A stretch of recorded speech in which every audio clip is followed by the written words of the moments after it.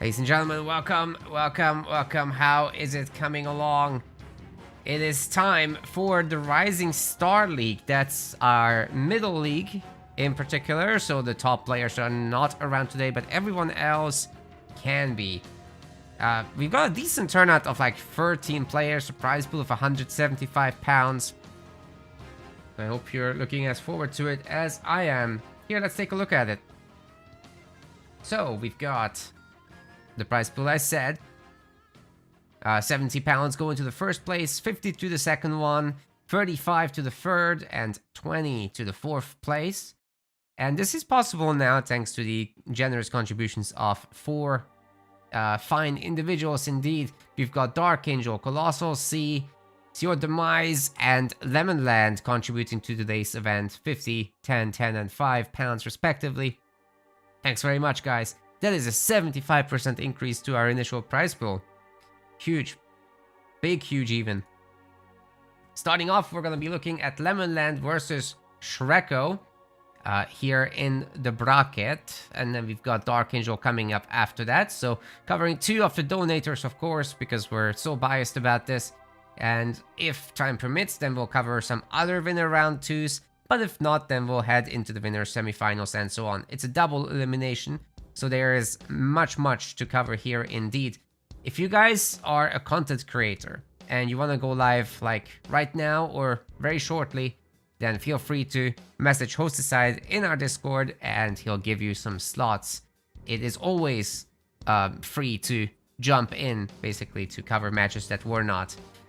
So yeah, the players today are Dark Angel, Love Guru Calibb, Sir Liam, Psychic Wizard, go away, Viper, Big Al, Cryotomb, Lemonland, Shreko, Bondable, Sushi OK, and you, as well as Toi Krodak. These are your gamers. Alright, let me see if I've got Shreko in my lobby. Shreko needs to wake up or go to sleep, or one of those things. Choose, make a choice. He's in Australia, so we're gonna give him some lenience here. Oh, I still got my names from the Spellforce cast I did yesterday, so let's fix that. There, that's more. It's more appropriate up there. Start play tournament. Look, mate, I'm in this lobby. I am waiting for the second player. So, I'm not wasting your time here. I'm waiting for the players to show up. Yeah, so we just gotta deal with that, you know? That's how it is. Today we also got a sponsor. It's over there. Puzzles and Survival. It's a mobile game, the match-free type. So if you got a mobile device and you're looking to support us today, then that is in fact a good choice. Let me just see if I can bring up the commands and the links with that.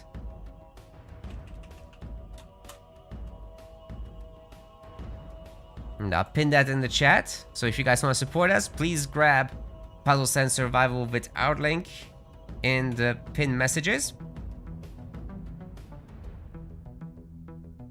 And what you gotta do if you're in there is upgrade your headquarters. Audio on Twitch is messed up. Really? Let me go there and check. I'll listen in.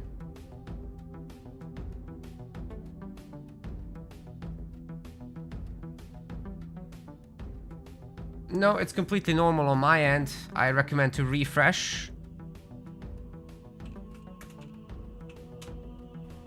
Because on my end, it works fine. Hey, Morphstar, good to see you, buddy. How's it going? Oh, I was gonna say, the sponsorship, it will be active the whole month. I see already people installing it. Thank you so much. Even installing is actually one of the actions. But you can see the different actions that you can do towards the sponsorship popping up throughout in this little animation we've got on screen.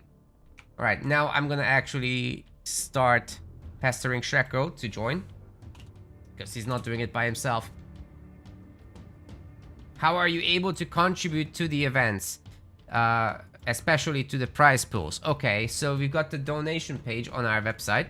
So it will basically create a PayPal donation link, right?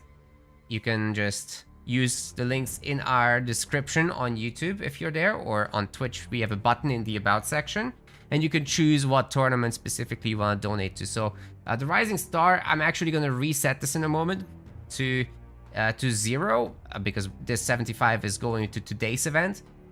But yeah, you can just choose the exact goal you want to donate towards, including staff donations if you so choose, AOM, whatever, and you get these little medals on our website. There's also the patronage option, which is more specifically to support our project specifically, and it's cheaper than a coffee, right? And the goal with this is to create some baseline support for running the website and the features and the software and whatnot, and then we've got show match funding after that. So if you guys want to get more content in the near term, then please pump up these numbers as well. We're currently only on £15 total for this, a big drop recently, but I hope we can pump those numbers up in the midterm. All right, let me see what we can. Okay, Shreko is asking for an invite. The problem with Shreko is his precise username is not the same as it is on Xbox, so I gotta always look it up.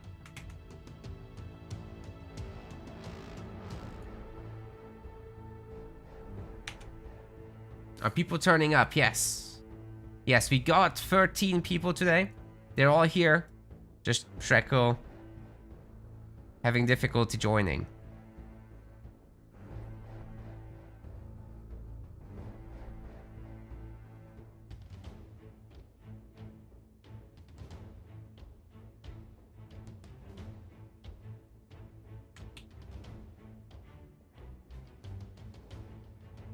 This invite system is something, but he's finally in here. Okay, where is our... Oh god, they haven't even done the drafting process yet.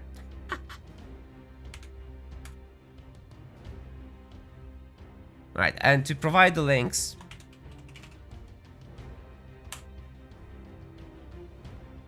So let me drop in the command for that as well. And thanks everyone for being interested in that. You guys are very generous. The Halo Wars community in general is just quite generous above the rest. By the way, I did promise to do this financial report thingy, and it's actually about done. I just need to add a little bit of context for it to explain how we function, and then I should be able to record it as soon as tomorrow. So next week I should be releasing that. Built you guys a little presentation deck. But yeah, I think it's just very important to be transparent and show people how we're operating, since you guys are giving us quite a bit of money, so I think that's just due, you know? Cars says he likes fire trucks and monster trucks. I like trains, but those are also nice. Actually, that's a lie. I like spaceships. Scribblington, thank you for your sub. Much appreciated. No more ads for you then. The guys are about to pick their leaders.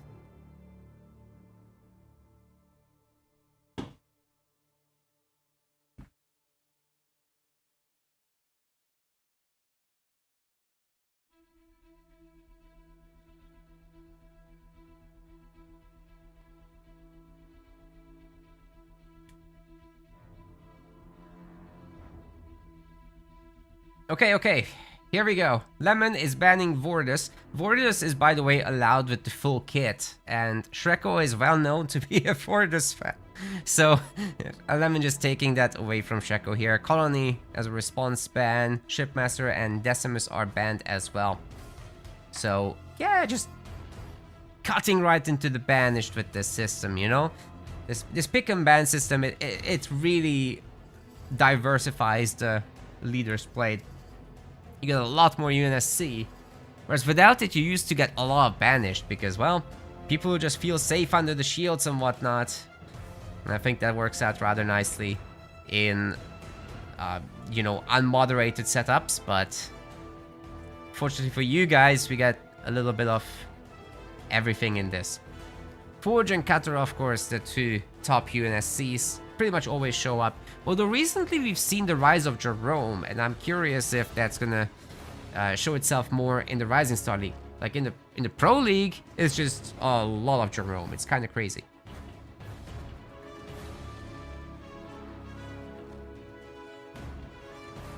Arbiter, not surprising at all. Pavium is. Do you really want to pick Pavium over Anders? I'm not so convinced about that. But we've got the Serena and Isabel mix as well, so the two AIs are also joining to take your jobs, or the jobs of the other leaders at least. I think we should be good to go. Just need the map information about where we're going, and Bedrock is going to be, in fact, the first map. So I can just click in here, and we're nearly ready to go.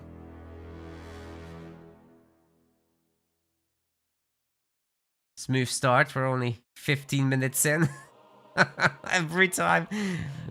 Guys, when I show up on time and don't have to delay the stream by like 5 minutes, the players do. It's okay, we're gonna be fine. It's just funny. Okay, you guys go to Bedrock, yeah?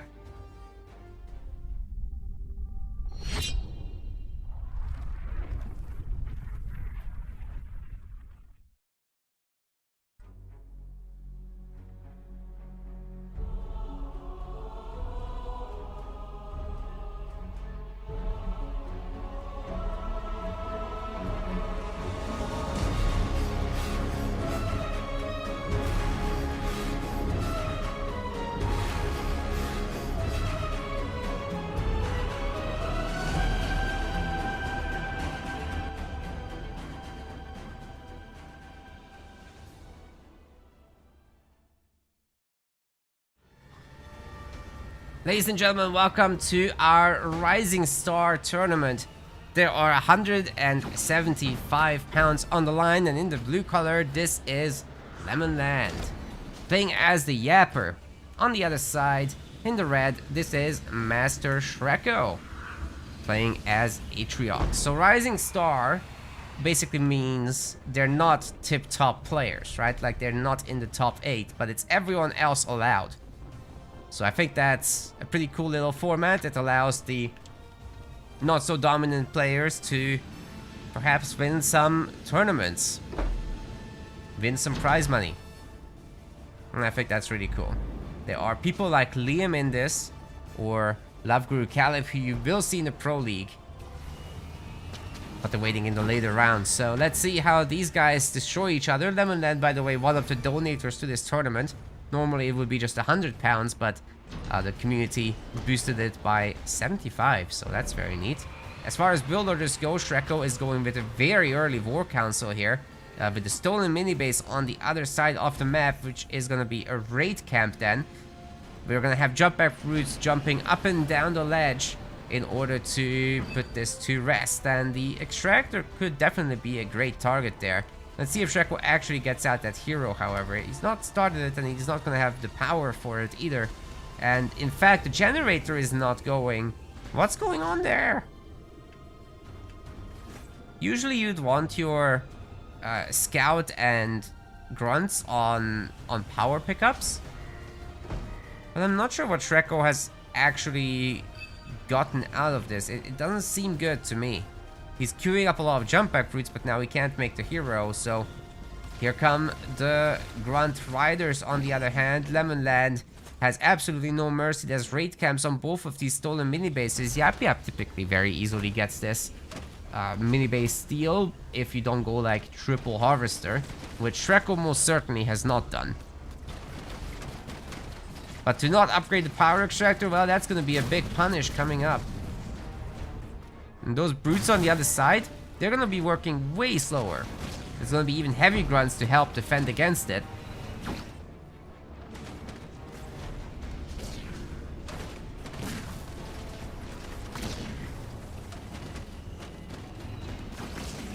Destroying the War Council is actually a bit of a trap.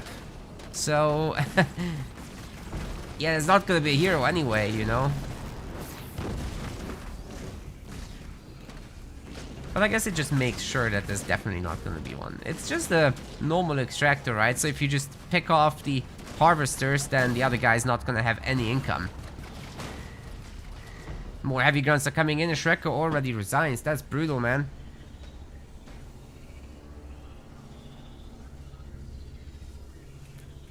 Lemonland just wiping the floor here. And the floor is squeaky clean. The betting in the Twitch chat is open, by the way. You guys can risk your little channel points.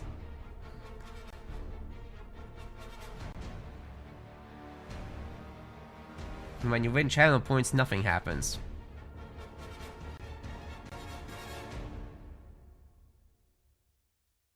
So, next map choice is gonna belong to Shreko.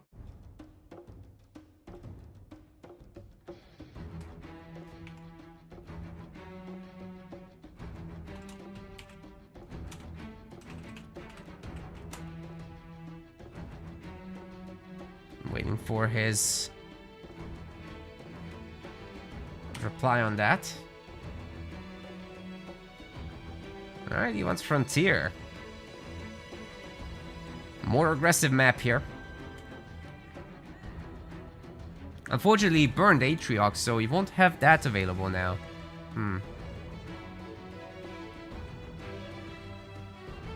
Oh, by the way, Twitch chatters, we've got another sponsor active at the same time, which is offering a survey. It's the latest link in the chat. If you want to check that out, it will take you 30 seconds of your time. Thanks very much. Yeah, we've got a lot of little micro monetizations on the channel these days. It's really helping us pay for all these events. Anyways, sending you to Frontier.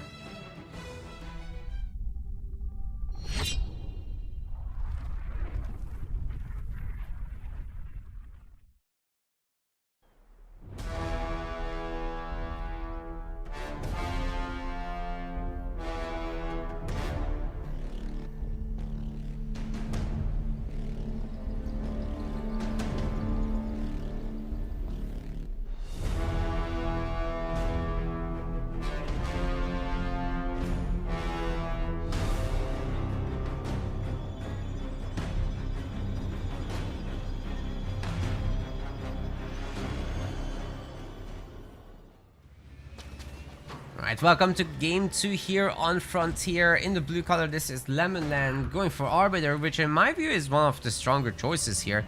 Interesting to see the Power Extractor second, because there's so many mini bases to buy, but I suppose if you get the front mini base quickly, it could pay off very nicely. On the other side, this is Shreko going for Forge and a very early Barracks. I think this is a troll build again, as we've seen in the last tournament, so it's going to be Barracks 3rd and 5th. And what he does is Pelican over some Hellbringers, believe me. Or not believe me, that's what's gonna happen. It's kinda crazy stuff. He is gonna have at least one mini base in addition to this, but thing is, RB can handle this super nicely with just a handful of ghosts. So as long as Lemonland doesn't like make mass expansions here with the minis, then he will have the money for ghosts and it should be no problem from there. Especially if he prepares Suicide Grunts. Not because I'd normally recommend Suicide Grunts against Hellbringers, but because the landing of the Pelican will have them extremely clumped up, and one Suicide Grunt can hit them all in the moment of their ejection, right? So that's the moment you really want to capitalize on. Just absolutely slam them with like 4 squads and they're all gone then. Really easy way to shut down Pelican plays. Yeah, Shreko's committing.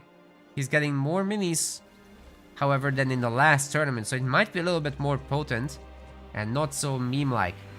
He could really build up here. I'm kind of excited, really. He's got the upgraded pads and everything. Hope to see this upgraded too. Then it's all good from there. Well, the Arbiter is actually not the best at handling a lot of Hellbringers early on. Sure, he can handle a handful. That's actually quite easy. But if it's... Ooh. Second Extractor too is so risky on Frontier, guys. I would not recommend it as an opener. If you get away with it, great. You know, that's of course true. It's always true. But if you get rushed, this is gonna hurt, man. Okay, Shreko's making some more pads. He's not producing from both of the barracks until just the moment I said it, so that's good. Well, let's see if he has enough. Tell you what, this is not too bad. Oh, but the hero spots it. Can the hero actually handle this? I think this is too much. Where's the mines? Together with Conduit of Rage and the ability, of course it's gonna be a lot better. But now Lemonland is ready, and here comes the Pelicano.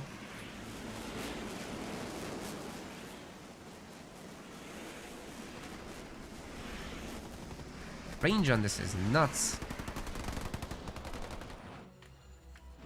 As far as preparation goes, however, there are no raid camps. It's really just gonna be the hero. Shreko has an opportunity here to at least destroy the extractors. That's the minimum. So Lemonland is in serious trouble. Regular ghosts are okay. But shielded ghosts would be much nicer because, well, the ramps don't hurt them as much, right? You get your shields back. You don't get your health back. Unless you go heal, but... time is not on Lemonland's side in this one if he loses both extractors. Stasis is gonna be used, but not on the extractor, rather the opponents. You know, Shreko is supposedly pumping still, right? Oh my god, he's making another wave. An extra base is coming up. But is Shreko not going to get that extractor kill? What is going on? Oh man. He's just about not gonna get it, is he? Oh, it's so close! Oh. To be fair, if he sends the second wave, they should get that. And the weak, regular, unupgraded power extractor as well.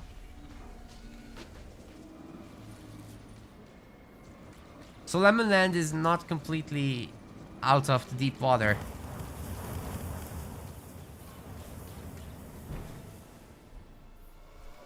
This might still hurt a lot. Where's the second pelican? Oh, there. Did he move them? Oh!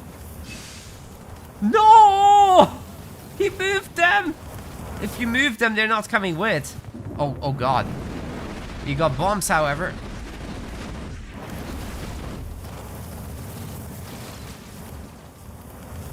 There's enough Hellbringers to roast a handful of ghosts for sure. But nobody came across here. Even the Arbiter is waiting here in rage mode. I'm gonna have to leg it. I don't like it. Like, what were those grunts ever gonna do? If he had sent them, this generator would have not been upgraded yet. Could have done so much damage there. Now the RB has a million years to do whatever he wants. Lemonland is on like 750 power. He's got 2 power nodes behind this, so they're working even if the generators were to fall, but he's guaranteed to get to tier 2 now. It's okay to sacrifice the base.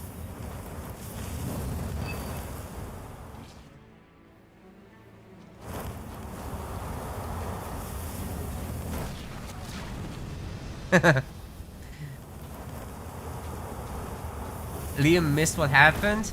Yeah, so the turret and like 2 ghosts and a handful of grunts and the hero cleaned up. Oh! Lemonland! Where is he sending those for? Oh, he's had a raid camp here at the middle, and now he's got all these boys ready to do some work. They sniped the second generator there. Empowered, of course, by the Conduit of Rage. Second building down, and they're gonna keep going. There's a Forge Hog to help defend. But this definitely is gonna hurt. Meanwhile, the Hellbringers take down the back generator. They're working on the other one as well, but there's also 4 turrets here. So the Hellbringers are definitely gonna go down, but as long as they take out both extractors, this is actually not too bad. Problem is, this counter damage has been pretty significant to Shreko as well. He's lost another mini base. This is not good news for him. Oh, but wait a second, the mines or stasis, whatever that was, I think that was a stasis. It might actually save that extractor. There's no other lethal power, actually. Never mind. Okay. What a dumpster fire for game.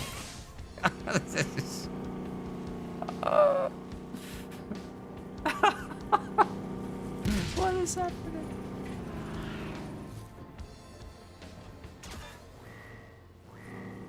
Anyways, Lemonland is in tier 2. That's the important part. We're gonna have tons of extractors again. It will be costly to remake them, and you know, this War Council is really early. There's no power for that right now, so generators should have been first ideally. The ghosts are now starting to climb in number, and eventually they should be able to catch that Forge Hog over there, I would say. Especially with the hero support, a little bit of ramming. And everything should be Gucci. These guys might actually get bombed a little bit, but Shreko gives up anyhow as he loses the Forge Hog. That was bizarre.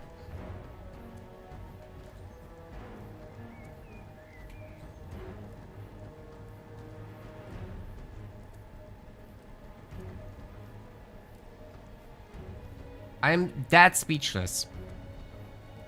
Yeah, the break was warranted, definitely. Okay.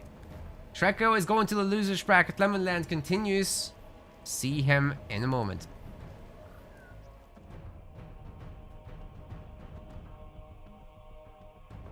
Yeah, the Hellbringers aren't very good anti-building units, so... You know, if you don't, like, actually max out and send some Grenade Marines with them, then you're gonna be in for a rough ride. Grenade Marines would have given them some longevity, but Forge is also not the absolute best leader to do this kind of strat with. You can do it, but it's far from ideal. Hey Lemon, come back. We're continuing with you, sir. Yeah, that's 2-0 right there. Let me go and enter the score for these boys. And then Dark Angel is actually coming up against Lemonland. 2 donators are gonna be fighting here. Not Dark Knight. Dark. There's a lot of people with something dark.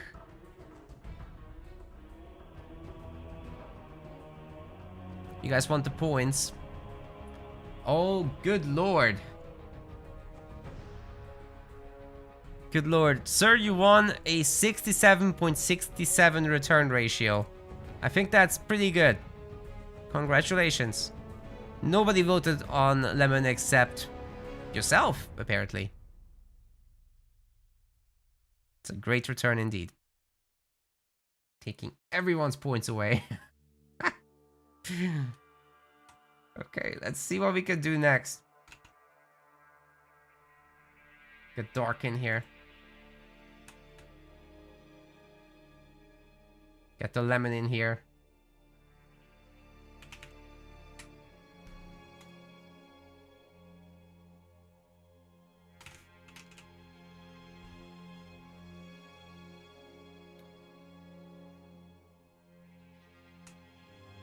I'm looking forward to this. Actually, Lemon is playing quite well, I have to say.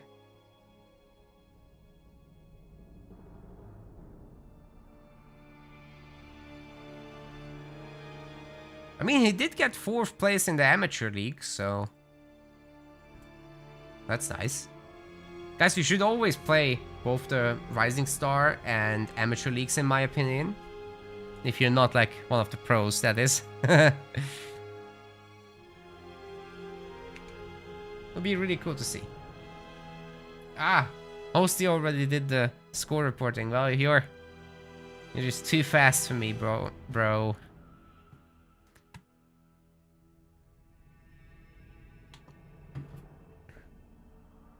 I'll never catch up.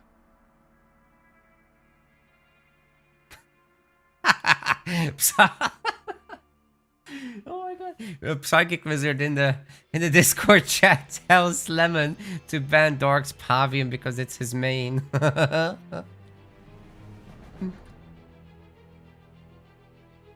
Shreko is gonna ban Liam. That makes sense.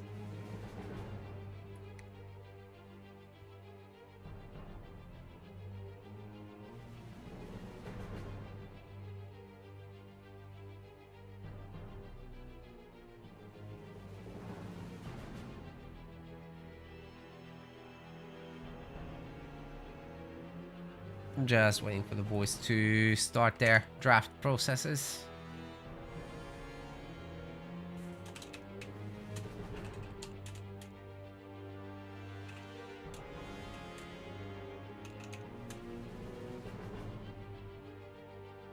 Still haven't seen it.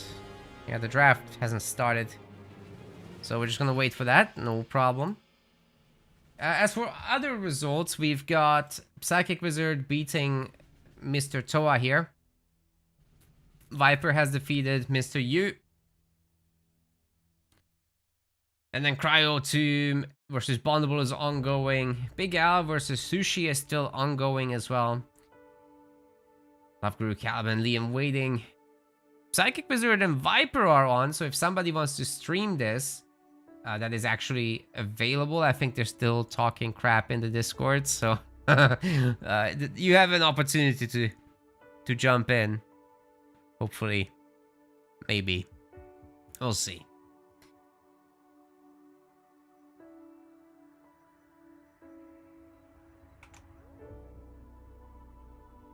And then we'll be jumping into the winner semis. I'll probably cover both because this is a very small tournament today. Rising Stars aren't always big because there are some scary players in here, okay? So I did say before you should join. Yes, but it's going to be an experience where you're going to face these guys, and that's not the easiest thing. But on the lower end, you know, there's definitely players that much of the matchmaking population can compete within Rising Star. But if you're new to competition in Halo Wars, then definitely join the Amateur League at the very least. As far as everyone else goes today, we've got the Pro League already posted on the website, so you'll be able to join that as well if you're one of the top 16 players according to our provisional rankings. This is of course the biggest prize pools we offer in this, £250 every time, but it's had some donations already. I haven't had time today to hunt down the exact sources of each donation, but it'll be edited in. And who are those players that can play? We've got XCA, Cars, Rockgen, Aatrox, Hero, Mar, EOD, Arenti, Stormy. Hatchie actually wouldn't be able to. Dark Angel, Love Guru Cab, Scorpion Laws also actually wouldn't be able to right now. Sir Liam, Psychic Wizard, and Maximus.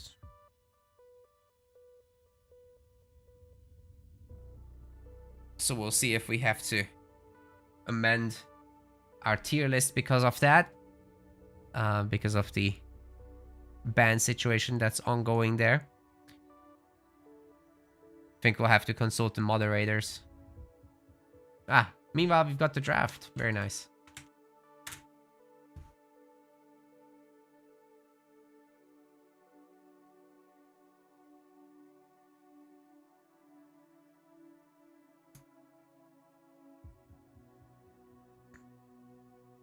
Because that could free up 2 spots. And one more thing we were talking about is maybe opening up the Pro League to a few more players. Or the A tier at the very least. Because right now it's got 8 slots, but maybe we should go by 8 slots per different tiers added, so that S tier would be 8, then A tier would be 16, then the next one would be 24, and so on and so forth.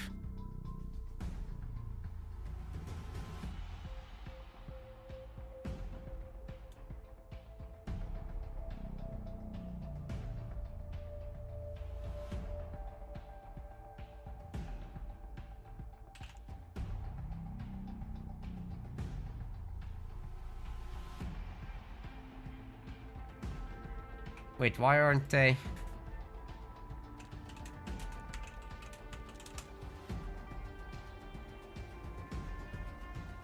Oh.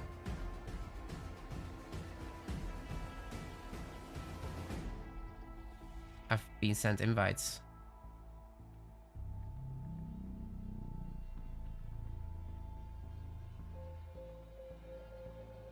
Oh, by the way, guys, this pop-up ad right now from InStreamly. If you are a streamer, you should get InStreamly with the link that's about to pop into Twitch. It gives you these pop-up ads for your channel, and you earn money passively from that. Highly recommend it. And if you join with that link, we also get a commission once you earn some money with that. It's just totally free monetization for streamers. Highly recommend it.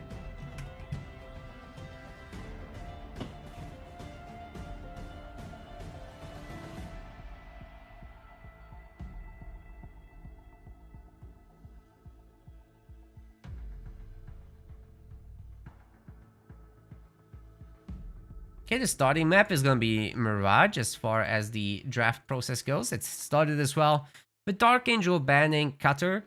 Lemon is getting rid of Voridus. Not listening to the ban requests. He's been told to get rid of Pavium. Oh, he's doing it! He's doing it! Dark Angel getting rid of Arbiter. He's seen what Lemon has done just now.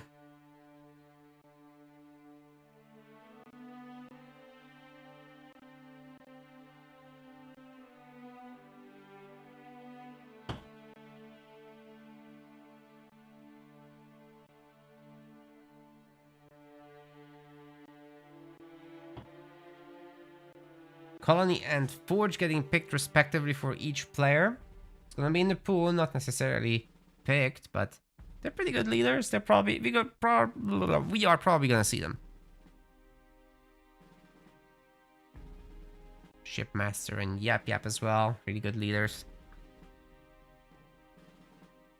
I suspect the two next banished are gonna be picked, Atriox and Decimus.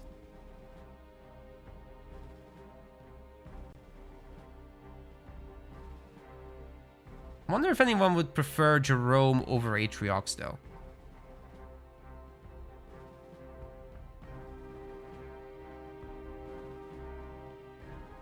But I think most people would put Atriox like a tier above.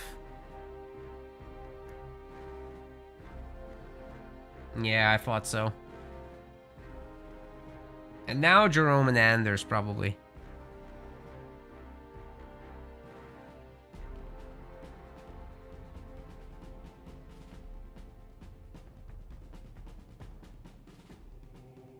Okay, Isabel.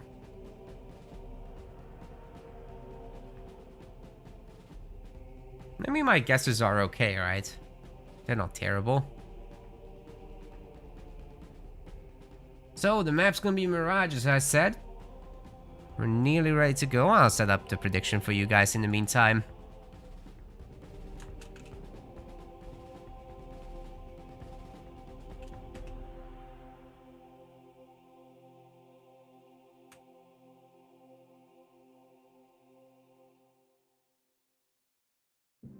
Liam says I should be casting Viper and Wizard. Well, the difference is these guys donated to the tournament. Dark Angel donated back £50. So, you know, we gotta give these guys something back. I think that's important at least. Lemon also donated back a $5, so thanks very much to these two. And together with the others, that's a 75% boost to the prize pool. We don't get that every day.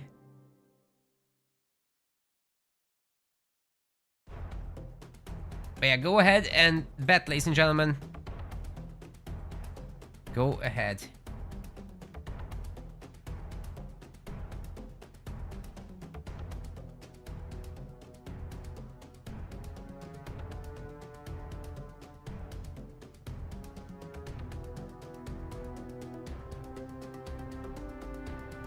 Alright, the players are about to ready up here. So that's not too bad. We're off.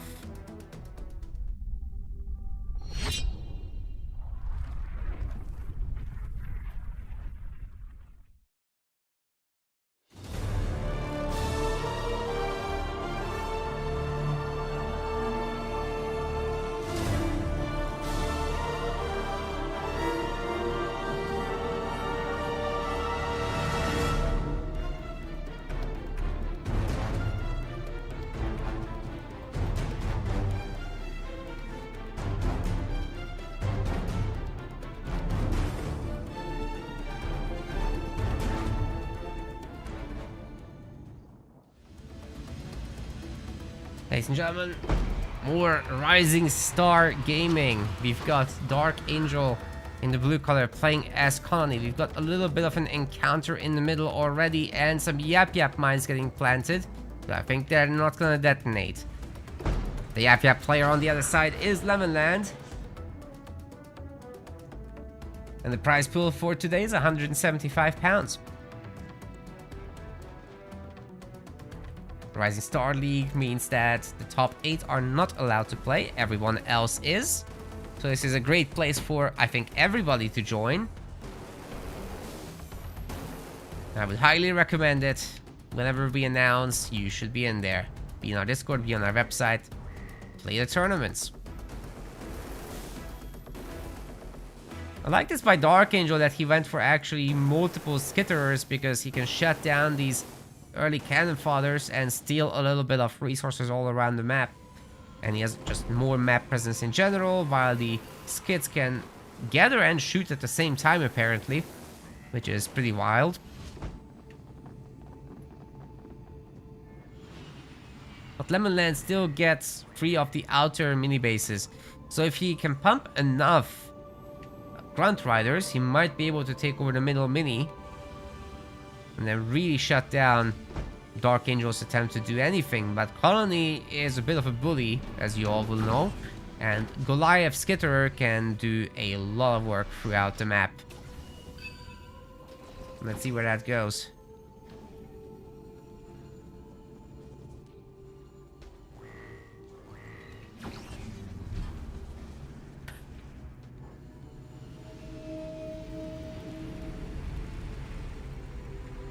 There's a raid camp.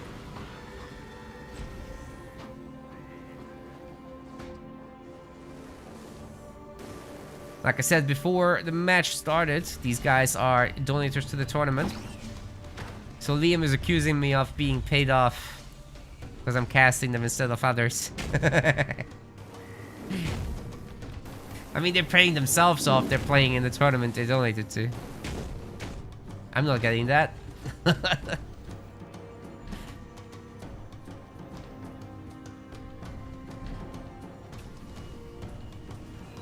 Anyway, the later rounds will cover everything anyway.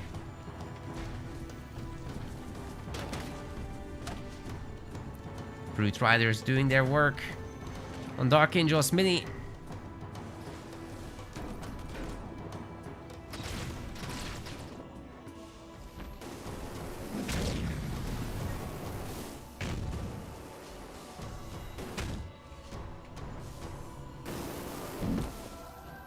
I like these Goliath attacks on the minis.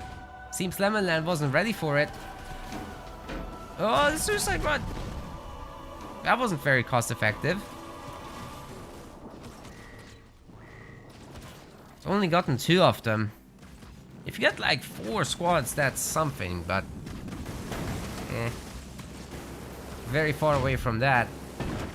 Now let's see if the Grunt Riders can handle this. 2v1 should be no problem. It's the chopper with the skitterer in addition that's very problematic though. That's tough to manage. This Goliath also taking down another minibase. Our Yap player might be in trouble soon as more and more Goliaths start showing up. Dark Angel doing a very good job of cleaning up throughout the map. Another one is gonna join the fighting. That's so many.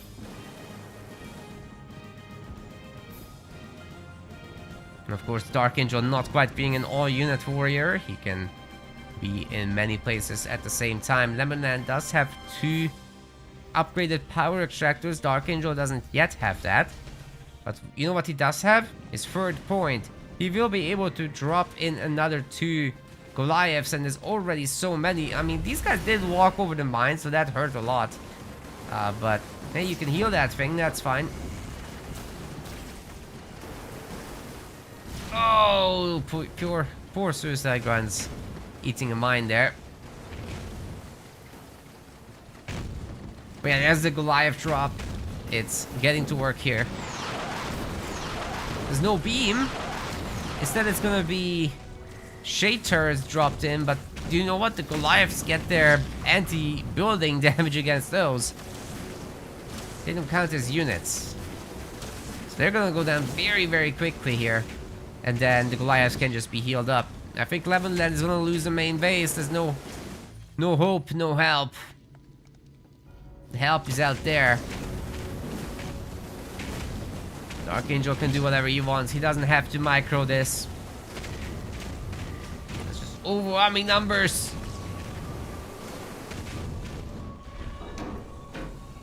Wow. Yes, game 1 was really brutal. Hopefully Lemonland can figure something out for the next one.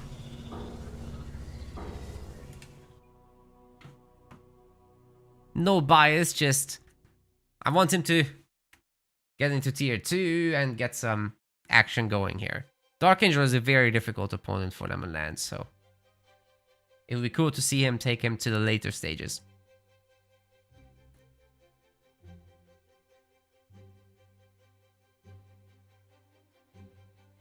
Next up, we're going to be going to Vault.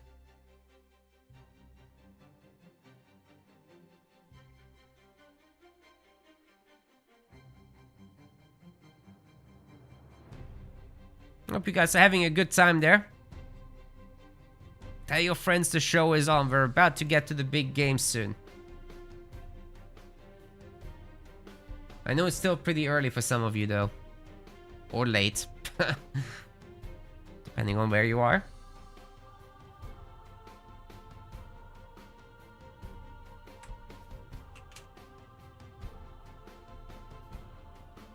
Alright gamers, we are going.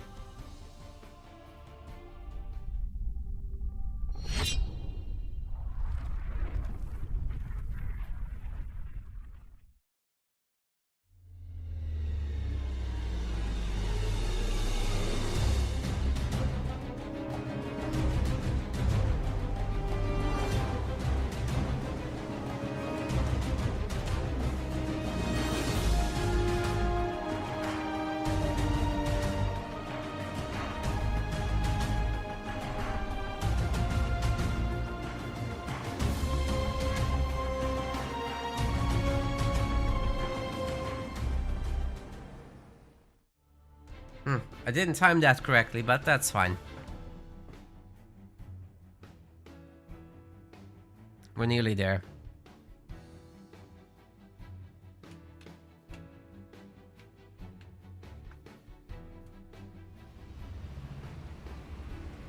Alright, blue color for game 2. Dark Angel is going for Decimus. Typically a very good pick, but so is Forge here in the red. Controlled by the Lemonland. Forge with all the vehicle plays, Jackrabbit and Fochhog early on should be really solid as long as you avoid the grunts with the grunt mines. Which is fairly easy to do with all the speed you got as long as you literally don't run into them. And then you swap the Warthogs, you have a lot of map control, but you'll have to deal with Decimus's mass regenerating Banshees.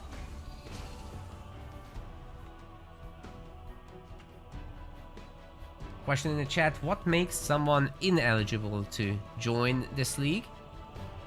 You just can't be in the top 8. Everyone else is welcome.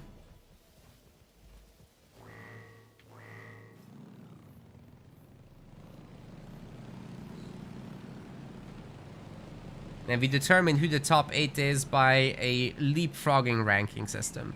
So, not ELO based as you would normally see, but something more responsive for the short term.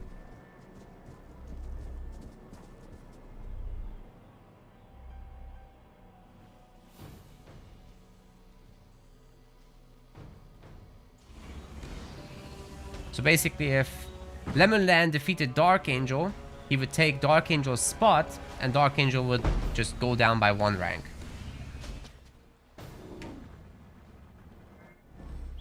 And then Lemonland would now be able to play in the Pro League.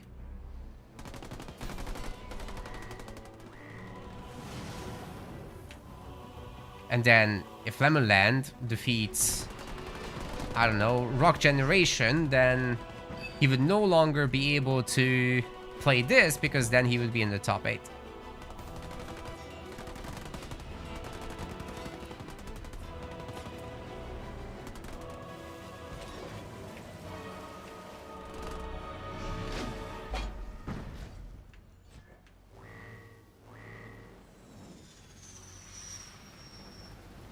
Barracks coming up.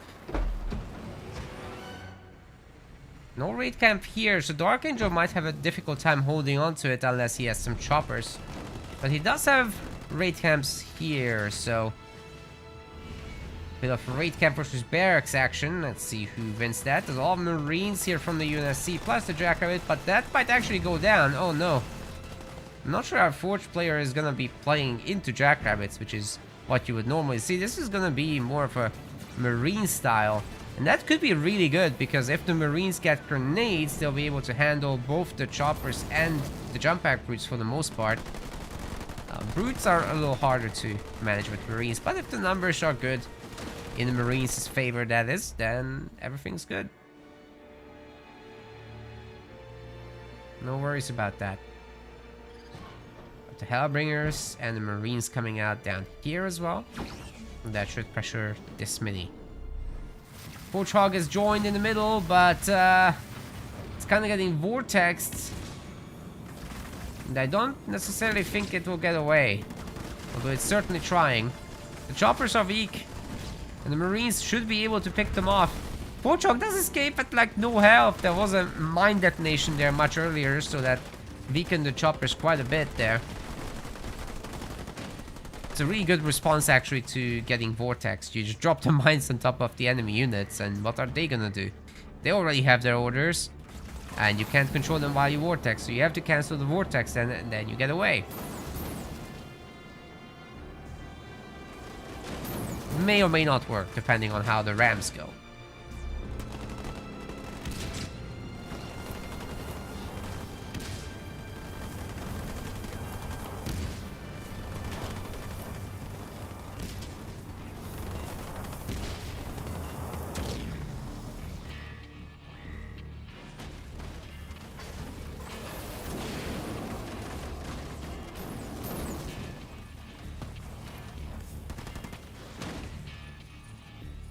Bonk.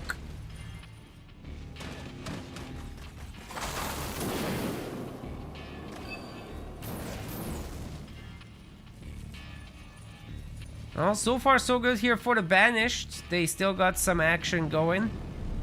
Lots of choppers here. Dark Angel is gonna be in the comfort zone. There's still no Marine grenades for Lemonland. Where are they? It's not gonna happen, is it? There's not been a second generator still either. And no power node capture is really coming through until just now. The hold here wasn't very long, so that didn't contribute much to the economy. And it's very, very strongly felt, I think.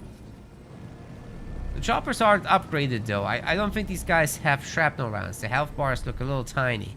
So it might be viable to actually put down some mines and walk the Fortrog over it, together with some heavy metal and ammo round plus scatter bomb combo. This is very manageable still, but it's so much easier when you also have Marine grenades.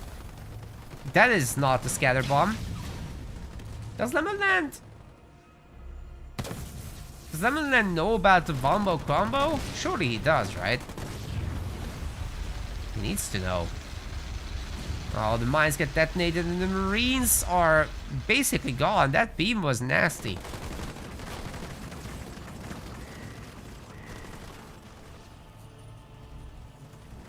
Only the choppers... chopper? Well, yeah, the choppers, but also the Warthog is really left out of this.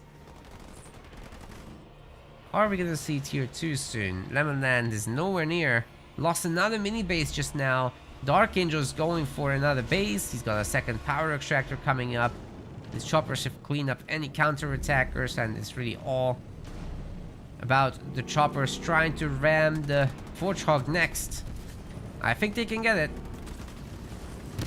Oh, that's a really good setup for it. Ammo round does connect, but like I said, there is no scatter bomb to punish them. So yeah, they get slowed down, they take some damage, but there's so many.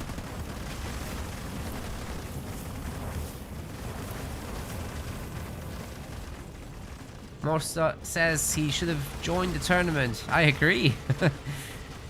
Just everyone in general should. Rising Star's great. Woo! Did you see the damage from that? Was that a level 2?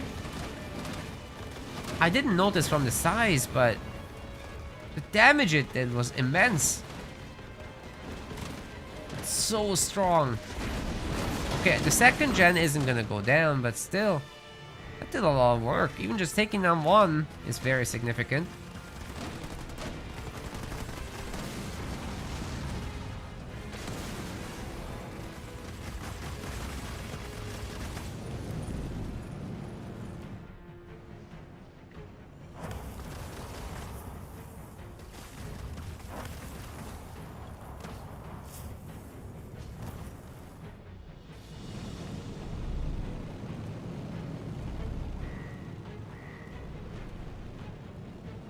Chopper's looking for some expansion, seeing if they can put a stop to it. I'm not even sure how Dark Angel smelled this out, but it's doing a good job of finding it. These guys have bound the siphons, so they'll be regenerating their health as they attack stuff.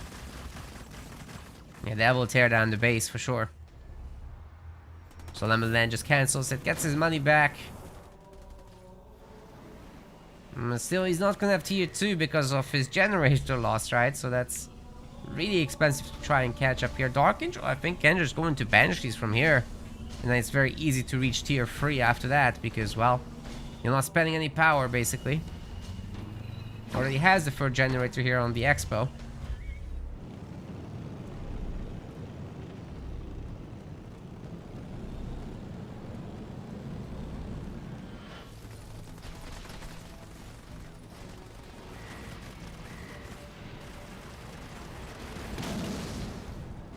Another expansion shut down. Now there's a spotter as well, so it's not gonna be easy to just pick up this base. Lemonland's completely boxed in.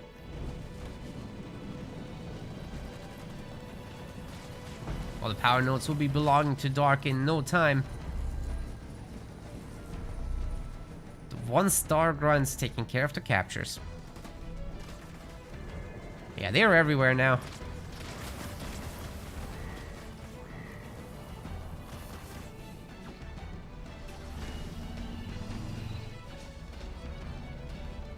Upgrade. There's plenty of money for another gen, if he so wishes.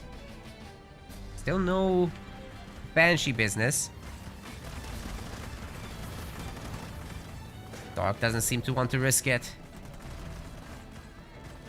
There's a fast forward button. I mean, this is rough for Lemon. He's gonna play it out, but ouchies. I like these 1-star choppers, by the way.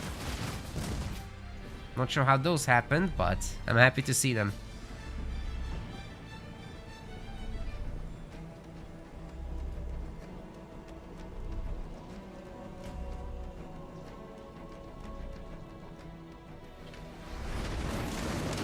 Well, what can I say, guys? Dark is just living the life. When life gives you lemons, you... Oh boy. you know what you do. You know what's gonna happen next.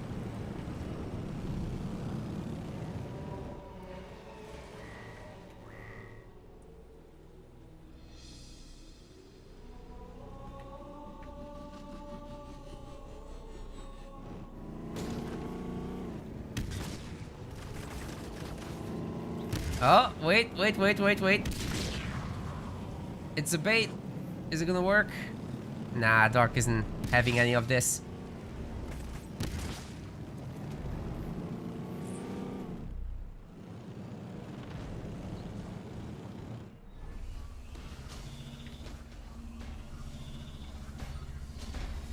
Tier 3 coming in. Dark is sitting on his resources like a dragon. Warthog gets stunned. We missed it. There was not much to miss though. It's already gone. Oh man.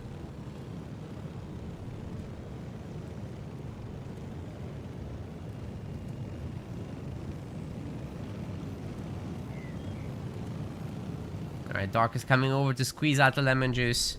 This won't last long. We got some Dark Skies brutes even. Choppers aren't very good against buildings, so there's that. The hero is decent. There will be Decimus soon. Once he has the resources and pop for it.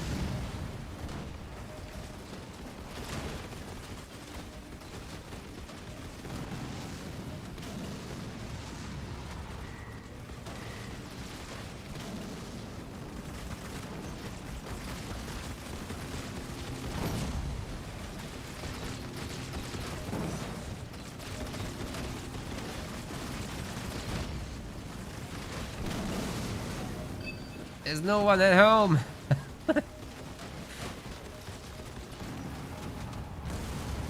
So Dark is like, we can squat here. Wait, what's that? Oh. I wish there were like proper notifications for leader powers happening.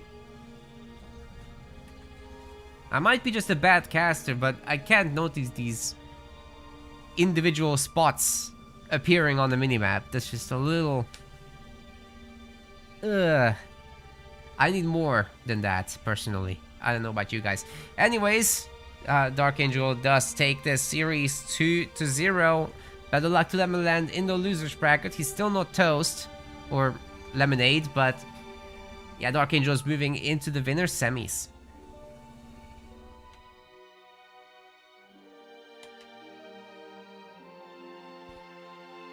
Let's see who's going up against there.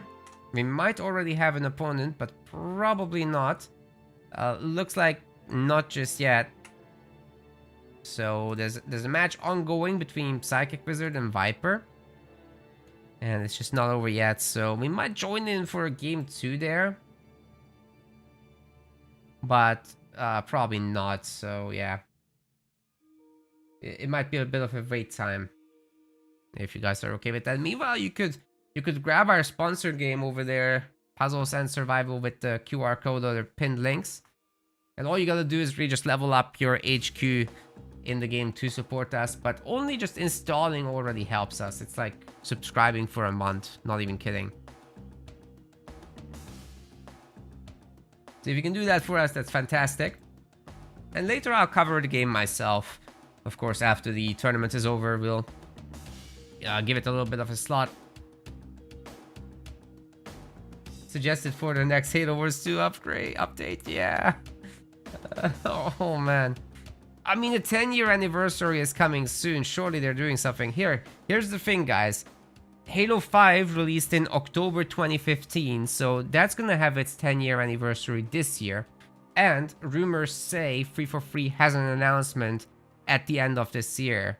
So if the stars align, they might re-release Halo 5 on Steam and whatnot, and maybe do an anniversary edition for it. That would be really cool. Fingers crossed, but I think it might have to do with the Halo 1 remake instead. If so, that's probably not good news for Halo Wars 2. But if Halo 5 gets a remake like that, we might be able to lobby for something for Halo Wars 2. So let's see what can be done there.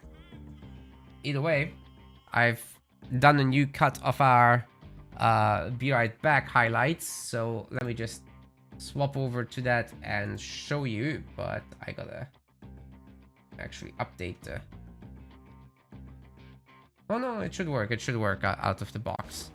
I haven't had time to cut the next one, but I've got a really good set of clips ready for next tournament. So next week I'll show you the other one. But for now, it's the one that we've had already. So have a look at that, and I'll be right back with the winner semifinals once we have the players ready.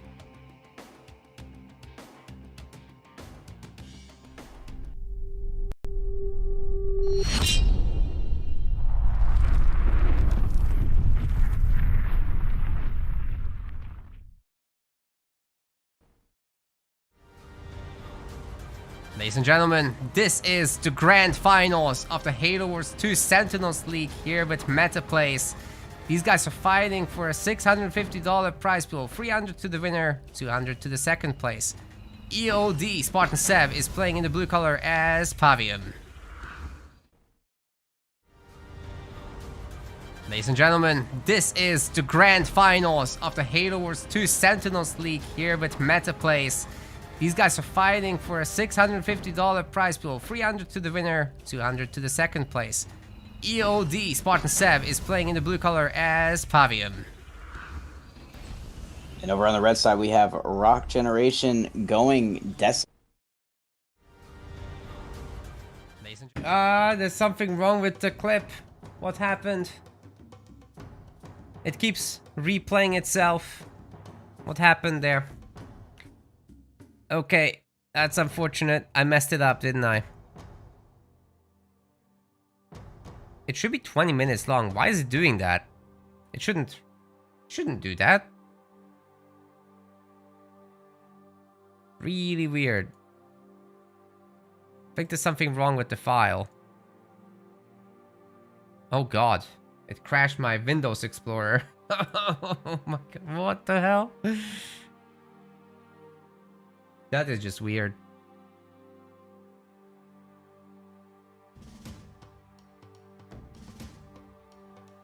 Oh, I'm gonna take a look real quick.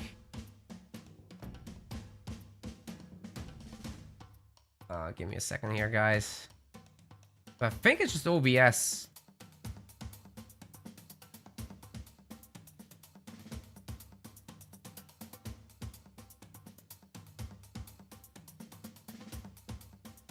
Okay, the clip is messed up. Like you were seeing the actual correct video there. Okay.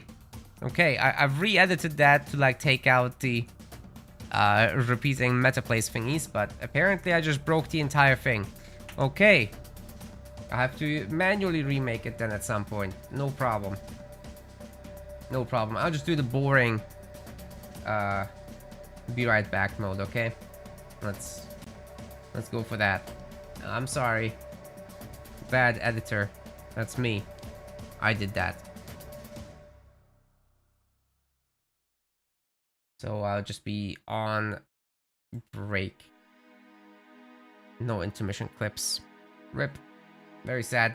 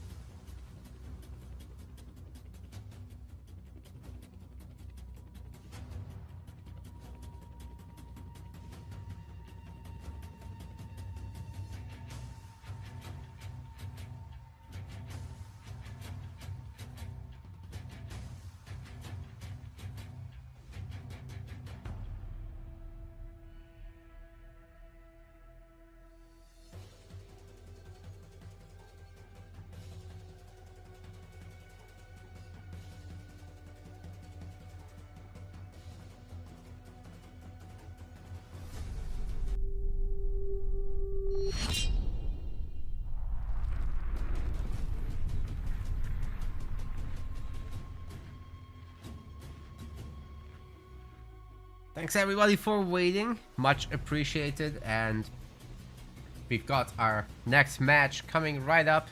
It's gonna be Sir Liam versus Love Guru Calibb, actually, not Dark Angel. We've got the other match ready to go right now, so we will just jump on the opportunity. And then we'll do the other winner semis afterwards. So there's plenty of matches left still. No worries about missing anything. Even Harry Tuna is on time today, so definitely no one's missing anything so far. We've had some of the early matches, but they were on the one-sided side of things. I'm just looking to get that draft.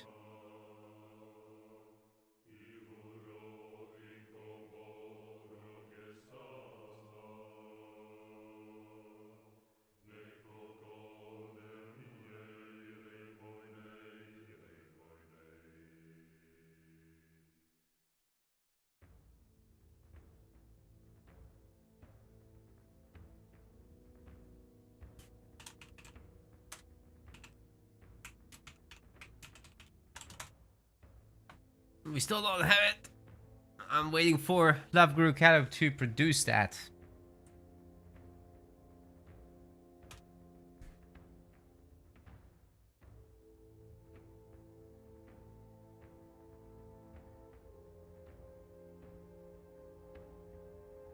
Let's see if we can get that.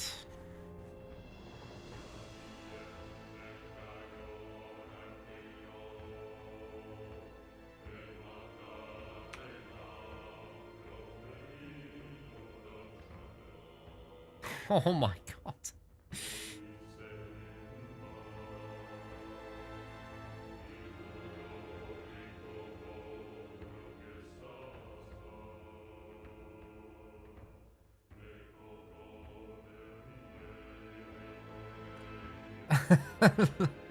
Oh no, he doesn't know how to make one. No, you're supposed to know that. Is this best of 3? Yes, it is. So I'll just do it. But I'm the spectator.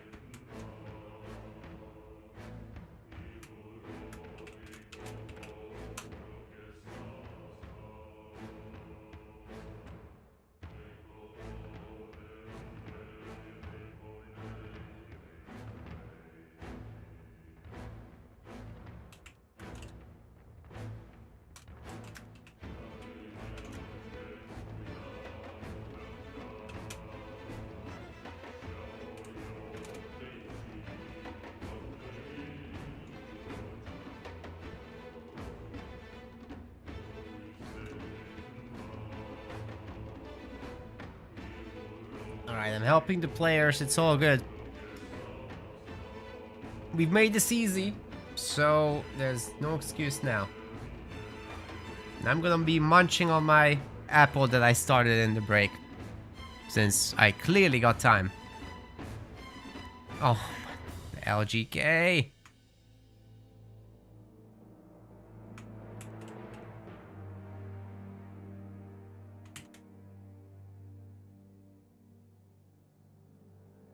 He made his own. After I gave him a link. Separately. Okay, we got this, we got this. Here come the bans and picks.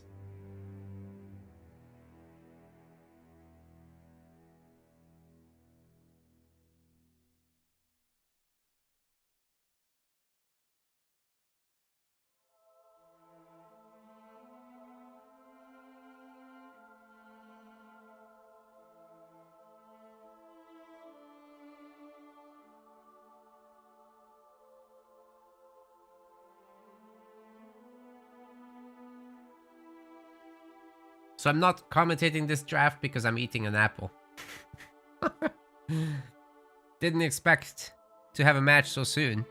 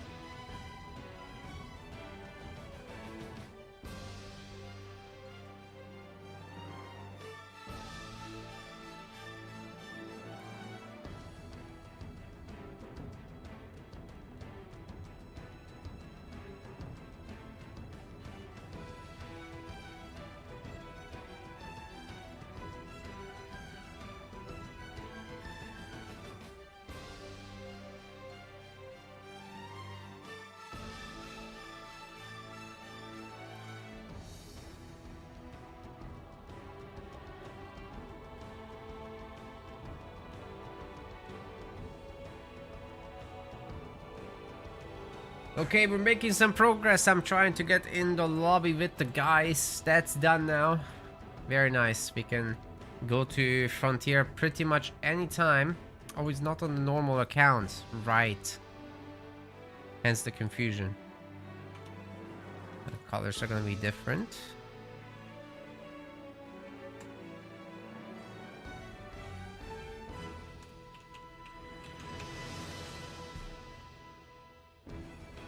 LGK, very appreciative of the tournament. Let's kick this off. It's good to see him.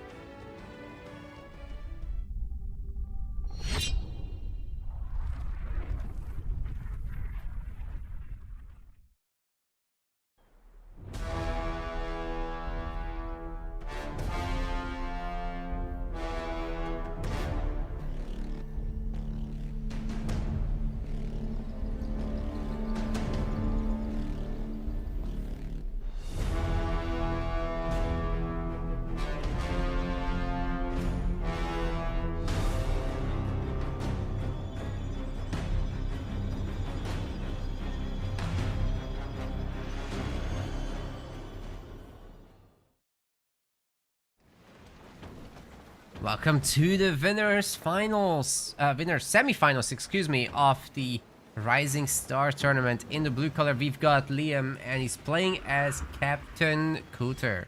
On the other side, LGK Smurf, Love Guru Calibb, he's playing as Atriox. 175 pounds in the prize pool today, ladies and gentlemen. Gamers are gonna go nuts for it.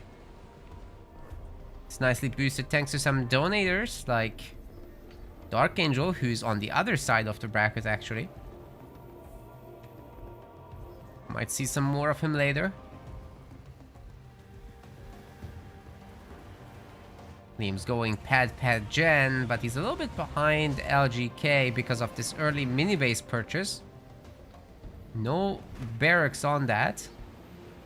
And sharing power on both sides, so it's not too bad. The chopper through the middle, of course, very dangerous to try to engage, so you better don't. Liam's getting a decent return on his pathing this time around.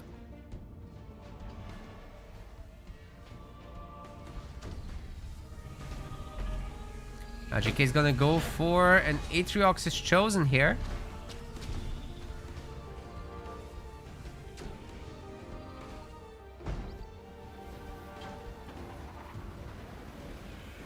I just realized I didn't let the Twitch chatters do their little bets for the series. I'll set that up while Liam is getting this hero out. Not much is going to happen in the meantime, but he did steal a mini base on the other side, but both players did that, so it works out to not much happening.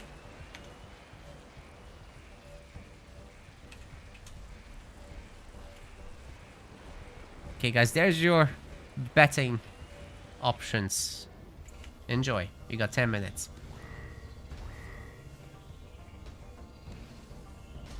Semifinals already.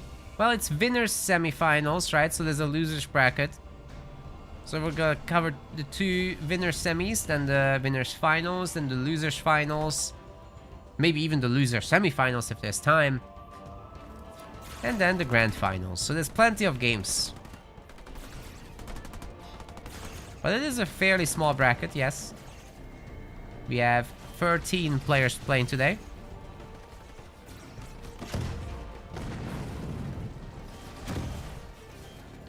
Bigger than the Pro League, but smaller than most amateur leagues. Okay, Atriox is chosen is upgraded, but he was moved before the Sentinel got shot down, so he didn't get XP for some of that, actually.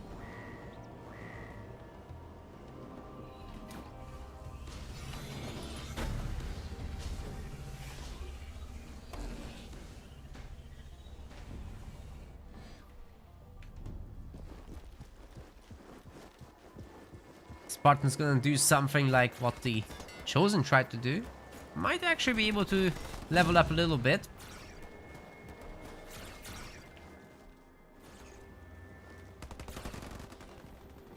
Liam even healing the Marine. Every little bit counts. Wonder if he's gonna upgrade that Spartan. Kinda have to do it if you wanna go up against that Chosen. But even then it might not be enough. What you do have on your side though as Cutter is the Spartan Jump.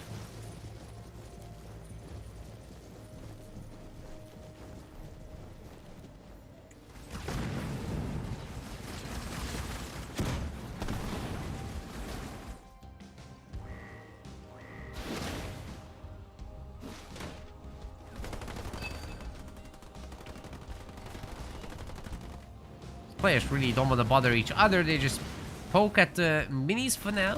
Nobody's confident enough to go for the big engage. It's very understandable. Liam does have 3 snipers, which is scary for the banished here, but there's so many choppers at the same time, you can't be sure that your Spartan Jump and Mine combo will eliminate that, and then there's a hero to deal with still.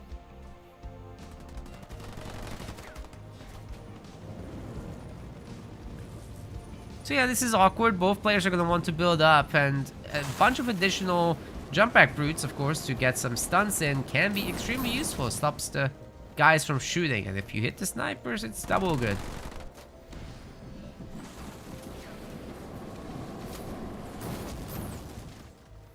Another set of plasma mines is ready now. There's 4 snipers, which is more than 3. I'm pretty good at analysis, aren't I? Got a second base coming up for LGK. Will grow his economy very quickly. And the boys in the back actually get a star.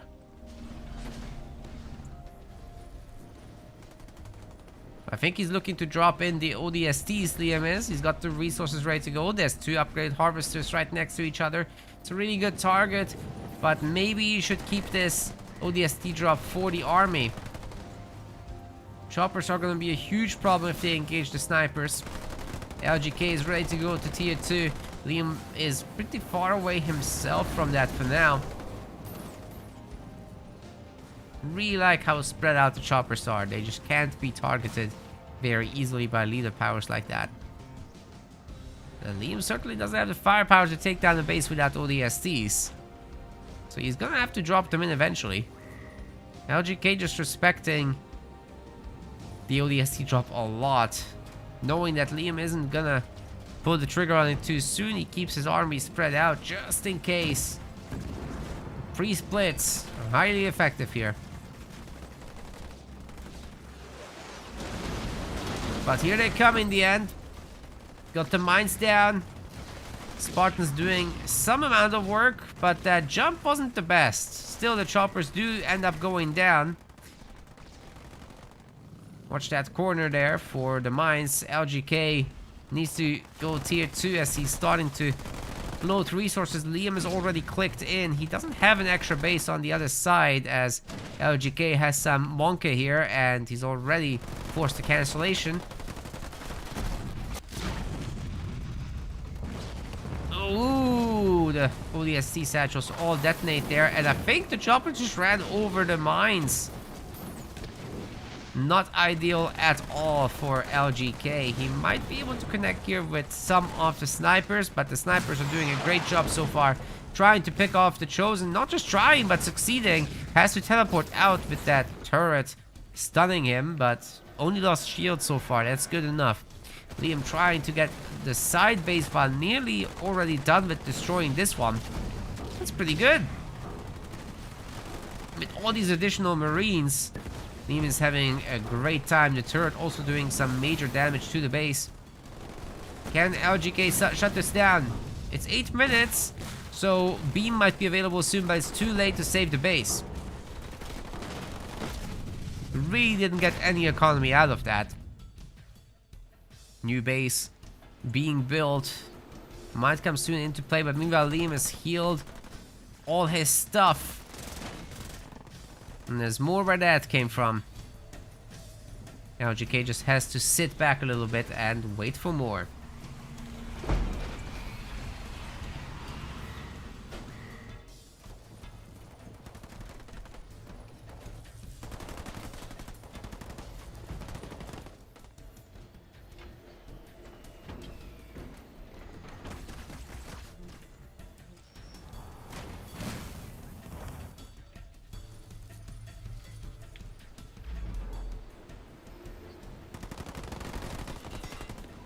Oh.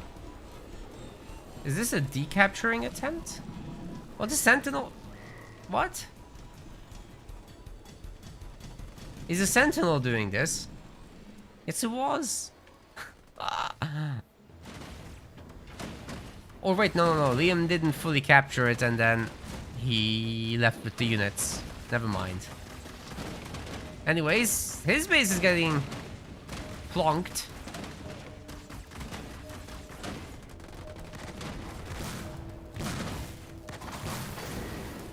And the snipers hold here.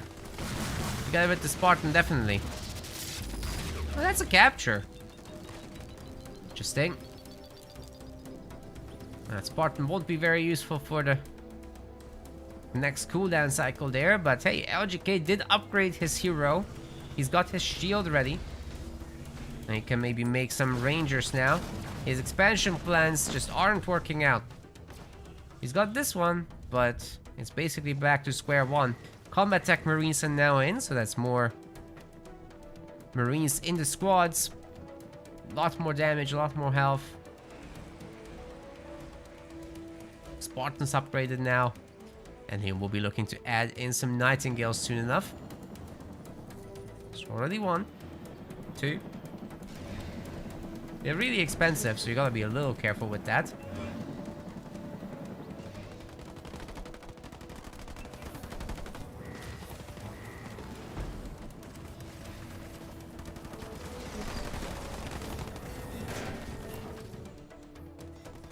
Very passive game here from LGK, but he does have the 1-star on the Chosen from some small pickups. And he'll be able to take care of these Marines very easily for sure. Not before they destroy the mini though. Wait, Liam is leaving. That's not advisable because these guys are actually slower than the Chosen. It would have been good to destroy the mini base first.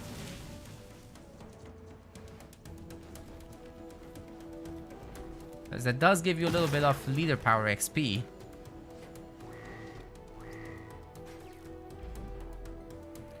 Spartan's gonna pepper that base a little bit. But this one seems to be in a healthy spot. Liam might be trying to go for tier 3 and get out some vultures. So he does have a decent economy here.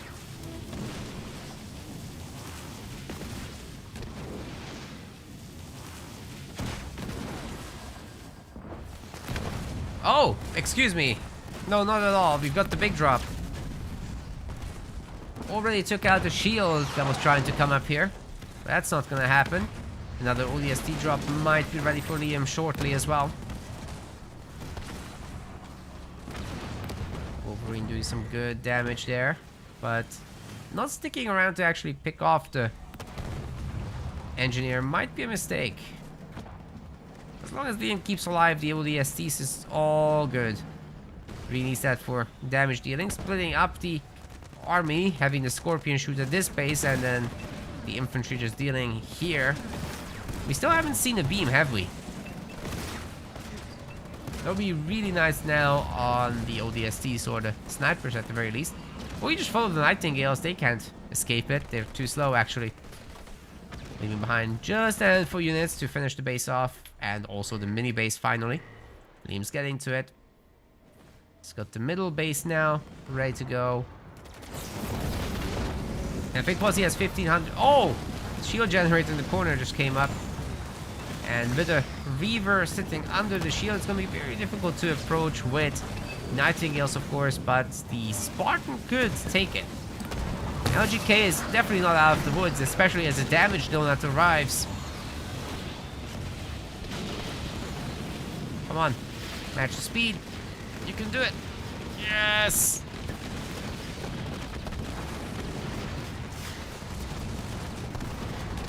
Plenty of snipers added to the battle. Still means that a ton of DPS gets added. Really helps strip down the shield. Not that the damage donut didn't do the majority of that work. Spartan's chilling in the Reaver, so he's pretty safe there. And that Chosen's gonna be in big trouble. Can't stay outside the shield, that's for sure. My Spartan might want to jump out of this to keep the Reaver going a bit.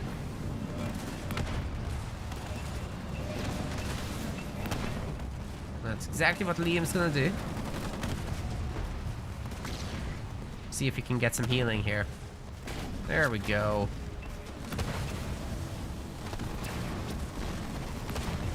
Liam's doing a good job taking down some of these buildings, but he really needs to make sure to shoot the middle of the base to prevent the shield from coming up, because I did a pretty quick timer actually. Liam's still tier 2. I think not working on tier 3. He's getting infantry upgrades right now, but hey, he picks up the Chosen. Beam level 2 is gonna be in the middle of all this. Holy crap, he was not ready. 3 Nightingales immediately melt. That is brutal. Great cost for value. Or value for cost. Another Nightingale is basically ready to go down. That hurt Liam a lot. Oh my god. Nasty business. Beam is just so good against Nightingales. I can't emphasize this enough.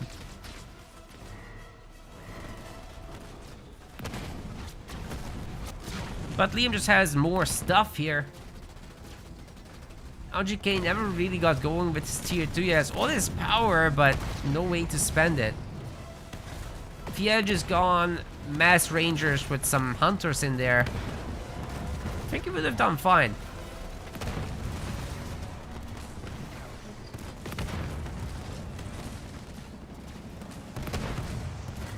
Just never really got the army going, sadly.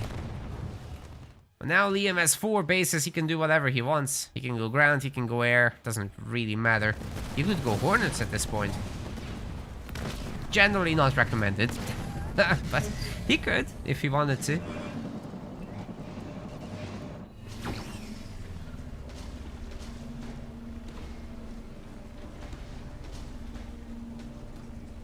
Anyway, it's a best of 3, so don't worry too much for LGK just yet. He can definitely turn this around. Just not in this game. We'll need the next one.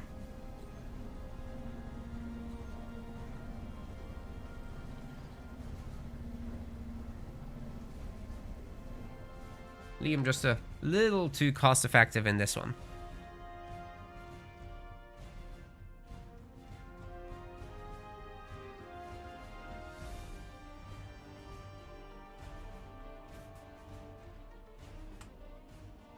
Liam said it's really laggy. That means Liam's very dominant. I translate from British to everyone else. He says he can only stand still. He's not even moving yet. Do you guys get it? When can he start trying? Oh my god.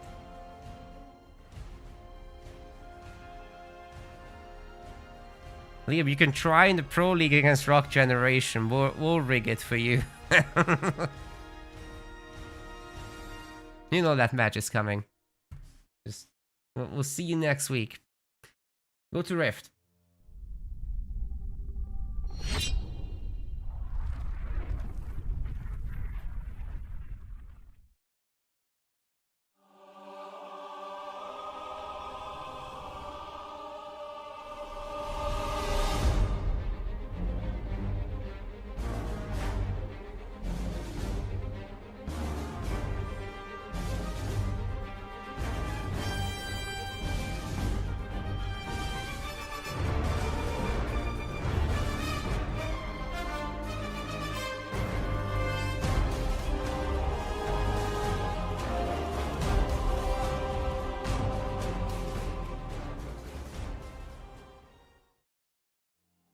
I just mistimed it a little bit.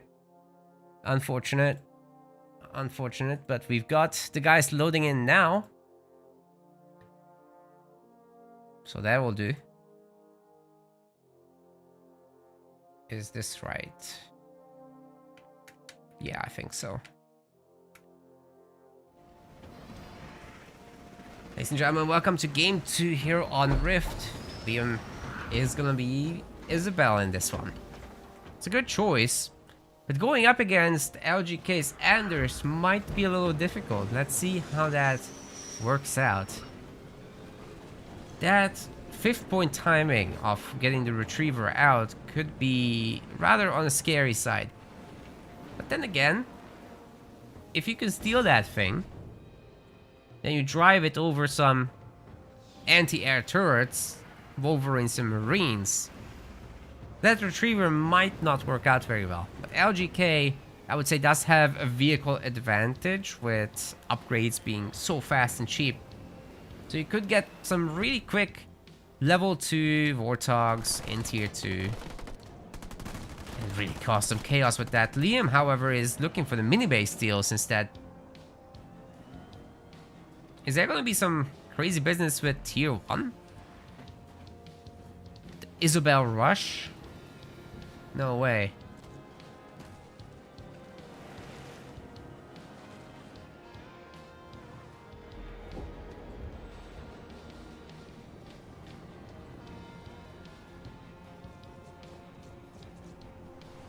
ODST soundtrack just too good.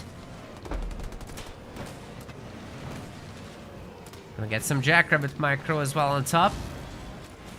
Marines can't do much about it. They can wiggle, get out of the way. But if the Jackrabbit's too close, you're not gonna out-wiggle that in time.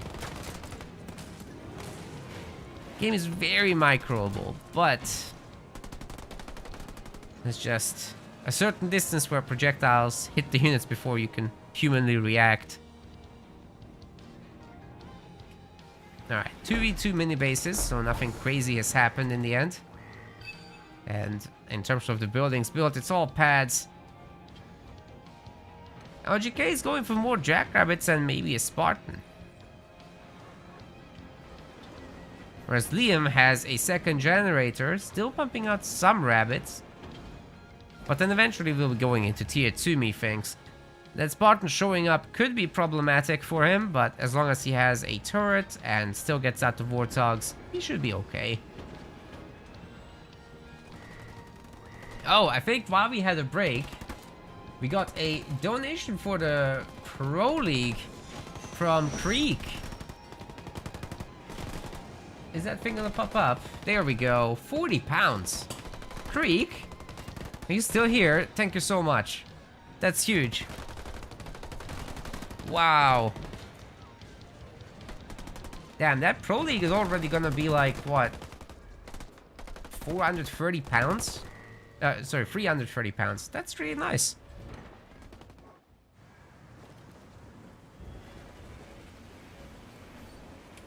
Not bad for a one-day event. LGK is not looking to be aggressive. He's more interested in the power nodes, which makes a lot of sense. He's getting a second generator as well. But Liam is already going tier 2.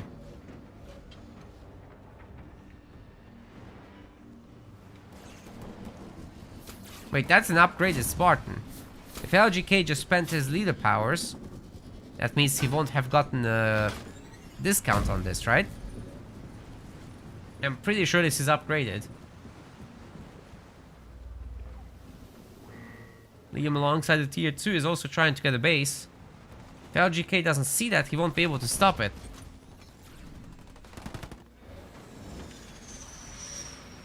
Already the garages are coming in. And Alice. There's no proxy garage, of course. But the Jackrabbits are working on this.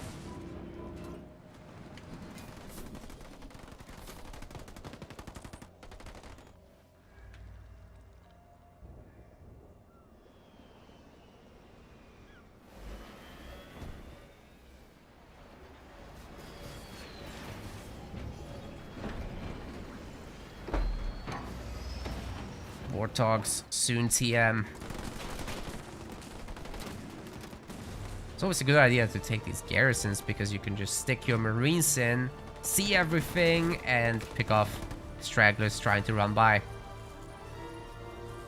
3 power nodes for LGK. Liam's working on taking away one of them. But it seems to me LGK has got his map control figured out. Shouldn't be an issue.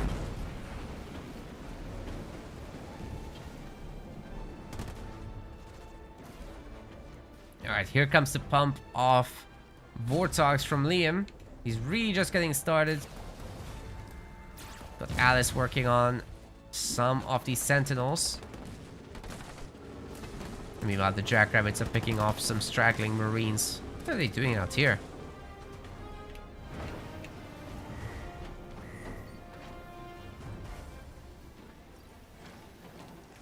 Armory's back. Should be seeing something to do. Anything about those choppers? Warthogs. Yeah, LGK is just gonna match it. Makes a lot of sense, really.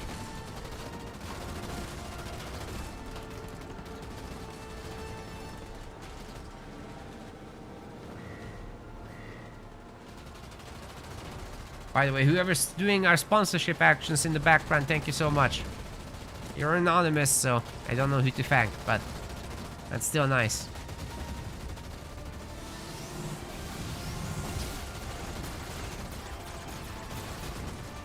Forcing an arc defense here with just a handful of Warthogs is a pretty big play. That leader power is not that cheap.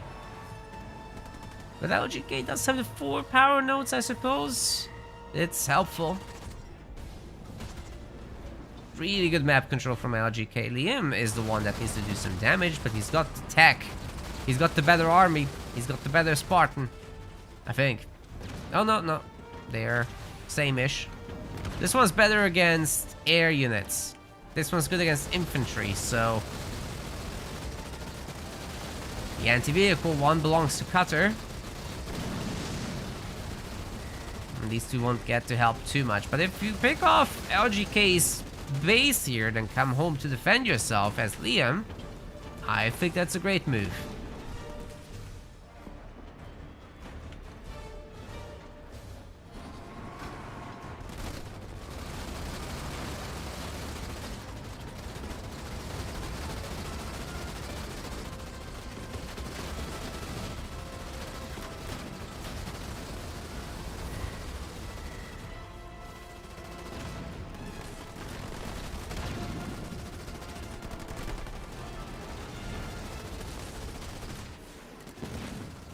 Wait, can Liam actually save this? Yeah, he has to go into a heal. No Mach Blasts just yet. But hey, the counter damage is also looking pretty decent. LGK can't see which Warthog is real and which one's not, but most of the real ones have been destroyed, so far so good. He does lose a generator for it. Oh, Liam just about managing to smoke the base, but the Nightingale is about to be captured and then he will be able to see after all.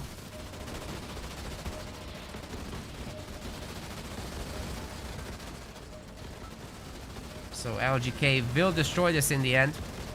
But that Spartan is collecting some XP points over there. Wait, another Nightingale's out, but this time it doesn't matter if he smoke or not.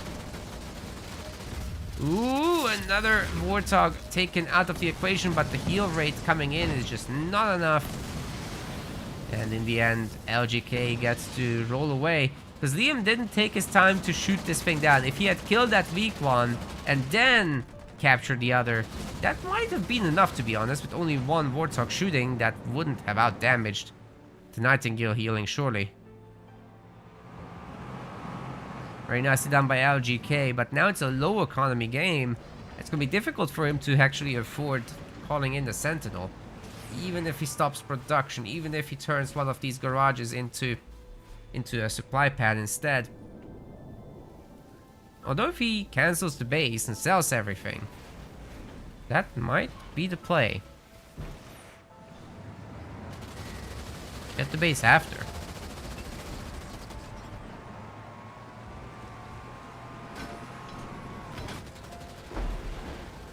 Let's see if Liam can stop this one.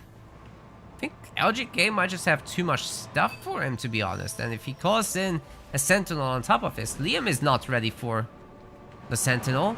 He's supposed to be. Like, you know, around 8 minutes, you really gotta mix in those Wolverines. And yeah, LGK knows. He actually did end up canceling the base, and there it is. I don't think Liam can stop this, guys. He doesn't have anything to do it with. This thing's gonna wreck Warthogs. It's nasty business. Oi, even the Spartan jumps in. That's one more Warthog for LGK to tear down this base with. The generator is going to be instantly toast. And whatever Wolverines come out, well, 2 of them certainly aren't enough for this thing. Generators get punished first. Restoration drones or not, it's not gonna fix the problem.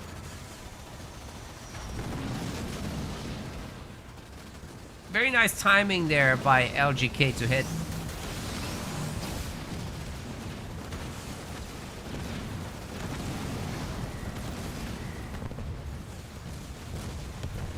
Absolutely wild. He was brought home, everybody to help. Has one Wolverine, oh my god. Gets captured by the Spartan. Yeah, that's the tiniest Spartan I've ever seen. Why is it so small? Did you see that? That Spartan got tiny. Okay, now the Sentinel will be helping Liam a little bit. Catching at least some of those Warthogs. But he doesn't have anything to kill it with.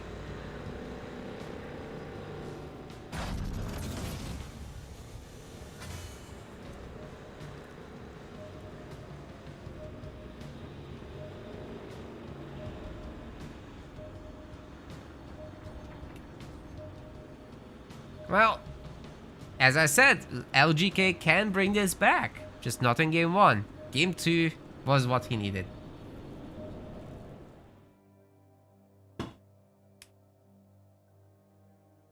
Okay. So Tuna wants to pay out for the last game, but the bet was for the series. We started doing them for the series because people complained that there's not enough on... you know, that it's too easy to lose game by game. Too much betting. Next up, we're going to be going to Mirage. That's going to be the last game of this series, unless something crazy happens.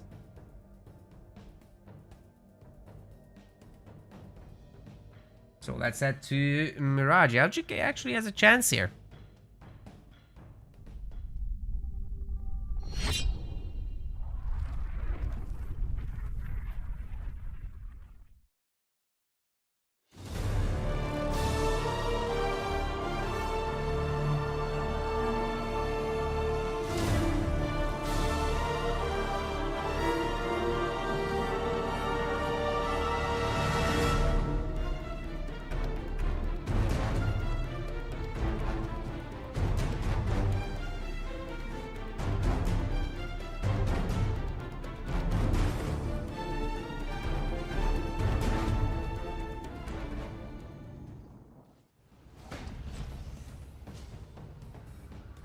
I didn't do the leaders. Whoops.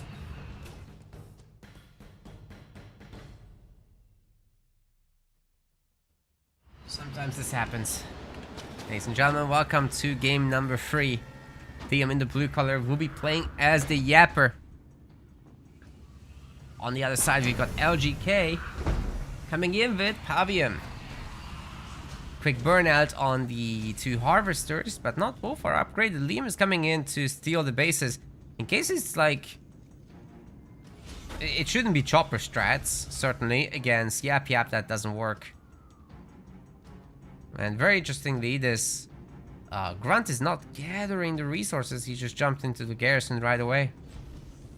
Liam doesn't get this many, but he will get maybe the one up to... Oh, no, never mind. He wants the middle one. So LGK does have the opportunity to maybe grab 3 minis on the outskirts. Liam shouldn't allow that, but I'm not sure he can do anything at this point. LGK can just click this. He had the resources much earlier.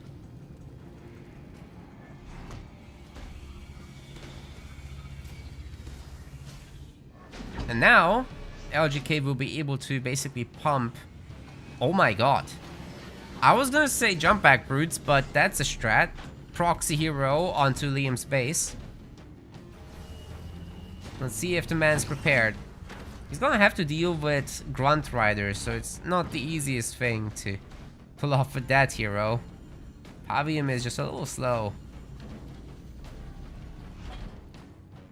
So unless you get him in the garrison, up here, he certainly has a lot of range, so you would be peppering any unit coming out, that's for sure.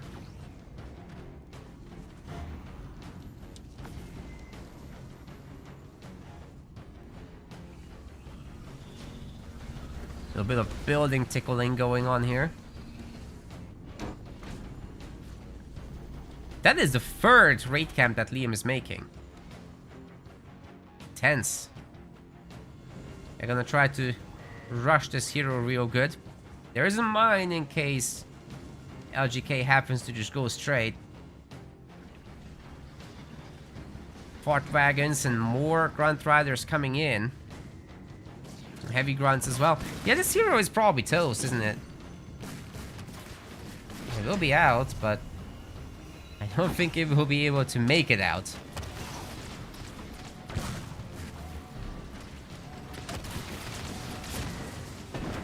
Oh man.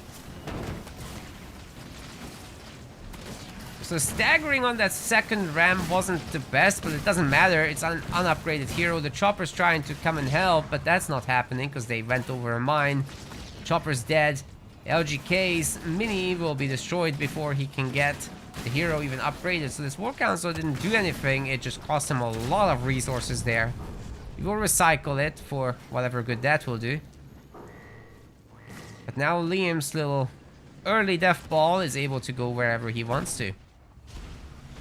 And then Liam can follow up with more fort wagons, more grunt riders, more heavy grunts, of course, to handle the choppers early on. And I don't see why he couldn't just go to the main after this initial cleanup in the middle.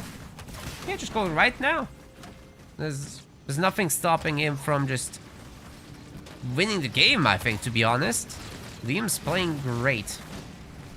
This is a perfect response to what was happening.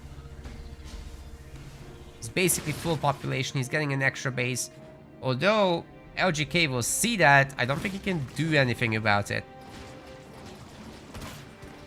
Right, Liam's taking his sweet time. Well, where's he going here? Oh man, if he had just sent everyone, what's LGK gonna do? I mean, he does have turrets, yes, but I think you just dive the extractors and get out. The turrets can't choose what they shoot. They're probably gonna end up shooting cannon fodder anyway.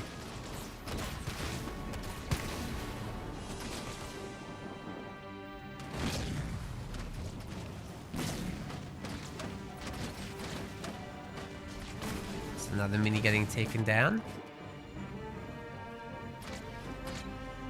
The LGK is tier 2, is gonna try to get out some foundries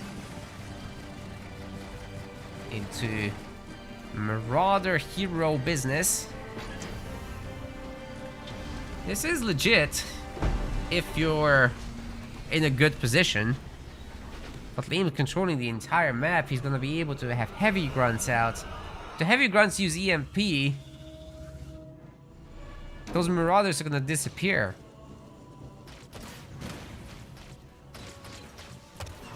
And LGK on 0 mini bases or expansions, I just don't see how this can work. It's rough business.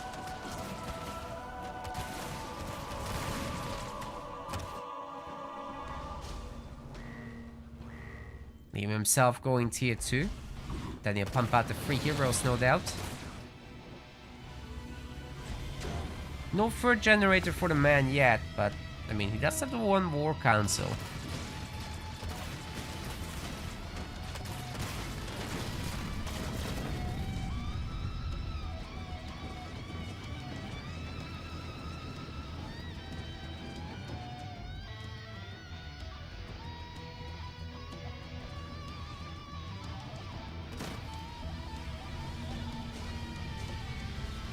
Got an Apex.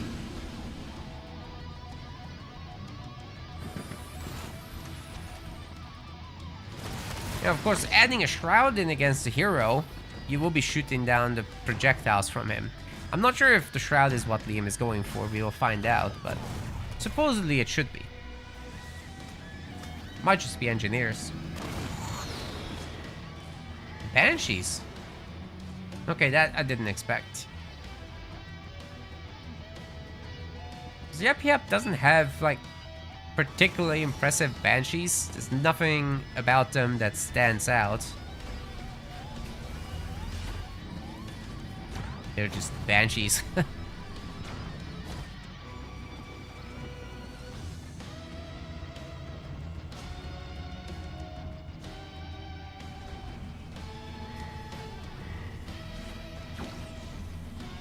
It's double Apex. He just wants to put the game away, I think. Go for a quick tier 3 after the heroes are done. And for the full engage. We're getting hit by the mean beam.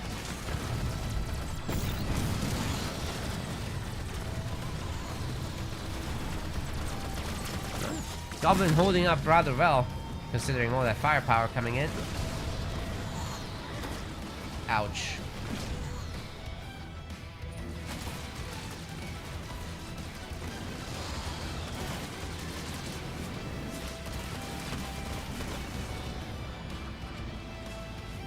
Yeah, this is gonna be a really tough one for LGK. I just don't know what he can reasonably do here to get out of this situation. Of course, the Marauder counterattack and the Lich call-in are a big thing in his playbook, right? As Pavium here. But Liam does have Please Don't Shoot Me by now, I would hope.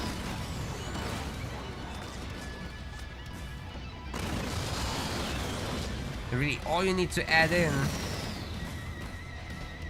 is a Reaver or two, and you're good to go.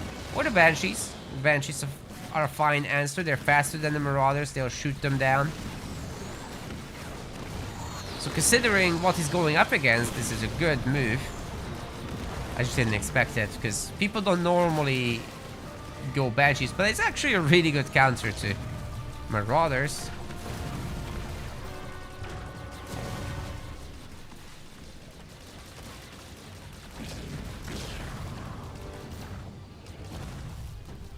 Just very flimsy units, these.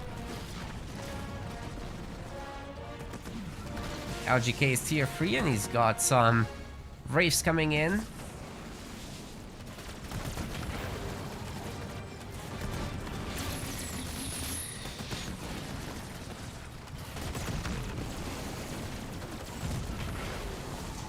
That one tank's gonna shoot down everything. Oh, Liam, what? Oh, okay. It's justified. The drop justifies it. Now he has a chance to tear down the shield. Eventually. Very slowly. Heroes upgraded, so LGK actually has a chance to hold. Oh! Just outside of range. Still, LGK does hold. And Liam has to take this more seriously now. Burnout has given LGK a second chance. Let's see if he can capitalize.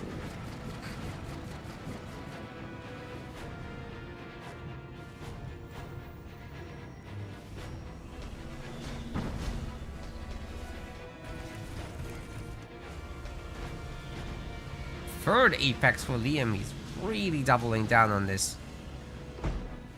Or tripling down.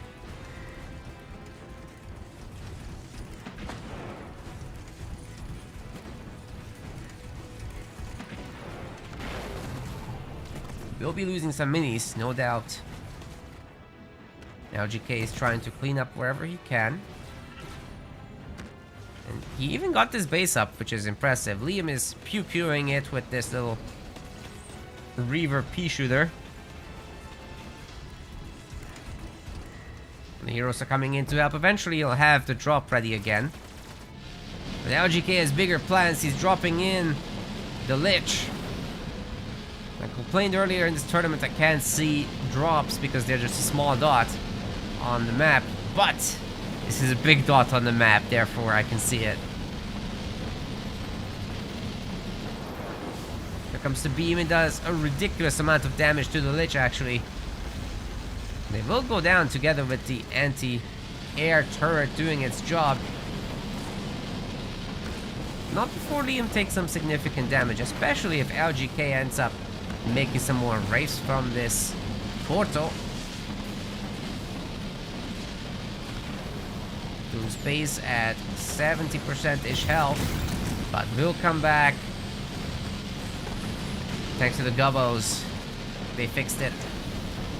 Oh.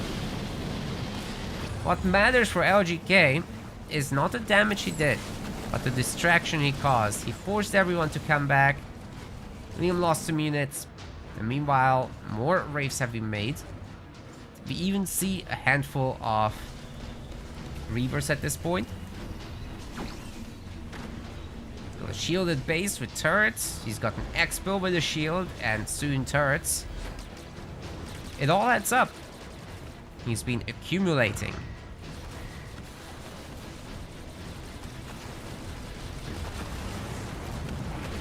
Wait a second.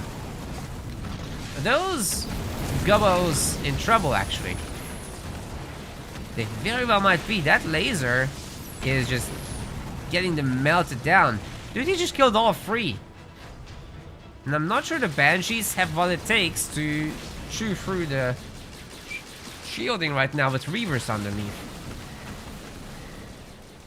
How upgraded are these things? Not very. And Liam doesn't have a giant economy with tons of mini bases supporting it. Well, that's very problematic indeed. In fact, he's gone for too many. Okay, he's really going for too many Apexes. This is not gonna work. There's not enough supplies to pump that hard. Oh wait, it's free. Sorry, he made a harvester back home. It's okay. But are they strong enough to deal with this? That's what we'll find out soon. If they're protected by the shield, then definitely. Especially if we're gonna have anti-vehicle turrets, which they're coming in. The back one's not upgraded yet, so Liam should do that. Yeah, best not to mess with this for now. Let's just take it one wraith at a time, and that's kind of good enough. Banshees are pretty good at this job. It's the Reavers and the Hero that are scary.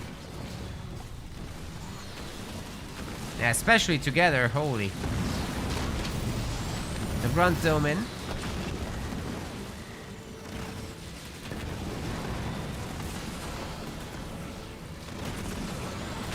Give me the Vigil. That's the opposite of a Vigil. Yeah, there's 3 Reavers and tanks, and eventually they'll tear down all of these Banshees. He has to respect it and run away. Meanwhile, LGK just gets up his 3rd base and is already populating it. Liam's in serious trouble right now. If only he had gone earlier to take out those generators, that would have been huge. It would have been big, huge even, but just didn't do it.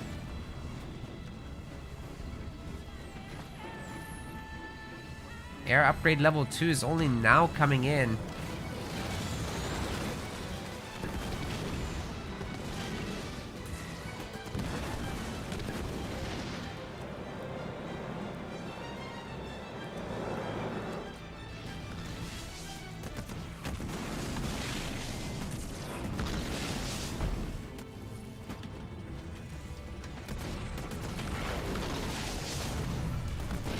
What we're doing with the vehicle upgrades, I can't quite tell where they are. I think this might be level 1.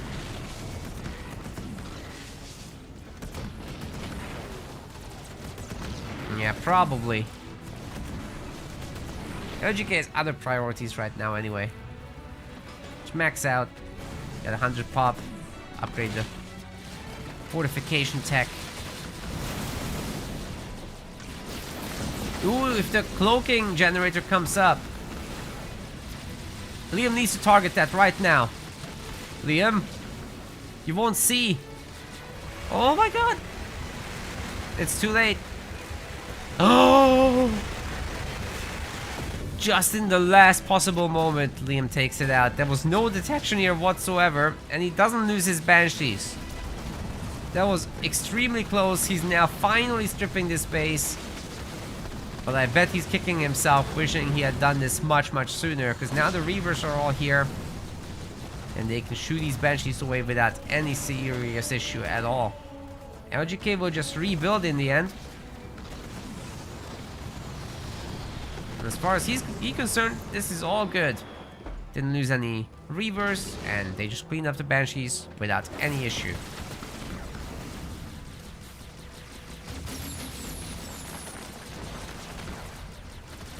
He's making some more Banshees. He is tier 3 for a while now.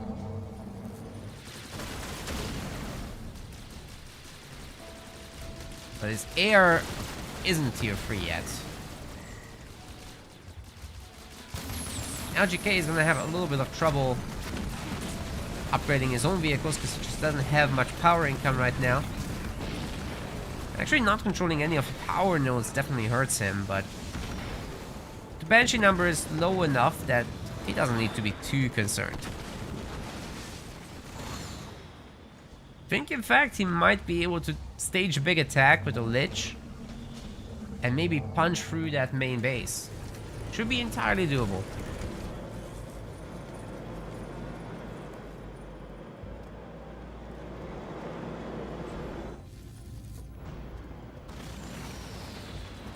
Base number 3 coming up for Liam. But it's much, much later than that of LGK, so there's a massive eco discrepancy. Bear in mind there was also Burnout in play for this whole time. This time the cloak gen comes up though. Liam can't see. Goodbye. Has to leave now. But at least with this base, he's gonna have the boy here to see.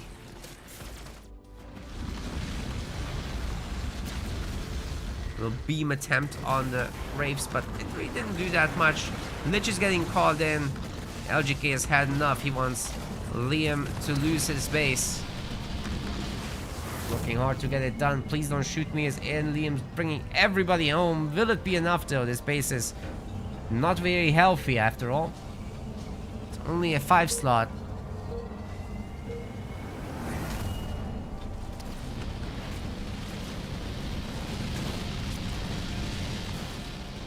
The Banshees arrive first. Easy pickings for the Reavers.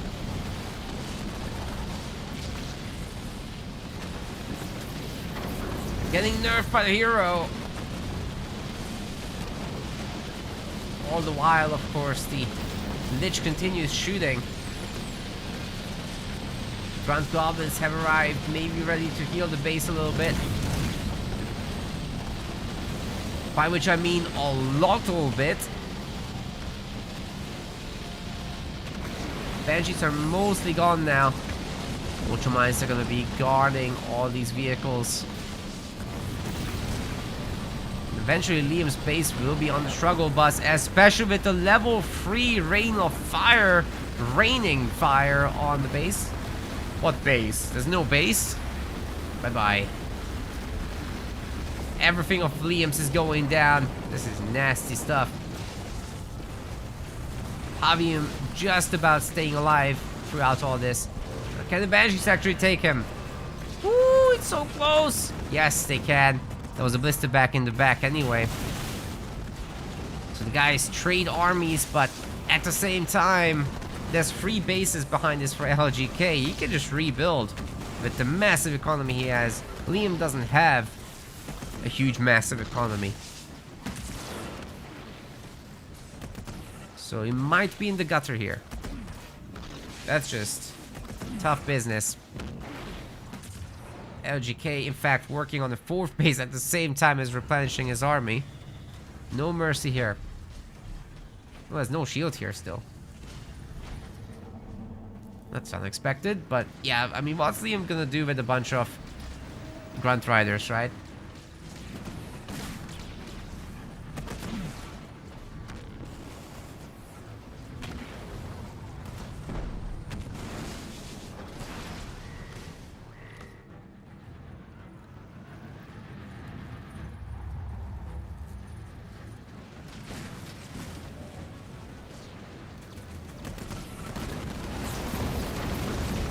Upgrades coming in. Of course, Liam's not gonna walk onto them. But it creates a lot of obstacles. Wherever he's going, there's gonna be mines soon.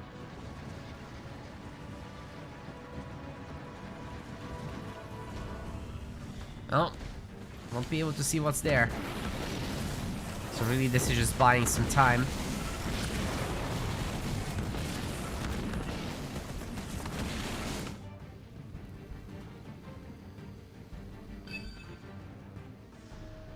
LGK with the 5th base. Liam really doesn't want to lose his bracket, but I don't think he has a choice, you guys. This is too many Wraiths. Liam has to give up. Unless...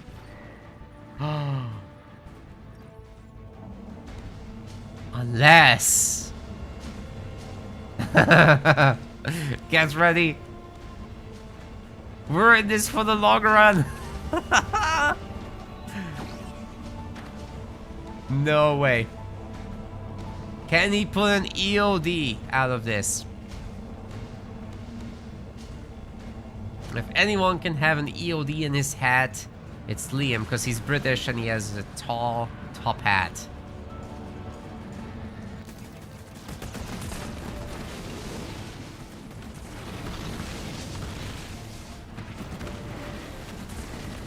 But he has to pull it out now.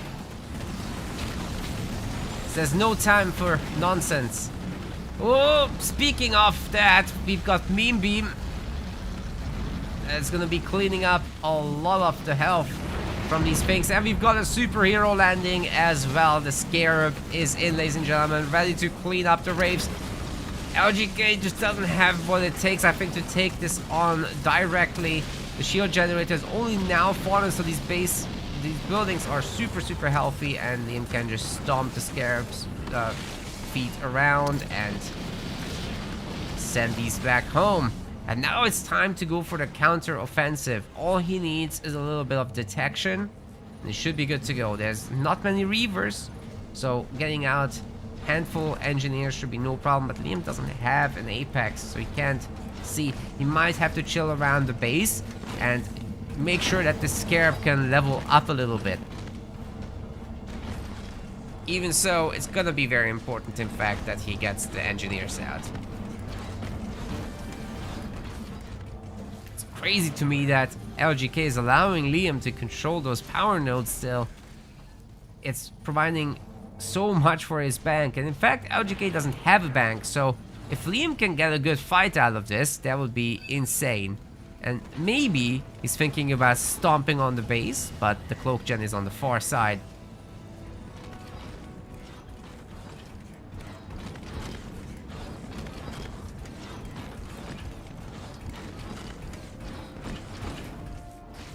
Oh, hello. There's another drop.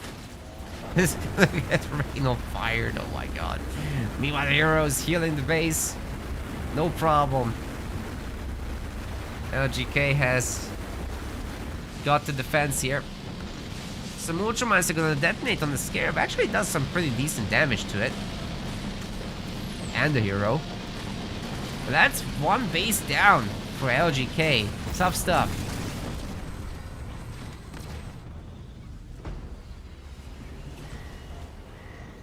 .45 base upgrades coming in. Is LGK gonna not get a Scarab of his own? If he sold the base, if it full salvage, he could get it. For now, he's going for the counter attack. Liam's extremely out of position, but he does have please don't shoot me, which means that LGK is not gonna shoot him. For just 5 seconds. Scarab is still so far out. I'm pretty sure the shield turret will be destroyed. The other turret might be destroyed, but actually, you know what? Liam's holding on decently here with the heal. Distracting with the hero. What's done that? I'm so confused. What's done that? Seriously. This thing just surviving at no health. Crazy. Well, the Scarab's here. Ready to stomp some stuff. Nothing meaningful has been destroyed just yet. The shield generator is an obvious pick-off, so He's gone for it. Methane slowing down these guys, increasing the Scarab's damage against them as well. The Stomps are coming in. Holy crap. Liam just destroyed the entire army. Oh my god. But his base is about to fall. What can he do? Alright, the Grunt Dome is in to try and save the day, but it's gonna be stripped so fast of its health. Oh, he's so lucky. Oh my god. It's just left. Glassing Beam is ready as well, so Liam might be able to hold on a little longer here. Hero is healing itself rather than the base, so it stays low, but the beam's coming in to go after the Wraiths, and it is in fact gonna clean them up. Nobody's shooting the base still. Liam is gaining some very much needed time. The turret, the shield generator in the back is coming up. Maybe the hero can tap the base or something, and maybe Rain of Fire might be available for LGK. But the Scarab's about to fall as well. Actually, Liam is in so much trouble here. Shield, 3, 2, 1. Oh my god! What is staying alive? Are you kidding me? What a fight. He held. He did have an ELD in his very tall British top hat. Liam made it. Wow. That was insanity.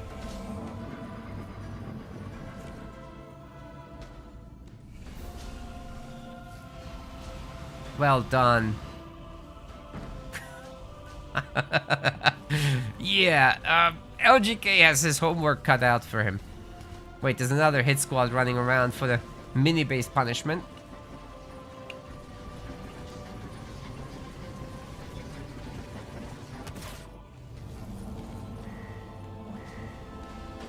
Can't believe LGK allowed that base to survive. If he had just shot at the center of this, it would obviously be gone. But that was very entertaining.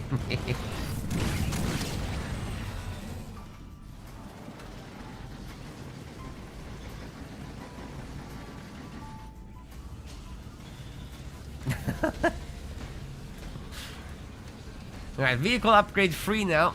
LGK trying more of the same, but with better units.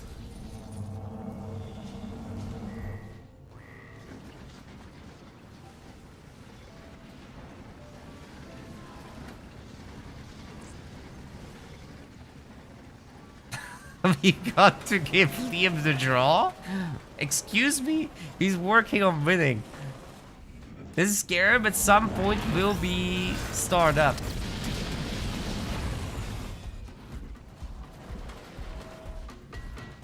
I think all the economy difference that LGK has is... It actually doesn't matter. Liam has more resources after all this. It's gonna get a second Scarab. 2 Scarabs are better than 1. Oh! These guys took the full brunt of a mine detonation there.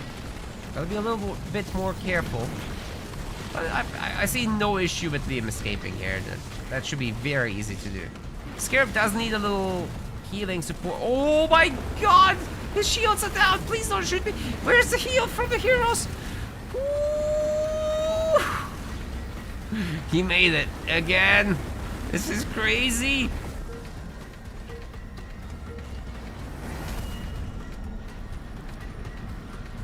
Jesus Christ, Liam.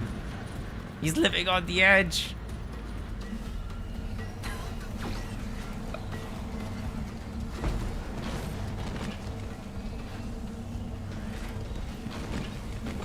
As far as the rules go, LGK does have the entire map, so he would be given the win at 1 hour into the match. So if Liam doesn't go out and do something, then yeah. Of course, he could just try and attack at exactly 60 minutes, and then we would see what the outcome of the attack is. If he just pulls back to his main again, then yeah, LGK gets the win. With 2 Scarabs, maybe he can stomp through. He does have an Apex out, so he can supplement this with additional engineers and maybe even a Shroud to take care of some of the shots from Pavium. But I do think the Shroud would be just overwhelmed at the moment by the Reavers, so there's no point. Just get more NGs. Is that an unupgraded Harvester? How dare you?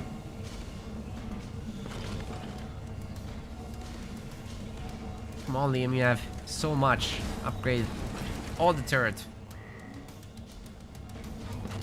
Need all the upgrades.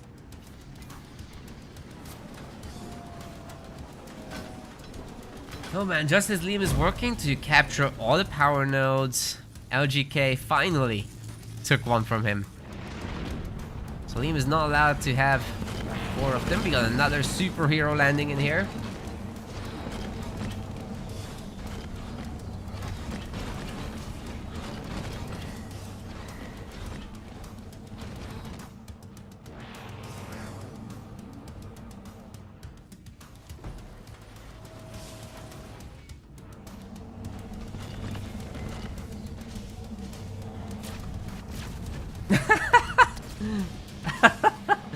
Oh my god. Doc Ear Lab says Liam is preparing his victory speech.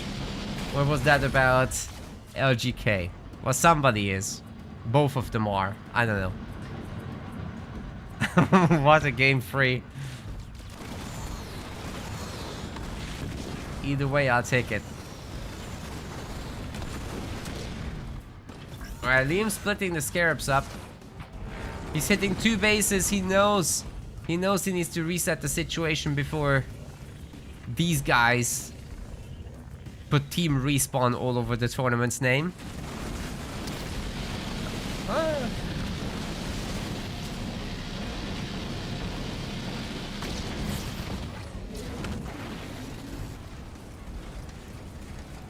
Oh, he can't see. Can't see the base. That's unfortunate.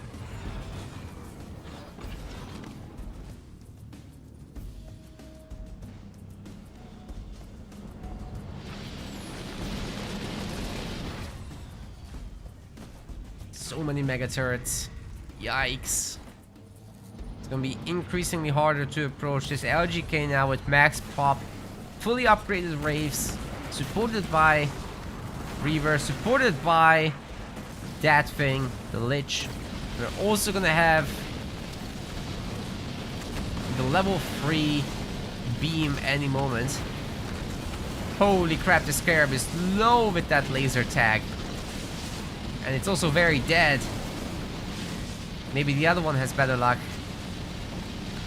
I'm catching some of those, but the mega turrets, I'm afraid, are just shooting the main base at this point.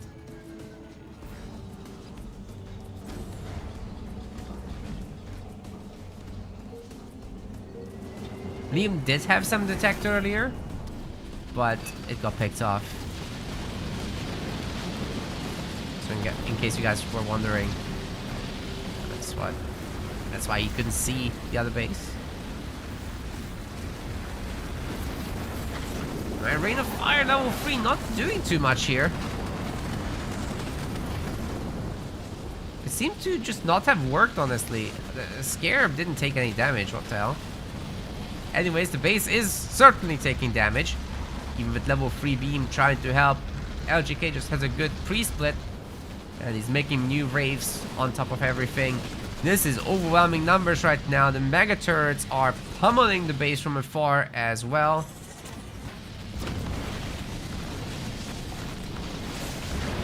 Avium is weakening it. We got a third Scarab somehow. But it doesn't matter.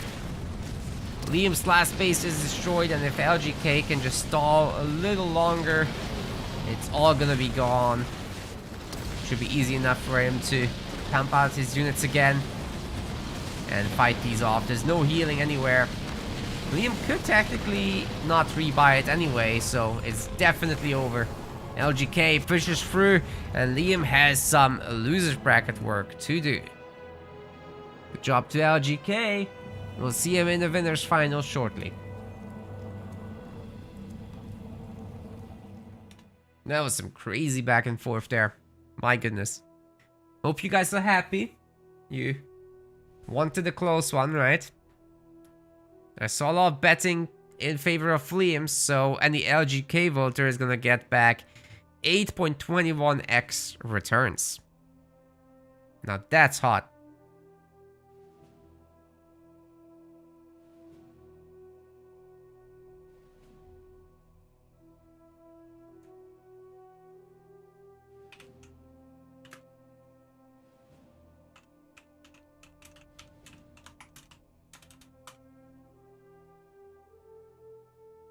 Let me just see if we've got the drafting done.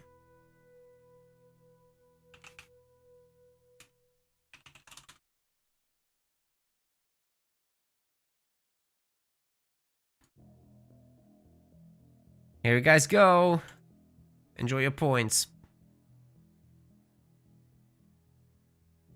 That was a ridiculous series.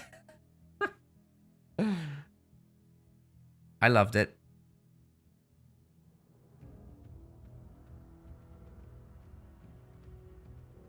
But I gotta leave this lobby and set up the next one with who was it again? I think it's Viper and Dark, right?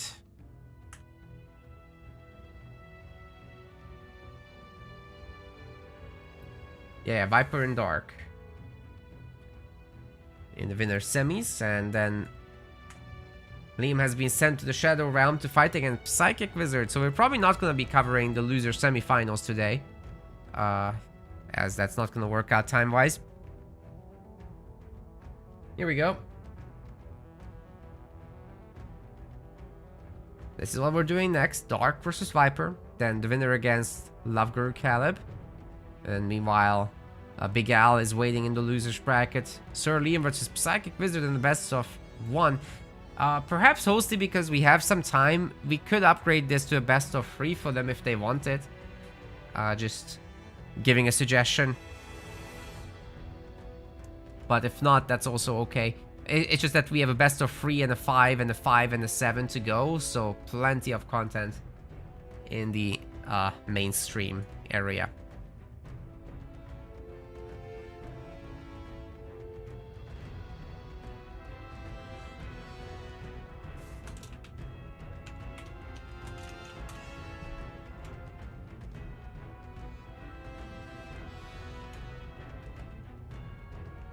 Okay, the draft is getting established.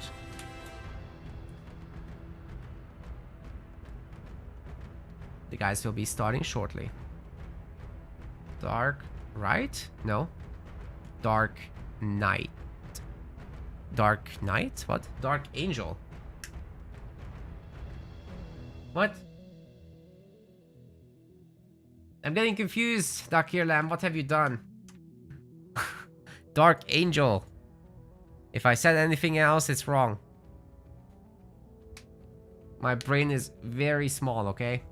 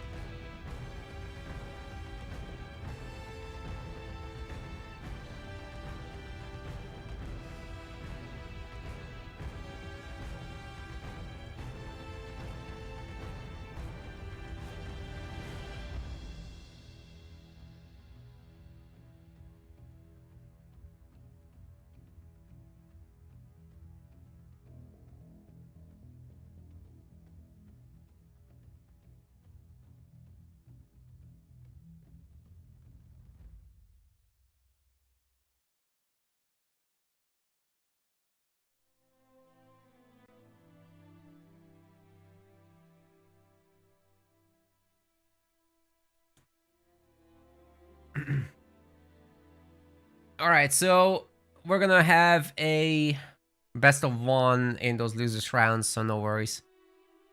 Have we got Dark Angel? He has been tagged, so at some point he'll look, I'm sure. Ah, there he is. Very good. Guys, while we wait, please install our sponsor game, Puzzles Survival. Puzzles and Survival. It's like subscribing to us. Just for the act of installing it. Scan the QR code or use the link in our pinned comment in the chat. Thanks very much.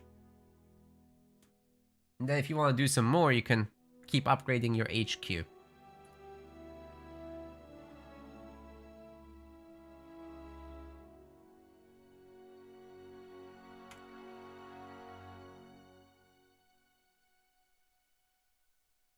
That will also help us bigly.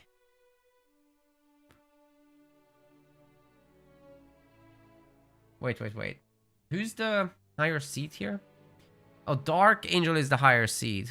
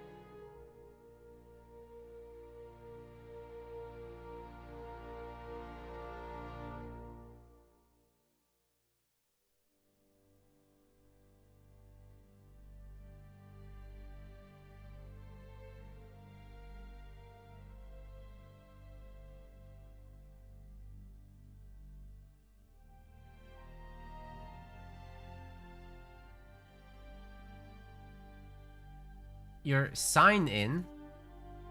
What? Crucix, you don't need to sign in to the website to view the tournaments. You can just view it without a sign in.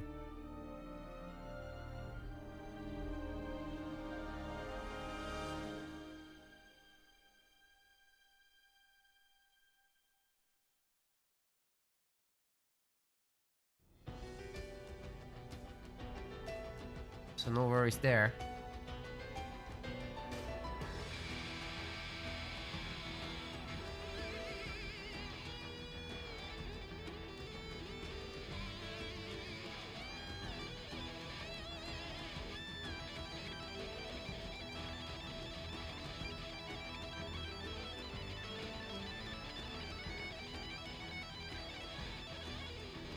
Okay, here come the bands.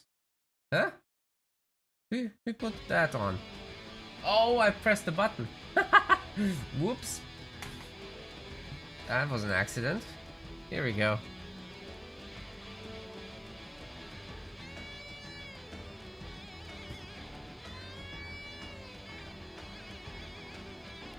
Alright, the bands are Atriox and Arbiter banned by Dark Angel. Viper gets rid of Pavium and Johnson. Then Dark Angel is gonna pick Vordus, Colony, Yap Yap, and Kinsano. Viper picks Shipmaster, Forge, Decimus, and Cutter. So it's much the usual. The Kinsano is a little bit surprising. Wait, what do you mean you can't view the brackets freely? You should be able to view the brackets freely. Let me just test that.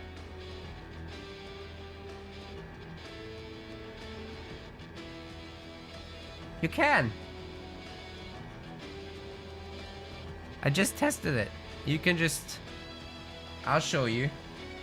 Here, I'm gonna log out, okay? I'm literally logging out, and here I am browsing. So, you can view that. I'm not sure why you wouldn't be able to. Now I gotta log back in. because I gotta actually edit stuff. Especially later.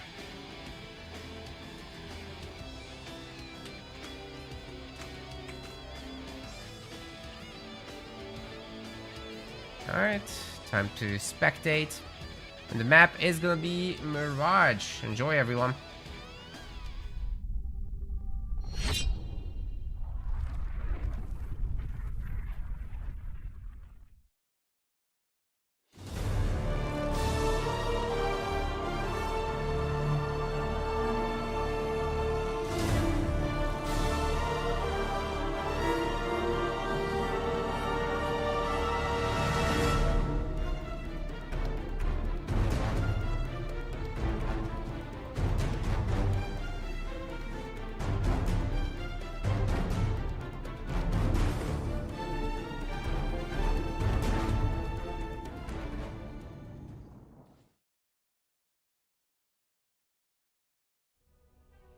Alright, so they're not quite ready to go just yet.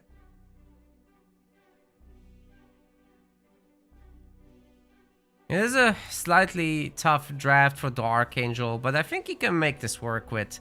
I mean, look, Colony and Voridus are some really good leaders, so let's see what he can get out. Yap Yap is good as well. Don't underrate Yap Yap, I would say.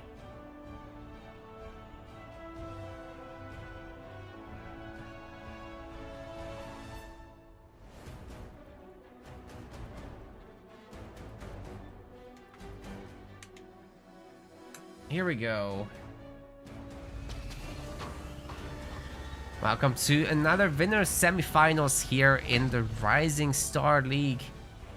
Viper in the blue color will be playing as Shippy Mac Shipface. On the other side, we got Dark Angel playing as Voridus. A small battle in the middle already for the power. Prize pool is 175 pounds. Hugely donated to by the man in the red, Dark Angel. Oh my god. Well, he's donated us this moment as well, in addition to like 50 pounds. Let's see if he can win it back today. And then maybe he'll donate it again. It's like his 4th time in a row. It's all a big Ponzi, guys.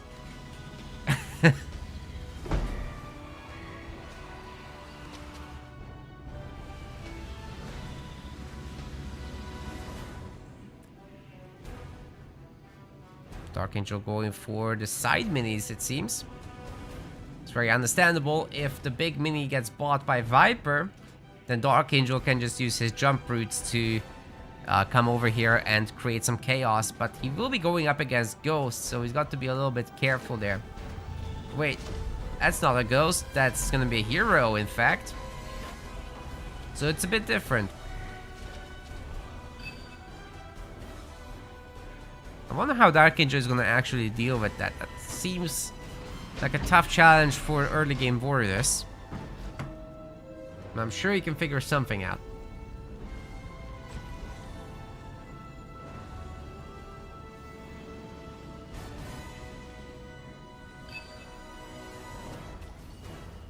Following this up with some brutes on top of everything should be rather on the nice side.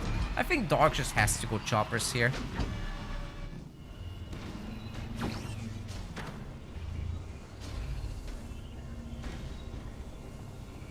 Oh, I forgot to give you guys a prediction. I'm sorry. Let's follow the camera of Vipers for a moment. That's all good.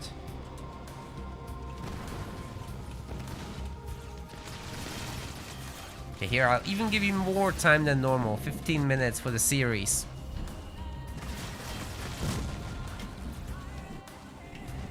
Enjoy. Okay, so Viper's here, but the honor guard that's gonna be going after the garrison boys, eventually clearing them out. It's already a 2 power node, so it's really not too bad. But the chopper numbers are rising for Dark Angel as predicted, and he can triple pump them, maybe even quad pump eventually. So what's really important to these grunts is to have some engineer support. If they can get that, then they can actually survive against the choppers, but not when they're naked.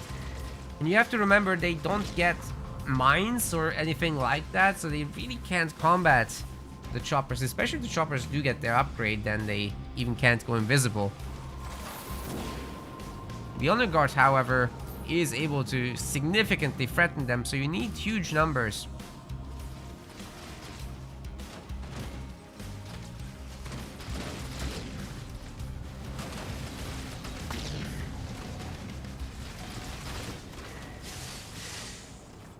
Shout out to another anonymous person playing our sponsor game.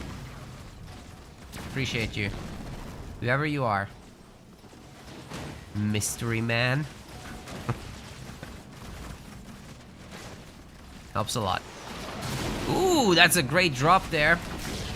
Immediately delete some grunts, so already value generated. And the additional shots will definitely delete grunts. Gotta be a little careful with that hero. These choppers trying to ram into it are actually losing some health themselves. If they get too close, one swipe could even cut into 2 or 3 choppers at once. So you gotta be really careful not to pile up too much. And once a melee attack starts, it does go through.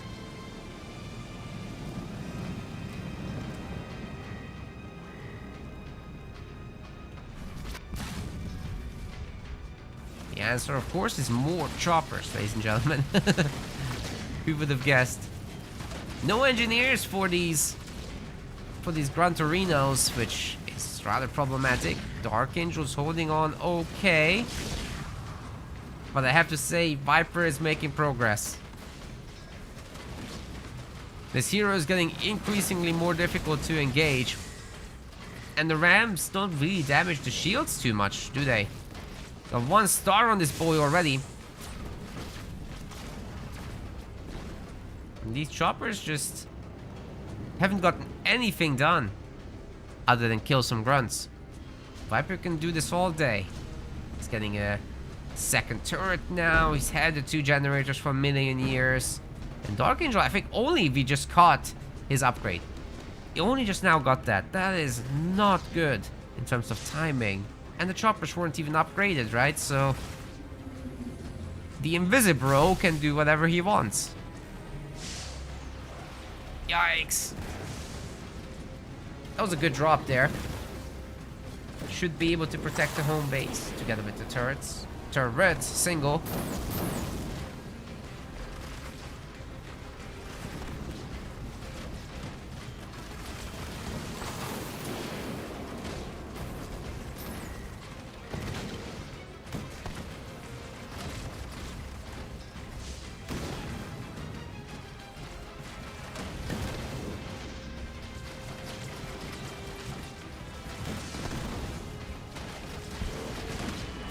And we got the spirit supports call in. I don't think Dark is anything here to defend with. Oh no.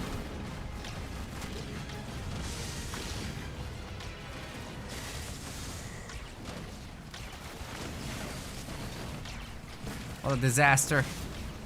The generator is getting picked off, but honestly, Viper has played this really well. Just that hero is generating infinity value. Even this spirit is just putting in so much work. Eventually, the engineers will be healing up the grunt squads, and they'll be providing some much needed help as well. With more DPS as the squad members are restored, and they'll be able to take down the remaining buildings. There's just nothing that Dark Angel can do to put a stop to this. Even with the Marauder called in, it's just a little bit too much what they're having to face. That 2-star hunter is just nasty in particular. Yikes. Down it goes. Well, maybe the goo boys can help a bit. Their explosion might do a lot of damage. They're getting souped up.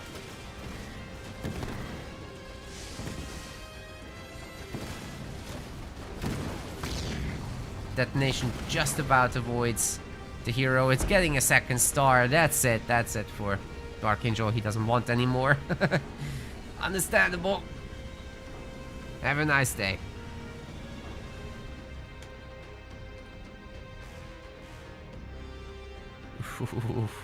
Yeah, Viper's off to a good start here. If he can do something like that again, he's off to the winners finals already.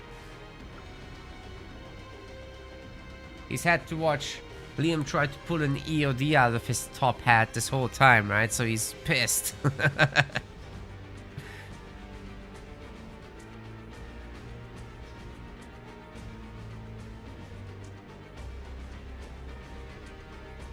Well, it's gonna be Dark Angel's pick for the next map, of course. He could definitely figure this out, right?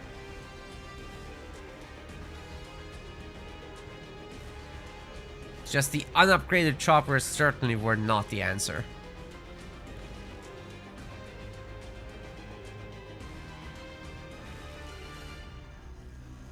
Okay, I think we're gonna be going for Frontier. That's right. Let's see how we can do with that. Head there right now.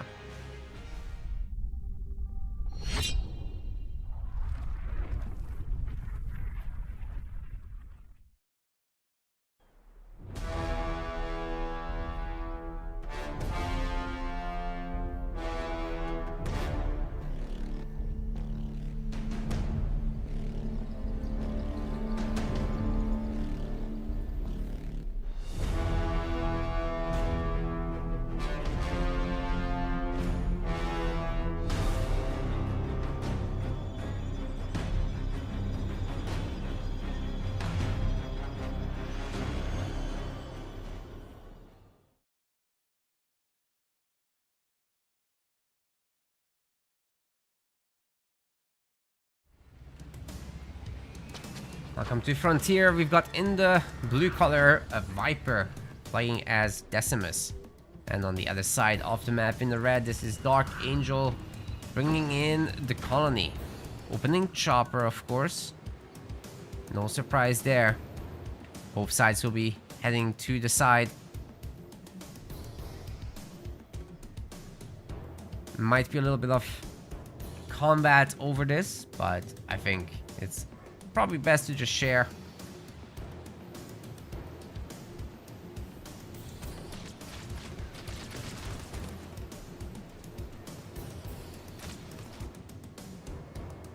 Okay, Viper gets the middle mini. We can probably expect it from Dark Angel as well. Once he has his buildings placed, which he does now. Okay, there was a little bit of a shootout here. Likewise here. Oh, wait. The chopper actually of Vipers. It picked off Dark Angel's grunt. That's huge. It's a huge boon for the start. If this chopper can keep that other grunt alive, even better. Because this was already damaged, right? You ram that thing. And then if you have a second chopper, you can beat the skit in the fight. But I don't see a second one. Viper, you know you're going against Colony. You have to go more than one chopper. Oh man, is that skit gonna... Oh my goodness. Okay, there's still hope. This grunt could pick off the chopper.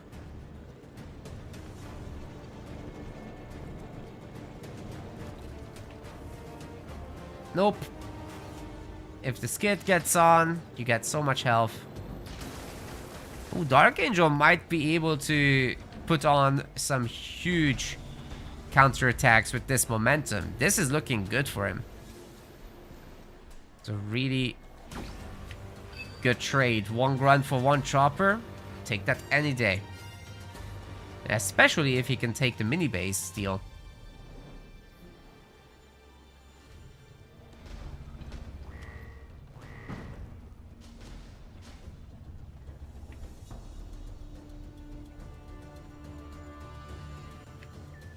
Okay, Dark Angel's not actually making his building there. Additional Goliaths coming in. The mini base did get stolen. Viper might be in trouble if he doesn't get some serious business out to deal with the Goliath. The skid choppers alone are gonna take care of whatever infantry's out. So you probably need your Decimus hero, or Warlord, excuse me. That would be the answer. It's gonna be increasingly more difficult to face this. Once the skid numbers get high, that is rough.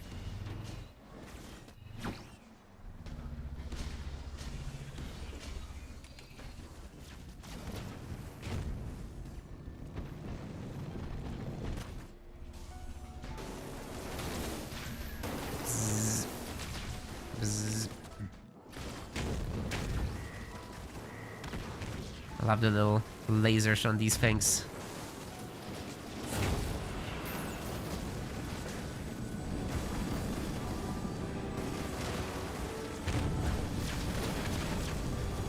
Suicide Grunt's actually crashing into the raid camp. That will stun the raid camp. Can't produce now.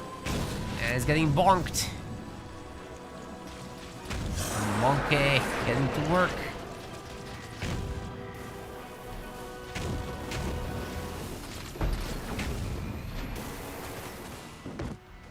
Plenty of grunts to eat over there. So this is gonna take a while. But we also got some brutes coming into Dark Angel's main. He'll have to protect that with some skid choppers. It won't be a problem, I would say. Vortex is hitting both of the buildings around the back. Harvester's nearly down already. Will Dark Angel heal it? No. It was letting it fall instead. It was so close anyway, it probably would have been a bad idea to even try.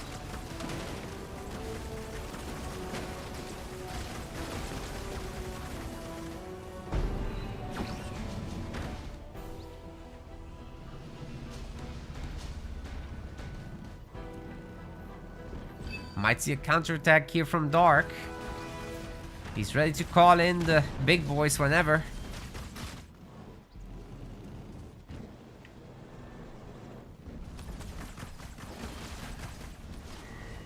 Two Goliaths. 3 Goliaths. +2 from the drop.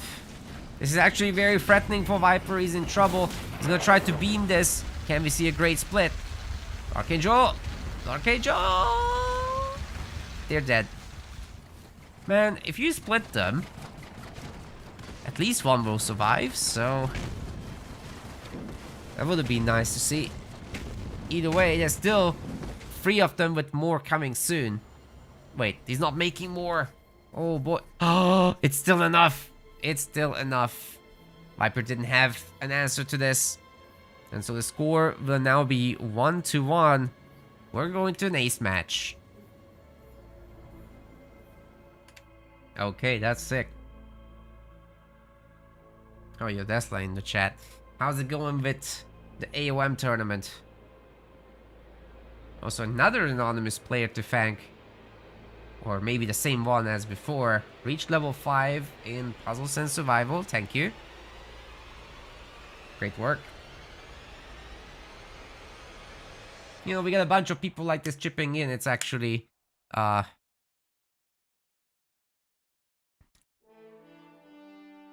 It's actually got a chance of paying for a small tournament like the Amateur League one.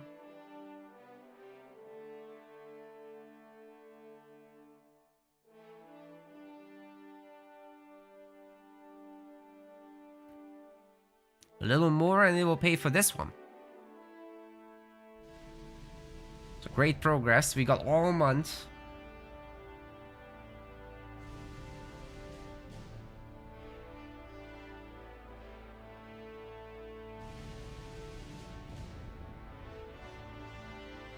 Every bit of help is much appreciated, guys. Thank you. Alright, looks like the next map is actually gonna be Badlands. Wonder what you go there. I think we'll have to expect our good old Forge. Well, Off we go.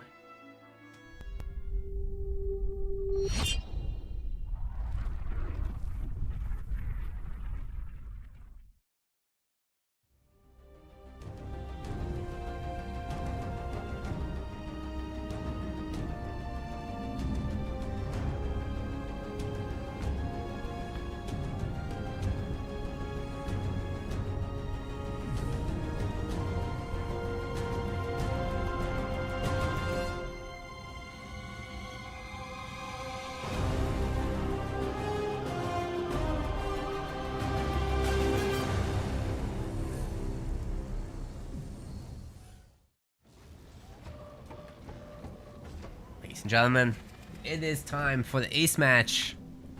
Viper is going to be bringing Forge here to Badlands, and on the other side we've got our gamer Dark Angel. He's going to be playing as a Yapper. The mine in the middle. Viper will have to be careful not to run over that. Of course, Dark's going to try to bait him into this. But if the Marines go on the far side of the barrel, I think they can actually pick up some resources from this. Either way, if they just stand around, it's good enough to pick off the grunts. Might be a base for a barracks here for UNSC. Some Hellbringers to fight over this. Yeah, the mine wasn't placed that well. You have to place it much closer to the pile in order to have it detonate. Viper's already going for a second generator, so we might see a faster tier 2, but I still think it should be backed with heroes and jackrabbits, so there's no need to go too crazy here. Raid camps coming up. And the chopper will be the thing to take care of the Marines in the end. Or will it? I think the Marines are getting to the garrison in the end. Wait, are they though? Well, at this point you might as well fight them. They have no health left. So the chopper will take some time taking them out, but that's okay. Not much return fire left from just 2 squad members. Wait, what is this extra passive Forge play? We're really going into Warthog territory here. Not any Marines made, so they're not even able to capture any power nodes.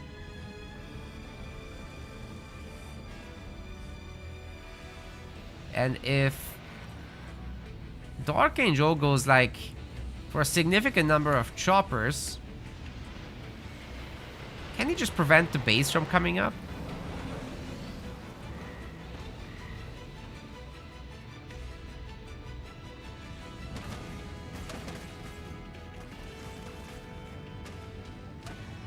Certain this mini base will be taken over.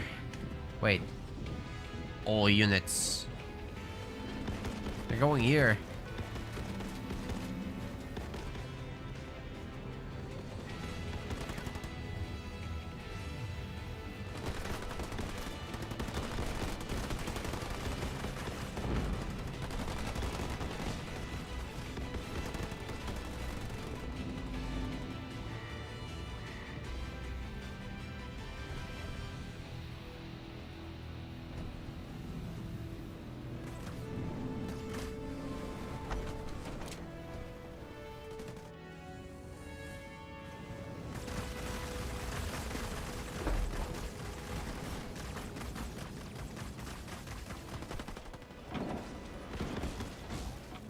Well, Yap Yap can do whatever Yap Yap wants.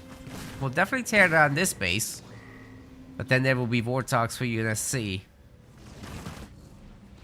Dark's not going tier 2 anytime soon. He's only now working on this power extractor. Yeah, there will be a lot of Warthogs, ladies and gentlemen. I think what Dark absolutely has to do is get out, like, as many heavy grunts as possible. And try to get these power nodes for a faster tier 2, because you can't fight the Warthogs once they're high in numbers.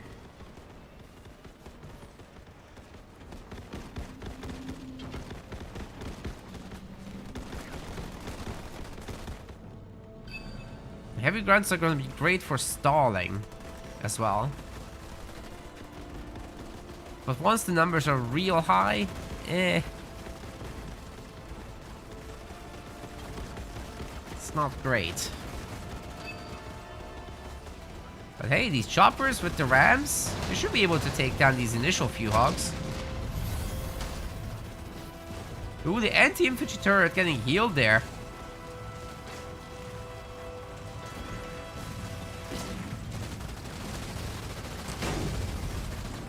Heavy metal coming through on the warthogs. They're really trying to hold here. Choppers don't want any of that.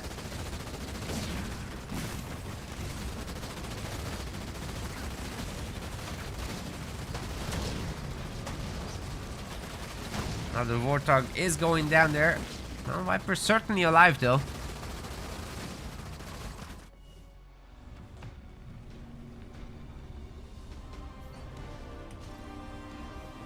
Tier 2 coming for Dark. He's got the power extractor there. There's like 5 warthogs going for a counter. That can be picked off. The entire base, I mean. But Viper's having trouble actually affording warthogs because, well, usually you'd want at least a mini base with this. But it's Badlands, it's very difficult to get them.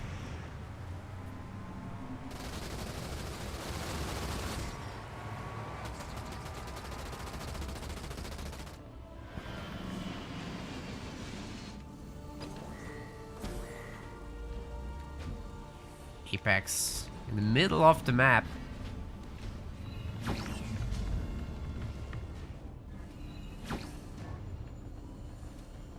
There's no raid camp up there anymore.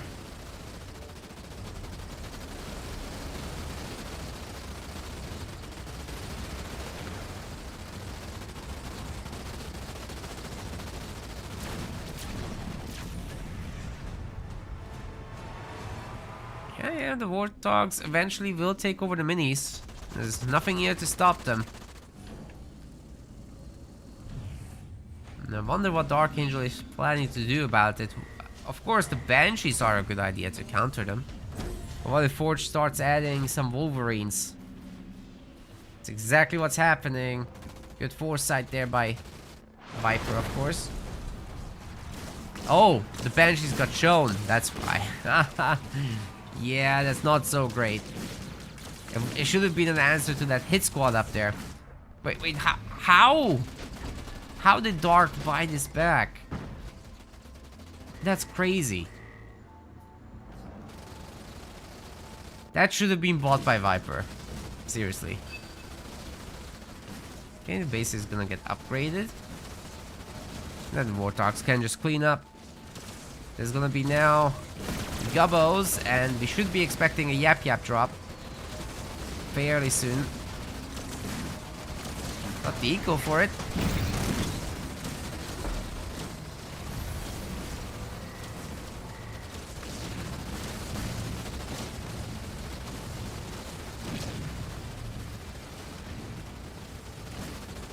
Ah! The most damaged boy is not getting any sauce. Very sad.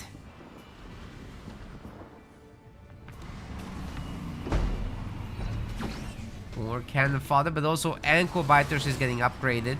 It's not the best move against warthogs. I don't love it. It's cheap though.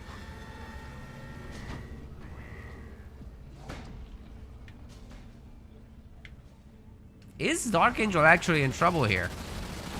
Just not having any of those heavy grunts or hunters or anything really.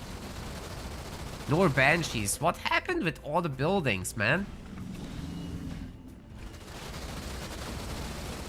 It's just all being cannon fodder. Okay, finally there's a hunter out there.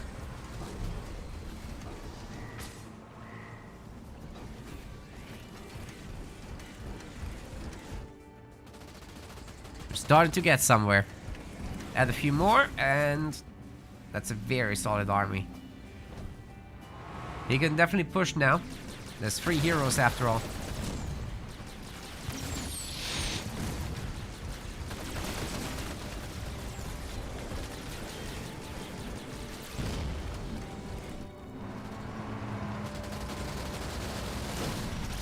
I do think the Warthogs will have to turn around to help defend the base. There's a Warthog now, to be fair. But this is just a lot. 2 Hunters now. And more coming. Dark Angel will be full population. And most of it is not trashed this time.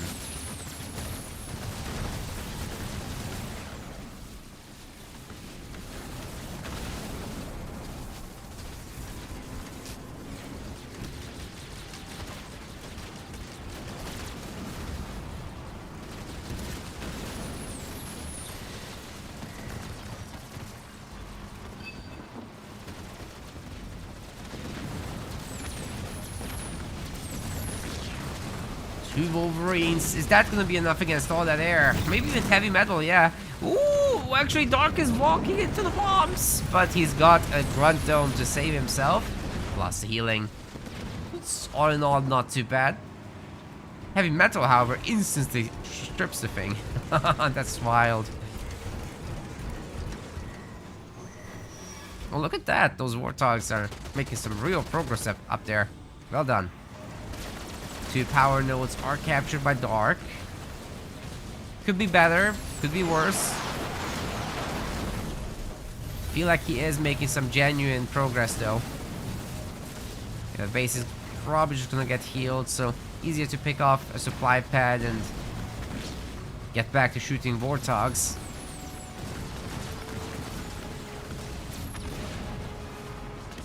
There's gonna be a Nightingale.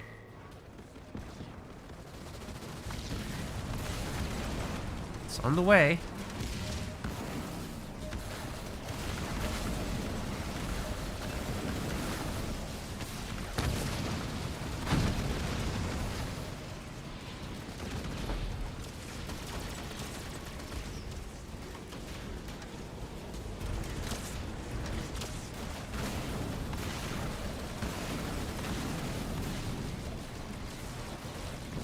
Supply pad might get taken down again. That Wolverine's getting painfully weak. Oh, just not escapes. Yikes. Very nice micro there by Viper. Keeping all the boys alive, but he's got tier 3 Warthog now. That's gonna put in some real work. And then supposedly he can get Gosshogs after that. It's not on the way yet, but soon. He's got the power almost. Oh, that beam is gonna definitely wipe the Nightingale. And then, oh, the Warthogs are driving into it. Ouch. Pretty good beam there. The base is staying for now. In the end, Dark will just need a lot more anti-vehicle here.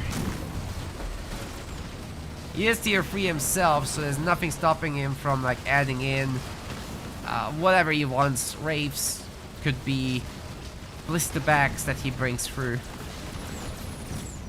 No harm done if he gets any of that. What he really doesn't want is to get stuck up here. Because he's just gonna get bombed. With no way to get out. Yep, doesn't have teleport after all.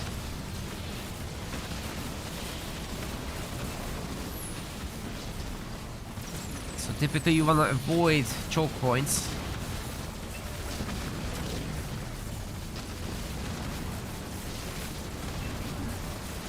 Eventually these Warthogs will tear him down, man.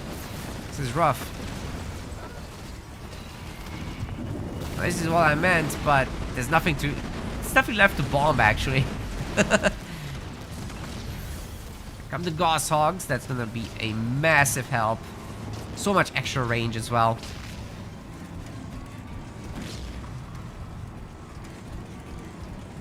And Dark is sent back to the Stone Ages, but he does have better units coming. In terms of army, it's pretty pathetic though right now. There's 54 population. Viper is 56, but it's all really good stuff.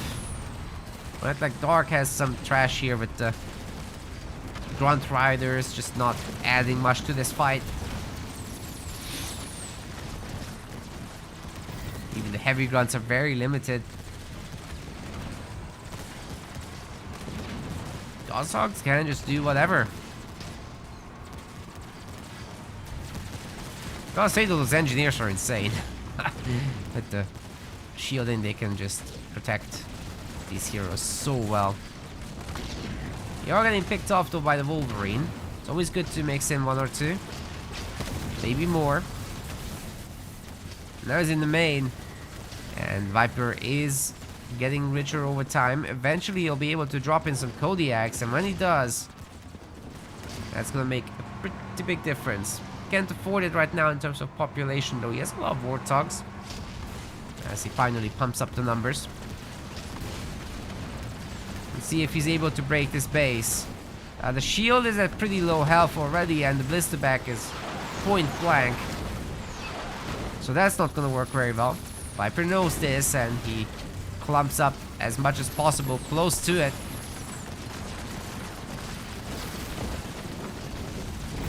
Ooh, that mine could detonate there. Oh! Even through heavy metal, it does a lot of damage. I think there might just be enough stuff here in general for Dark Angel to make it. This was not the best point of attack, honestly. The other base was also there to strike. And I think Viper knows about this one over here, right? Well, he certainly does now. The other hit squad's got this.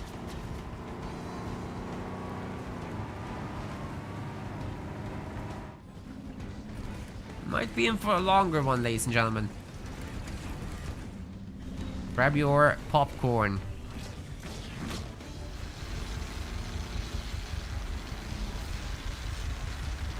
Or other snacks. I'm actually allergic to popcorn. Just sweet corn in general. So I can't do that.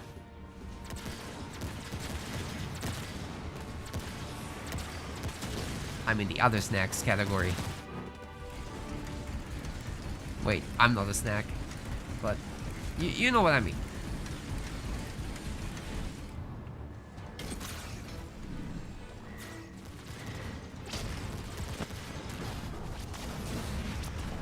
Avoiding the slips.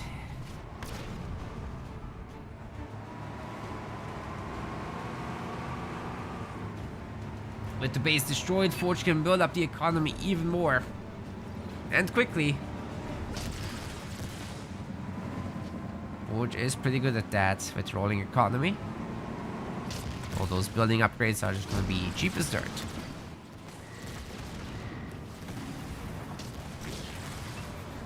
Shockingly quick destruction of the blister back there. Then again, that's a lot of Warthogs. Okay, are we going to see any tech units from Dark? They're up here in Narnia. But he replenished with a drop, not with real stuff. So, it's fake population. Don't believe it.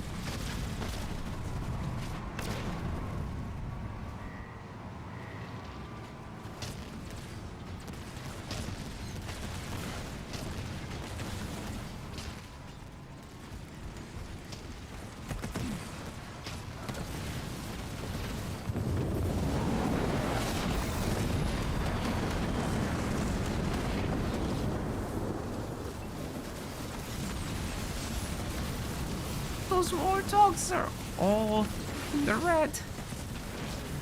Just about made it out. If the Forge hadn't been around, they would have been destroyed. The way the Wraiths are really what's turning this around now.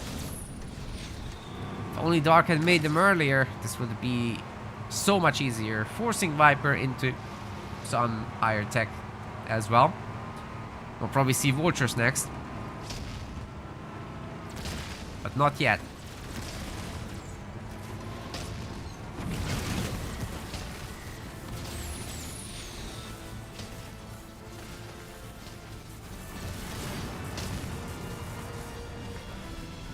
Wait. What is happening? Why does he have that base coming up again? Why doesn't Viper? What? That is okay. Here come the Grizzlies. They might be able to actually break through here. Although we do have anti-vehicle upgraded turrets. Might be able to do something. With heavy metal, though, it's gonna be difficult. Please don't shoot me, we'll counter some of that.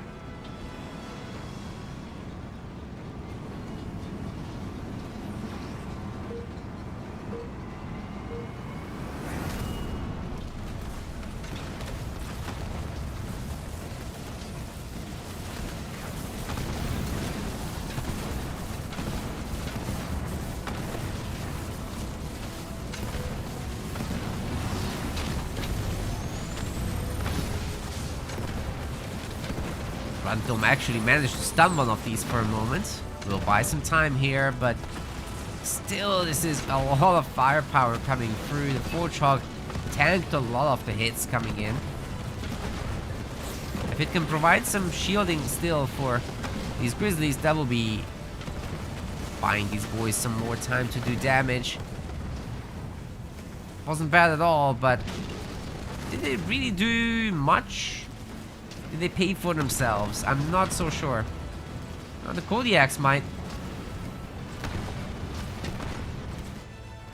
Or it's so little coming across the map for Viper.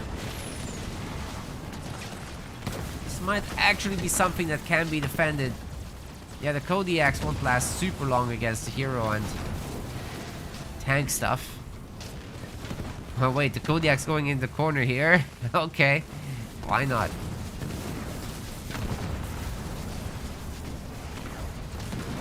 Yeah, turret's getting taken down. The Kodiak was destroyed. And of course Dark Angel will want to go after that. The remaining one. It's not a part of the map you look at a lot there.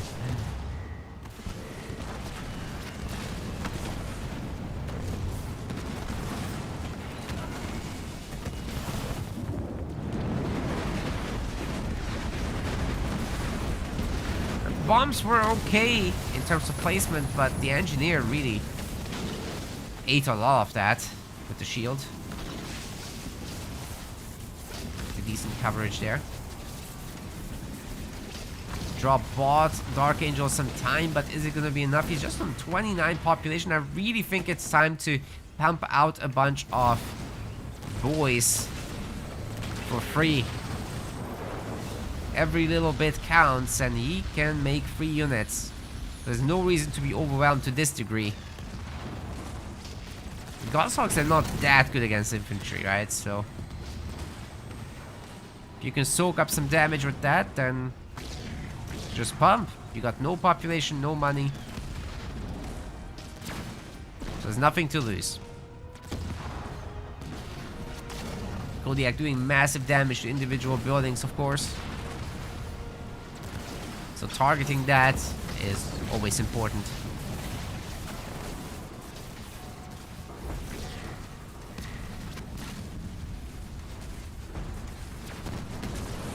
Shields coming back up. That could make a big difference. Kodiak is getting finally targeted down. I bet that Yap has some hope.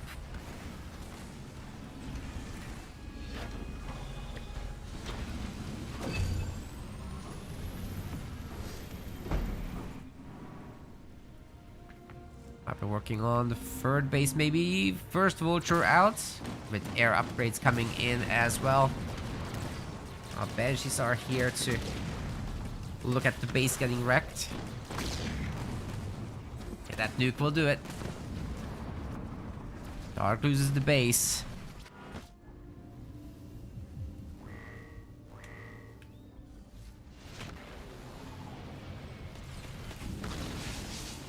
Oh, okay. We're fine. I thought we're disconnecting, but we're fine.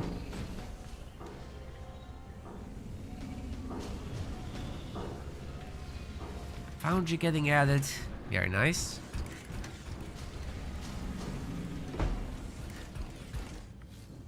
Actually, Dark Angel is building up on resources very nicely. I almost want to say he should go for a Scarab. But if the Vulture counts get very high, it kind of doesn't work anymore. Like, you would have to turtle, which, you know, Yap Yap can certainly do.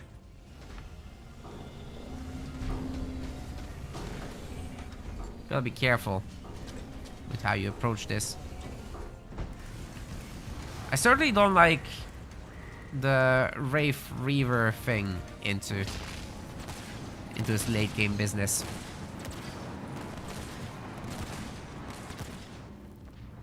So if the vulture count gets very high, then I have to favor the vultures.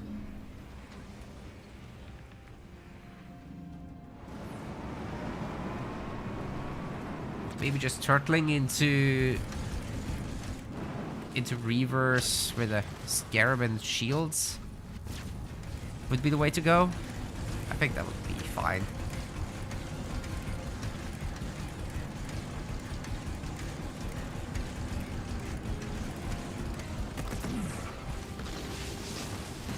Psychic Wizard in the chat suggesting to go Hunters and have them recycle. They would have been good earlier.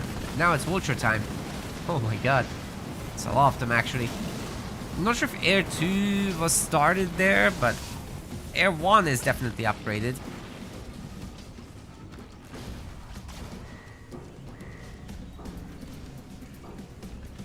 Vehicle level 2 is coming in, but this base is absolutely toast. Another chance for that.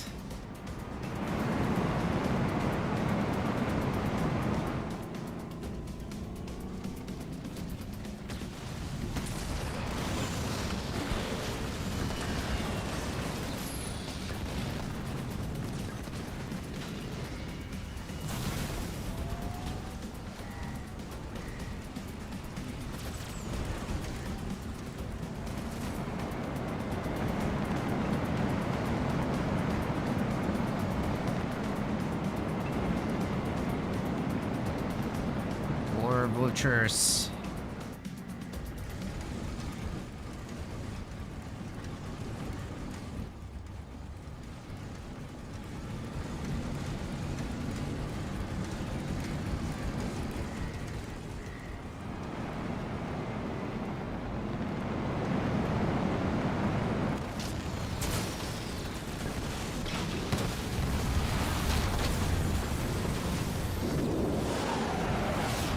Grunt Dome isn't gonna protect against all those nukes, but it surprisingly took it well. Even the bombs don't really clean up Dark Angel. Oh my god, he just killed all the vultures. That's insane. He built such a good army here. Very low on Wraiths, very high on Reavers. That's exactly what he needed. Super well done. Now he's got a counterattack potential, and maybe he will be able to put away the series with that. That's insane. Such a good attack coming up. He just needs to keep going. That was beautiful. He just needs to keep going now. There's honestly nothing here that Viper can do about it. He doesn't have power. Try to get Hornets. That's the worst idea. No, no. That's never gonna work. Oh no. Why would he go into Hornets now? No, no, no, no. Guys, Hornets are not great units, okay? There's two situations where Hornets can be good. Number one, Isabel, where you have heavy metal, you have holograms, and you can steal the enemy anti-air with your 12 o'clock leader power. Goes in the machine. The other one is... Oh, and you mech blast the rest, of course. And then you Spartan steal the rest. The other one is Jerome, where you literally just buff the crap out of them with your auras and your Spartan morale, and your Spartans can steal anti-air again. And then you trash dump on the rest and double victory turret and what. Yeah, that's insane too. The others just can't quite do that. Like Forge does have heavy metal, yes. That's not terrible. You do have heal. That's also okay. But after that, you're on your own. Nothing else synergizes with it. Your hero doesn't synergize. You don't have Spartans. Your drops don't synergize. So it's kind of just naked Hornets for most of the time.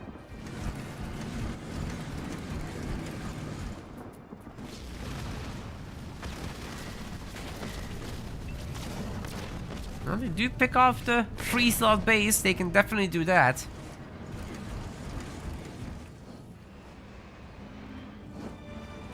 I don't think Dark should come back for this. He already got a great resource efficiency from the destruction of the vultures. He just needs to keep going.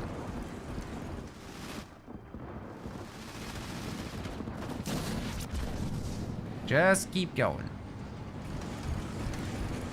No, or just go back and forth in the middle of the map. that's also an option. Okay, 120 population push. That's the other idea. While trying to go 4 bases. Yeah, that could work.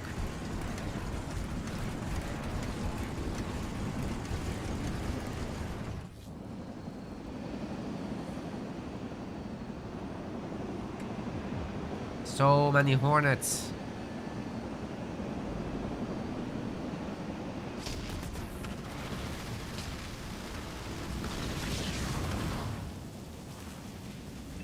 They can certainly beat a single Wraith. Oh, wait a second. This might be a really good bomb. But Run Dome is gonna probably turn it around. Or is it? I can't really tell what's happening. Please don't shoot me, we'll save the day. As I did say, heavy metal and heal together are really scary.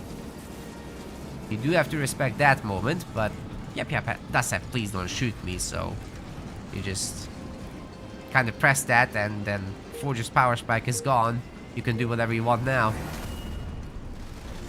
Dark does need a little extra population, it would be very nice for him indeed.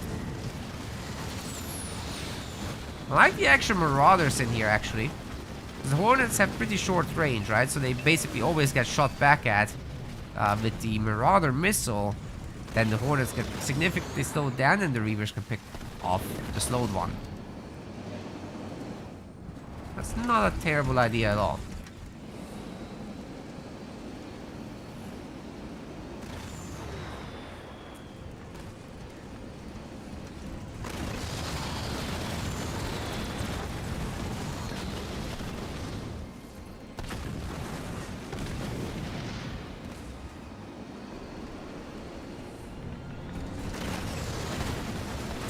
Okay, here they go. This is not the moment to attack. Oh god. Well, one Reaver destroyed for like several Hornets and almost that one.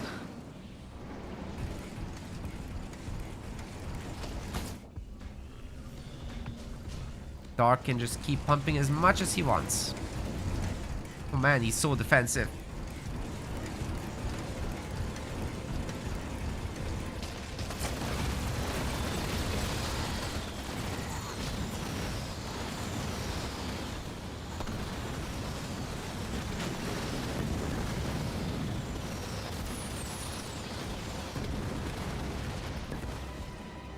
I gotta say, both players are fairly rich. But when Dark is 120 pop, there's no reason for him to stay home. And with the blue army now coming here, Dark will basically be guaranteed to have this base up and running. And this time it's him attacking at the same time. Surely the Hornets are not going to go for it. You have to have turret support. Otherwise, this isn't going to work. Wait, the turrets are unupgraded. They don't have anti-anything. I assume it's going to be all anti-vehicle coming up. Maybe one of them could be anti-air for all this support stuff. Yeah, look at that Reaver mass just shooting down the air from a great distance. Can't even shoot back. Heavy metal and heal are coming in. So you definitely don't want to mess with that. Especially with the bomb and ammo round coming in again. But if you don't shoot me, we'll deal with that. So heavy metal will be over once more. And Dark can engage.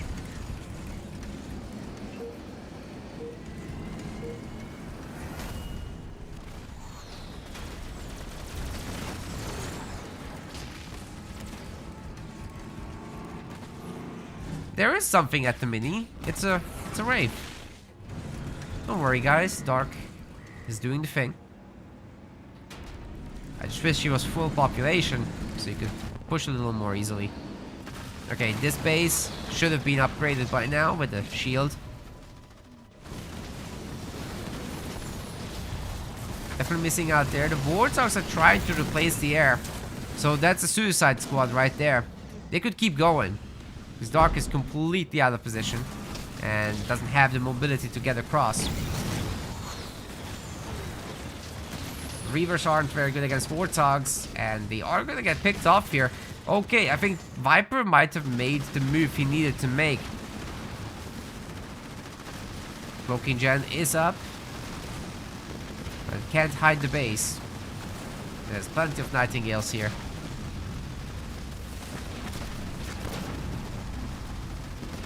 I think they're gonna shoot down the main. There's a bunch of Reavers trying to come back to help, but no, they're actually just fighting.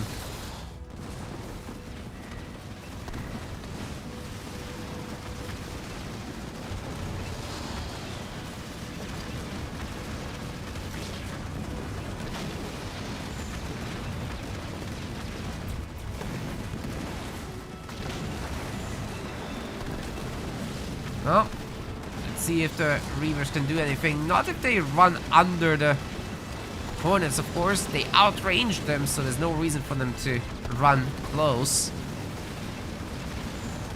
They're picked off one by one, it seems. No engineer support for them. There's no heavy grunts anywhere. Heroes are out of position. And now the shield is down. Dark is about to lose his main if this continues. Can the heroes get there in time? Or the engineers at least? There's only one engineer on the job. Ooh, the shield might change it. The engineer bubble, that is. Okay, we got a grunt dome now. Beam level 2's coming in.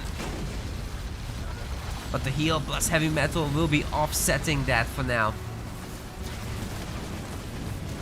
Grizzlies are into. Dark is still at great risk of losing his base. Even now. Even with the shield. 74 population against full population. Wait, there's no detect. Oh, there's no detect. Wait, he can just take the tanks. If he's careful here, he can just take the tanks.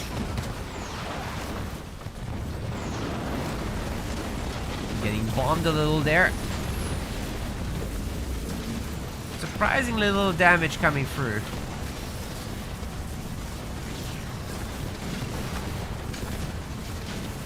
The infantry will be back if they do die.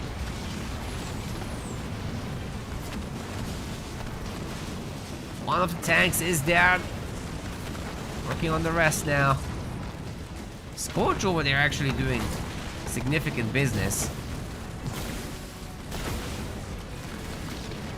Wow. It's hard to believe, but that worked. Just chilling under the shield here. That's all it took. Dark at 50 population, just about surviving. He's gonna have 5 bases soon. If you count the minis.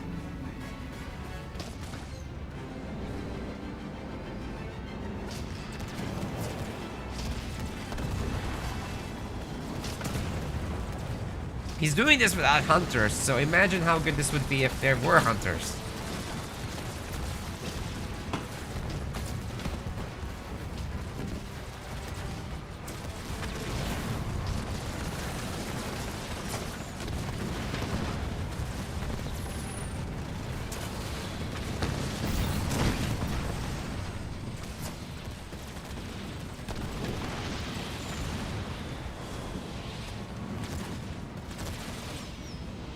Dark holds the base again. I'm sure you'll lose that one, but that's okay. I mean, that whole attempt only exists in order to deny the base to Viper. It's not really for Dark's benefit. It's more to Viper's detriment.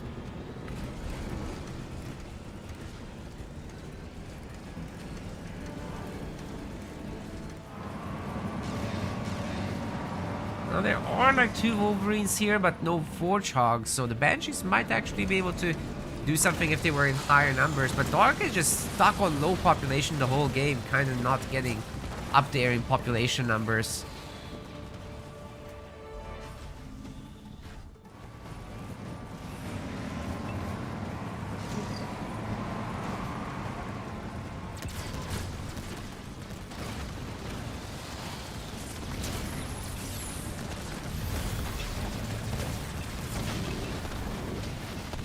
Okay, I want Mass Grizzly at this point.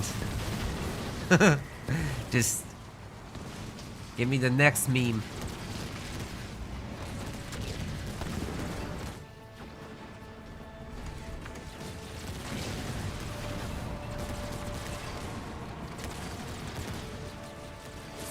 Where are the boys? Ooh, he has to use Please Don't Shoot Me here. That's not great. That's really not good for Dark Angel, man. It means that Viper will be able to use heavy metal for the fight. And the heal, supposedly. And the bombs. And he's actually full pop, unlike Dark Angel, so there's no reason for him to lose this fight. At the very least, he should be targeting the army, though, not the base. Doing some nice damage, but this is his opportunity to take down the units. Ooh, the bombs are really good there. Clipping some of the Banshees at least. Gruntom buying some more time again. So is Methane. That will severely nerf these units' armor. And the mass Banshee is definitely getting to work at this point. The engineer bubbles, it's a little difficult to fight them for sure. There's too many Warthogs and a lot of Wolverines to deal with them. Yeah, and Dark Angel lives to fight another day with a half health base. But he'll fix it, and he's got the shield on it already. Now there's gonna be a third base, however, for the Viper. It's been the Age of Empires 2 player all along. And I accidentally slipped that right now. Well, what can you do?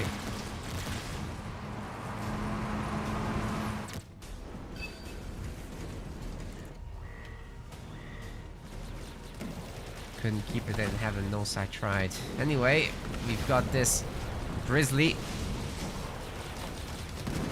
Just minding its own business up there. Stealing mini bases. Banshees aren't gonna stand for this.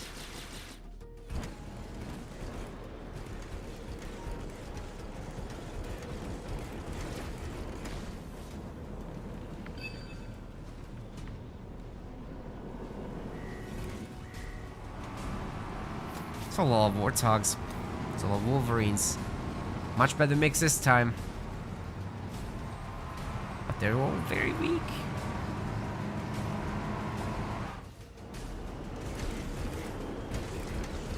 There's no support units in there.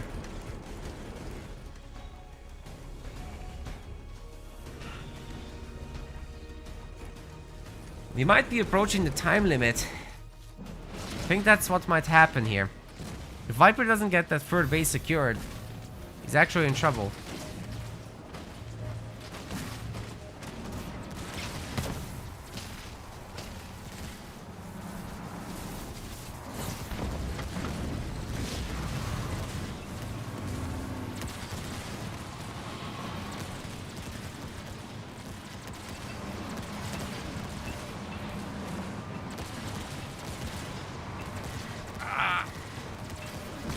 Boom.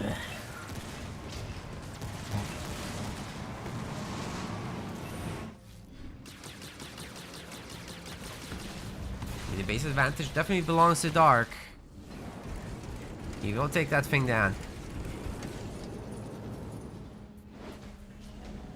And then we wait. I don't know what we're waiting for, but we're waiting. Hey, there we go.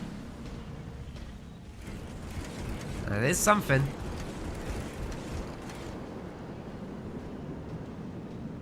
Let's see if we can get a few more of those. Warthogs wouldn't do very well against masked blisterback. But Dark actually has to build up the numbers. He's getting close to full population, but they're not going together. Oh, wait. If he can get Viper to turn around, he'll be fine. That's the whole deployment is here now. Inching forward, leapfrogging. And here come the bombas. Ooh. Goblins fix everything. It's fine. Okay, you maybe don't want to be here. When the timer expires, the Wolverine's gonna open up. It's gonna be ugly. Huge opportunity here to deploy. There's not gonna be a deployment, it seems. Okay, now there's plenty of Blisterbacks landing. Forge Army wants to recycle itself. Grunt Dome stopping them. There's two of them too.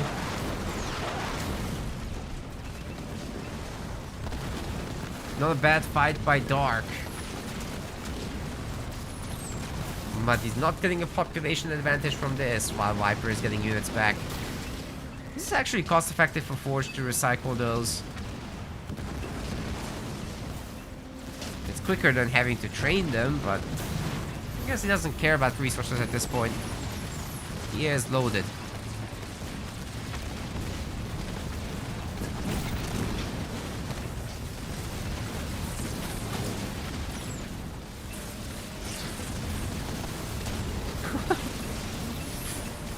Well, the chat's very unhappy.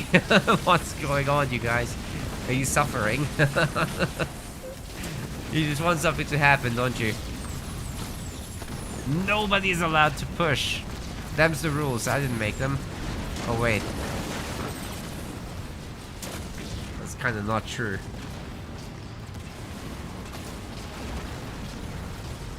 Hey, if it was completely up to me, I would have made the base cracking a little bit more viable.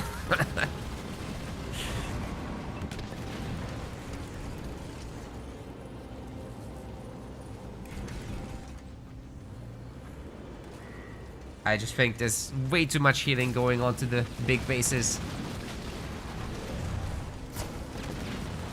The engineer bubbles are too good. Shield juggle is too much.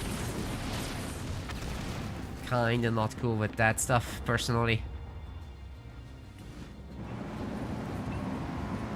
Well, maybe the 10th anniversary of Halo Wars can lead to some support, right? Halo Wars 2, that is.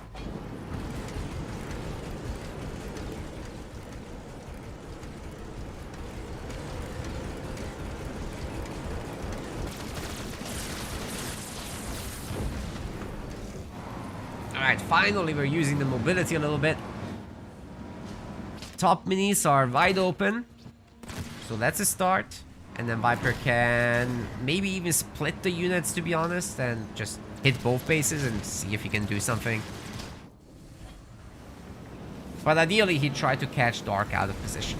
That would be the bet.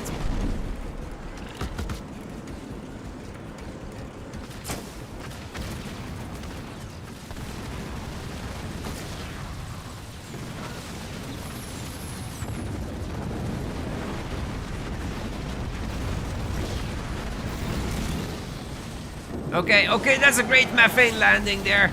Ooh, with the beam together, even through heavy metal, that is gonna hurt. Ooh, that's a very nice fight for Dark. Great catch on the Nightingales in particular.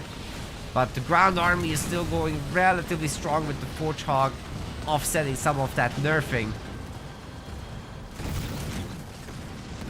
Blaster back, however, still blasting them. Are there gonna be more? There's one more here, but I think it will just get sniped. Oh wait, there's another. So leapfrogging is not too bad here, but it's just a little bit too many Warthogs. Still, the Wolverine count is okay also. The Banshee is slowly getting whittled down. But hey, that's 3 goblins at 1 star. That's not too bad. I'm a fan. Top minis are once again belonging to Dark Angel whenever he's ready.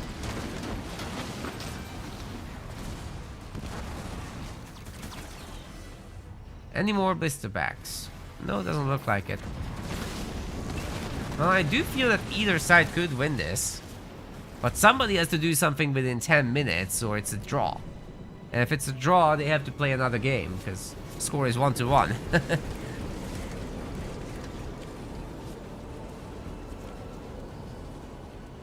We could give a technical win to Dark for the mini base control, but we typically don't do that.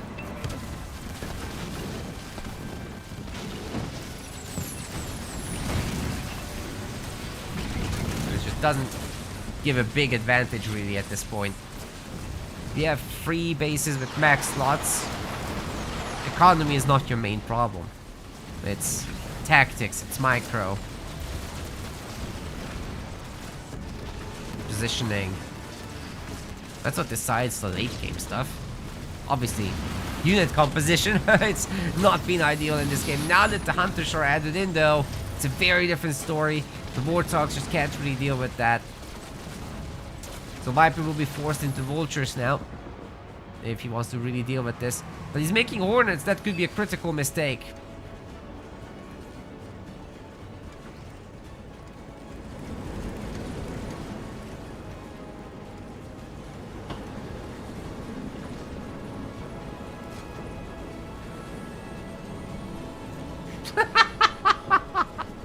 Yo, Tesla in the chat says, this is what happened when an unmovable object moves and an unstoppable force gets stopped.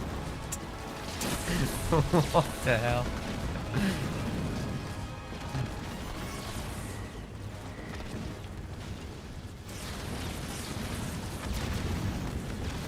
It does feel like opposite day. Because this is not what they're supposed to do. But that's alright. We're here to learn, right? It's Rising Star.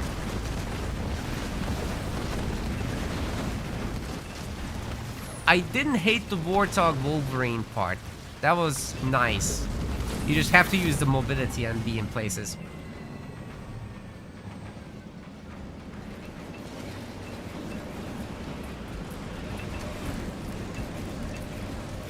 I don't understand the headbutting with the mobile army. It doesn't... That's not the characteristics of Warthogs. It's not what you use them for.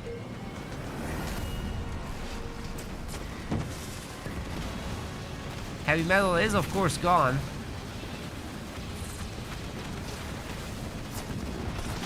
But these boys will all respawn when they die. Part of Team Respawn.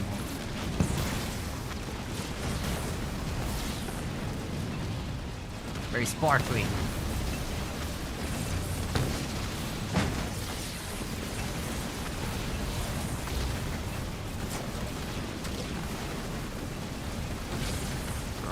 You know what? Dark is actually kind of struggling to stay popped here against the Hornets. How does that work? Oh god, beam free. There's no heavy metal for it. He's running through it. The beam free is wiping out the army. Jesus Christ. Ooh. Dark Angel has an opportunity to push now. Let's see if he can do anything with that.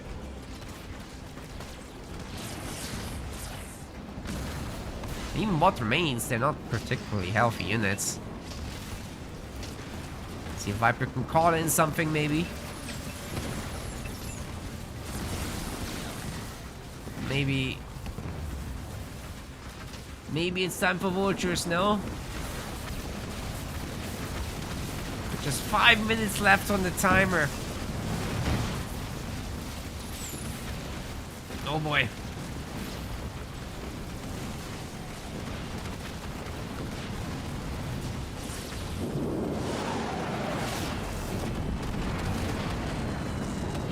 Oh man. Blisterback's getting a star. There's so many hunters here. I think Viper's about to lose the base and have a technical loss. It's very possible if these Hornets can't do something right now. Technically, they should be able to because there's no reverse this time. Just a handful of Banshees to try and fight them off, which is not ideal. Can Dark Angel break through the base? His Grunt Domes will protect him for a little while. Hornet count, definitely not where Viper wants them for counterattacks. And this base is rapidly losing health with the methane debuff, with the boys slapping the tin. Just needs to target it with everything he's got. Come on. Dark. Oh my god, that might be too many Nightingales. It could get out repaired. Bombas are coming in. Ooh, the Nightingales saved the base, and now the units can't shoot up, can they? It's all Banshees getting made.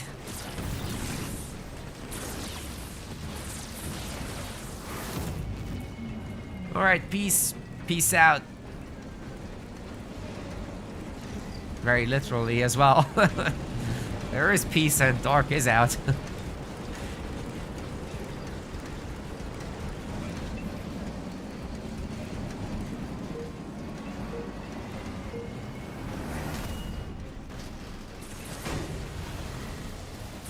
Oh my god. Of course, the response to a defensive use of please don't shoot me is you hit them with your buffs after.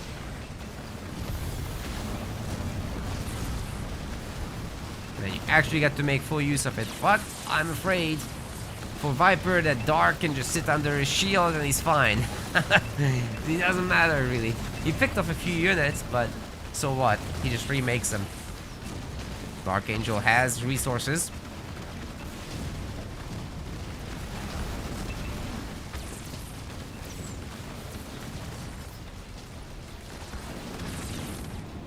Okay, counterattack with the Banshees. Hear me out. There's no significant number of anti-air turrets. If you have beam level 3, you should be able to handle the Hornets at least somewhat. And the Banshees flying through the middle would go undetected until they arrive. So there is an opportunity here, but it has to be taken.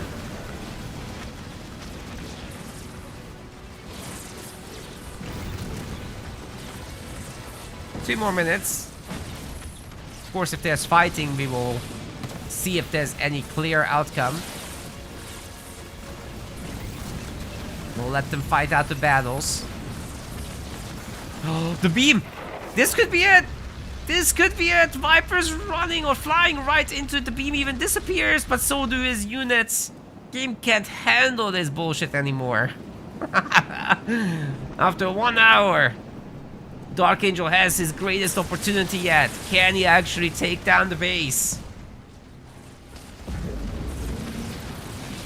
He's ready to recycle his infantry.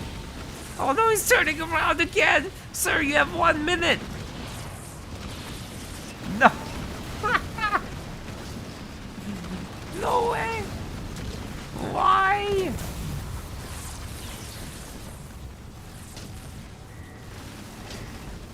Oh no, no. Funny thing is, those Hornets are kind of doing okay still. Now or never, Sir Dark.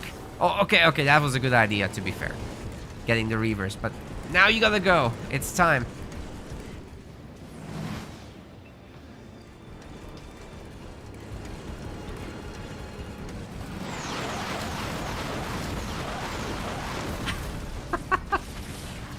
What is this game? I don't think he has enough to actually just main the base. Methane is gonna help. but USD just hits you with the combo of everything. So nothing's guaranteed still. I know the hour limit is reached, but there's an active fight ongoing, so if Dark can destroy the base, he would win. If not, it's a draw.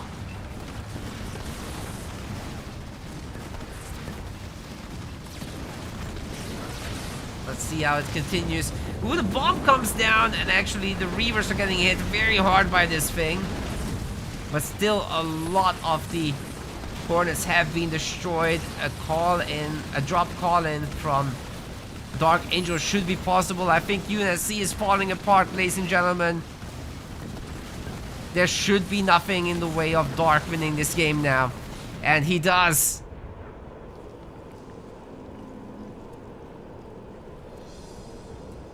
He made it. The last push. Woo. It's going into the winners finals now. Viper knocked down to the losers bracket. He has some hard work to do there. GG's.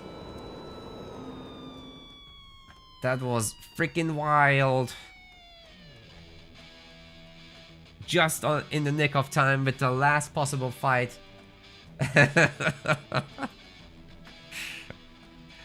Woo. That was a match right there.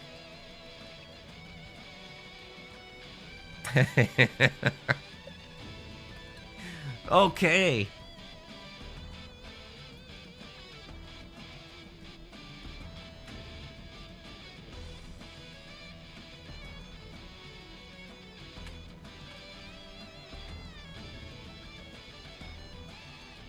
Dark Angel versus Love Guru Calibb coming up next in the winners finals up here. And then down here we've got Viper going up against Big Al in the losers round 4. Then the losers semifinals happens next, which can go ahead. I think these two series should probably conclude before we do our best of 5 up here. Then we're going into the losers finals as well as the grand finals. So that plenty of content left up there. Hope you're all having fun, ladies and gentlemen. Hope you're all having fun. Let's get Love Guru Calibb in here. And you guys, of course, get a payout if you were a Dark Angel voter. That is a 3.41x return on your bet.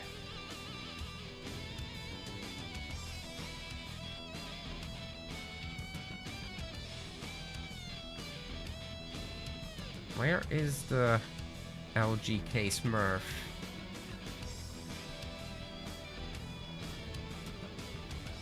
Let's invite him.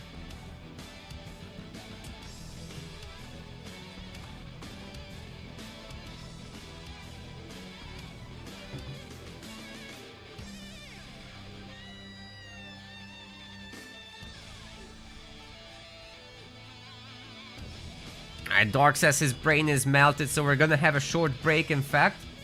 Which is fine. You know, man deserves his short break.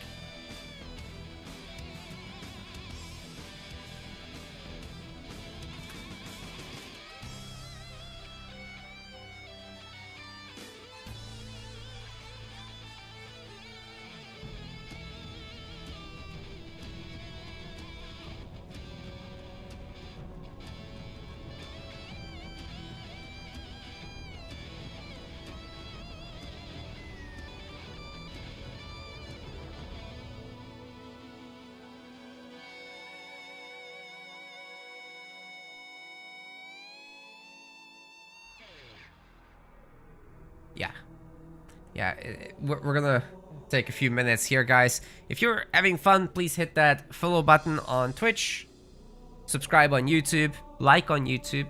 If you want to support us some more as well, you can become a patron on our website, of course, which is our, well, it's our patron at home system, right? On our own website. Cheapest one is cheaper than a coffee. Very much appreciate if you take a look at it. You get all sorts of perks and help us keep the project going, as well as the next goal will be show match funding after that. So we would start doing regular show matches supposedly on some of the Sundays. That would be very, very, very nice indeed. And then more after that, including looking to do some shorts on YouTube and all that sort of stuff, as well as additional highlights for these intermissions.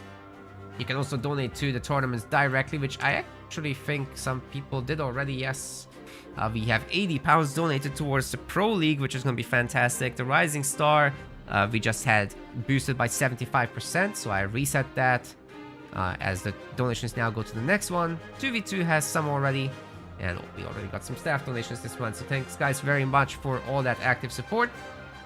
Short break, and then we'll be right back with more battle.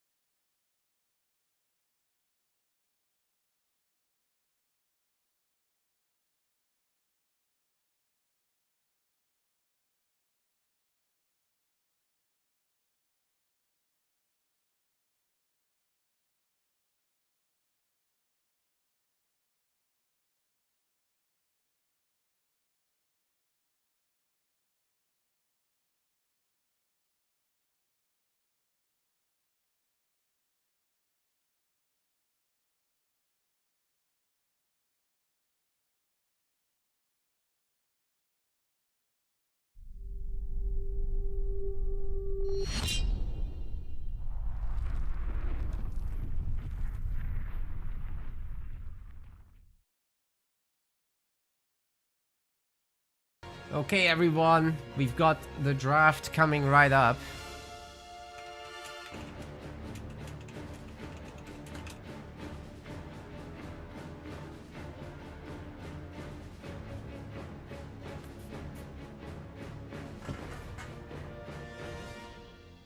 We're on.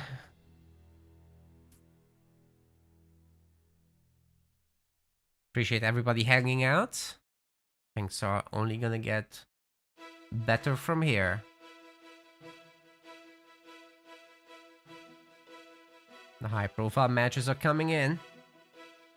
We did downgrade the finals from best of 7 to best of 5 because today is already a long day. 4 hours in, and we've just got the best of 5s coming up, right? So up to 15 matches left. We might be here until it's too late for me in general.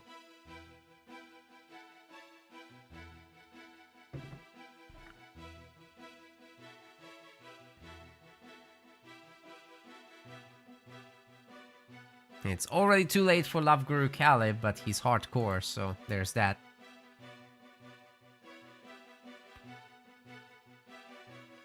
It's an upside down world for Australians.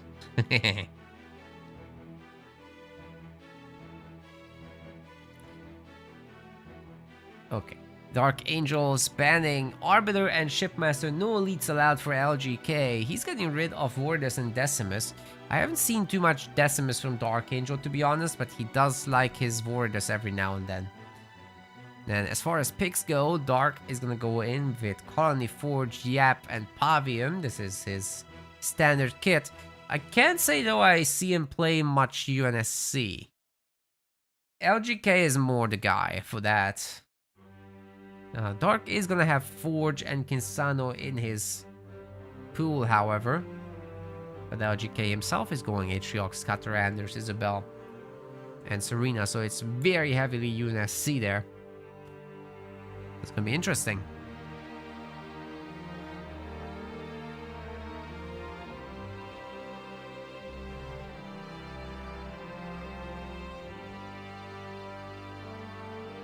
Say the guys can start whenever.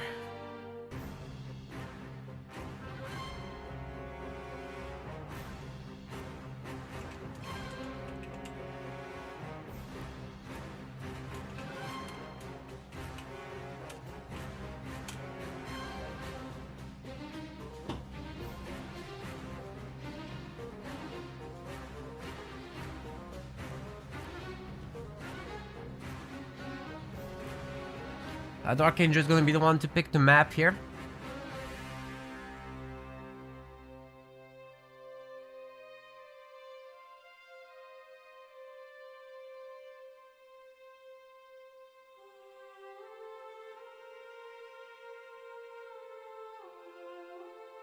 I'm not the squad leader though, so I can't start it. The guys will have to.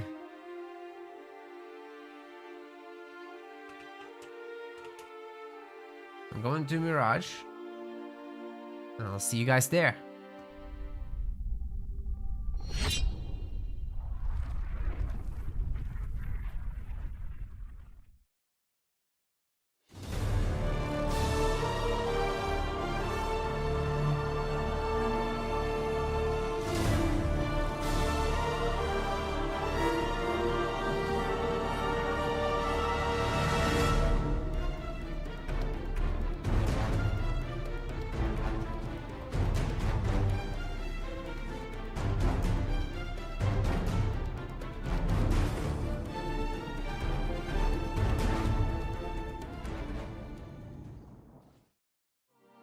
Well, I started this way too soon.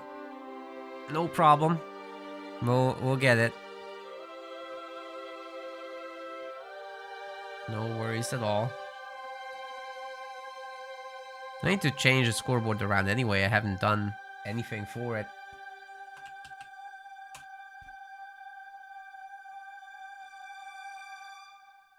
Players are now readying up, and you guys can go and do your little bet.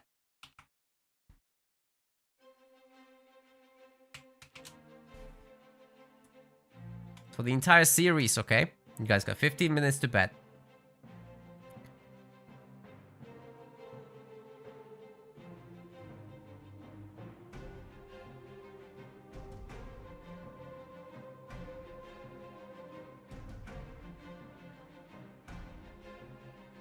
Oh man.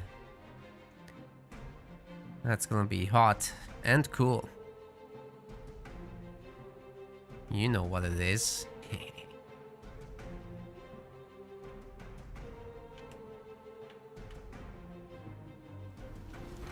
Ladies and gentlemen, welcome to the winners finals of the Rising Star tournament. Love Guru Calibb, LGK, is gonna be playing as Serena, keeping it cool. On the other side of the map, things are heating up as Dark Angel is bringing Kinsano to the table. Fire versus ice. That Jackrabbit's gonna bust through that marine, no problem.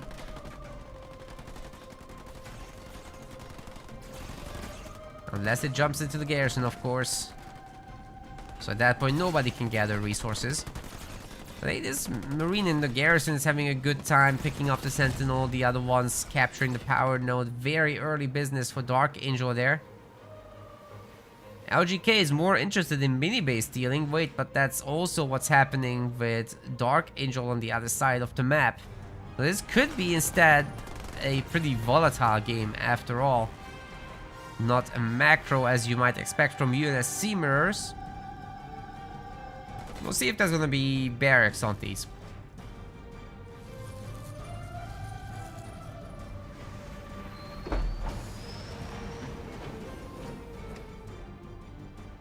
Home bases seem normal so far.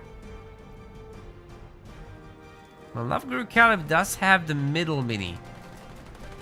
It is more expensive than the outer ones. Dark Angel might be able to send something out there, but he didn't. So LGK is going to be, in fact, the guy with the triple minis. He's also going to be making an armory. So you can expect the early ice cream truck there. Kinsano can't really do that with the Kinsano hero. She's just not very good at tier 1. Once she's upgraded at tier 2, she's great. So I think we should expect Kinsano Jackrabbits. But those aren't very good against Serena, to be honest. You can pick off the outer minis, definitely.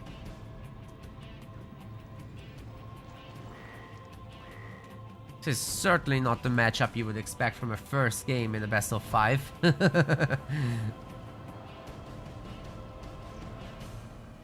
Chat's losing their mind about it.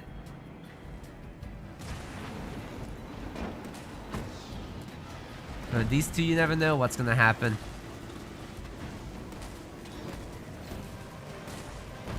And you know what? Serena actually isn't that bad into Kinsano, I think. And Kinsano happens to be good on this map, so this is actually gonna be a pretty tight one in my opinion. Barracks will certainly be destroyed. Don't even want barracks units into Jackrabbits, obviously.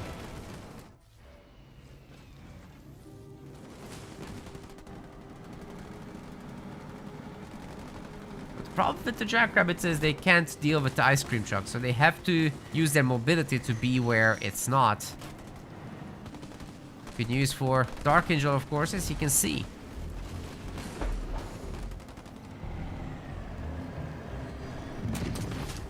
He's got these Marines in the garrison, so he knows exactly where this thing was, or where it went.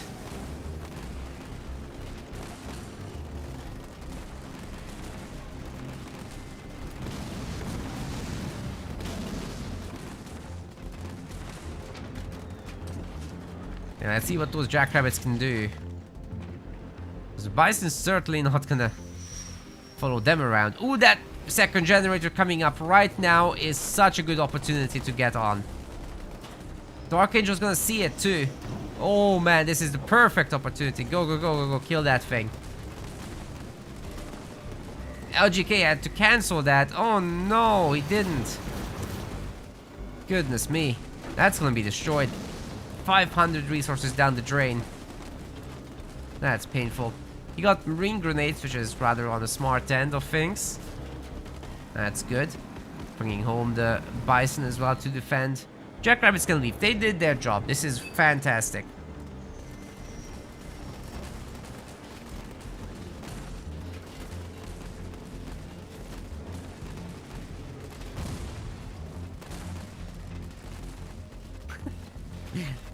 Hey guys, EOD is all in on Love Guru Calibb. He called him Gugu. What the hell?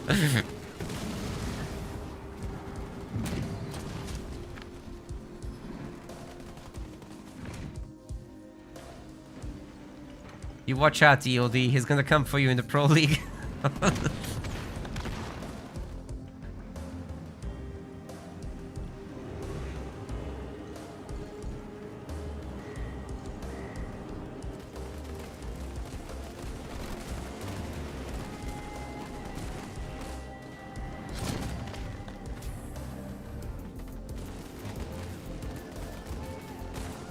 I really like this little Jackrabbit hit squad. You can just hit 2 places at once. The bison can be only in 1.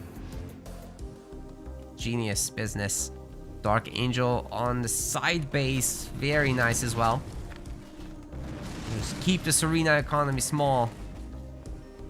And just for yourself, go get big. If the bison isn't on your base freezing your whole economy, then you're having a good time, I would say.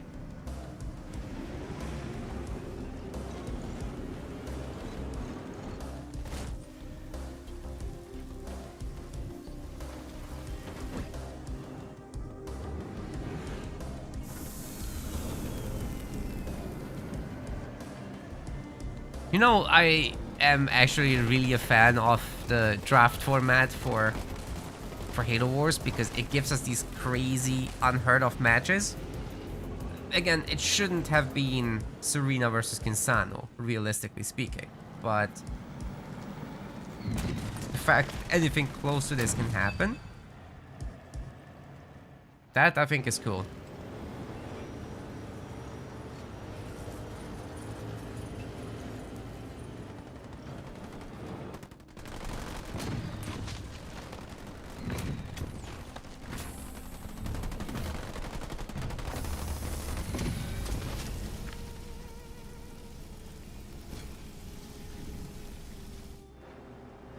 Alright, Dark Angel is in tier 2. He's got a garage. He's got a 3rd generator. This base is upgrading as well. Love Guru Calibb's also in tier 2 with his 2 gens. Eventually got a 2nd one apparently. And he's gonna have a garage. So we're going heavy on vehicles.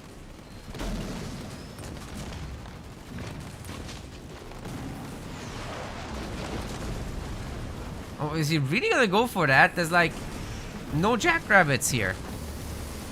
Okay, now there's a bunch. Is it gonna be enough? But to heal, it's like Bison is actually out healing this. Oh my god, everyone's frozen. Okay, do we have like a seismic blast or? No, it doesn't look like it. Either way, the Bison can just destroy all the jackrabbits, right? The Marines are repairing the Bison after all. Might be enough. Well, GK will desperately need that Bison upgrade soon. More Marines coming in. Oh my god, he made it. This thing is gonna star up. Jesus Christ. Can't be long now.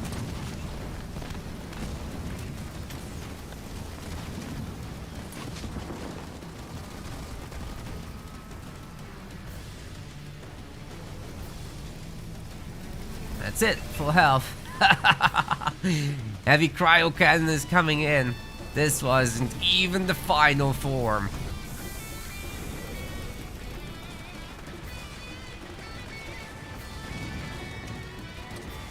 Ooh, I really didn't like that LGK engaged there. Oh man. Imagine just running around some more and, you know, being annoying. Hitting the mini base every now and then a little bit. Picking off reinforcements. That would have been the way to play, but the Archangel got a little overexcited. He's going tier 3 now. If you can get out some tanks, he's going to be in a great position though. That's what I'd really like to see here.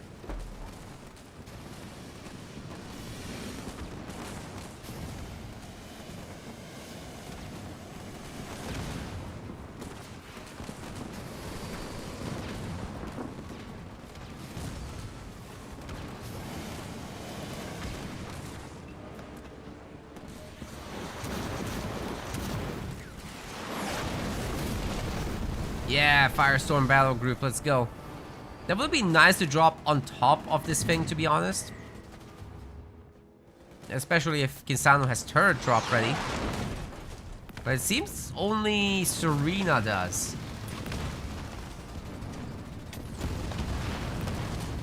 Good pick off on that Kodiak. Is this gonna be enough for the Bison now? Algic is very far from tier 3. Oh, he really should have frozen everything first. But I guess this will work. Because, you know, when these guys land, they actually shatter at the same time. It's like a seismic blast is built into the drop power, so it's very rewarding when you drop it on frozen stuff.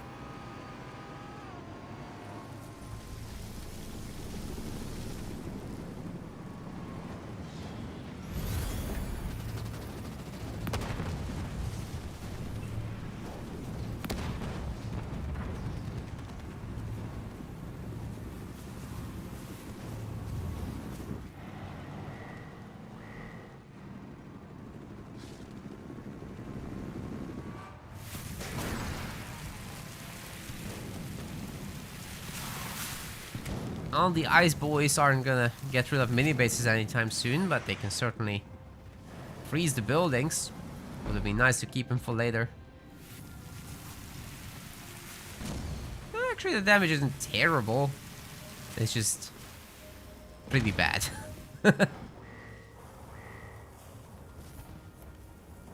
I mean, I'm pretty sure these guys are gonna kill the base faster here. Although it does take some extra damage. LGK is definitely not getting that one up. Tons of tanks and Wolverines getting built at the moment. Dark Angel really is on the case.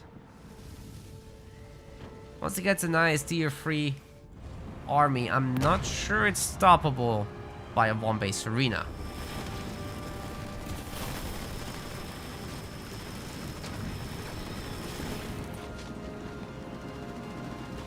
Scootman says Kisano Hero could do some major work right now. That is very true. Dark is not on it just yet.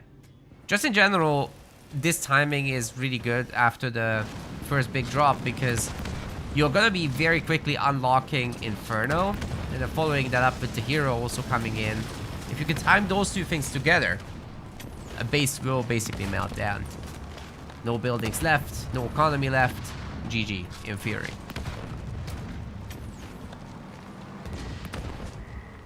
But if you run vehicles into the Bison, and there's a Kodiak or two backing it, that's a much harder nut to crack.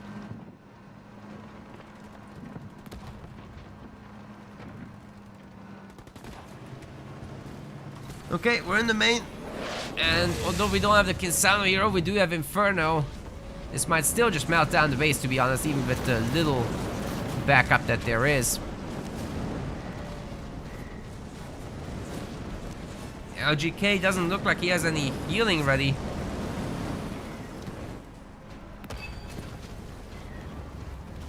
Come on, do something. Oh man, your base is melting, sir. Oh god.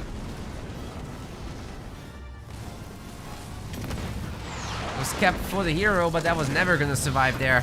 Ooh, that's a good drop. Oh, neat. Some good pickoffs here. Holy crap, that drop turret is a hero.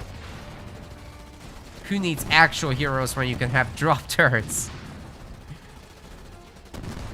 That's it, took out everything. But the main base also suffers heavily here for LGK. He literally doesn't have resources right now. Yikers.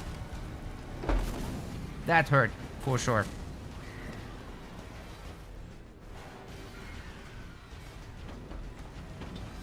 Alright, from here, we want to see things like Red Line 2.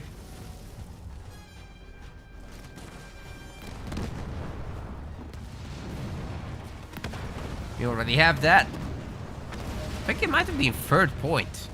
Because I haven't seen any Kinsano drop turrets just yet.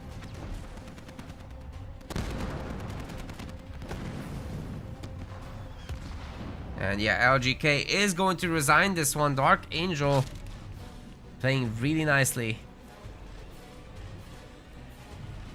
Good start to this series for him.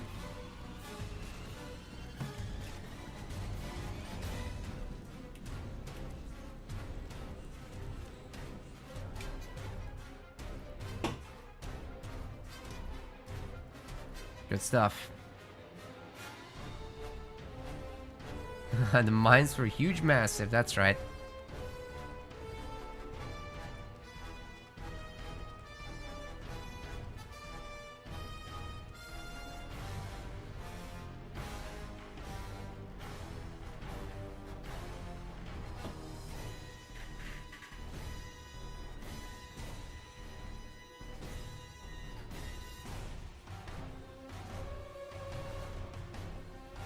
Yeah, that was rough.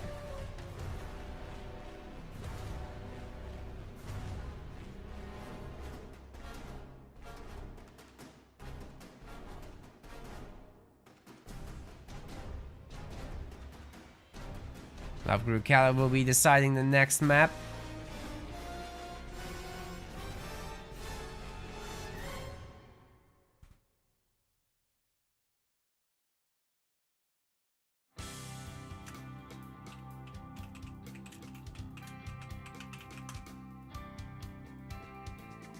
Okay, next time we're going into Frontier.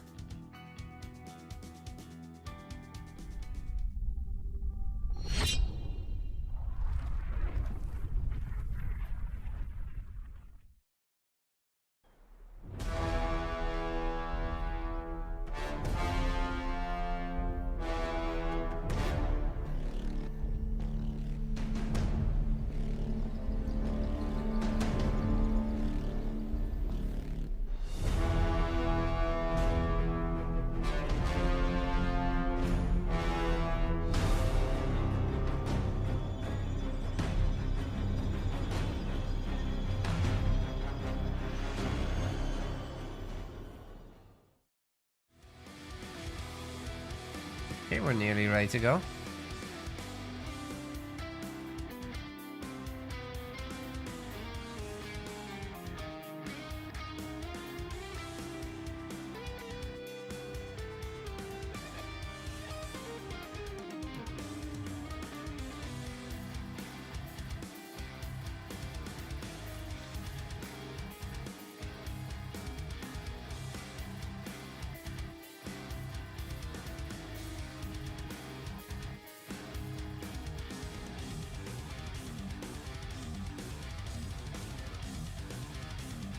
Okay, some miscommunication in the chats. But Dark now saw it. We got the map pick. And off we go in a moment.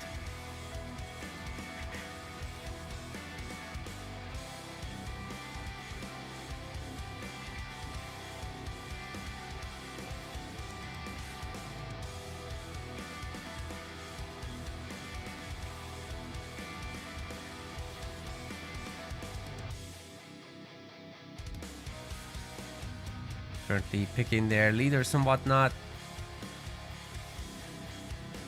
It's coming.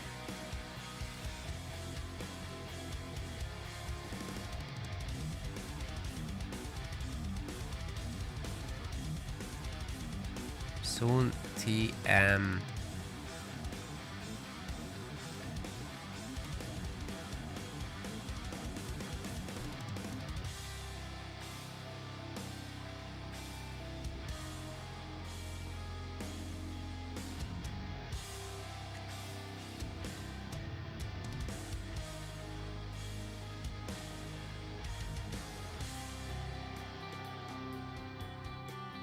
Okay, here we go.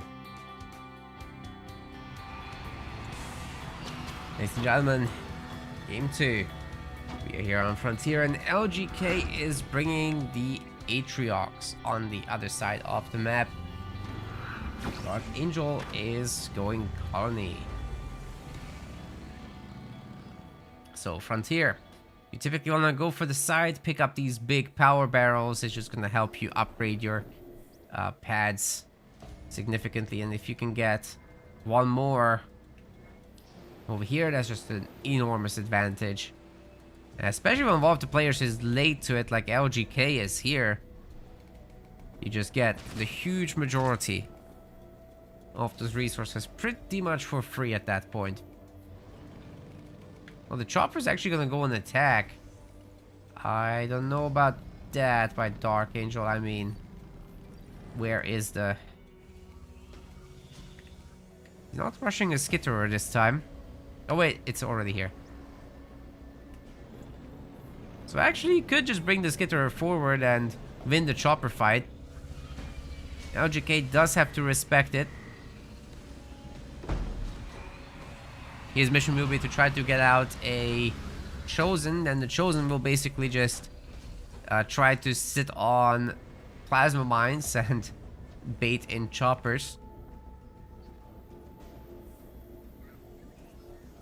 Of course, if the colony player can get out a large number of both choppers and Goliaths, it's gonna be very difficult to make the hero work. Raid camp is now getting added by Dark Angel.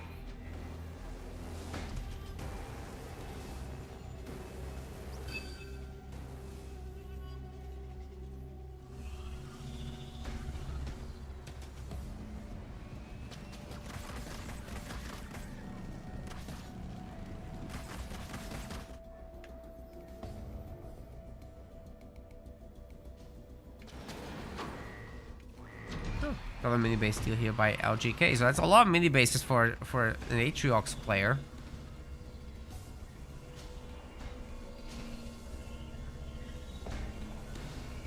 Should mean that soon enough we'll see a double expansion or more. So you're already ahead here.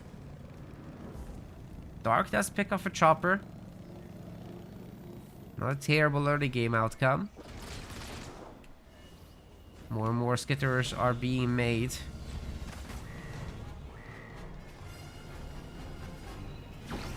And the chopper Goliath makes should be able to deal with that hero for the most part, and especially before he has his upgrade.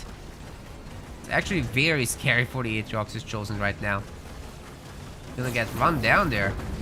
Yeah, like I said, he has to basically sit on these mines to get some protection in.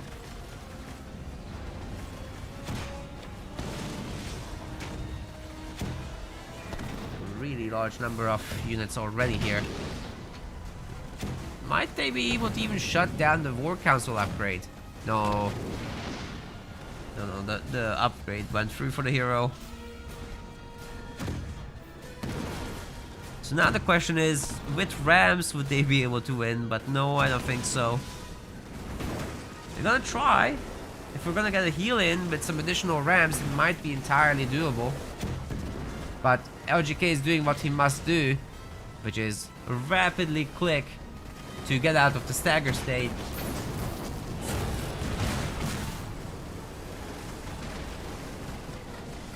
Hero's nearly down, however, and there's no heal ready. Very far from the third point still. Many choppers here, however, for LGK. They're doing some amount of work. Plenty of Goliaths ready to go wild on the base. They're gonna go for the War Council, of course. Atriox's Chosen is like 40 seconds out. And with the choppers having skitterers on them, they're gonna be able to beat the regular ones rather well.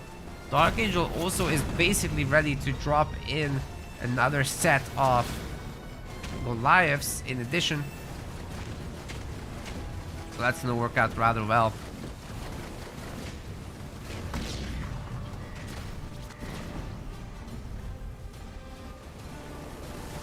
It has to be soon. Oh wait, he just rammed the extractor. What the hell? Skitters on the Goliaths are getting cut down as well now. Just gotta target the one with the skid to get rid of that DPS. I don't think that extractor is gonna go down. Dark just didn't end up having enough choppers for this. And the Chosen's gonna be back. We're definitely looking at a longer game.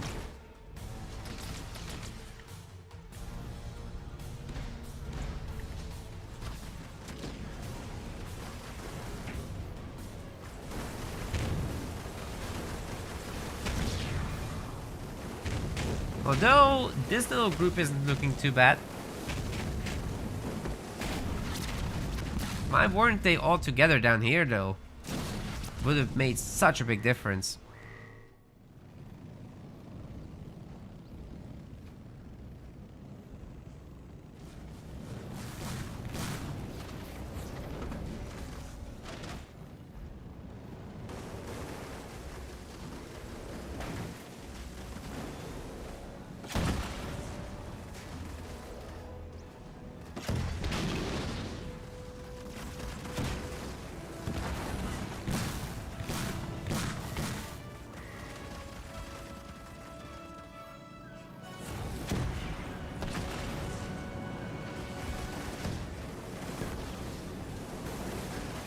Those kids are going to work really well. Wow. How do you stop this? As Atriox, I think you just have to go tier 2 and survive. Chill on mines. Mines everywhere.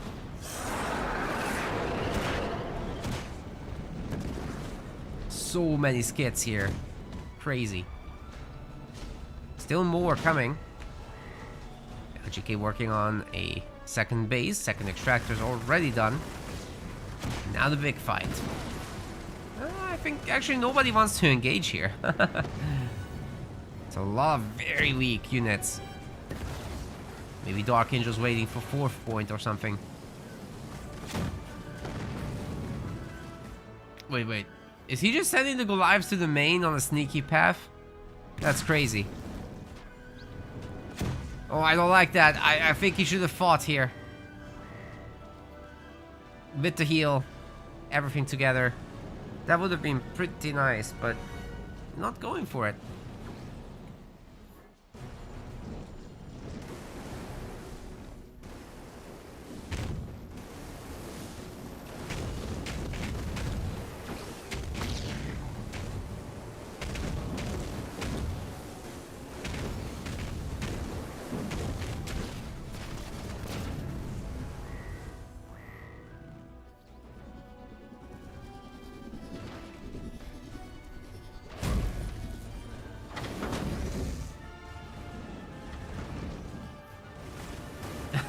Chopper war in the yield zone. Actually, the skid choppers might pick off one. LGK didn't stay. Oh god, no, the mines. There is a very weak extractor here. And Dark Angel should be able to do another drop in addition. Oh my god, is he just gonna run down his base? The Chosen's out in Narnia, so they have so much time to do something. They can run down several of these buildings for sure. It's looking bad. LGK is gonna lose a lot here. Wow. Okay, I think that is it. Only losing both generators. Oh my god, that's so painful. No power for this man right now. Yeah, Dark Angel did great. He's got another base. A 3rd generator coming up. This is sick. But LGK does have extra bases as well. He's had a 3rd generator, in fact. So it will kind of help him recover there. 3rd base coming for him also. Just healing up all his choppers.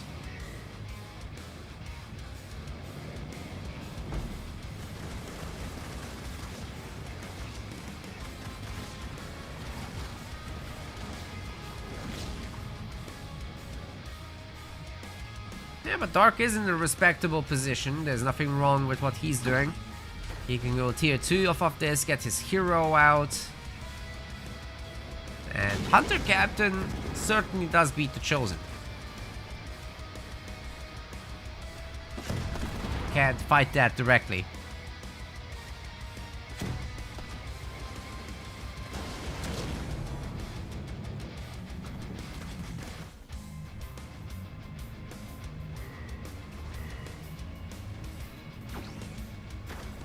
Some skitters getting put aside for the Capitano, as you might expect. And we should see some raid camps, honestly, here. Oh, Apex and Garage. That's shocking.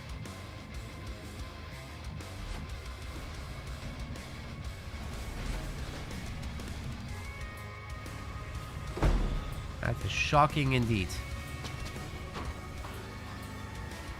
LGK going for another generator.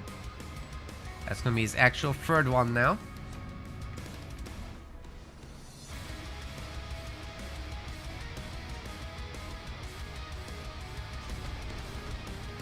Let's see what he does with this tier 2. Oh wait, there's a chopper battle. Fucking Joe handily wins it. Should be leaving now though, because the Chosen is gonna mess him up. Or he can mess himself up with the mines. It happens. We got a raid camp and the garage coming in. I think a raid camp is pretty essential here. Oh my god. Very synced there. Extractor nearly went down, but it's not over. Here comes the Capitano. He can finish this. Just gotta actually go in.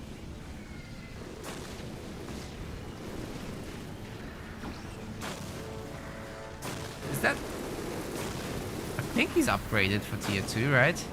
Aha! There we go. Yeah, shoot that extractor down. Insane range on that gun. It's nuts. We also... Oh, we have Devastating Host. We also have a Shroud with a skit on top. So that Chosen can't actually shoot this army. Just absolutely can't. Shield might be up, yes, but Devastating Host has a Locust in it, so... Say goodbye to the shield. And then the base.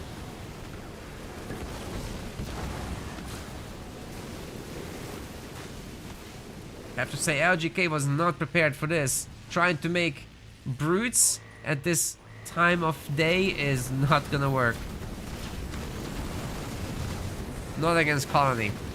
You just have to be ready for this kind of drop with a handful of hunters, at the very least. Now the base is down, and honestly, the Archangel can just keep going with what he's got. He's doing mighty fine. Add some skit NGs to this. Make everything even more powerful. Reinforcements coming in. Yeah, he's definitely gonna be happy with where he's at. Man, LGK just forced to make so many generators in this game, but look at his resources. He's got 1 million. Just completely unable to spend it, unfortunately for him.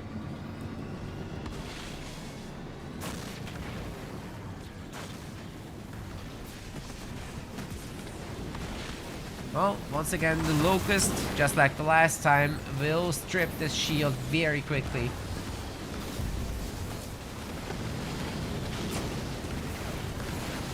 Seems that the Chosen got taunted there.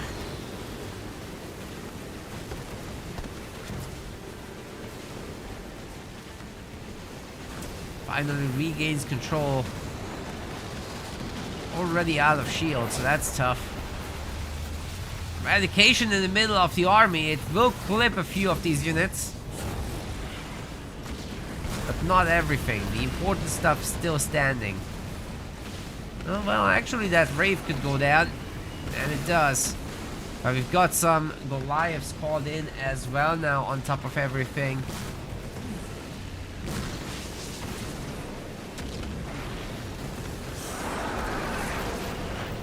Oh, that was just such a good timing of all these powers and the Shroud and the hero coming together by Dark Angel. LGK really didn't have the tools to deal with this one. So the score is now 2-0. Dark just needs one more and he's in the grand finals for today. It's a best of 5 after all.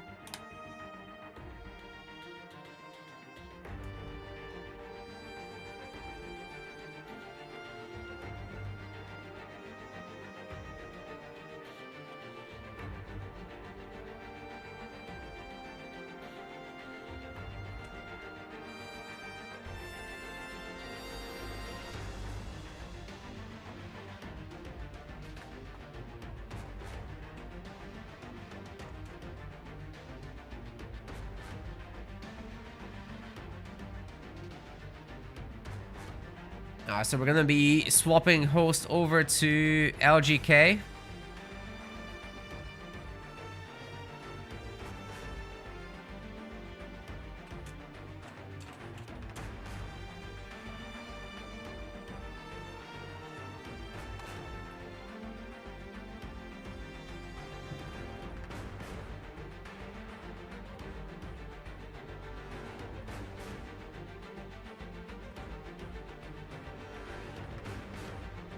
Having some issues with lag.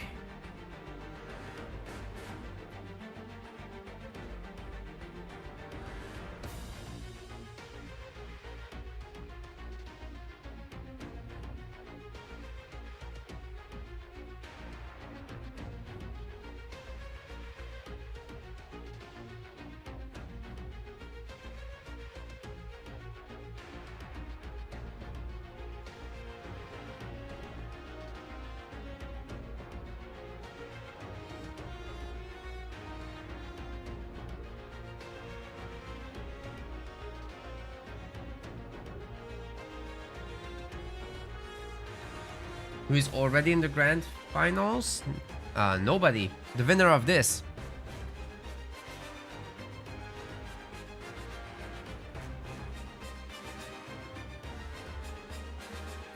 And Psychic Wizard actually resigned today's event. He tapped out.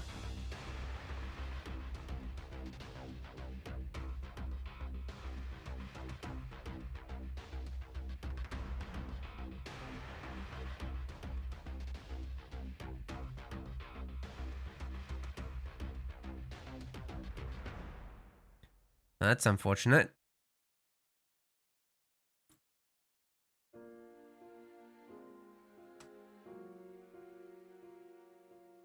No, LGK is gonna be picking map and he's going with Rift, I think.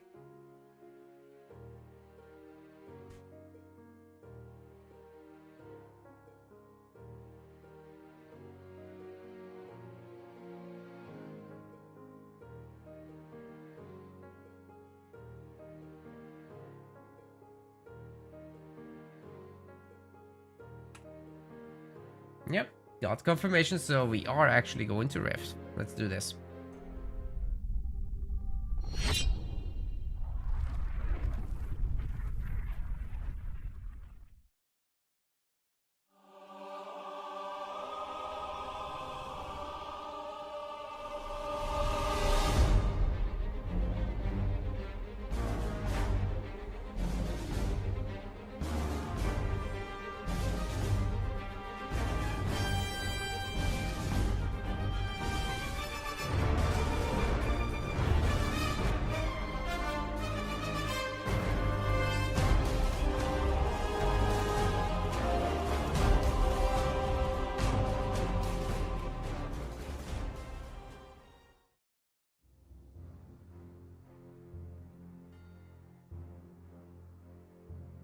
Okay, the guys aren't ready yet, but they're on it. They're on it. Soon TM, you guys.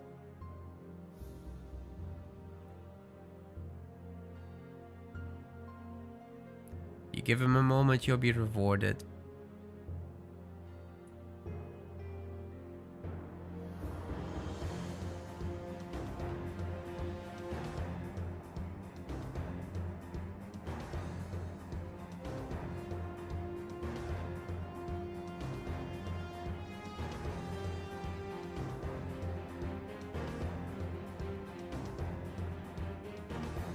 They must be deeply considering those leaders. Let's see what is available again.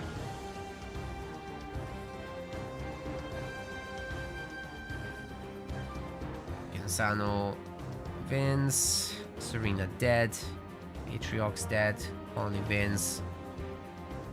So for Rift, LGK probably best go either Anders or Isabel, because this is likely to go late. Isabel I would avoid because of Forge. Forge is just a better Isabel in the mirror matchup at least. So that's some places where I think Isabel can do great that Forge can't necessarily, but not a UNSC mirror. So I think the Forge risk just means that you should go Anders here. Oh wait, we are actually loaded in. So let me set up those leaders and we're off to the races.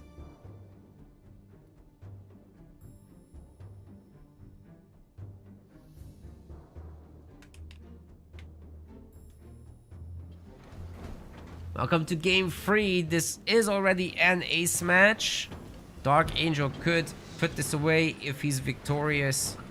Oh, but they changed the colors, so I've got everything wrong. I've got everything wrong. I'm so sorry. They swapped between who's who in terms of hosting. So they're actually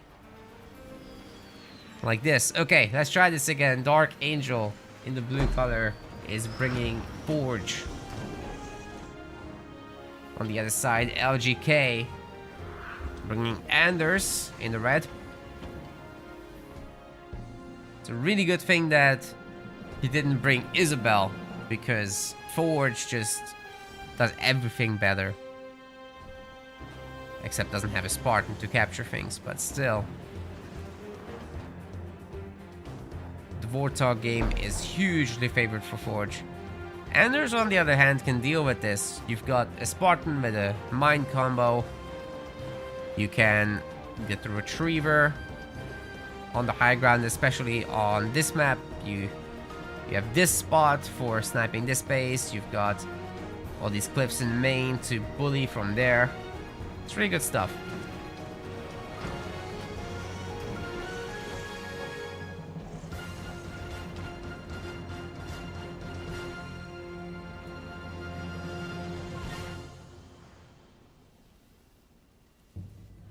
Okay, so LGK in the end does get his 3 minis.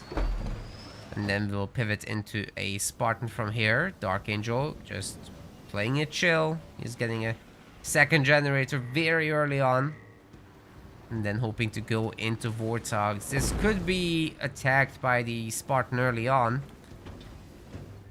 So that could be a little troublesome. But I think as you get out many Warthogs in the early game, it's going to be rather difficult to deal with. It's not going to be a Forge Hog. We might see a handful of Jackrabbits just working on this back mini. But then that's kind of it. I think you could justify a second turret, perhaps.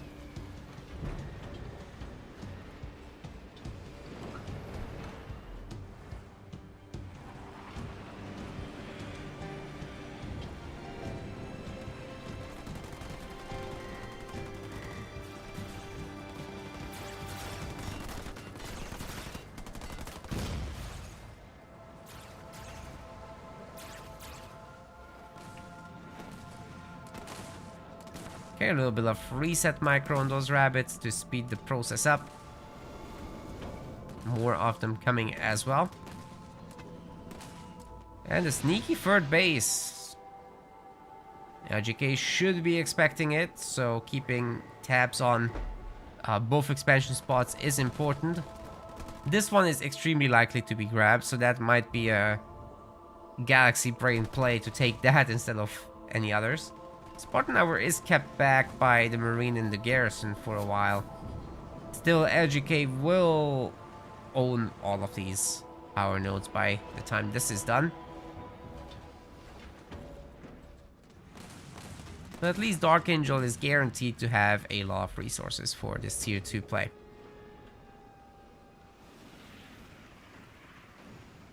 can basically go right away into triple Warthog production once the garages are made. Where he'll face someone with 4, maybe even 5 power nodes under control. Now LGK, all he has to do is potentially just go into Cyclops, to be honest. That wouldn't be terrible. But then, if you do Cyclops, it's a little harder to pivot into the Sentinel. If you go Hogs, try to match Forge, then you can upgrade them for cheap and kind of stay ahead that way with Spartan Slam combos. Then eventually call in that Sentinel to mess up the base. That's what I'd like to see. Yeah, Spartan can't really mess with that Warthog. It's gonna take a lot of damage from the turrets. Of course, while there's only one Warthog, it's totally doable. Very unfortunate that LGK got this base back. That's entirely on Dark Angel. He had no business going out there with the rabbits before buying it. Then again, this is a decent little counter-attack, and if you can destroy that extra base from coming up, that's huge. But the Spartan's coming home, of course, and it will just take over these Warthogs one by one.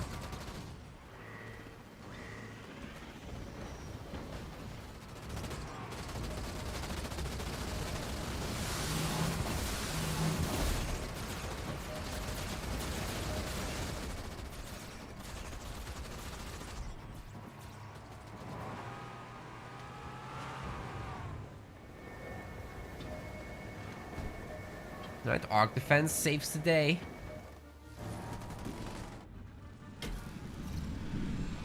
Jackrabbits can decapture. Won't be able to actually capture though, not with Forge.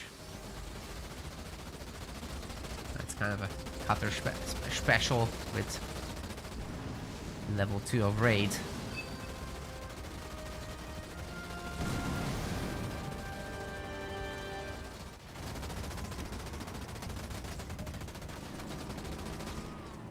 Did I hear a Kodiak somewhere? Nah, I'd be surprised. Plenty of Warthogs though. As I said, that big economy with a lot of garages can do a lot. LGK is gonna lose the base.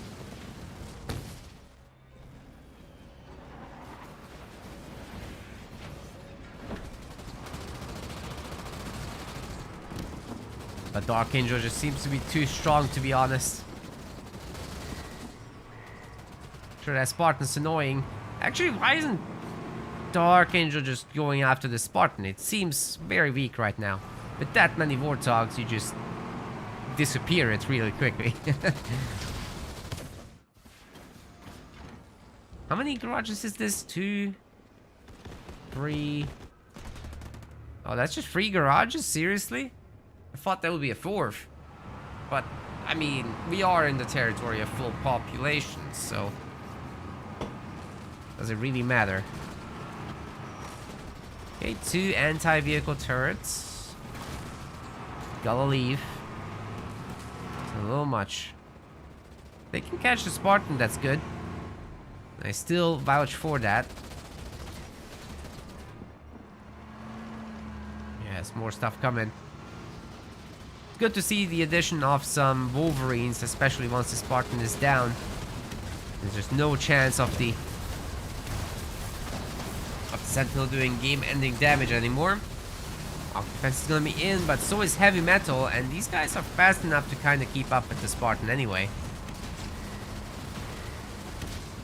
It will be caught. And finished. Restoration Jones doing a lot of work here, but the triple anti-vehicle turrets might be a little much even for the Warthog, especially while it's not getting healed. If it had been healed, it's a different story, but didn't happen. Garage will be destroyed, but I think it's time to leave after that. Ooh, there's a Kodiak here for our Anders Gamer. Okay, Dark Angel. I think we've seen enough. Vehicle upgrade too, holy crap. Yeah, those Wolverines are gonna hit like a truck.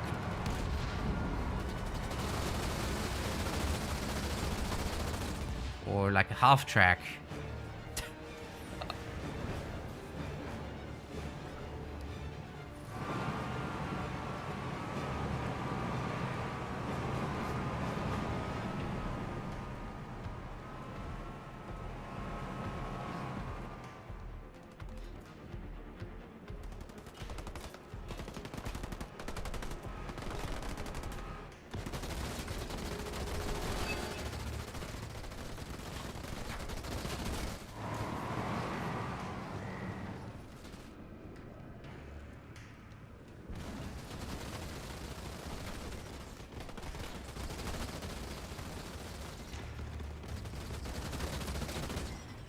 Finally, the Marines go down. Man, I swear, that specific garrison, well, this one as well, just on Rift in general, these garrisons are special. I think they actually soak up more fire than any others.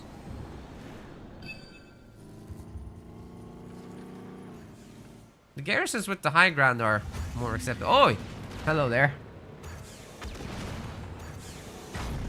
Ooh, having to defensively use the Sentinel is never great news. That is not good at all. Ay, ay, ay.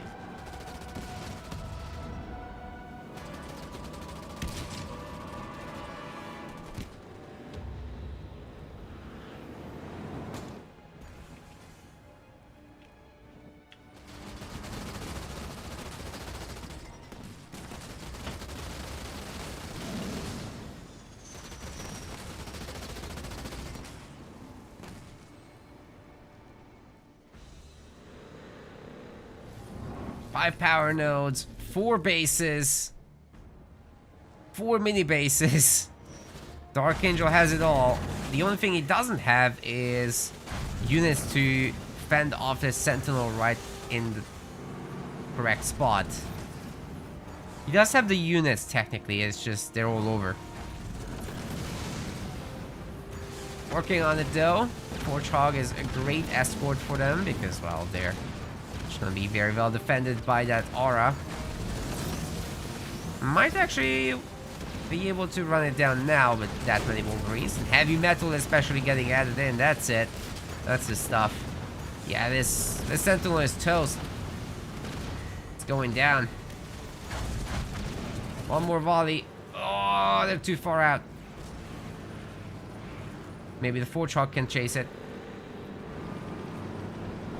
Oh, never mind. Don't need to. Don't need to separate anything. Go home, Sentinel. You're drunk.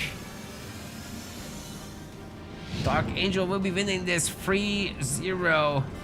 Absolutely brutal. He just played very well in this series.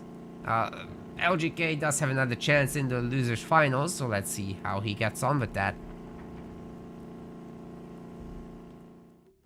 Well, of course, Dark Angel is going now to the grand finals. He'll have to wait there a bit for us to come up with an opponent for him. Big Al is, in fact, you might know him as Wombat Combat. He's waiting in the losers finals right now. So let's sort that out. But this best of 5 is over. So congratulations to everybody that voted on Dark Angel. You're getting a 2.4x return. And while these guys are setting up their business, I will have to get myself some water because I'm running out. We've been going 5 hours. No surprise there, really. So I hope you guys are having fun. Please stick around because the good stuff is only getting started now. Losers finals, grand finals. 2 more best of 5s. Let's get it.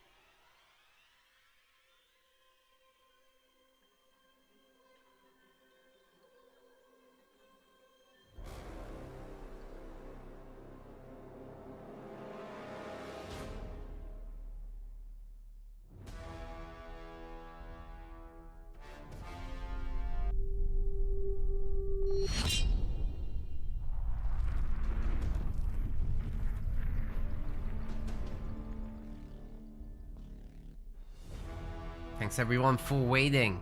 We've got the bands now underway for the losers finals. It's gonna be between Wombat Combat and Love Guru Calibb, of course. Bands are Atriox and Arbiter, Vordus and Cutter. And as far as picks go, Wombat is gonna be looking into Colony Shipmaster Decimus.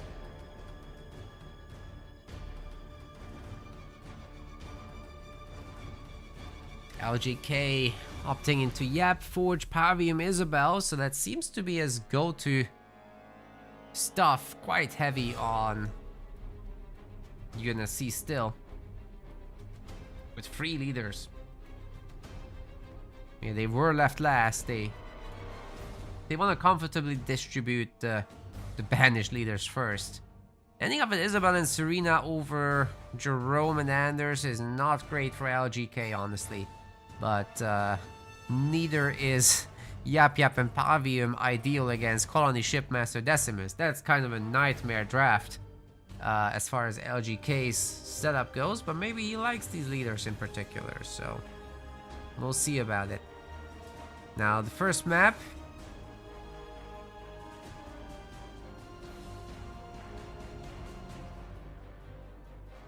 Yeah, the first map wasn't decided. He just says ready.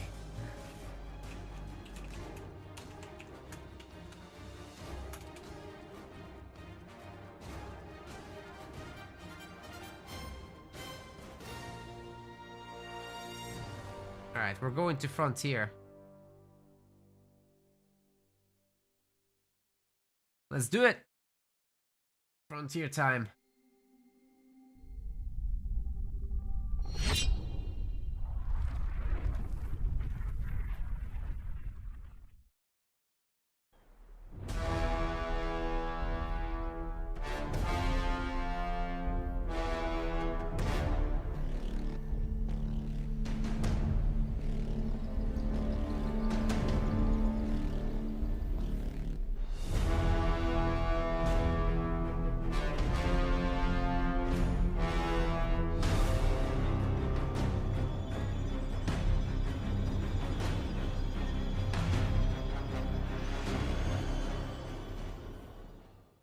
Oh, I'm sorry. I'm not sure if I did that at the wrong time, but Creek just subscribed.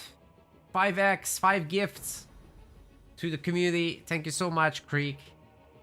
Holy shit, you're really coming through today. What is this? Thank you so much. Thomas, R2 Assassin, Ricky Maru, Scott Cape, and Fang got some gift subs. Neat.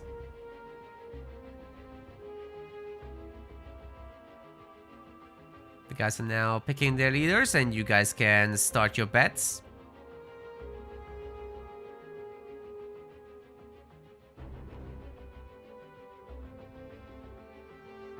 Thank you so much, Creek. Much appreciated. Big donation and big sub.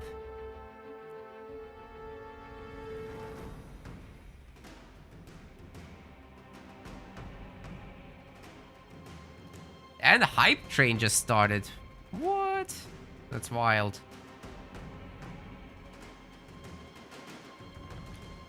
Alright, we're actually loading in.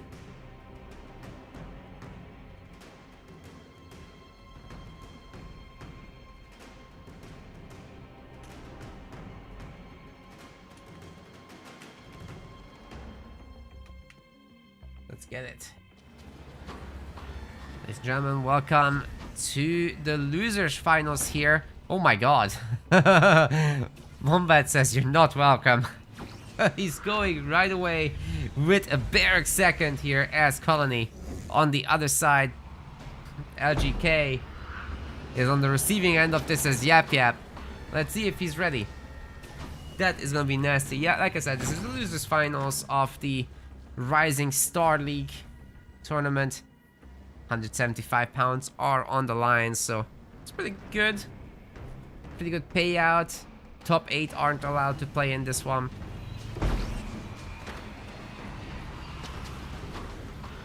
The likes of LGK still can. Let's see how Wombat can deal with him. Or rather, if he can survive. What Wombat Combat is doing here is one of the nastiest rushes in the game, probably. You still get enough economy to transition out of it. You get caught. It's very, very hard to stop. LGK will have to add in a second chopper. He has another base coming. He's still making cannon fodder. Cannon fodder isn't gonna beat this. You need the chopper back home. Oh my god, he's buying the minis. What is he? I don't think he was looking at the chopper when he saw the situation, but now he knows what's up. Needs to cancel absolutely everything here and get out another chopper. It's exactly what he's doing, but the guy's already at his base. He will lose the harvester, the upgraded one, so it's pretty painful. There will be a second one too, with a skit on top, no less. Oh my god, this guy's... That's terrifying, man. That Goliath wanted the business.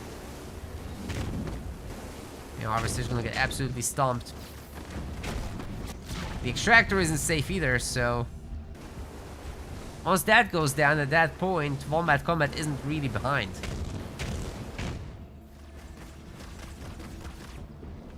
At least his reinforcing units get picked off.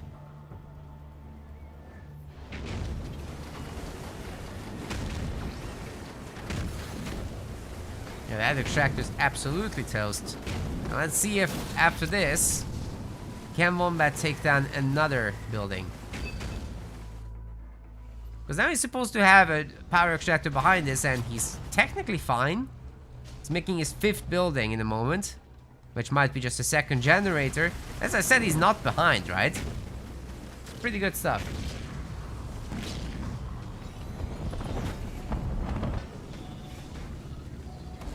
LGK does get to keep that extractor, but if Wombat Combat can drop some voice on this, there's more Goliaths coming. That thing is definitely gone. It's gonna be very low health.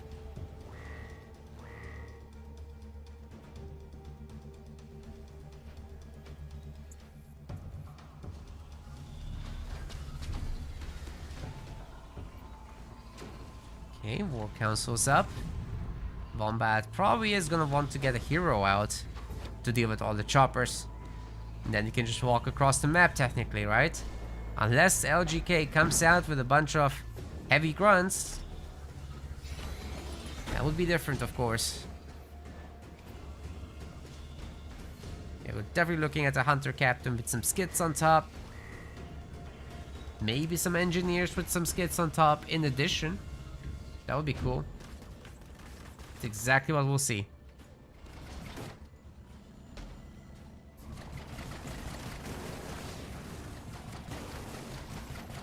Now, will LGK actually have a defense against that? Because for that, what you would need is Grunt Riders. I don't see any raid camp anywhere. Oh. Maybe he'll be ready. Maybe.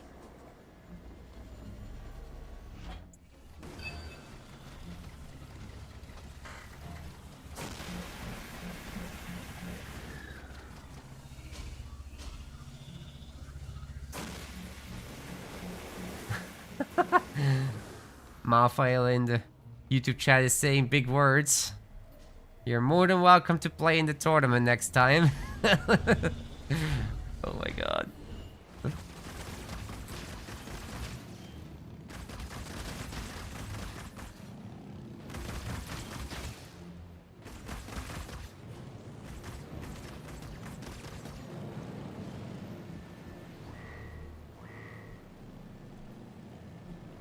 Guys, if you ever think you're better than the players, you should play yourself, right?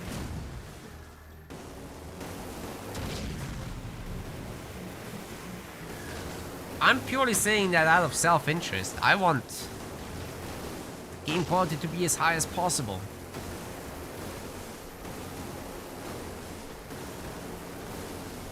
great for the viewers. If you end up winning, it's great for you.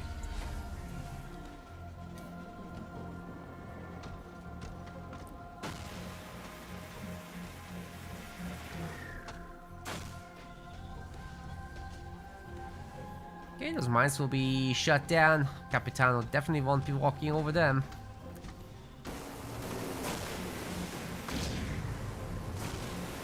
Nice time to hit that weak extractor in the back. LGK is so not ready for this, oh my god. Well, I guess he does have his beam. Where's the engineer Bubbles? Bubbles? Bubbles! 3! It's too late now. Now it's over.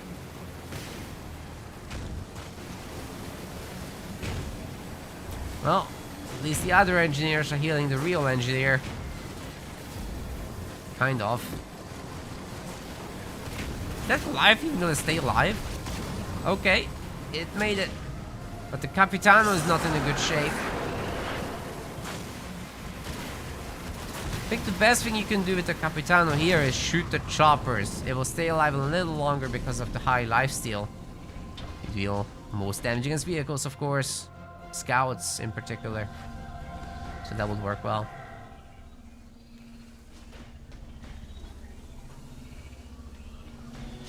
Alright, can Wombat now go tier 2 from here? I think LGK is further along. He has a base coming up on top of that too. So there's absolutely no problem with him going tier 2 at this point. Oh, wait. He just spent all his resources, never mind. A third base. Generator upgrade. And all that stuff. Getting his 4th power node.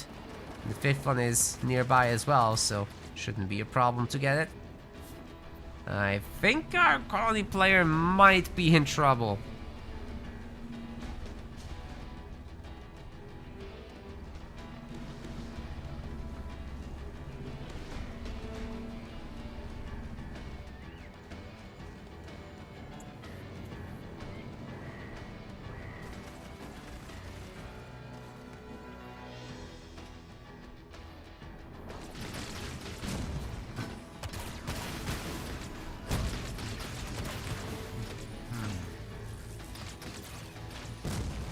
Right, 5 power nodes for LGK. Who can possibly stop him at this point? Especially with that drop coming in, neutering the base. He's going after the minis now and then the mains next.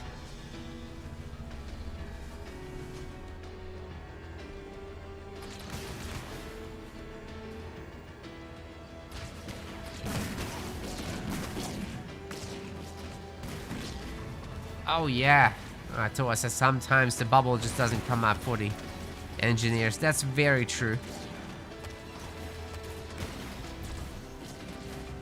Responsiveness in this game is not always the best.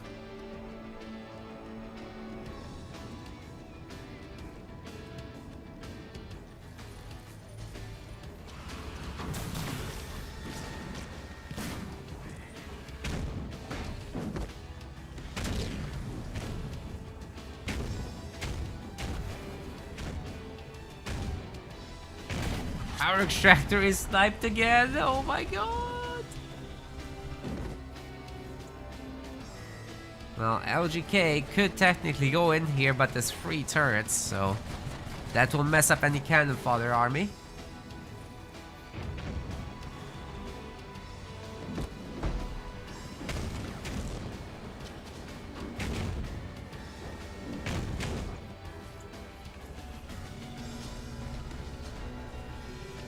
Capitano's back out and fully equipped. Is Wombat gonna actually just wait for the next leaderboard to come? It will take a million years. Meanwhile, LGK is just taking the entire map.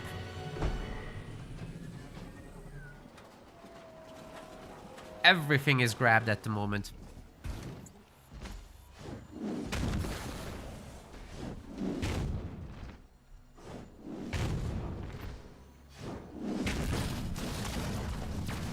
Oh boy.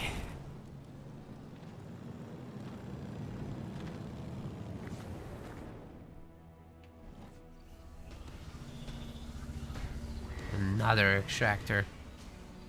No matter how many times he destroys his mass extractors, he has more in his back pocket somewhere.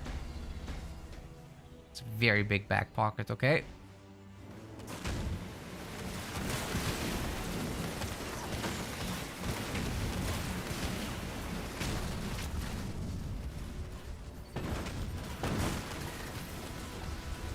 Well, Wombat Combat has 1 unit, and now he doesn't have one.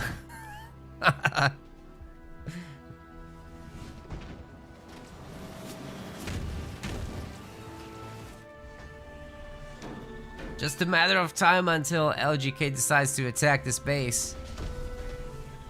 I think the sooner the better.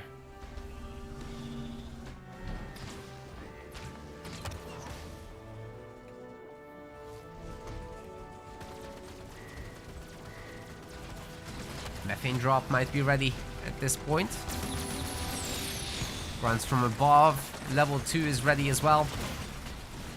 So once he has some population, once some of these units go down, it's gonna be pretty ugly for Wombat Combat. He's most certainly not going tier 3 and getting a Scarab at this point.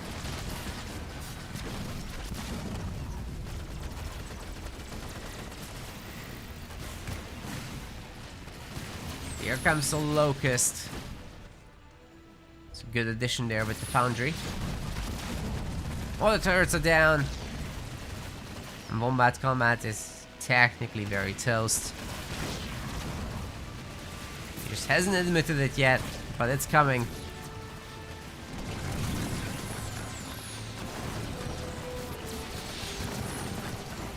Anytime now.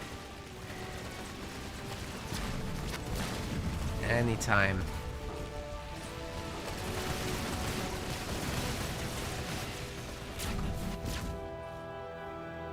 What? He didn't just do that. I didn't notice it.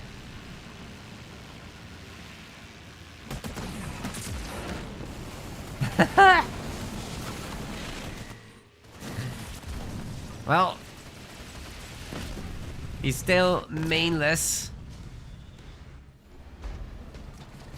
LGK has several bases.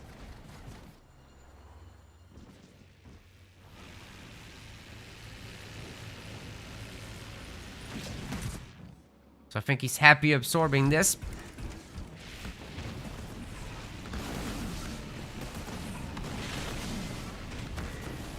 And yes, I may have missed it, but this is definitely not workable, you guys. It's cute, but...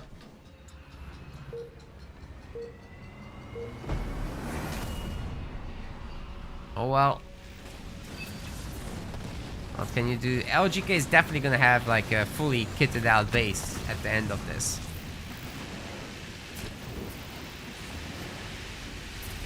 He's got tons of methane locusts.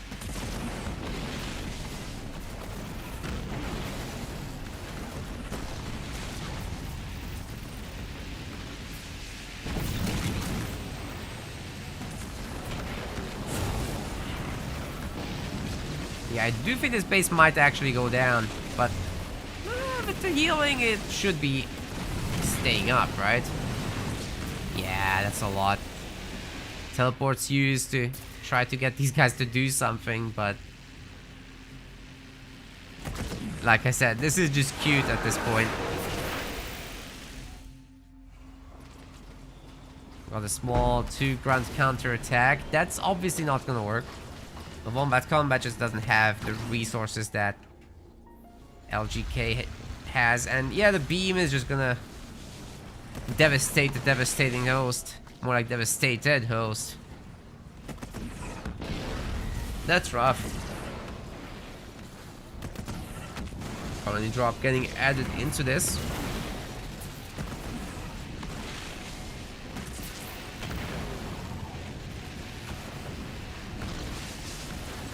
The engineer can deal with this, and then the Locust will do the rest.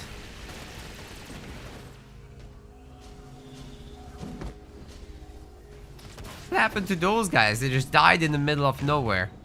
What the hell?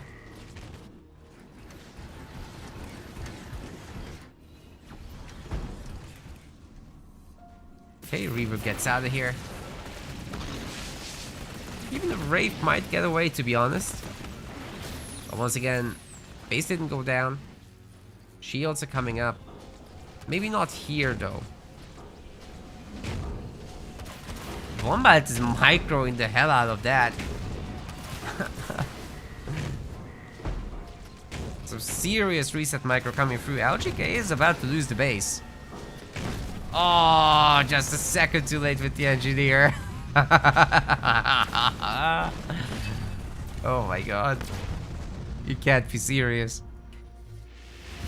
Okay. Yeah, it's too much. Too much LGK all over the map. So he's gonna be taking that first game. It was very risky to try and do this by Wombat Combat. This whole raid camp second Goliath rush is... It's scary, but if you don't get more damage done, then oh well. You can't let the other guy out expand you like that after. Like, the main bases were about the same in power level, but because LGK just had more bases and even more bases after that coming, he just macroed well, right? We're gonna go to the next map.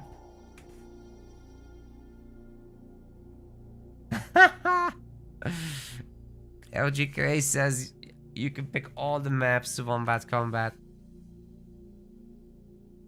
Brutal. I found he doesn't really care about maps. Whatever it is, LGK, he's ready.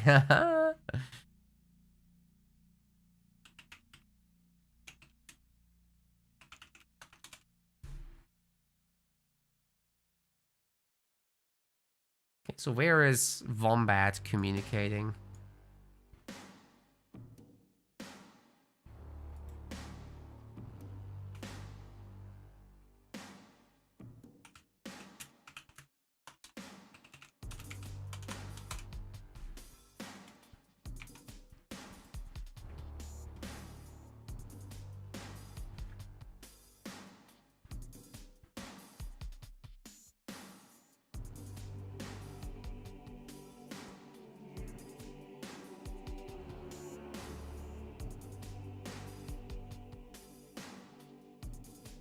Just waiting for that pick. As far as betting goes, it's pretty heavily in favor of LGK.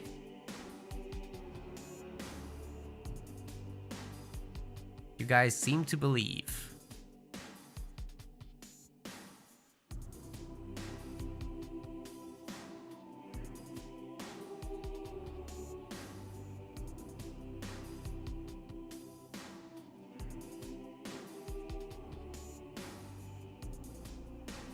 Alright, we're going to Fishers.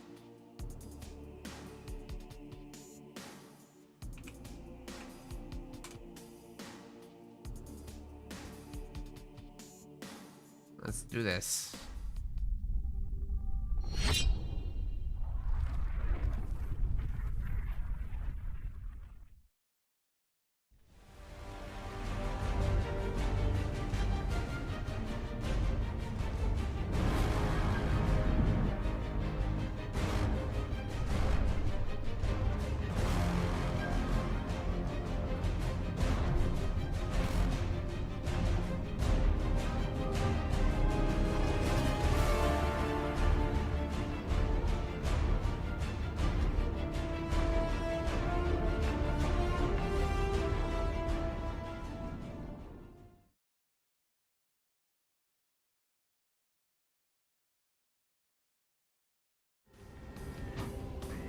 Welcome, ladies and gentlemen, to Game 2.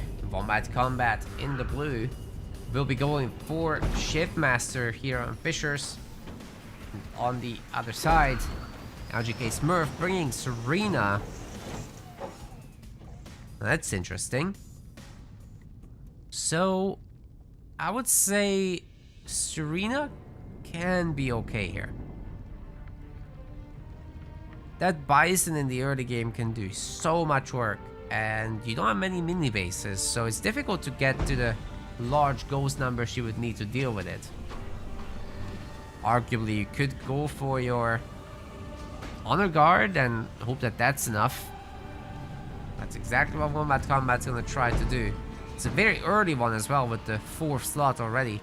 But it's Fishers, right? So you got 3 power picking grunts. You have a lot of power already, so you can just do this. It's absolutely no problem. The 5th building can be just another pad.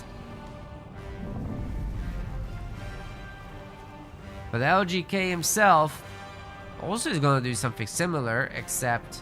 Oh, wait. He's not gonna get the hero. That's a supply pad. Swapped it out. So it's just gonna be Cryo Troopers. That's not the best tool against the Honor Guard. For whatever reason, Wombat Combat left us alone and didn't go back to it. Hopefully he does. So he could use any little bit of power he can get. LGK is a very hard opponent, so...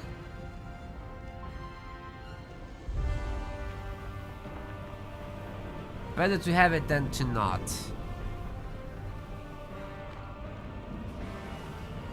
Alright, the Honor Guard's about done. His Mercenary Rage upgrade is coming soon. Measly health bar until then, but the damage is still decent. You can definitely pick a fight with those Cryo Troopers. But probably don't pick a fight with the mines. That would be for the best.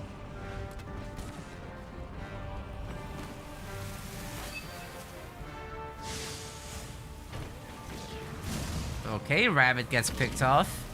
Upgrades in. Finishes pretty quickly, so that's never a problem.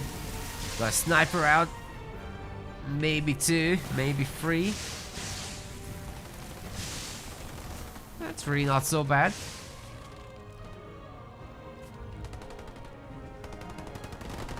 Possibly manageable.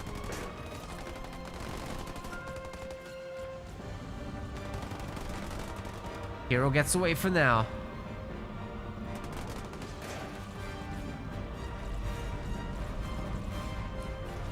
These ghosts are doing some fantastic work. I spoke too soon. They're actually gonna get wrecked. Unless the hero helps them out. Ooh, the Suicide Run's cleaning up here. Actually, Wombat Combat is playing well. We should have never run over those mines. It's gonna be very difficult to make things work with these low health ghosts. Completely rely on the shields, I'm afraid. There is some healing with Shipmaster though. I mean, whenever you do your extraction, you have an opportunity to heal up right in the middle of your main. I'm sure you'll take that. And there it is. Hero was getting weak anyway. The sniper was so far out. Okay, dude. No! Heal it up!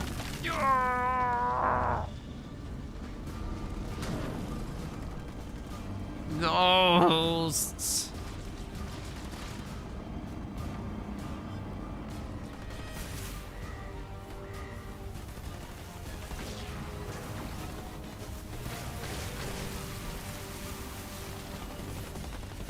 I don't think I need to elaborate. I am in pain now.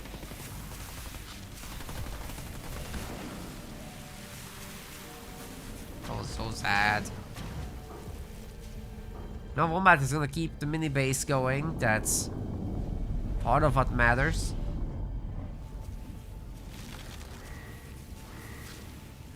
But given that he's upgrading further harvesters, he's certainly not gonna have a good economy. No tier 2 anytime soon. Should get a second extractor though. That would help. Jump-back Brutes now getting made. Perhaps looking into harassing the main of LGK's, who for whatever reason isn't getting the cryo thing. Okay, there we go.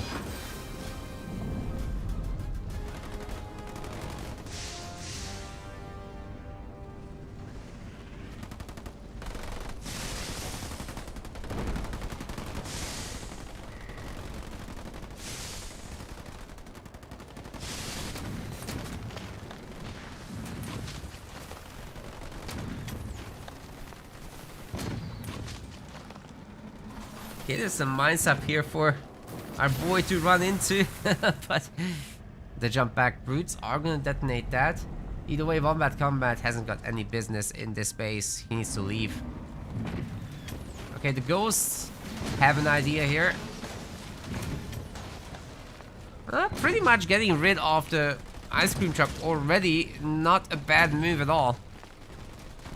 Trading in, what, 1 ghost, 2 ghosts for this? That's a fair deal. And I think LGK just resigned. It's okay. Everything worked out in the end. Kinda nuts. LGK is probably gonna want host after this. Ladies and gentlemen, we've got a series.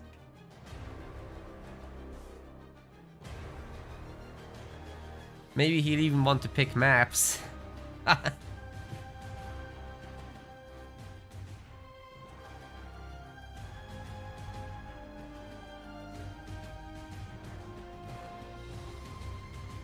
Start next map. Okay, I'll just pick one. Where haven't we been? I'll put them on Rift, okay?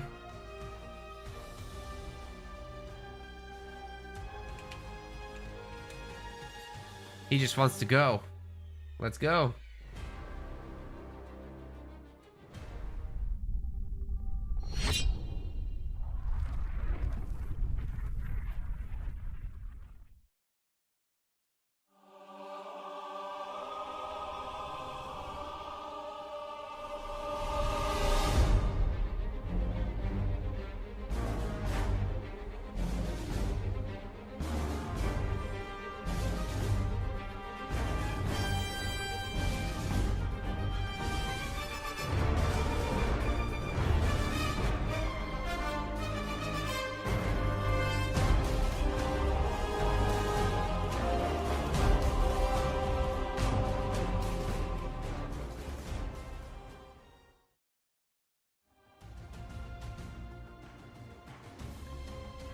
Alright, we're nearly ready to go.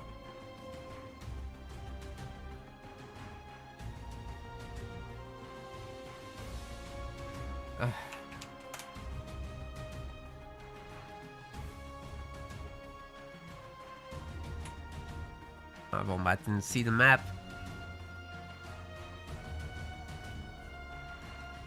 Just unfortunate that the chat is so hidden, like you have to press a button to pop it up.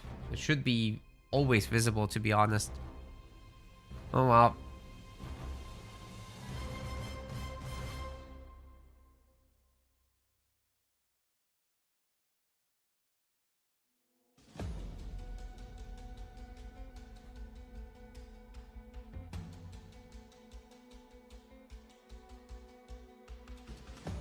We're going.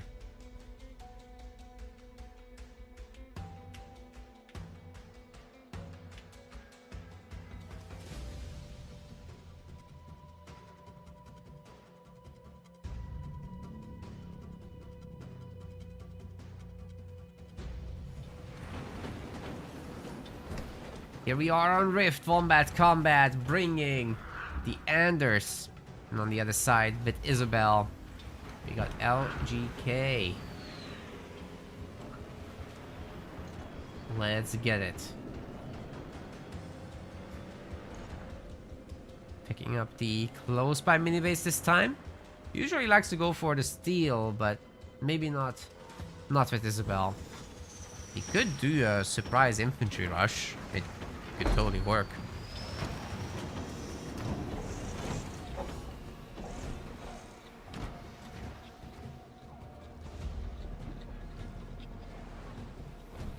So Wombat Combat, he's also playing pretty standard. Maybe a generator 5th here.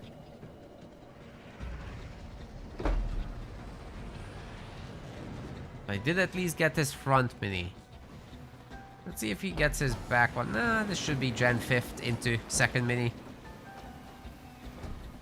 So it looks like. Not really bothering with the side power though. The Jackrabbit will be working on this first. It's risky, but it can pay off. Just end up leaving a confused Marine there. Problem is, if this Marine walks up and then takes a garrison, then your rabbit can't peacefully capture the resources. It will get there much sooner, so there is that.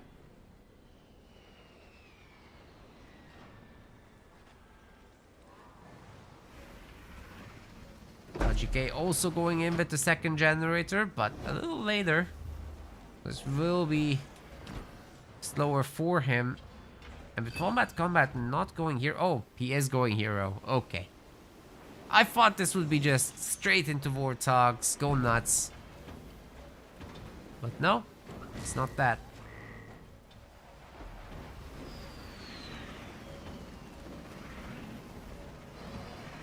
Even getting a turret here in case it's Jackrabbit business. Nice, the Marines pulling the Sentinels away, making use of the garrison there.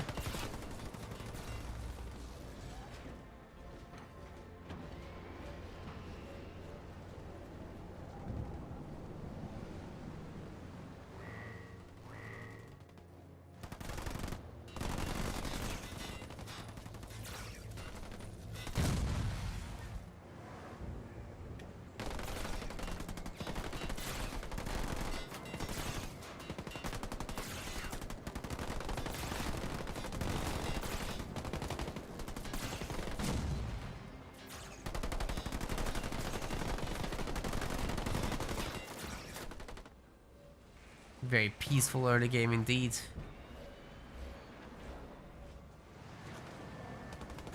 Just some power nodes here and there.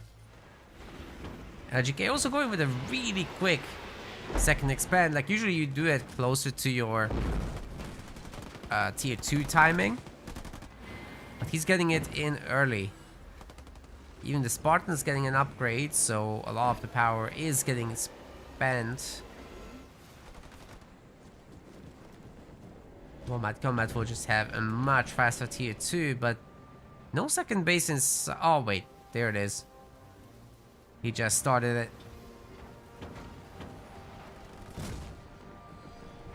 That's pretty good there in terms of timing. You can put some pressure on with the Spartan on the newly built buildings. Those supply pads aren't that strong, so...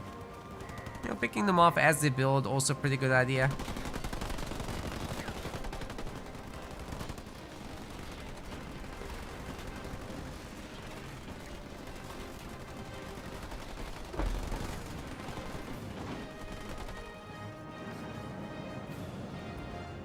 Jackrabbit crossing the map.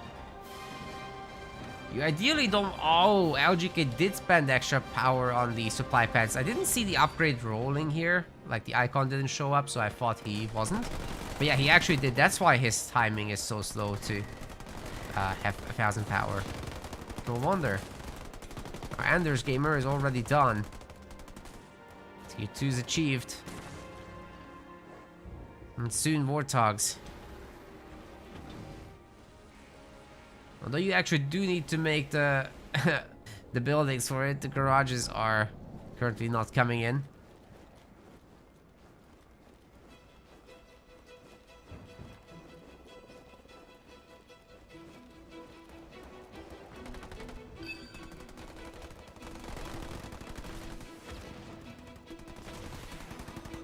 It's rocket time.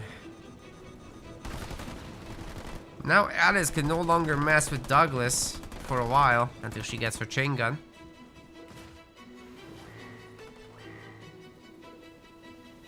After that, she's just as capable. Douglas is like an anti-air specialist, so in the vehicle war, it doesn't really matter which one you're talking about.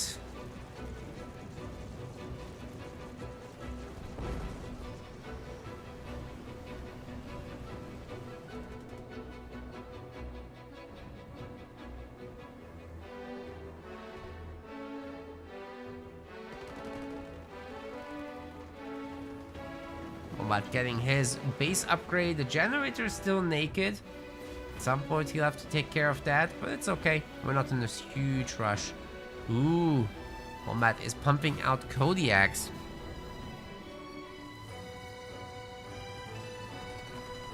Well, that's interesting.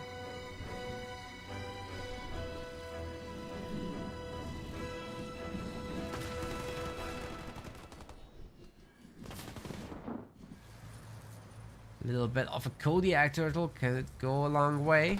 Of course, LGK could just come over and take him over with the Spartan. That would be huge.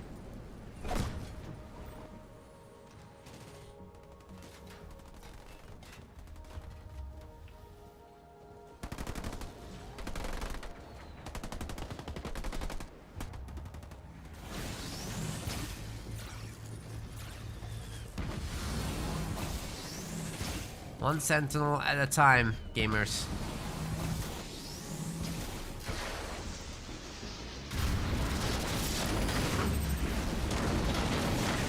Taking over the Kodiak there, using some mines to try and trap it.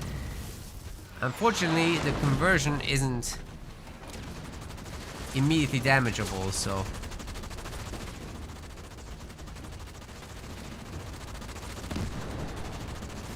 It sounds great on paper, but isn't it? Oh my god. Okay, it was great. Oh! No way that Spartan makes it. Nah. Healing isn't enough for this. There's no way.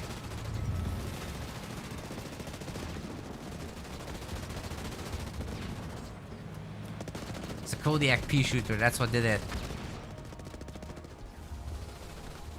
Hey, Warthog counterattack is trying to do something. Anti-vehicle turret is upgraded. If Wombat Combat can get some Nightingales as well here, that would be huge. Yeah, trying to get the air pad now.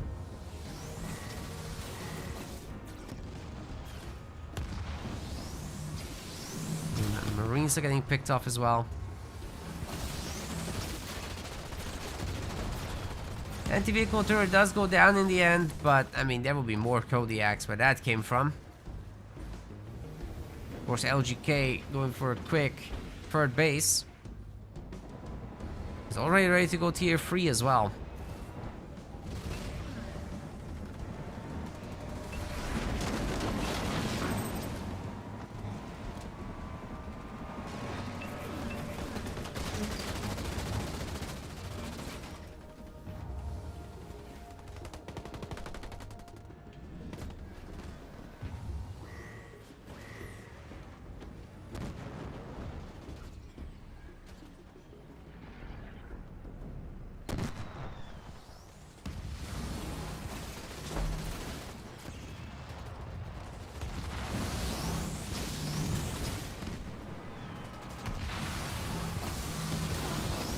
Warthog attacks looking decent, but it's just a little bit too difficult to break through that 1-star Spartan. It's not gonna happen, I don't think.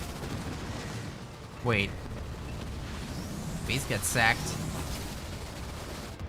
I don't understand why that Spartan had to run away. It's full of shields.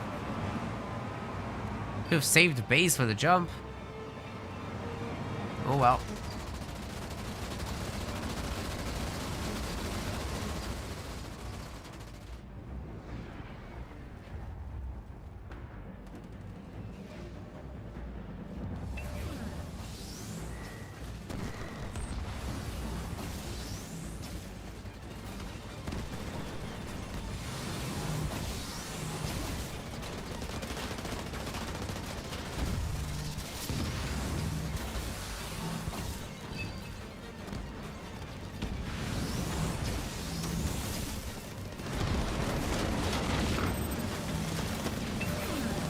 Is that Spartan really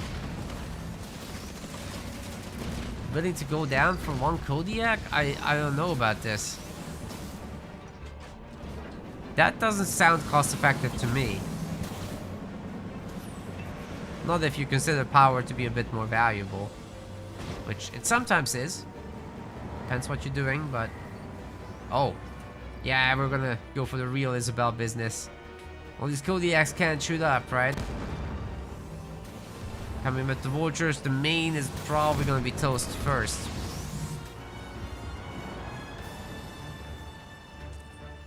Plenty of these things coming out soon. Meanwhile, the Hawks can go on an adventure, of course.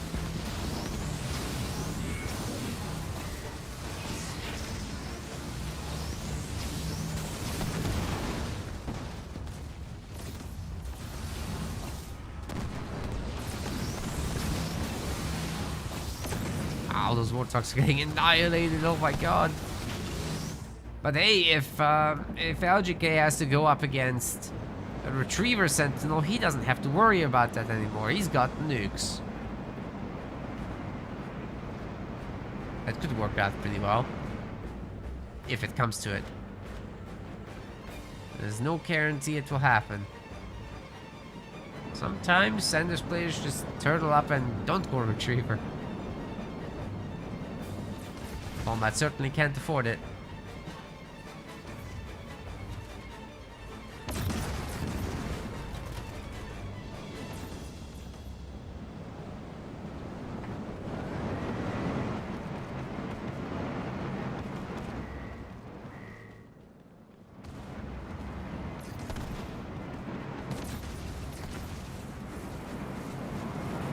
Alright, big boys with big guns. Let's see what we can do. It's unspotted so far. The Spartan is actually a massive distraction. What you should be doing is taking out the Wolverines, not the Kodiak. Who cares about the Kodiaks? They can't shoot up. Take the Wolverines out. Wait, LGK. I don't think he needs to wait for the extra pop. He can just nuke the base. Okay, now he's spotted. It's time to go. Ain't nobody got time for this. Wait. He's pulling back? No, the base is gonna upgrade, sir. Oh, that's not good.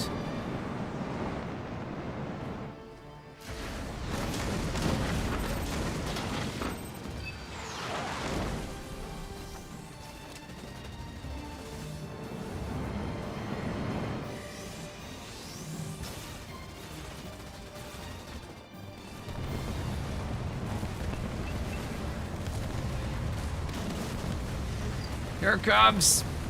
Goodbye, Wombat Combat. Some extra nukes for good measure. And stay down.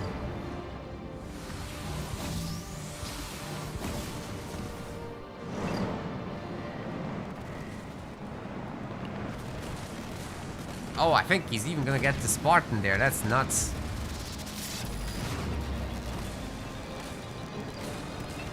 There's no way the Spartan makes it, right? Yeah, that would be crazy. No way. Well, there's all of 2 Wolverines here. They're not gonna make it very far.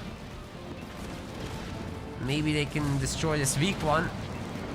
LGK, it's time. He's just reshuffling to keep the weak one alive. That makes a lot of sense, of course. I don't think Wombat Combat can defend against this. I mean, this is a nasty army right there.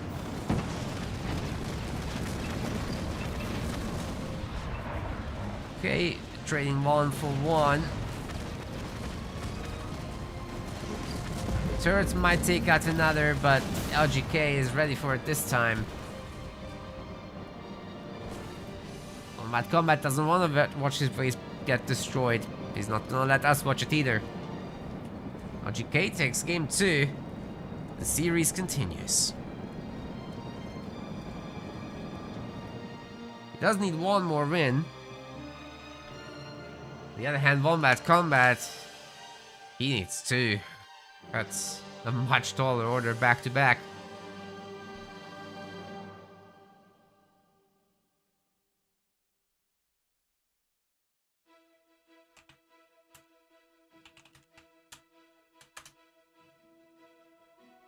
See if we can get the map info from Wombat, as he's gonna be the one to choose it. Hope you guys are having fun still. We've got the grand finals to go after this series, so don't go anywhere. It very much looks like we're gonna get a rematch between Dark Angel and Ravgul Calibb, but maybe Wombat Combat has a surprise for us in store. Never rule it out. I think the rematch is the likely event. The bets say so as well on Twitch. And sometimes crazy stuff happens. You just never know.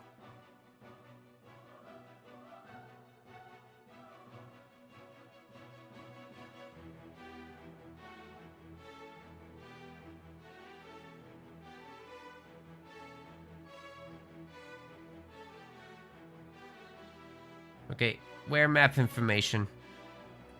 We need you, Wombat.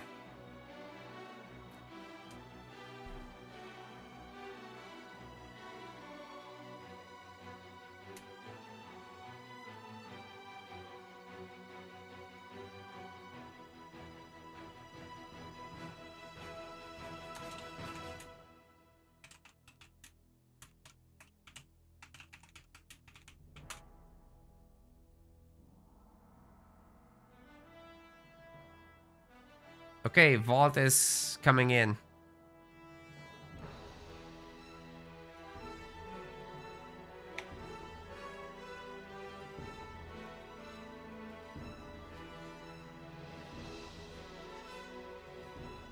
Off we go then. Oh yeah, you could make bets earlier, but it was only for like 15 minutes. Yeah, sorry you missed it.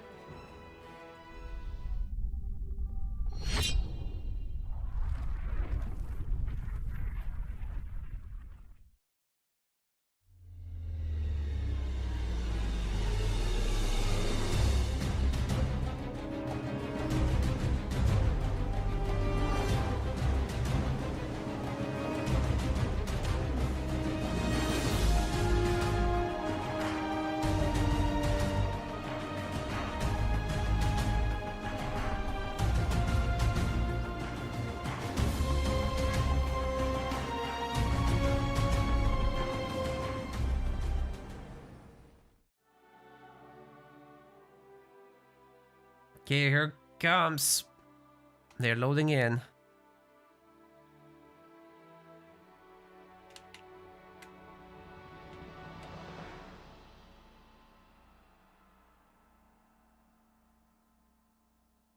Just giving these guys their leaders and we're off to the races.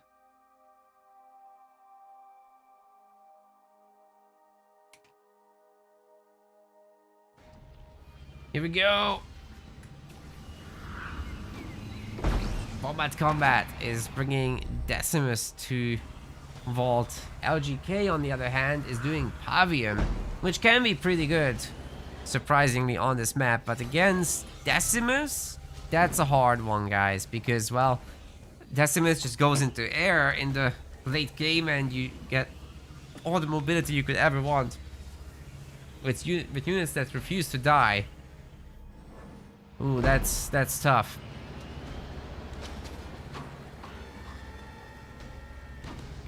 That is very tough. So LGK has to do some kind of timing attack with the Lich and try to take out that main base. Or contain Wombat Combat very heavily. You can win in the early game too, of course.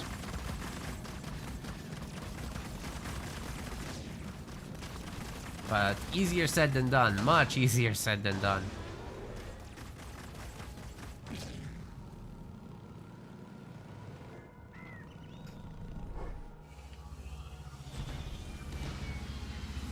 Second power extractor, but it's in the back slot, so it can't be...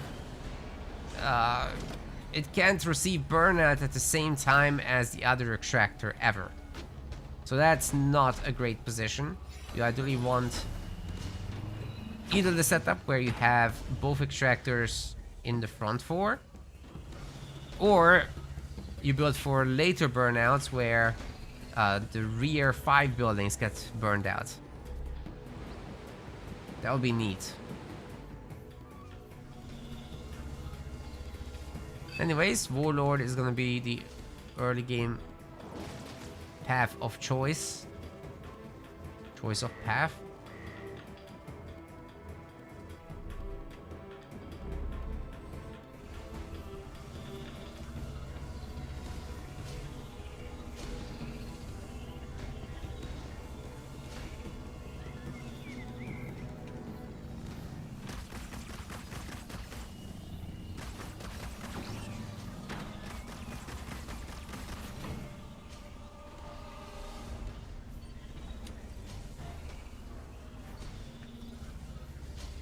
no upgrade just yet. Tons of grunts are coming out. Interestingly, there was no mini base pickup for Wombat Combat, like he really did go for the fast hero here. And on the other hand, LGK is considering a base, but it's been spotted and he's just gonna cancel that. Not worth it, he thinks. More chopper business is getting added to this. And like you see, that back extractor is not receiving burnout right now. So instead it's just a normal harvester. That's never great.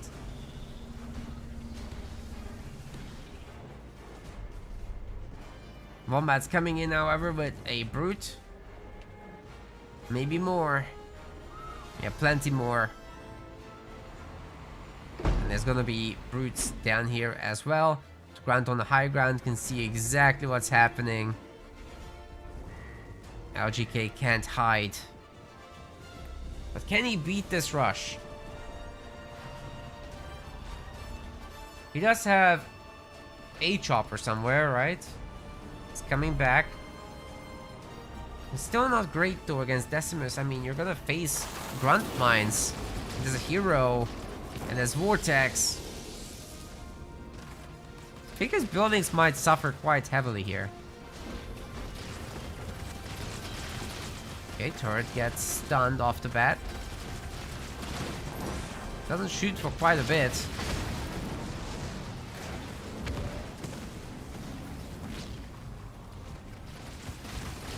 One of the hammer boys is already down, and another one is being worked on.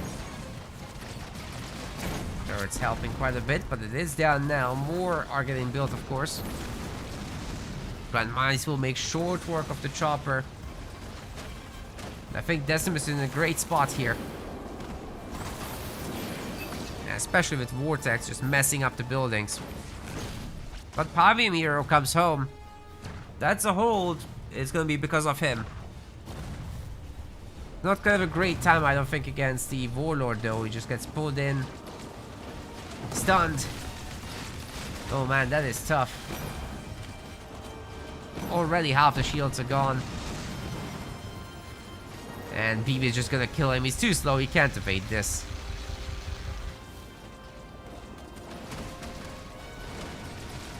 Extractor's getting destroyed.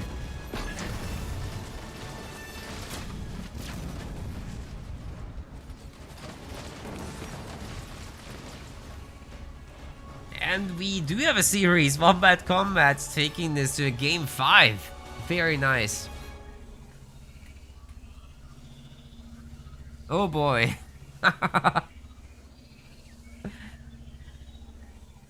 Dude, that Pavium hero got freaking cleaned up.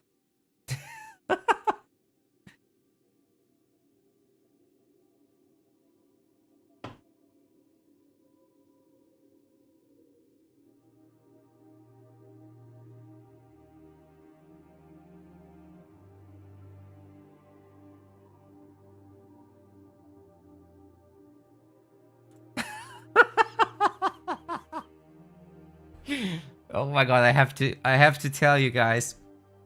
LGK was like, after I eliminate Wombat, can we do finals tomorrow? Then Wombat says after the game, after he eliminates Love Guru Calibb, can we do the finals tonight? Oh my god.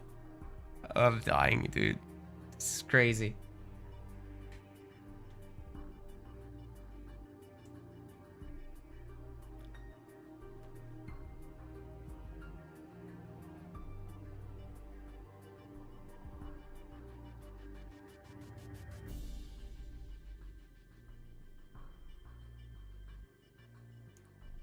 All right, what map are we doing?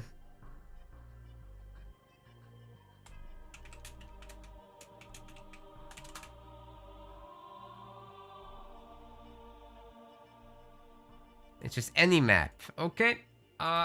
What haven't we been to? Hold up. Give him a Mirage? I think we haven't been to Mirage, right? Between these two. Did we? Wait. Colony and Yap Yap was Frontier. Shipmaster and Serena. What was that?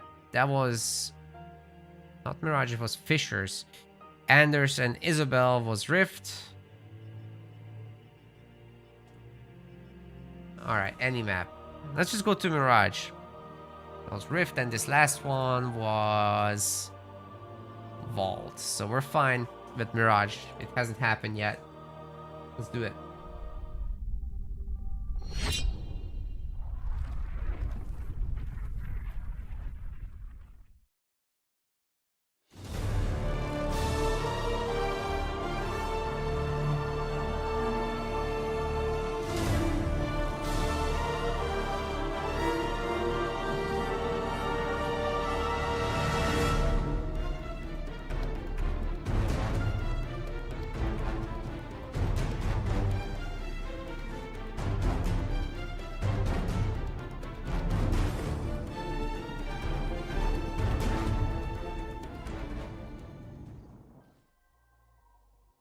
I think the guys are thinking about their leaders. We will go shortly.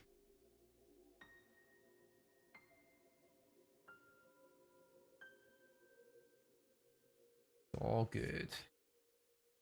And then, after this game, we're off into the grand finals. That's gonna be hot.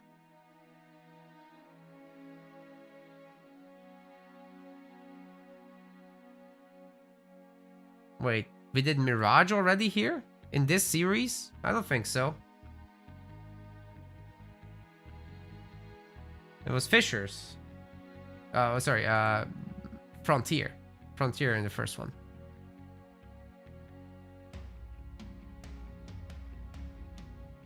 Definitely Frontier. I remember, it was the one where I missed the devastating host, and that was Frontier. You just remember the embarrassing moments, okay? That's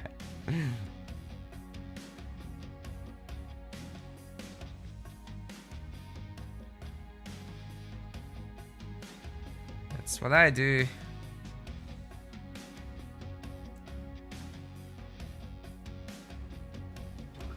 Well, it has all come to this. We're in a game 5 between these two. Wombat Combat is bringing in the Jerome. Generator first too, so you know there's gonna be a fast hero out of this. LGK on the other side will be bringing Forge. It's a pretty close matchup, and you really don't want to go into Grizzlies, because if you do, the Spartans start stealing them. It's very nasty business.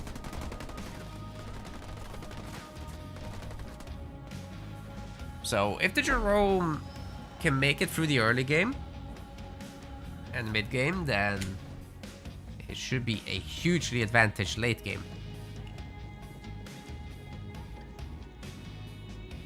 The other guy just doesn't get a great ultimate there. You get two. I'd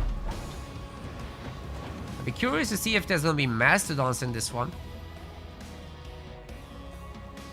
Not a must, but it sure helps. On a map like this, you can very easily lock down the middle and then have easy access to both middle area bases, the forward ones.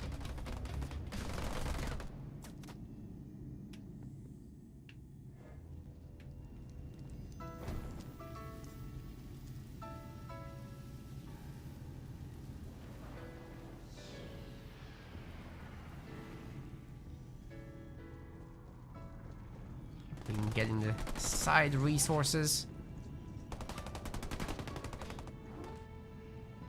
Wombat does have control over at least the minis on his side. But where's the Spartan? Oh, are you kidding me? This is a fast tech with... Oh my god, it's a fast tech 2 with one generator at the start. I haven't seen this in ages. Fascinating. Well, let's see if LGK is ready for it. I would say no. You're gonna have a Forger's Warthog and some Hellbringers. Is gonna go up against a ridiculous number of Warthogs. So that's gonna be hard. Very hard to deal with. 2 minutes 45 already clicked in. The only thing that Jerome didn't do is actually work on his power node. That could have helped. Yeah, this Marine has no business here. I don't like that it's out and about. It should definitely capture this power node. It's so easy on this map. Just do it. You can just do it pretty much every time. Oh man. The garages are coming. The mini bases aren't participating just yet.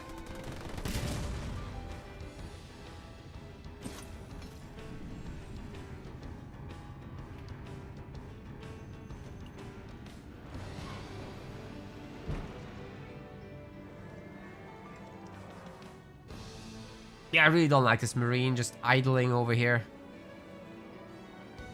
Could be so much more useful to get this, and then you can send a spotter, but you know, at 4 minutes you don't worry about, oh, what if the guy is gonna take a base secretly somewhere. That's... No, you need that. Oh, and now we're gonna have a generator? Oh no. No, this is... We're doing neither strategy now. Oh my god.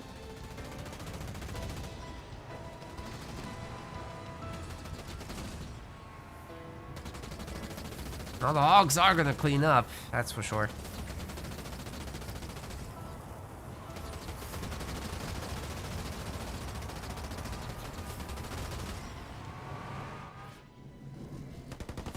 LGK is gonna take the power node then. Okay. He's got 3. Should get the 4th one at this point. Might as well. It's right there.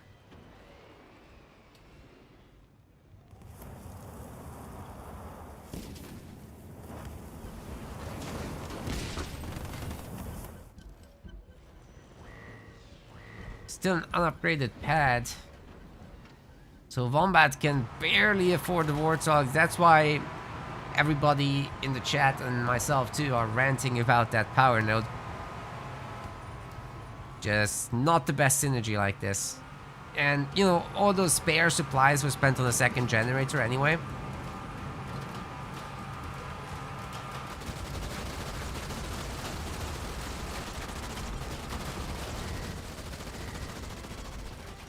Maybe he can destroy a generator or even 2. Like the mines getting placed. But there goes the anti-vehicle turret, and that's probably the end of this aggression. Sure, the generator will go down, but then the Warthogs do have to leave.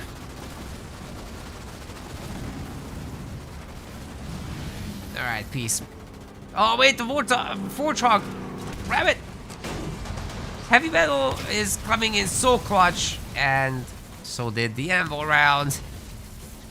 -3 Warthogs right there. Brutal. Well, when LGK is tier 2, this is gonna feel very different. Because he's also gonna have a 2nd base behind it.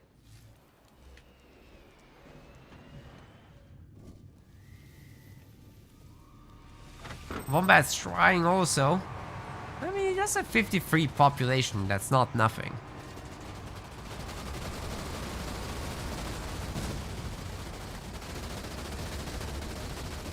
Okay, maybe he can still take over some of these mini bases. But if he eats a scatter shot...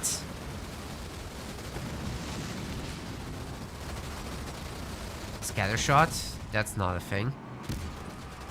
Scatter bomb ammo round.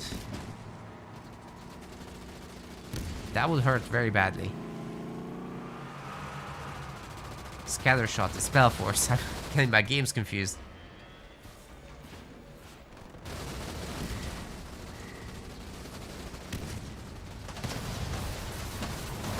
Oh, that's some sick rams. No scatter bomb. Mini base will definitely get destroyed. And then he can come back for that one.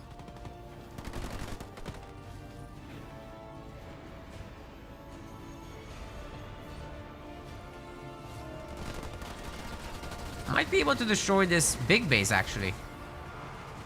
Yeah, there's nothing here. So unless LGK can bomb this, but he even doesn't have the money for bombs. Yeah, he's gonna lose all the buildings here. No recycle. Dude, Wombat Combat actually in a decent position overall now. It's just those 4 power nodes are sticking out like a sore thumb. Yikes. 4 of them. That's significant.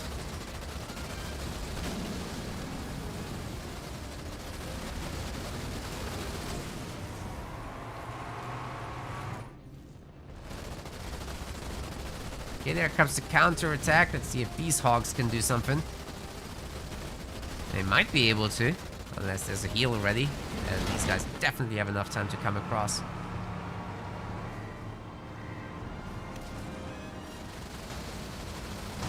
Okay, might get the Warthog again there. No heavy metal, it goes down. Can Wombat Combat save the base now? That's the big doubly important thing. If he loses that, he's back to square one. So those power nodes, it's so much work throughout the game. Oh, he loses the base. Maybe he can catch at least the Warthogs. Oh man, he's running away. He's ahead. Wombat Combat, you are ahead, sir. You need to take the fight.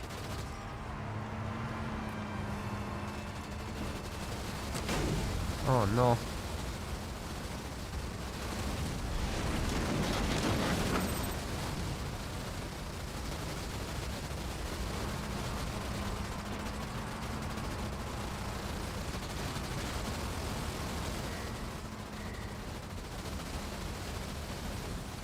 Here comes the trash dump. Holy crap! LGK is gonna eat it.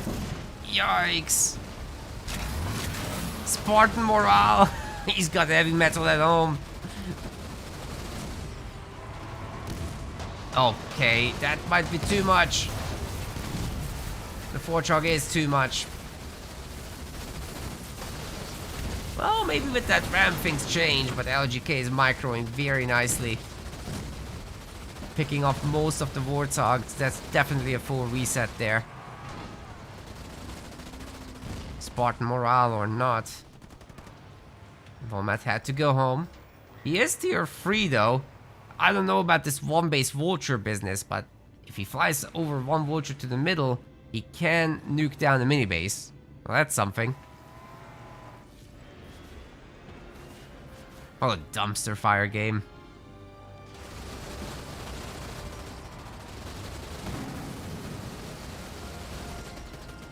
Well, LGK has a little momentum. He can take out some of the minis. He's 66 population versus 35. So that does matter. He's spending his resources very, very nicely. Maybe what Wombat Combat is waiting for is Omega Team. If he can pull that off, it's going to be extremely difficult to get rid of those guys. Vulture isn't my favorite thing here. I would like him to stop, actually. Yeah, just don't do any more. Get the Spartans from Omega Team. That's definitely the best idea out of what he can do. Warthog will just run this down.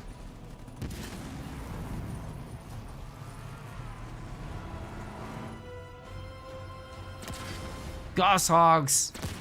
We got Goss Hogs. And momentarily the Warthog will get its last upgrade as well.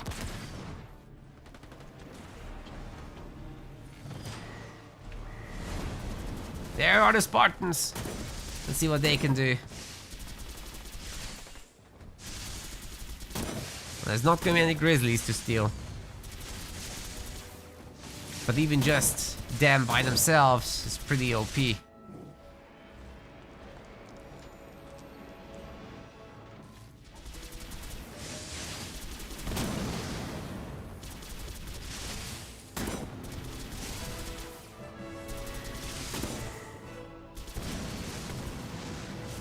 This works, I guess. But he's gonna lose the minis now.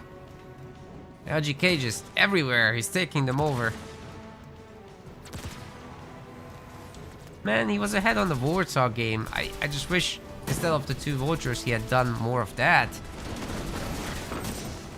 Could have made a whole army for that money.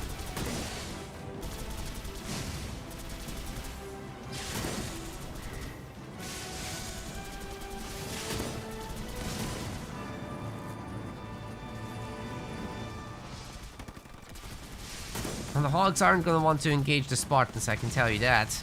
But if there's that many, maybe it's worth thinking about.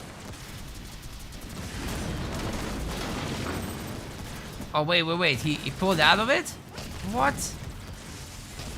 Okay, the Spartan mines, or the victory mines are doing some decent damage, but it's not enough to take out that many Warthogs. So a stun and a trash top on these guys. But I think the Warthogs are gonna take out the Spartans in the end, so LGK is in a really good spot here.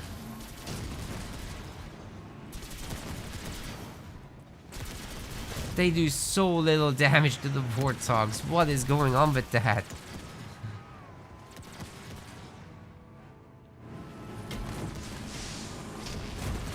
Well, there's only so far he can go. And Wombat Combat is gonna throw in the towel. LGK is going to the grand finals. Crazy. My game crashed, I think. GG. That was weird. That was a really weird game. I hope you guys had some fun with that. So a 3-2. And now we're really getting going with the main part of this. So let's get our boy Dark Angel in here.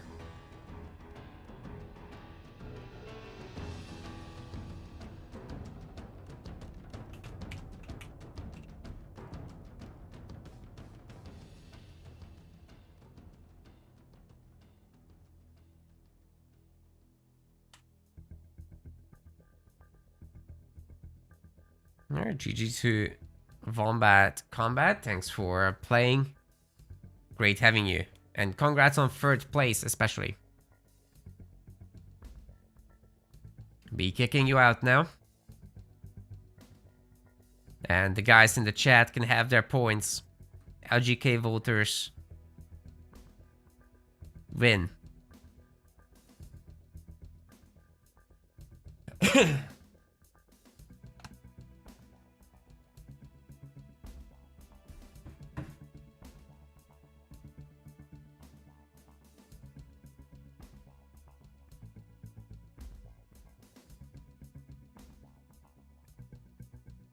Dark must avenge Wombat Combat, that's right.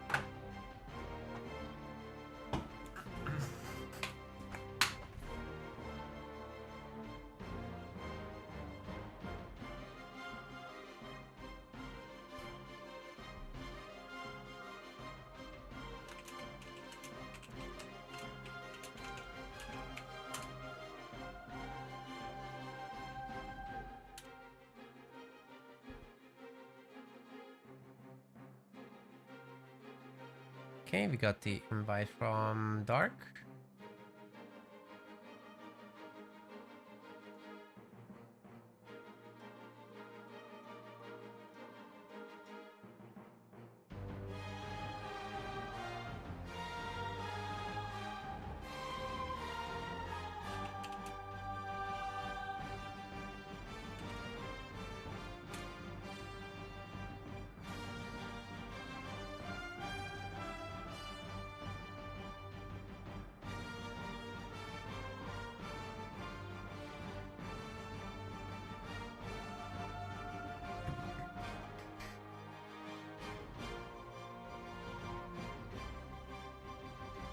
Okay, we're in the lobby. What we really need is the draft to start. I'm just arguing with the players. We're basically what we're doing is we're not doing any reschedulings when, you know, people have sleep deprivation and whatever. Like, okay, I recognize it's hard to play when the time zone sucks for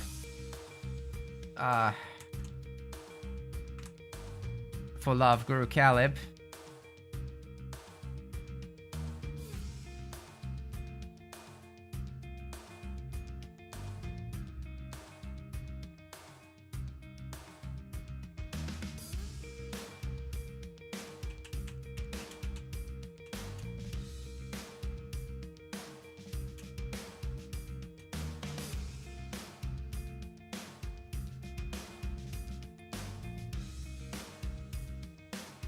When we do delays or reschedulings, it's when there's real emergencies, like, I don't know,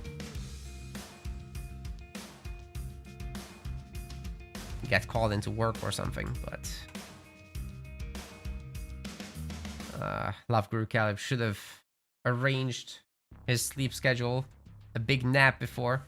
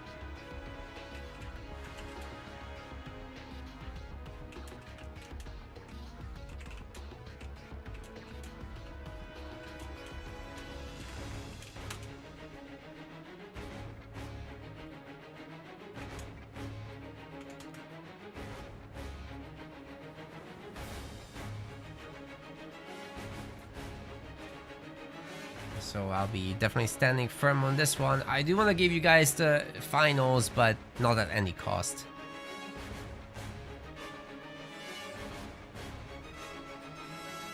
I do have stuff scheduled myself for my personal stream tomorrow.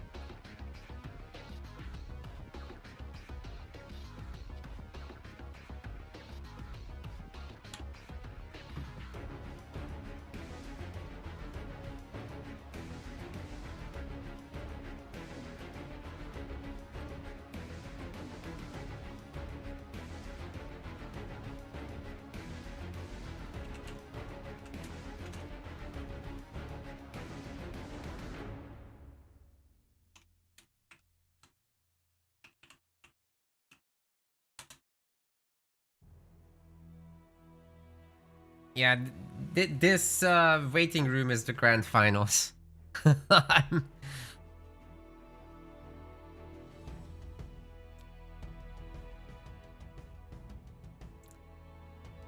We're trying to get it going, you guys.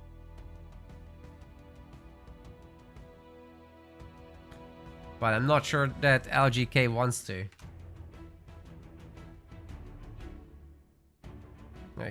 I know it's tough playing from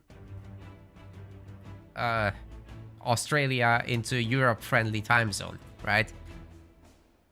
I know it's tough, but if you do it, it's your responsibility to sleep properly, not stay up 20 hours before you enter a potentially 10-hour long event and then cry about it when we're not happy to reschedule. So here's the thing, guys. If we reschedule, we'll do it for genuine work emergencies or family emergencies or whatever. You have to go to the hospital because your sibling got hurt, whatever. Absolutely, no problem. You don't have internet because it randomly got cut off. There's a freaking tornado, whatever. Yes, absolutely.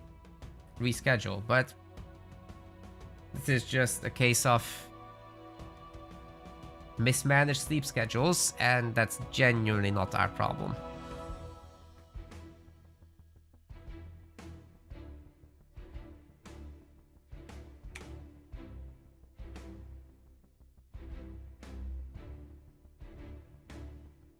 Yeah, it would really suck to see another resignation because we already had a 4th place resignation today, so.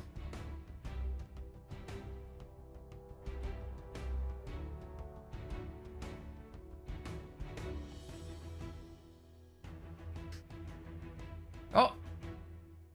Sorry, I was looking at the Discord chat. Meanwhile, this has been going on.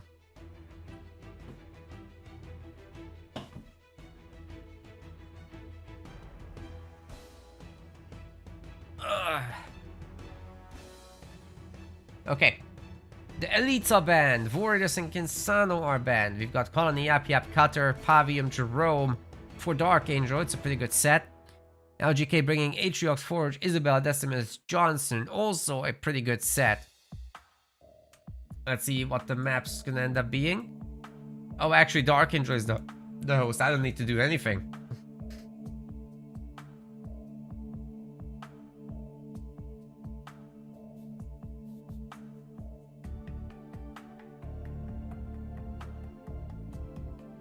I don't need to do nothing.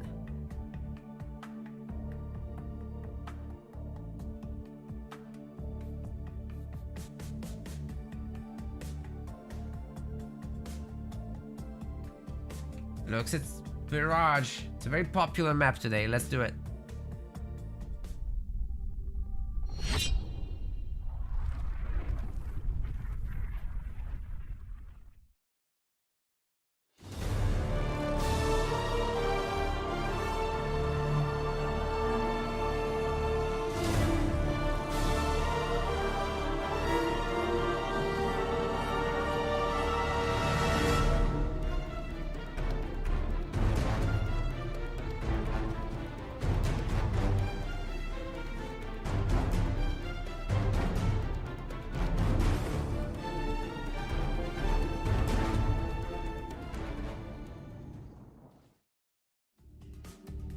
Mostly you enjoying the Kinsano ban? I think it's hilarious too. I didn't point it out, but no Kinsano Mirage business allowed. Well, now Dark Angel is gonna bring the Cutters, so you know, that can be something. But it's definitely grand finals time. Let's do this.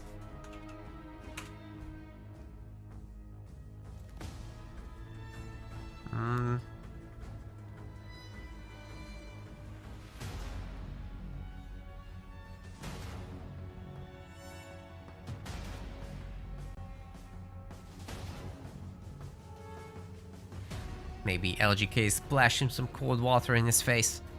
Makes sense.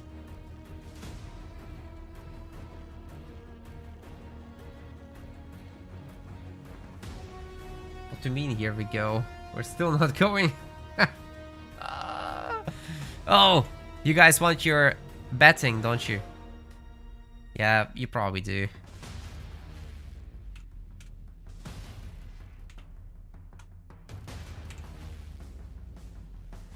Give you guys even 20 minutes for this one, how about it?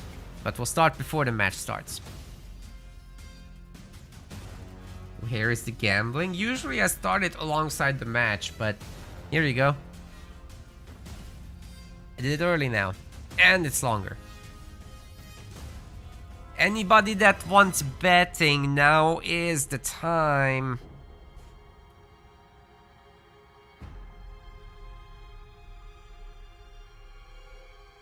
Don't miss it.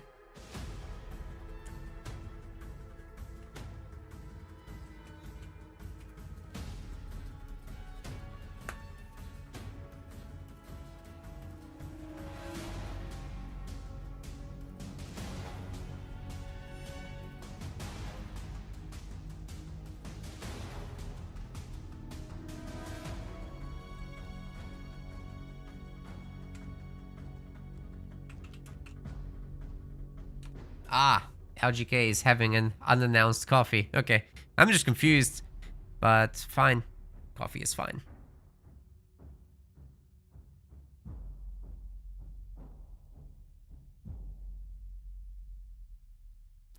Not a big fan of it myself, or of 24-hour streams or anything like that, but hey, if he needs a little bit extra time to prep for the match, that's okay.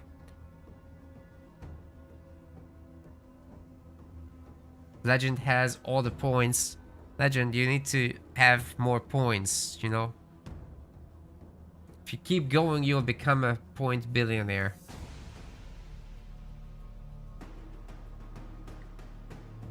After 100k, everything changes, that's what they say.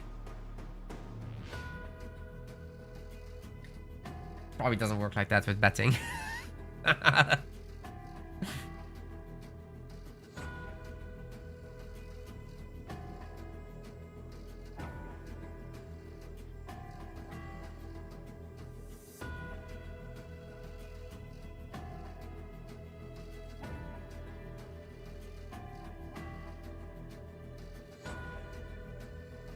Yeah, Wombat did pretty good, right? You guys are correct. Oh. Legend, that's right. You can just time out the entire chat, to be honest. Legend's timeouts will be so numerous, we'll just put on sub mode. I can't be bothered to click every person.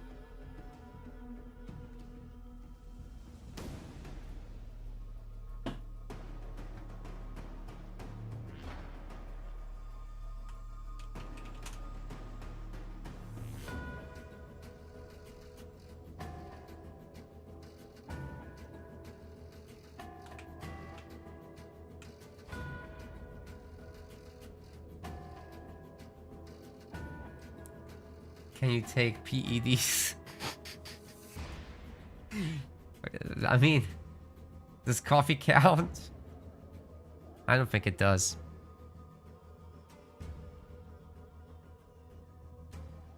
Nor do we have any way to test it. I mean, if you're gonna do it for like... What, the main prize is like $100, right?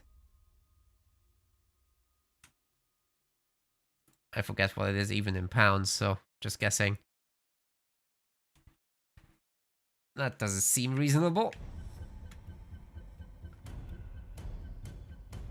But the guys have loaded in and we're off to the races.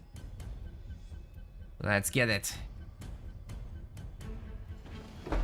Ladies and gentlemen, this is it. The grand finals of our Rising Star tournament. Dark Angel in the blue color will be bringing in Cutter. And on the other side of the map, playing in the red, this is LGK. They're actually rematching Forge here. They've already played in this tournament, and now they meet again after the loser's bracket is over. LGK running on fumes, just had a coffee, hoping to hold on to dear life. Prize pool is 175 pounds. Well, let's see how that ends up and with whom. Dark Angel actually one of the big donators to this one. Headed in 50. Man just keeps re-donating his winnings. He's performing so well in the Rising Star tournaments lately. Always second place pretty much. But this time he got LGK 3-0 in the other series, so there's a very high likelihood he can win. I think it would be his first. But it's usually like Stormy or people like that taking first spot. But Stormy's not playing today. He's lurking somewhere in the chat, I think. As far as build orders go, we're gonna have an early Forge Hog with 2 mini bases here for LGK. Dark Angel is getting a hero himself, but with 3 minis. And you know, Cutter, I kinda like Cutter in the early game here. It's relatively easy to deal with the Forge Hog when you have Grenade Marines and a Spartan. The Spartan just needs to jump, you don't need to upgrade the Hijack upgrade. You just go mines and do your best with that. Of course, Forge is entirely capable of shutting down the mines, but if he's stunned, he can't shoot.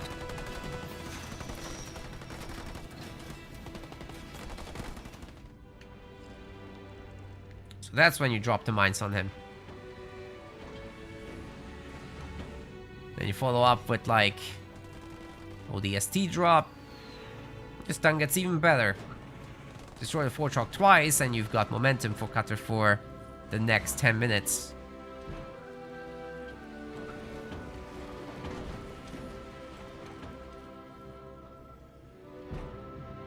Warthog plays aren't really super viable against Cutter either because you just get your 2-star Diegos, your Cyclops. Once you really get going with the numbers there, especially once your big drop is in, you have like 4 or 5 of those things, well, that's when Forge has real trouble. Spartan doing a good job here picking up stuff. I would hope that Jackrabbit isn't here for capturing purposes. That would mean Dark Angel went raid 2, but I don't think he did. He shouldn't. Oh, I don't like the Jackrabbit stuff. Not against Forge. I don't like it.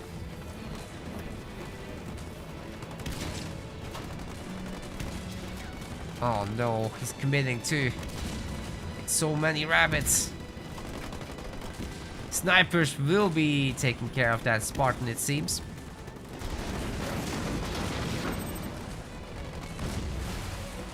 Mines don't take care of them though. Well, ammo round hits the Jackrabbits and they're annihilated. LGK just absolutely owning everything that Dark has thrown at him. It's very difficult to attack up here with all the garrisons around. Like, you just put snipers and marines all over. Even with Jackrabbits, Cutter's gonna have a rough time because, well, the Forge Hog alone beats that. Let alone with Marines. But Marines at least would have had a chance here. You get them grenades and the snipers are no longer that scary. Even in garrisons.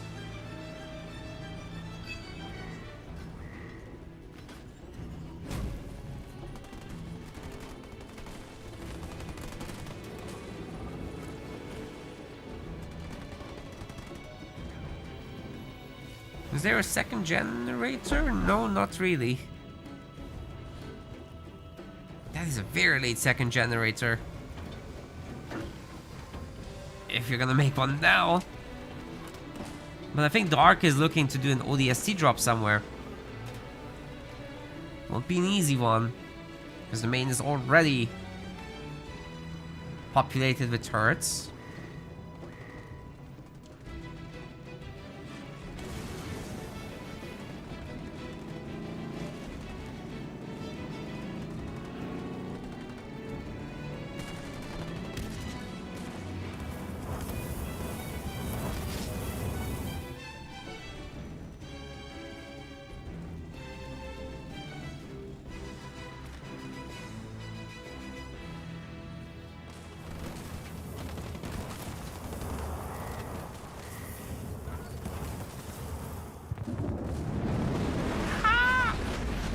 Okay, the rabbits get away from this. No big deal. No big deal.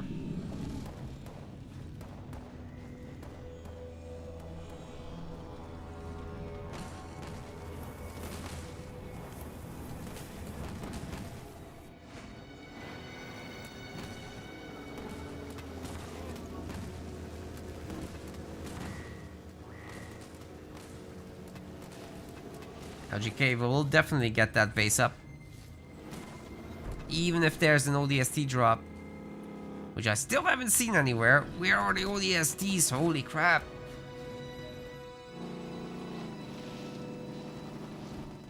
They're not anywhere.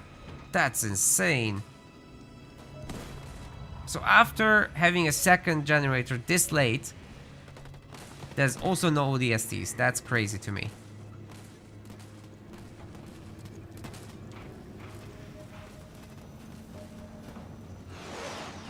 Finally. Been waiting for this all my life.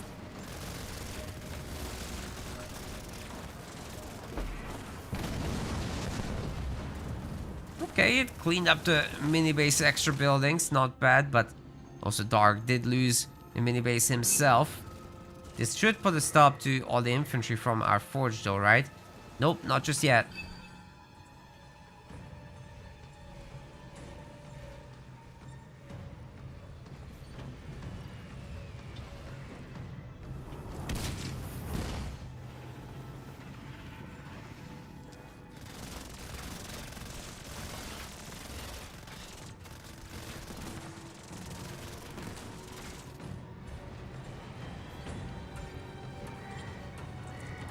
Base is now getting upgraded.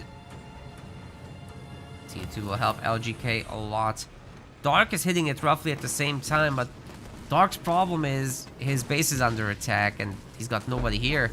And in fact, the base itself is not getting the 5-slot upgrade.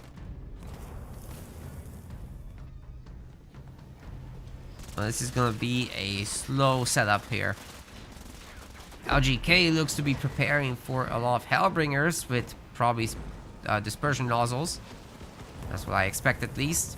Spartan can handle the individual ones coming out of the base though. That should be absolutely no problem.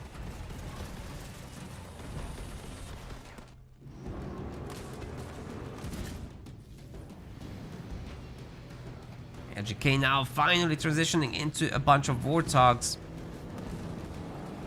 9 minutes, it's pretty late for Forge, but hey, there's a bunch of Jackrabbits running around. He's got mini base control all over. As long as he can keep the base going as well, everything's gonna be fine. Scatter bombs ready.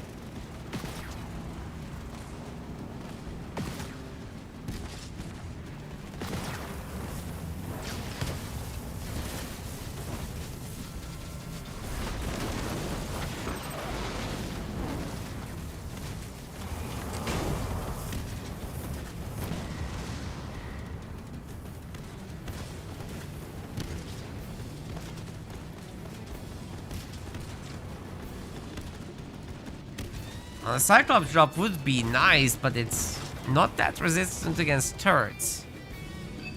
It's a good idea to stack them so that you can take out the Fortrog later. This game is really not going in the direction a cutter would want. There's no momentum here, right? So LGK has pretty much free reign, which is how a Forge would want to play. And especially the ability to get Hellbringers going with dispersion nozzles is super nice for him right now. Because what do you do about that? Like, your mass infantry army is not going to be able to handle this. ODSTs, ditto. They're not good against Hellbringers. Scatter bomb should be saving the Fortrog there. Statues were looking scary, but it's got the shields back.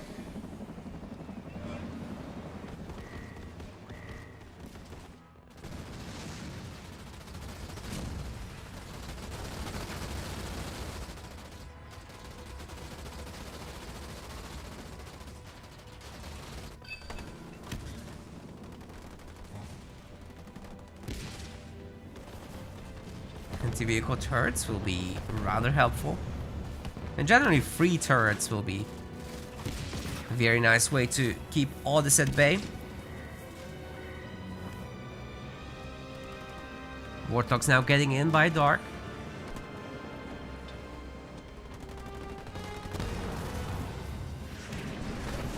Ooh, the double Kodiak drop is in.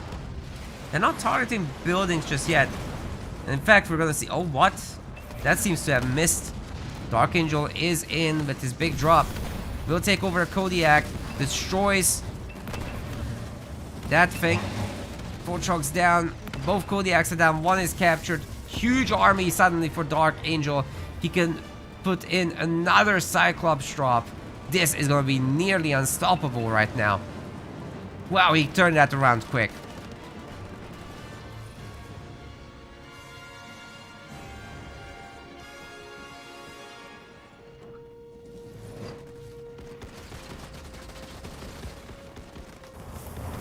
Well, maybe these guys can do something, but...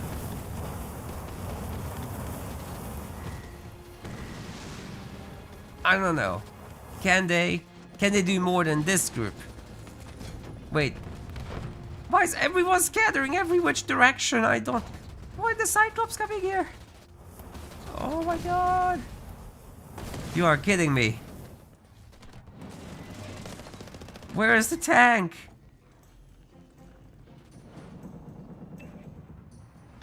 Bro, where did the tank go?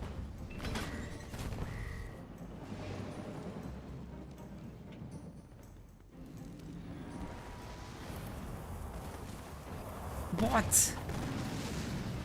Did he run over some mines or something? Oh!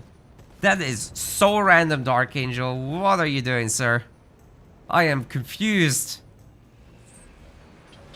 That army should have just gone from base to base to base and clean up.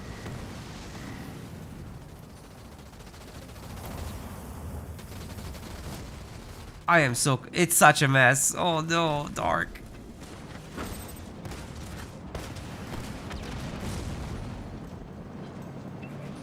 You see, when they go together, they're doing so well.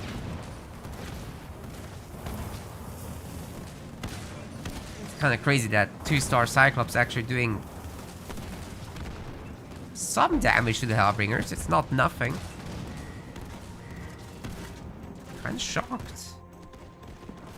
Hellbringer's trying to come in here, but there's 3 turrets. Sorry, gents. This isn't gonna work.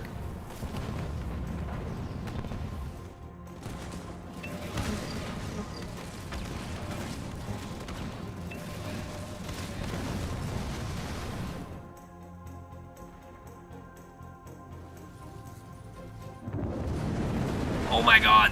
The Grizzlies are here! The bombs are in as well. The anti-vehicle turret might as well be made of paper. It's a really good move by LGK, but can this just get shut down by all this? I mean, that's a lot of Cyclops, right? Then you get a Spartan into one of the healthier ones. And you basically got cleanup. Ooh, good stun. One of them down. Can't just smoke it whenever. And that leaves you with just one. Cyclops are doing the bulk of that work. Of course, this Grizzly doing a lot as well. Heavy metal was cast to try and save it, but it's already gone.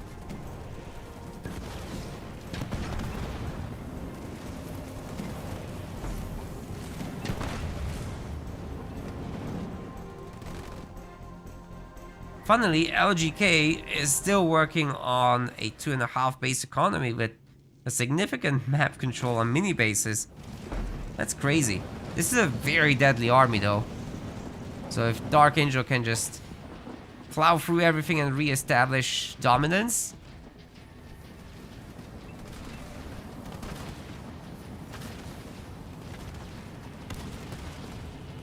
Then I think Dark Angel is in a good spot, but honestly, LGK is not really on the struggle bus. Like, this economy is sick.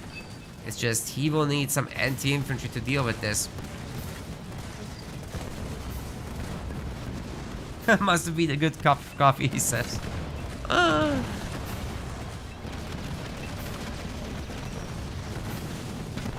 Was that a barrage? Nice. When you have a Spartan in a vehicle, you do get the vehicle ability. So that's neat.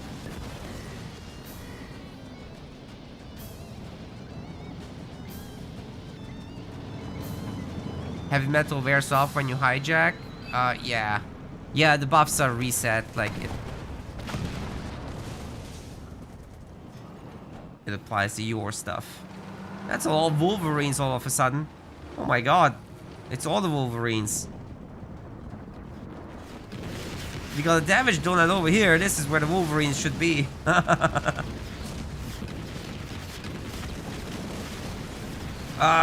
So damage donut is not even shown on the minimap. Not at all. That's nuts. How are you supposed to see that as a caster?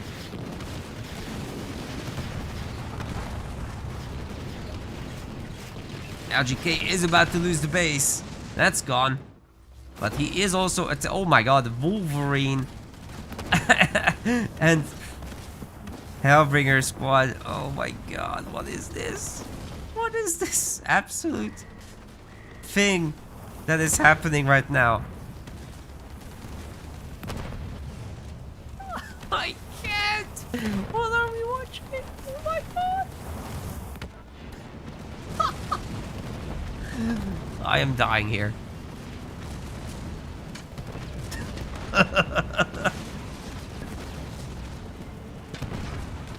You can't make this up. The Wolverine Hellbringer squad going to hit bases against tanks.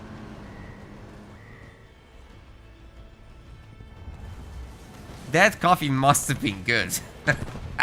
It has a different meaning than what I thought.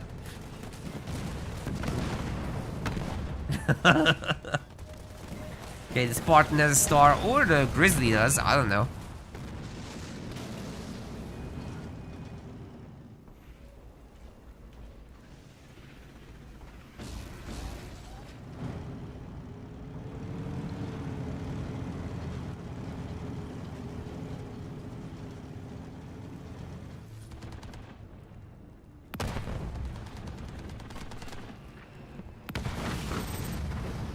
Tank beats everything. Even the mini bases.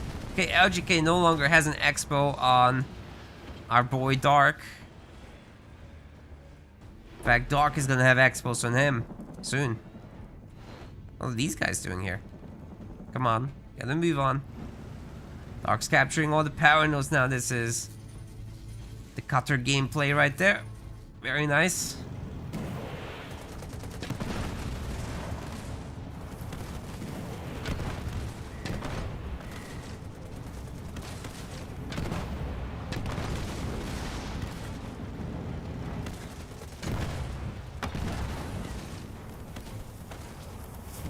Oh, that's plenty of Hellbringers to try and deal with the Cyclops and whatnot.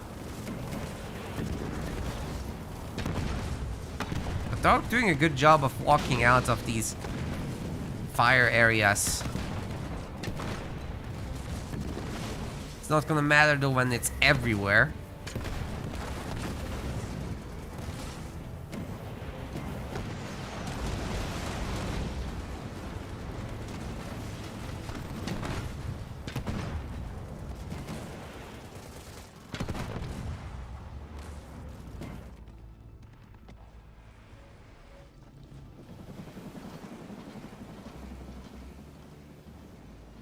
Alright, Dark will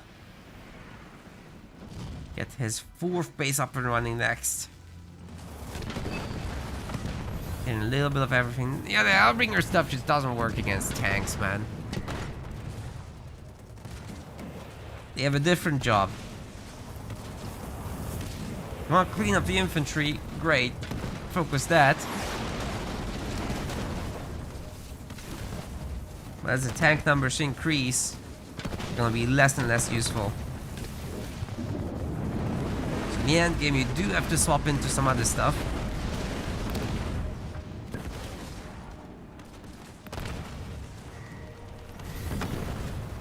Ooh. It's unfortunate this tank wasn't benefiting from that, but it did get a kill here. Even though it walked over the mine, it was worth it. And Dark Angel will be winning game 1 then. Wow. Okay, that's not how I expected this to go, but Dark Angel still pulled ahead in the end. I think just Cutter is very difficult to play into it with Forge, to be honest. Yeah, Dark did play well too.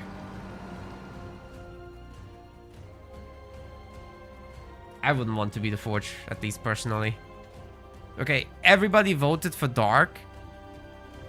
There's a little bit of voting on LGK, just 10 points, but the return ratio would be 1.8kx. Jerome the Grizzly is the best. That is a very good unit.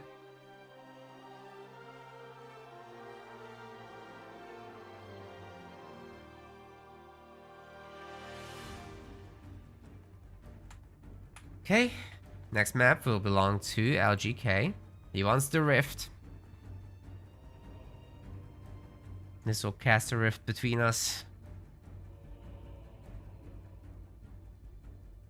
As far as leaders go, we still have these available. So we on rift, I think it should be between Pavium or maybe Colony for Dark, and LGK should probably just bring his Atriox to this. Decimus would be fine, but I think Atriox is ideal here.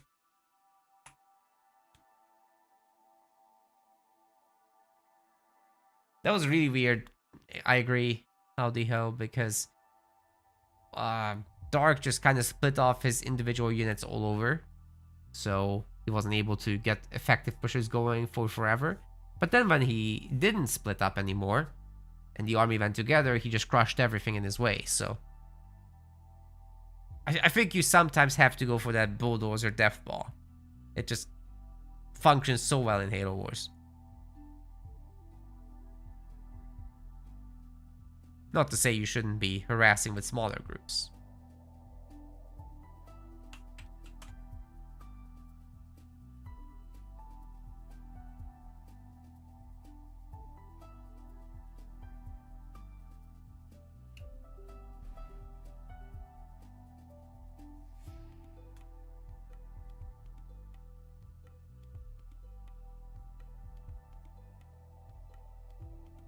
Alright, gamers, we're going to Rift. Let's do this.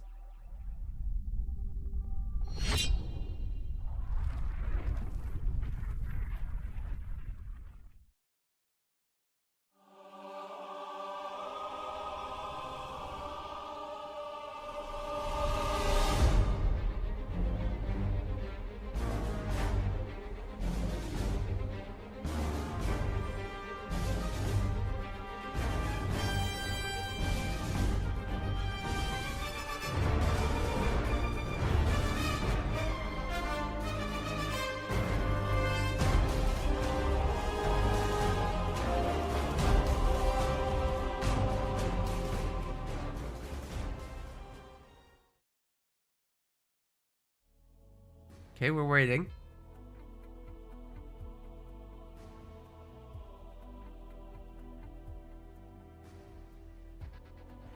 Gonna get it on soon.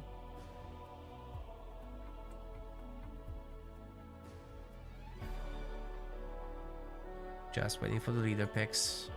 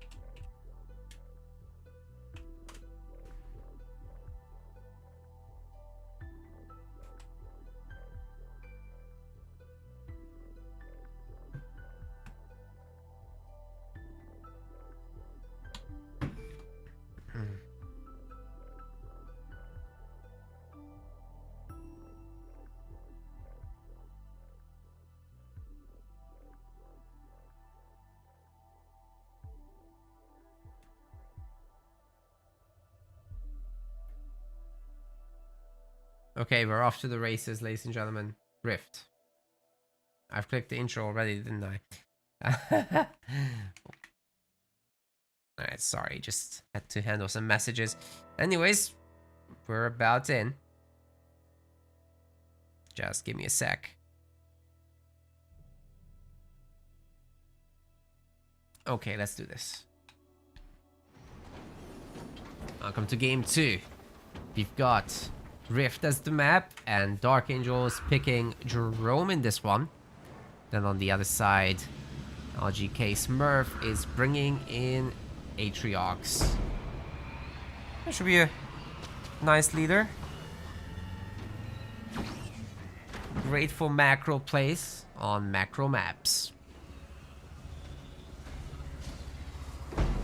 Get a ton of bases with your fortifications upgrades, and you should be stonking.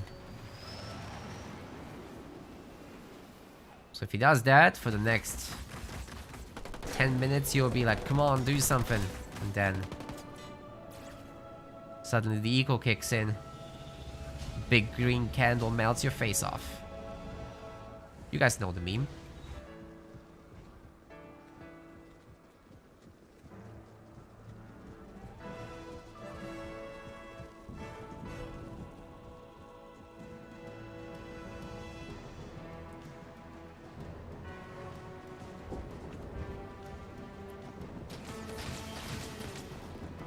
Well, not much here to have for LGK. The Jackrabbit already took it all. But he gets the middle at least. He gets some of his own side, and then this.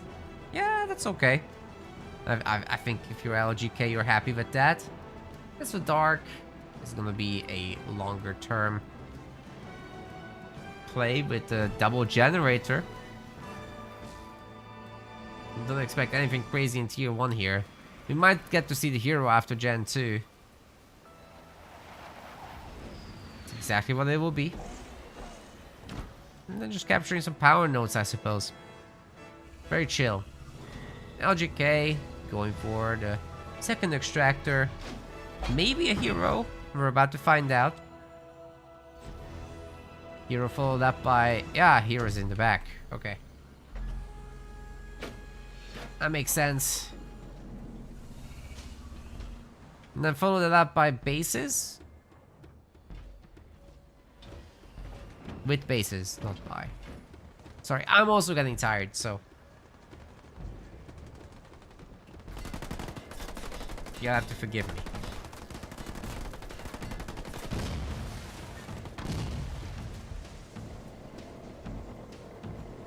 This guy's just chilling.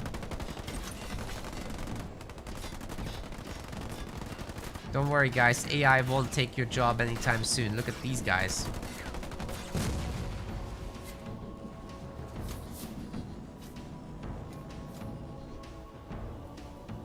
Although I wouldn't bet on it. Dark Angel is... That's dystopian as hell. Anyways. Dark Angel second base. Well, you know what? LGK says, what's better than 2? Ho ho ho. 3 bases, that's right. Add some turrets to it. That's gonna be a lot of leader power XP. Now the Marines are beautifully kiting backwards to avoid getting blasted by the Sentinel beams.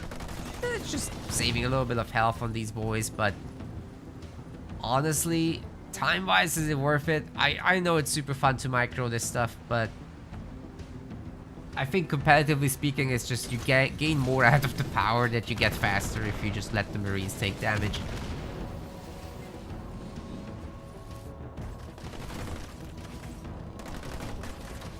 There's a lot of fun little things you can do in Halo Wars. At max range, the grunts just can't see the Marines.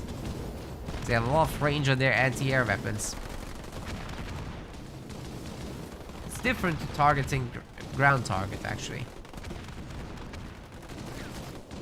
Anyways, this base is probably not gonna stay up. If the Chosen comes around, then maybe. But still, that Spartan Jerome is trouble. And there's plenty of grenades here. Also, don't forget the Spartan does boost the boys. Those grenades are hitting extra hard.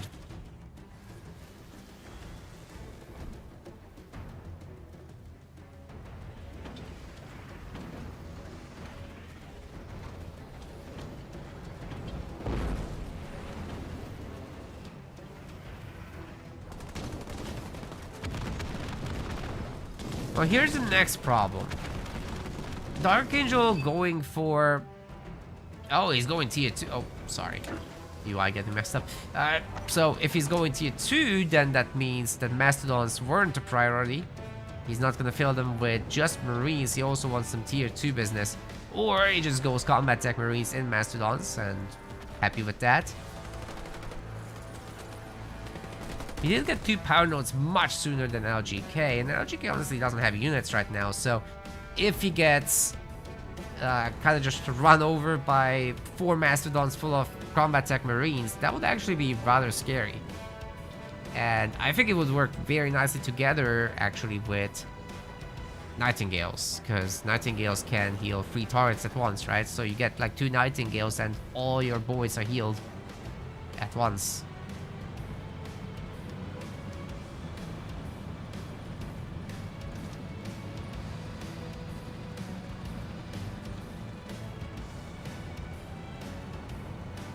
So this is hard to play against now. There's a sniper in there, by the way.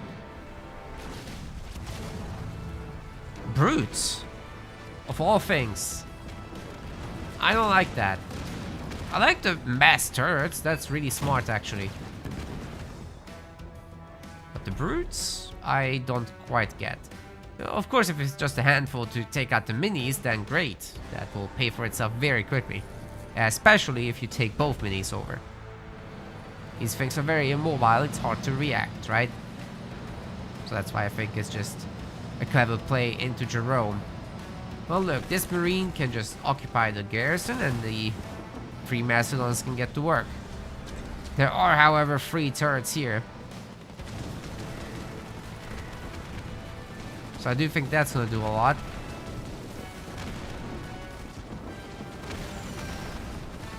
A bit of healing might be necessary later. The brutes are on the job on the other side as predicted. Anti-vehicle turret upgrades are coming in. And these boys are... they're still not Dark Skies brutes, just normal ones. Oi. Where are we going? Yeah, go with the others, that's better. Got 2 snipers in these already. That's definitely a problem for the Chosen. Can't easily handle that. Marines will discover that there's in fact a base here too.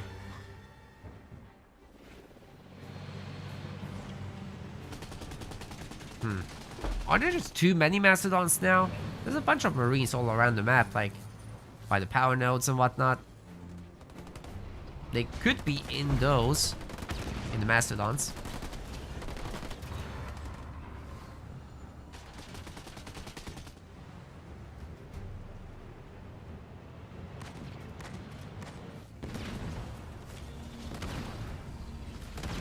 What?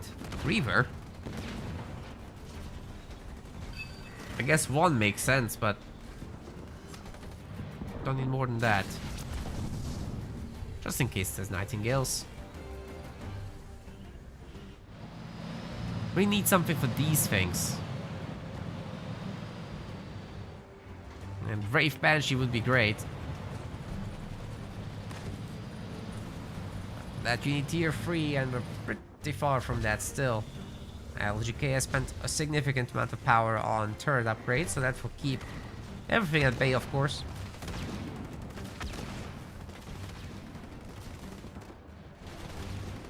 Now this base is going to be under attack.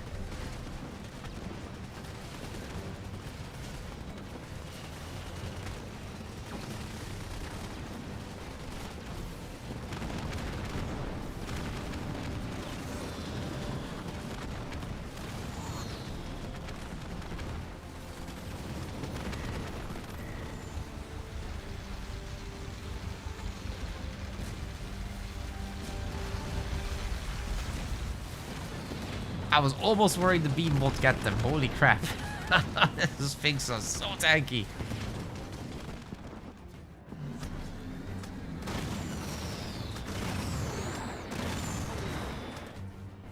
If Dark had just moved them, I'm sure one of them would have made it.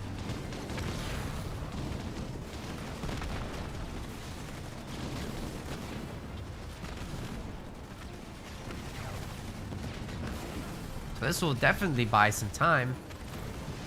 But now the Mantis has landed, even more firepower coming in. Just empty Mantis, I don't know, man. Dark Angel is just on 50 pop. Trying to get the Time for Heroes buff, but there's no units.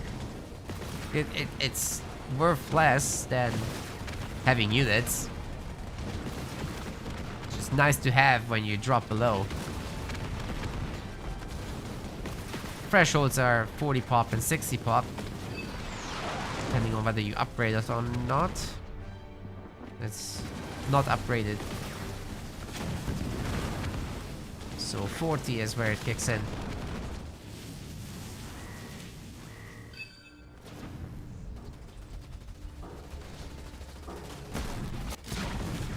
Wow, that victory turret doing work.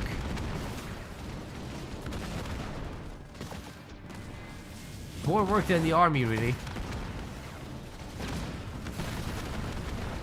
Look at how damaged that base just got. To be fair, you can't control what the guys in the Mastodon shoot, so there is that.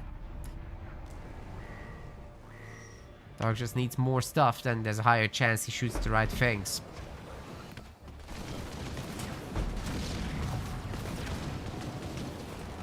Oh, the mines are causing some trouble. Okay, another full Mastodon coming. But there's a sniper in there, so limited building damage potential. Oh god. The Marines are going underground.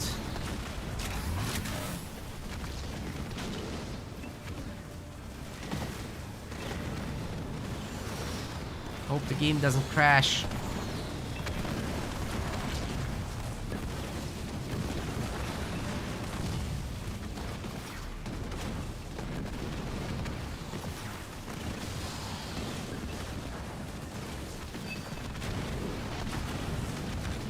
Well, the Chosen in that garrison is absolutely bonkers, so good luck dislodging that.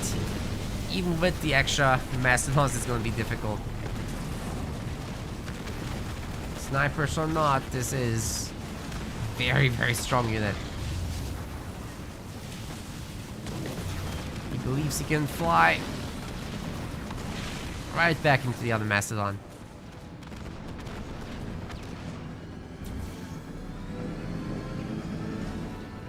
Is the way to win to wipe out the entire opposition? Yes. But people usually just resign at some point if it's impossible for them to come back. So you rarely see, well, you sometimes see people really wait for the last second, but in a tournament you could just resign.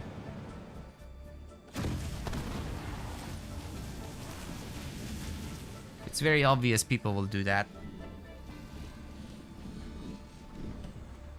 Well, both players are tier 3 for a while now. And we're gonna start seeing the tier 3 tools like the hero upgrade. Like tanks. Maybe even vultures. But Jerome can actually go hornets. You got a whole lot of buffs. And they do affect the air units. Of the ground aura. It's an everything aura. Especially with Spartan morale, they do get very strong.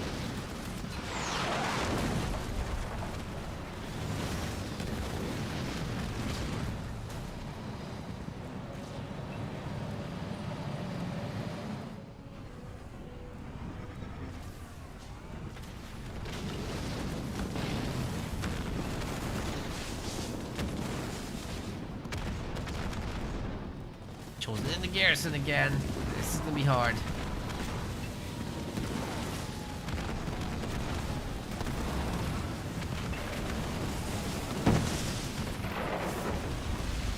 coming through, hurting the units quite a bit, but so is the trash dump. And when you're doing the beam, you can't control your units because you're controlling the beam, so... I have to cancel the beam to react, which is not ideal because you've paid for it. But the LGK has established a nearly 100 population army with a ton of Wraiths. So these Mastodons kinda are gonna need some backup. And so far, all I see is Hornets. I think Dark Angel needs to pull back and get some anti-vehicle turrets in this. Doesn't have any so far, but the Wraiths are coming anyway. They don't mind that. Dark Angel makes it easy, it's gonna be easy, that's it. Maybe if he canceled some of these units, he could throw in Omega Team, but it doesn't have the power still. Some of those Marines are 1 star. Would be good to keep them alive. But easier said than done.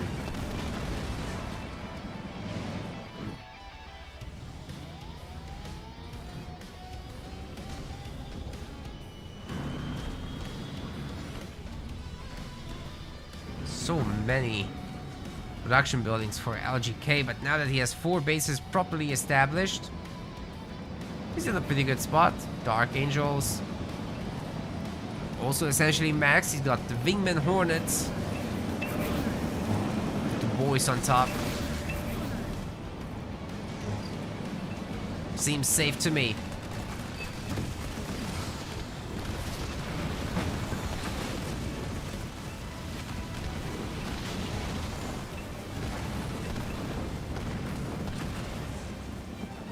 Yeah, Shock Round Cyclops inside these Mastodons, that would be sick.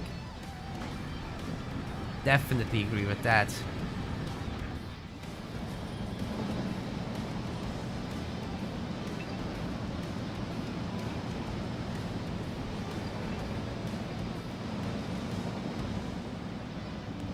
Would be great to see. You got a Kodiak somewhere. Is that a siege turret? Yeah, siege turret. Right, next up, 120 population. Not for LGK just yet. Dark Angel has the money. We could go for it. Or maybe save for Omega Team. Nah, let's get Pop. We can get to Omega Team later. Oh, he really doesn't want the business with that base. But he also doesn't want the business with the army, so... Okay, LGK is nearly ready for base population upgrade. Anytime now. There it is. Just queued it up.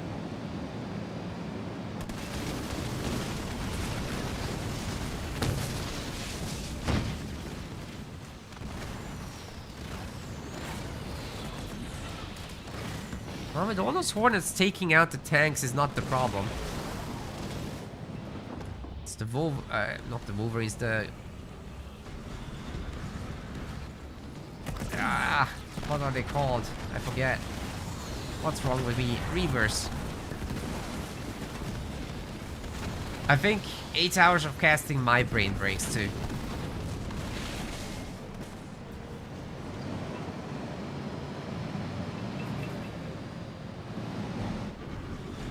Well, LGK is certainly getting very rich right about now. It's got 120 population space. You can get out some extra units now. Engineers are a very good idea to add. Beam is here. We got also Spartan Morale activated, but it didn't hit most of the units. But neither did the beam, so it's okay. Next time, he can do better.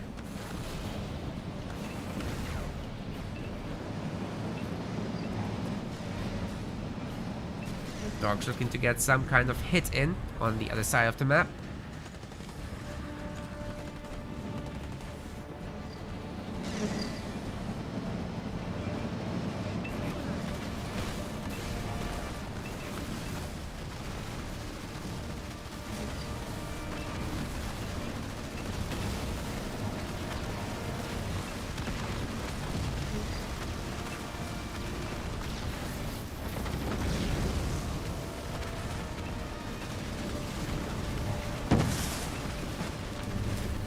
Turret's getting wrecked. But here comes the army to defend, of course. It's gonna be a difficult... Oh god, they're invulnerable. They're running out down the air. Oh god, Dark Angel's gonna lose everything, isn't he? Could drop in the Spartans, I suppose, and try to take over the race, but is it gonna work? He sure is gonna try. Double victory turrets in. Ooh, that's a great trash dump, but Vanish is just gonna teleport out of this. What that Spartan needs to do is survive and urgently. Oh my god. Gets into the Mastodon, but that's got blasted too. Woo! He's dead. I really thought he might make it out of there. Right into the Mantis, but it didn't work. That said, the entire Banished army is also clipped pretty good.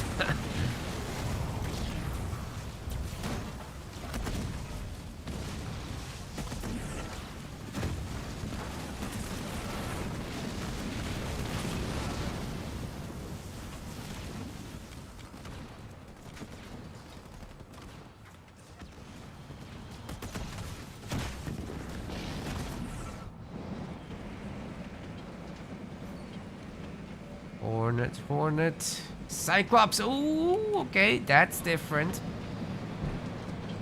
Now the Cyclops with shock rounds. We mentioned this earlier. That is gonna change this completely.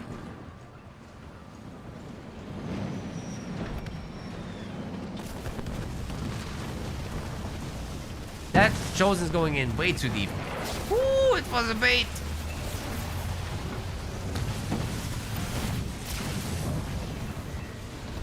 Didn't hurt too much, I guess. LGK does have a big population advantage, though. Wow, look how much DPS this thing is soaking up after it dies. Dying Breath is just insane. You really have to micro when you see that little effect popping up. You gotta find a new target. So far, so good by Dark Angel. He's doing well. The anti-vehicle turrets are working very hard too.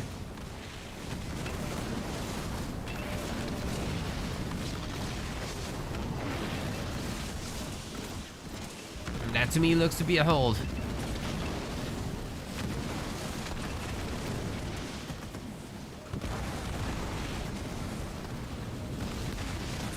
Okay, where's Omega Team? Can't afford it. Not even close. Does have his hero though. At least that. It's a beam level 2 coming through. Wow, he's gonna do absolutely nothing. Oh my god. It's an expensive weapon to do nothing with. And all this extra vehicle is just trying to pass through. Or not gonna pass through.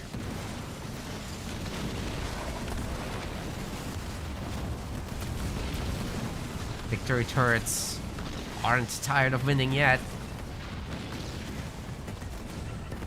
We'll do this all day. Good job as well shooting down the smoke there. Means the hero can't shoot. Has to be saved for the teleport. And we're back to where we came from. Except Dark Angel doesn't have any population, basically.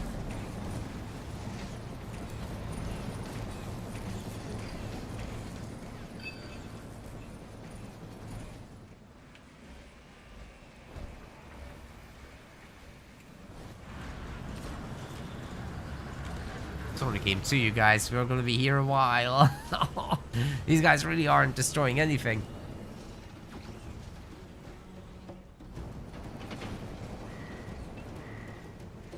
Hey, what if we just went into vultures, you know? Like, they'll be also affected by the Spartan aura, and the nukes are gonna be insane. So, why not go for that? It's a much bigger nominal damage increase, as it's percentile, and the nuke damage number is crazy.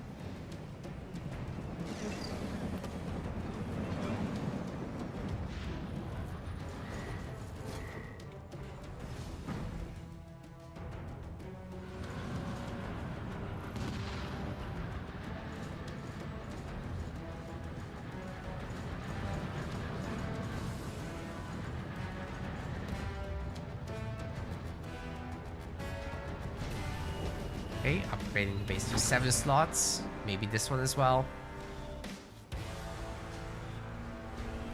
Can't believe LGK is going for the turtle match when he's sleepy. We got 4, 5, 6 extractors. That's it, 6 extractors. He's still spending the power, so it's clearly not enough power. Some man can never be satisfied.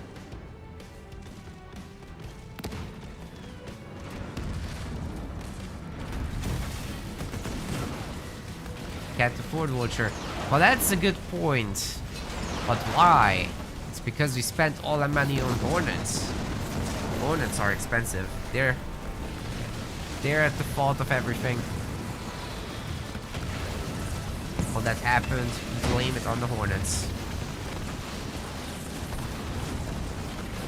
Don't get me wrong, they're great, but I think for them to be truly great, you need to be on free bases, then you can pump them like mad. Here, Dark Angel just can't max out, and he's about to be base wiped.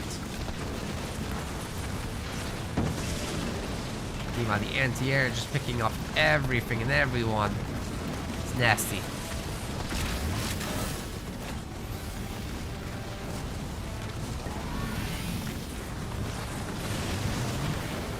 That hero... Oh!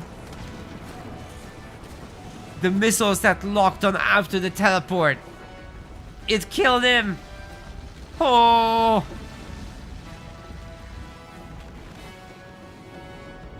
Doesn't matter, GG.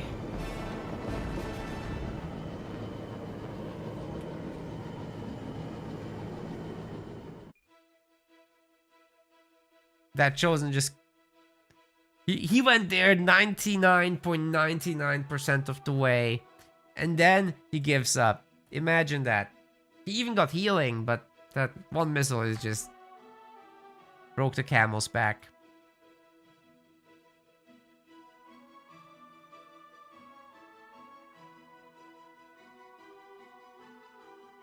Well, with that, score is now 1-1. We're gonna be here forever. Get ready for forever.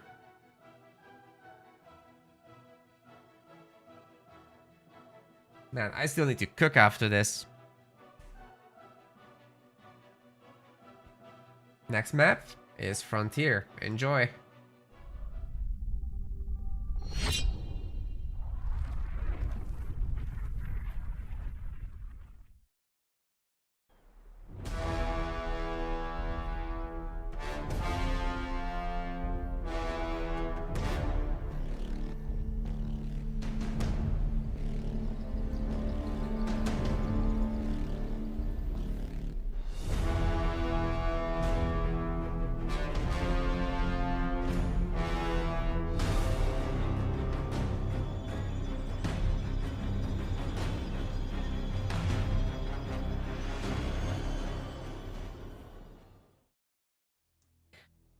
Dark Angel was like, I want every gun to fire at that man.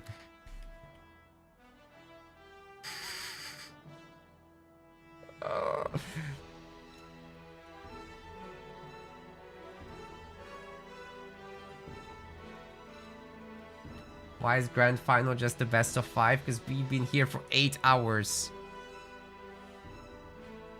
And it's a small tournament. If it was a big ass tournament, then yeah, we'd run best of 7.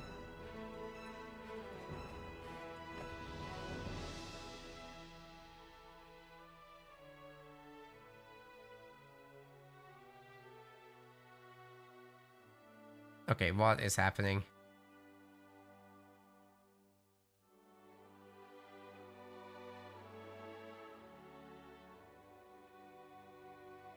Second coffee, I guess. LGK is gonna need all the help he can get to last through this.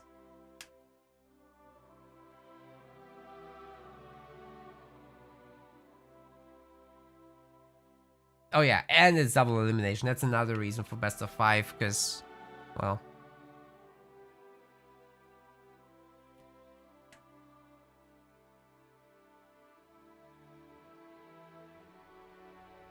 Even though there's not that many players. Having 3 best of 5s is already up to 15 games, so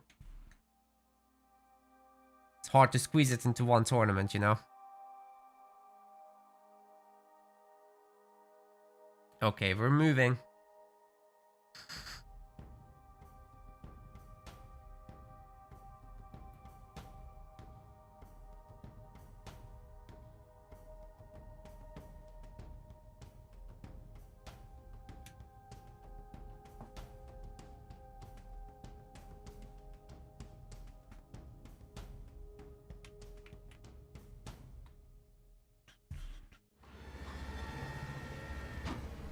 Dark Angel Colony, blue color.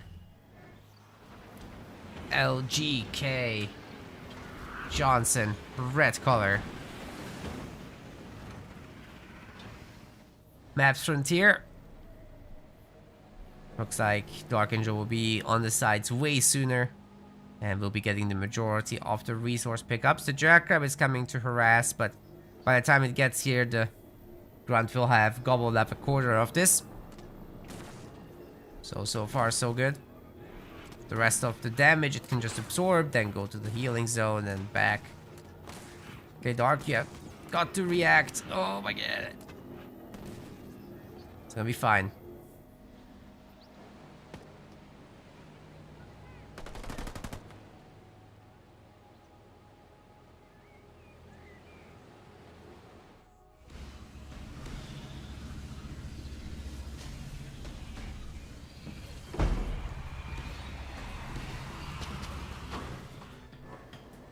Front mini coming up for Dark. LGK is getting an early armory, of course. Makes a lot of sense with basically any UNSC. Maybe not with Serena unless you're very comfortable. Here's the thing, if you go up against the Hunter Capitano as Serena, you're not gonna want to rely on the ice cream truck.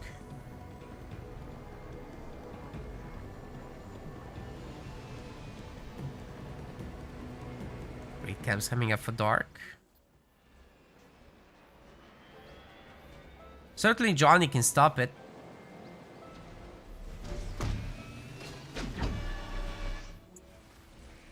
Some Goliaths aren't gonna be too scary for him.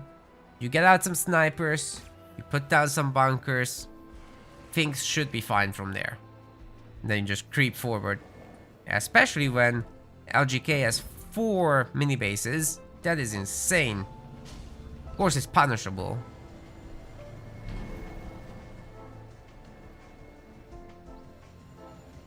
The penalty is gorillas. Can 100 LGKs beat a gorilla? Oh my god. Anyway.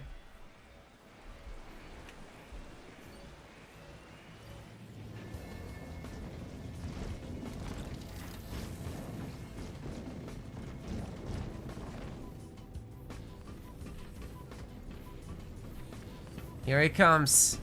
No upgrades. Smart missile coming very soon though. A bit of a knockdown. Another one. And another one. And another one. Oh, that's tough, man. He should be able to make it to the bunker though. Yeah, it's all good. This is kind of like not enough.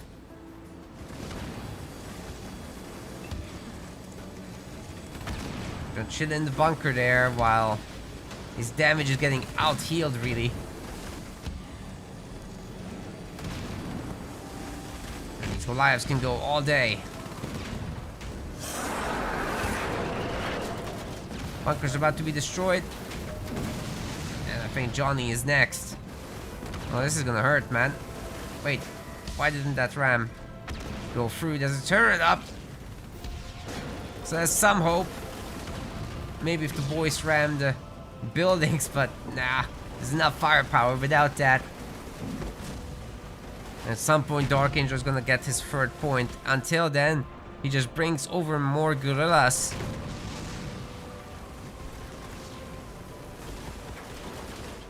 And then follows it up with 2 more from the drop. Should have like 5 or 6 gorillas even. That's nuts. Not gonna be a second heal, but you just put the skit on this Goliath. Oh my god, this is gonna work. Just a little bit of extra health for it. And every little bit counts.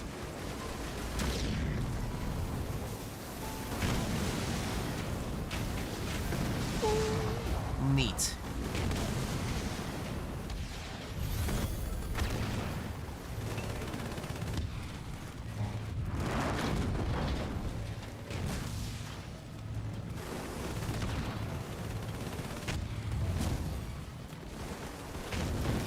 Next turret is getting bullied now.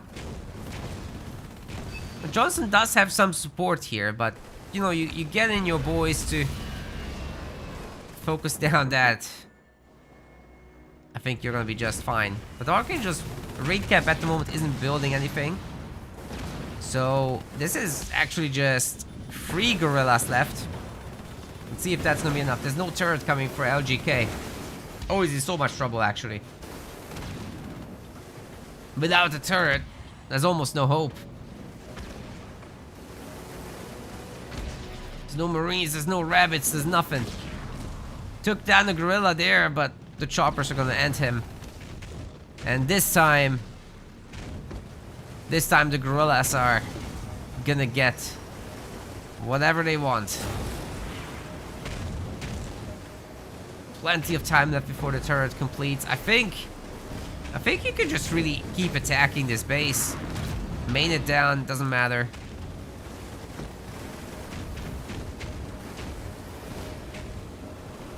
Doesn't matter if the Johnny comes out even. What happened with the movement there? Like, did the building get in the way? They should be able to just attack. Pathing being weird, I guess. But the LGK is super dead here. The mini bases have been nice, but I think they were a liability, to be honest. It's nice to have the income, but what good is the income if you're dead?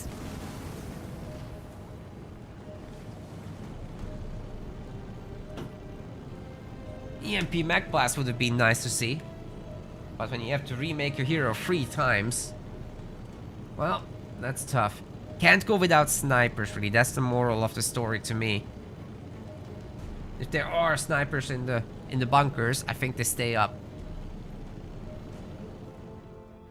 Or at least a second hero would have been so much more potent. But yeah, that's a 2-1 now for Dark. He just needs 1 more win. It's a pretty big deal. This is the grand final, that's right.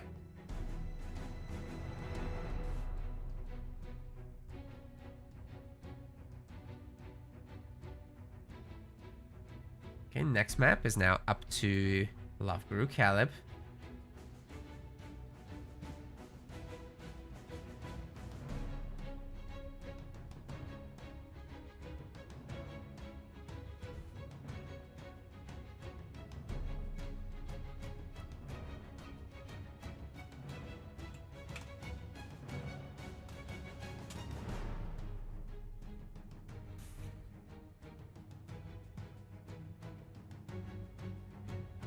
Well, LGK says any map, we're going to Bedrock, Dark Angel's choice.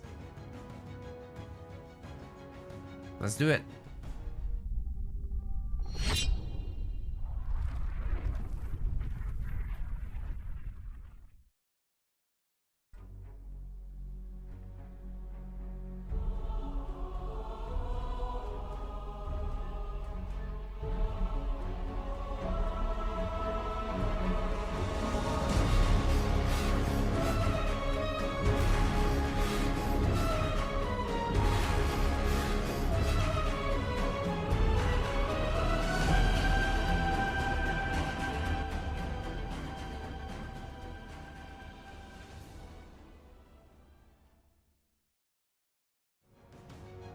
Alright. Guys are now picking their leaders. Getting going with that. Good to see you all hanging out. 63 people on Twitch, 25 on YouTube. It's pretty nice numbers. Even Playa is here. Good to see you, buddy. Maybe tomorrow I'll squeeze in some AOM, huh? It's been a while.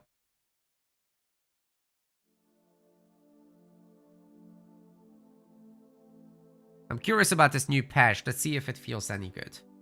Is the audio fixed? Could you tell me that? Like, are there still sounds that don't play? Is it still sounding weirdly out of focus? That's what bothers me the most right now at AOM. I just can't be bothered with it.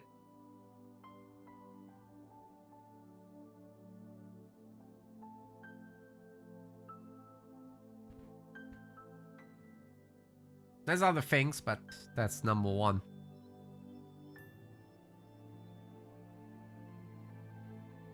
And I just wish I had the energy I had when I was 10 years younger. Just stream every day. After work, no problem, can't even feel it. Now work is done, it's like I need a nap. Oh man.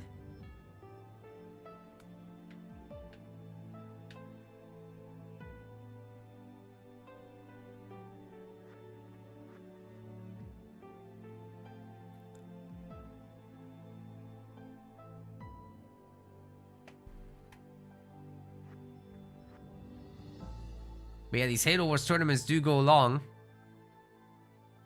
What's going on?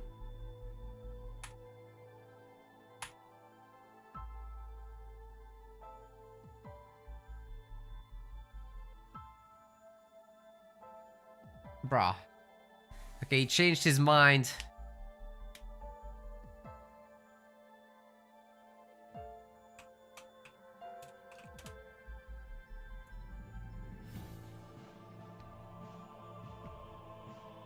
Okay. LGK is actually saying he would like to alternate the host. And he wants Badlands. So we're setting that up now.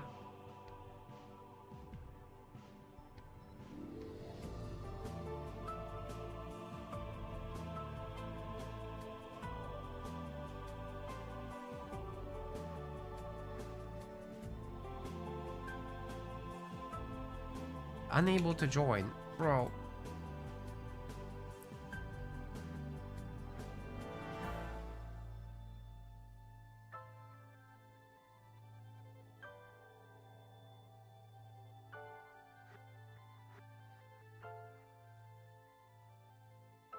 Not getting any invites.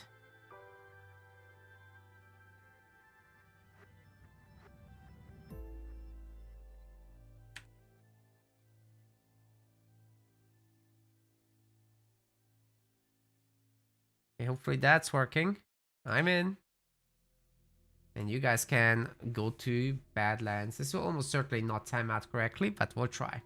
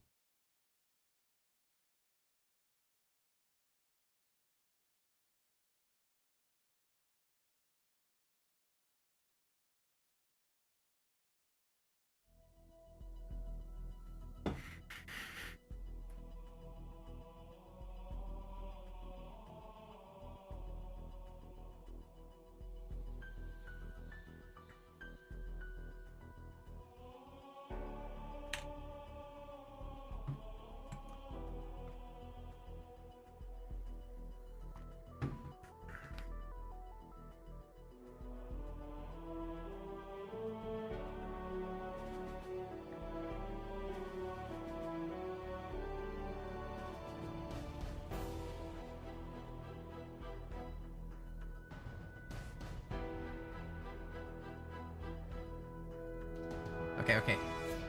It is Badlands. Still. Now we can hopefully go.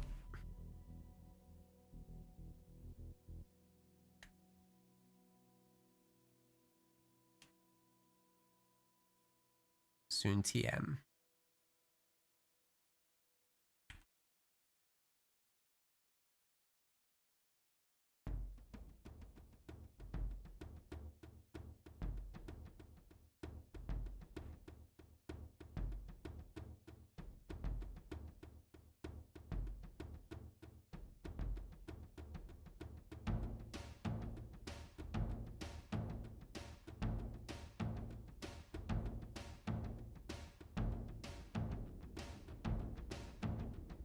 Well, LGK does need to ready up now. Been waiting a long time.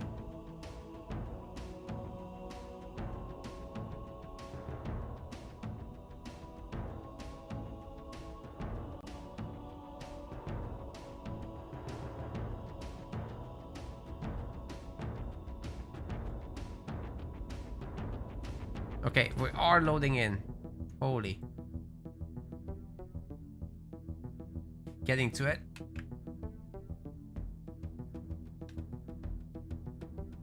Drama is happening. That's why I'm so passive aggressive about it. But we're figuring it out. Okay, they're in. Dark Angel, blue color. Could be the last game. Brings Yap Yap for it. On the other side of the map, LGK Smurf is going in with Isabel.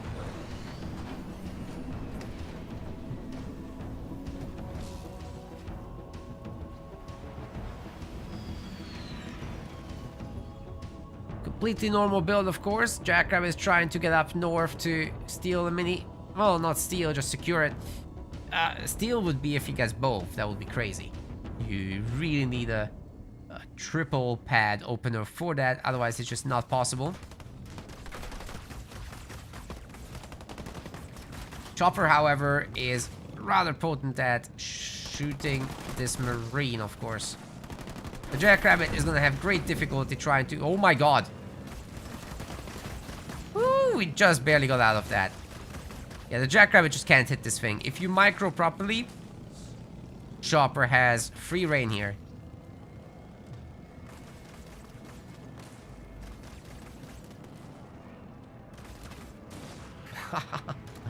Nice one, saving the Marine there. But the Chopper can still kill it. Gotta be really careful with that. I think Dark Angel also should have no difficulty getting the third mini base for himself. Then he has a mini base advantage. He has the Yap Yap Cannon Fodder advantage, where he can just be an absolute spammer. The Marine has been picked off. So yeah, pretty good start for Dark Angel, but I think LGK wants to put on some pressure now. He's gonna have the barrack ready sooner, but of course Dark Angel can just respond with mass cannon fodder coming over. Oh, he's already stealing some power. Neat. Double generator by LGK, of course. But, oh, actually, I would have liked for Dark Angel to make this a raid camp down there. Because if you can attack the main and this mini base at the same time, UNSC is going to have great difficulty defending both.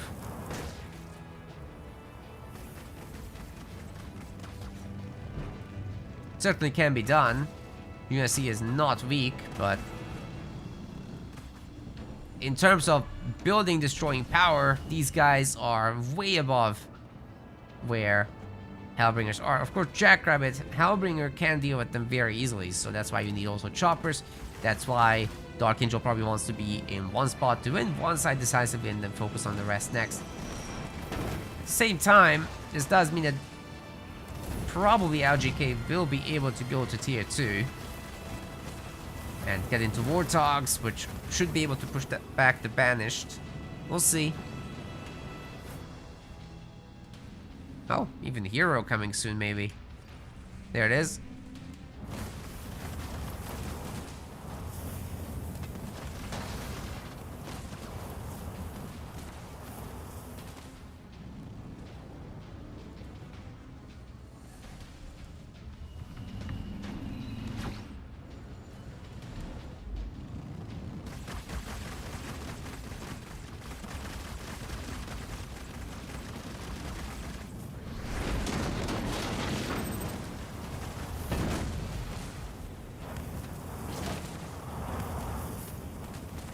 good way to handle the mines with those cannon fodder. Really, nobody got hurt in the end for Dark.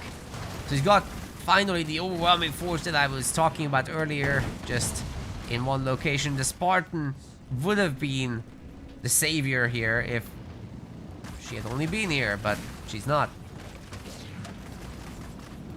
Still, the chopper numbers aren't objectively high enough to immediately take her out of the equation. So got to be a little careful with that.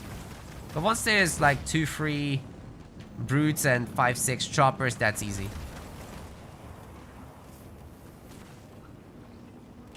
It's a really good idea to hug the base like that, because any ramming chopper would just hit the building and take a lot of damage as retaliation. These guys, if they were, imagine if these guys were brutes. Dark has the resources, so there's, like I said, this being a raid camp, I think that's just a huge play. And you can still do the rest. You can still do everything that you needed to do.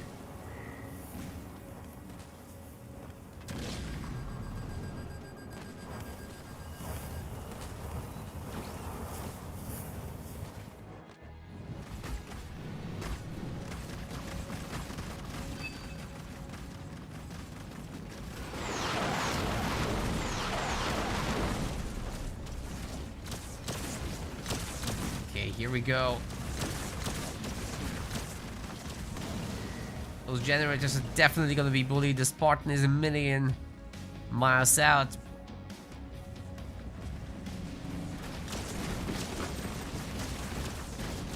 Ooh, one of the choppers actually ran over the mines. Gotta be really careful with that.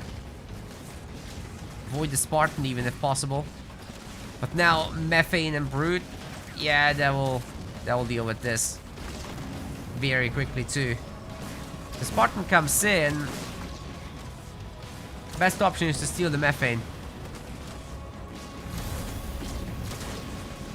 Oh, I'm not sure I like the healing. What is that? Huh? Bro just ran off the map. What? I've not seen that ever. I've never seen that before. Okay, they're completely dislodged now. One is in the base. Okay, that was something. And now we don't get the generator kill. That's crazy. No way.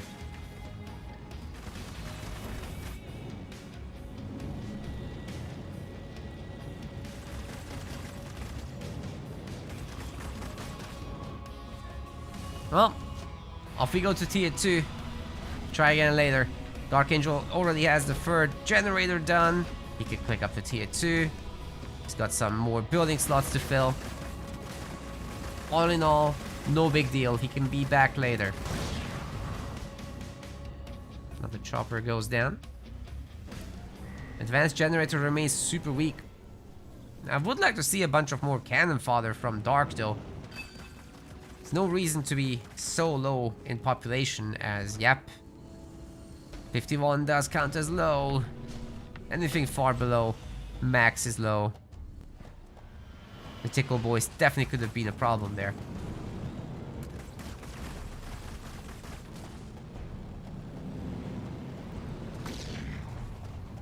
Mines is still working hard there. Oh man. Well, there's an anti-vehicle turret, so it's not gonna be easy to come up, but the expo can be denied by Dark Angel. He's doing good with that. Spartan's looking for some action over here. Maybe taking over the mini shouldn't be a big issue. I think it's doable. Oh, what's this? Was that from a drop? Why's it 1 star? Well, it got the kill. But where's the excuse me, where's the others? This funny voice crack. That's what I get for going 8 hours.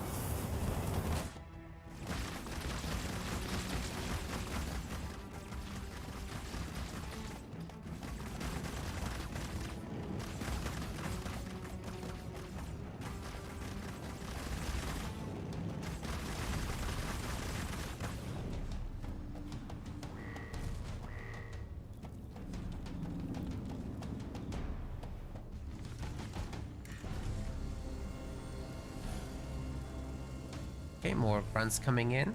Goblins, that is.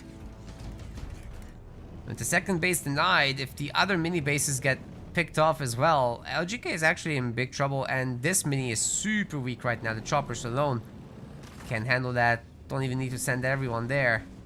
Just go for all of them. Spartan will be leveling up here, but there's no Marine to come with. So the capture process won't be simple. This, however, the Archangel that's losing the minis in the end.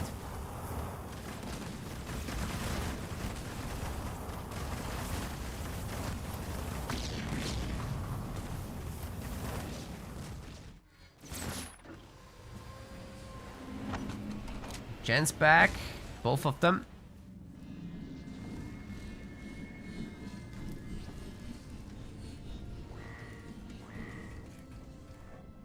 Dark's now in all the spots. Wait, he still didn't kill this. But he doesn't remember how bruised and battered it is. They should now.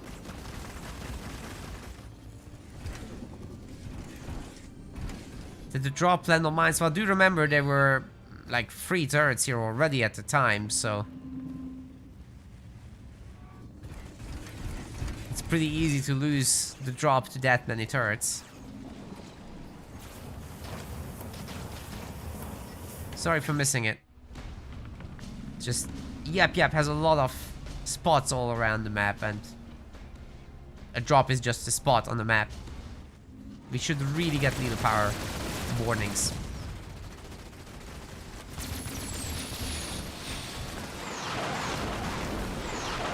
Age of Mythology does that so well. Like, they just literally print the leader power icon in the top right. And if it has a duration, they also show that.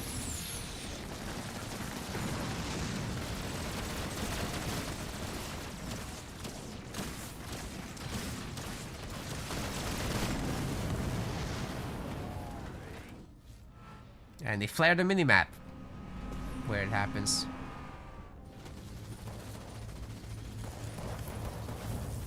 That would be all so neat.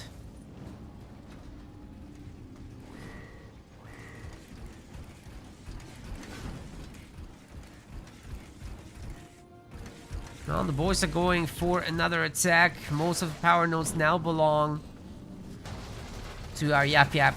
Archangel LGK is definitely on the struggle bus, but he's in tier 2. He's pumping Warthogs. He's got a base coming up and another base just starting. I do think this will take some significant damage though, still while it's building, so that's painful. Oh god, there's a drop. They took over the mini and now forced the base to be recycled. Oh boy. They do it to the next one as well. That's especially problematic because Dark has been on 2 bases for a long time now. He has 4 power extractors. He knows about this. It's exactly where he's gonna go. Can't hit the main with the 4 turrets, so we're not in a rush there.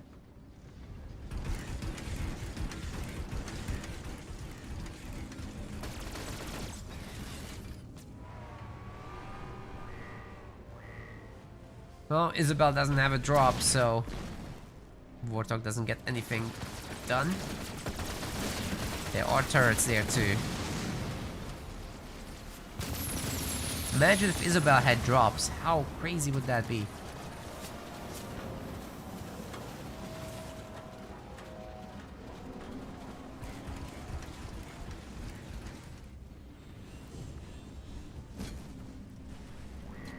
Dark now starting to steal bases because he just wants the spot secured. Doesn't want LGK to have any. Dropping in the methane, of course. We'll be debuffing these buildings significantly. Bigly. Huh? Did that Mac Blast even do anything?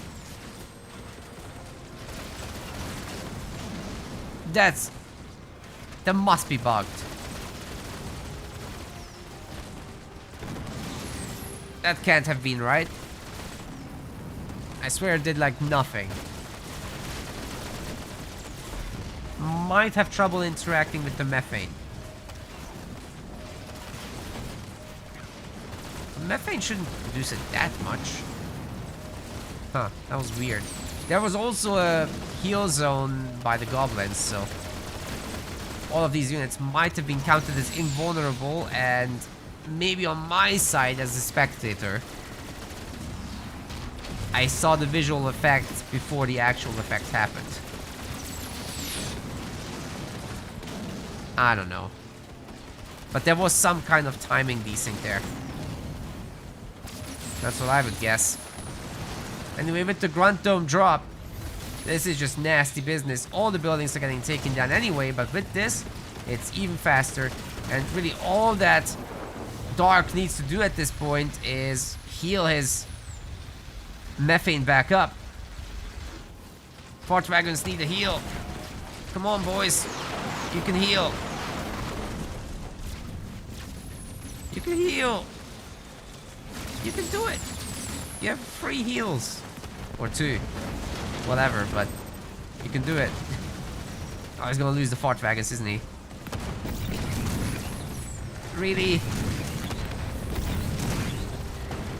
2 tanks against all this. It's not gonna be enough. Oh, there's Wraiths now. Great. And another drop. Holy cow.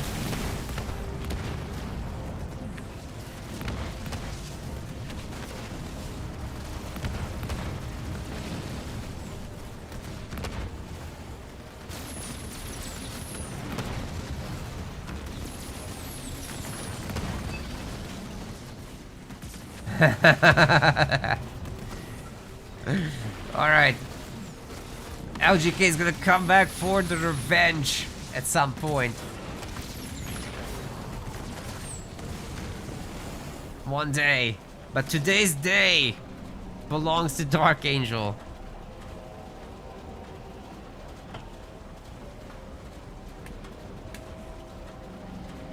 He's your champ.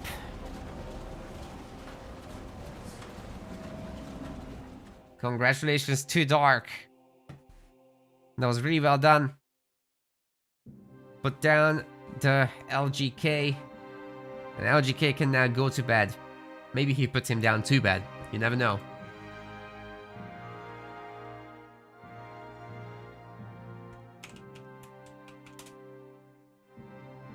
Let's see if we can get Dark into a real quick interview.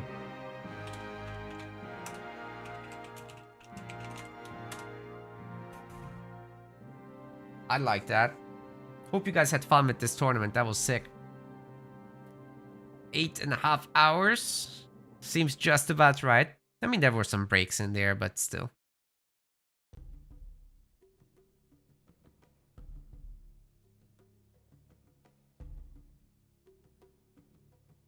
So let me see if I can set up the interview.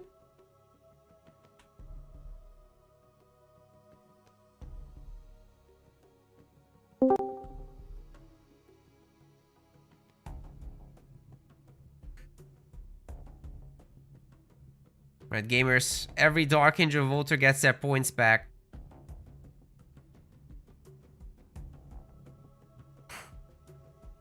Good job.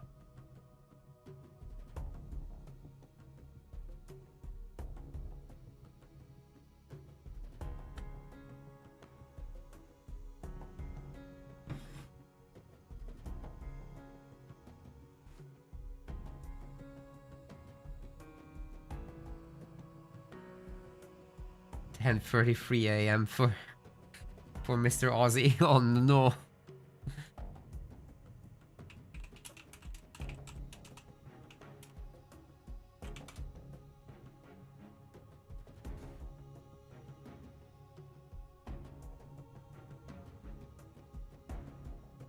Well, let's hope the audio is gonna work properly this time.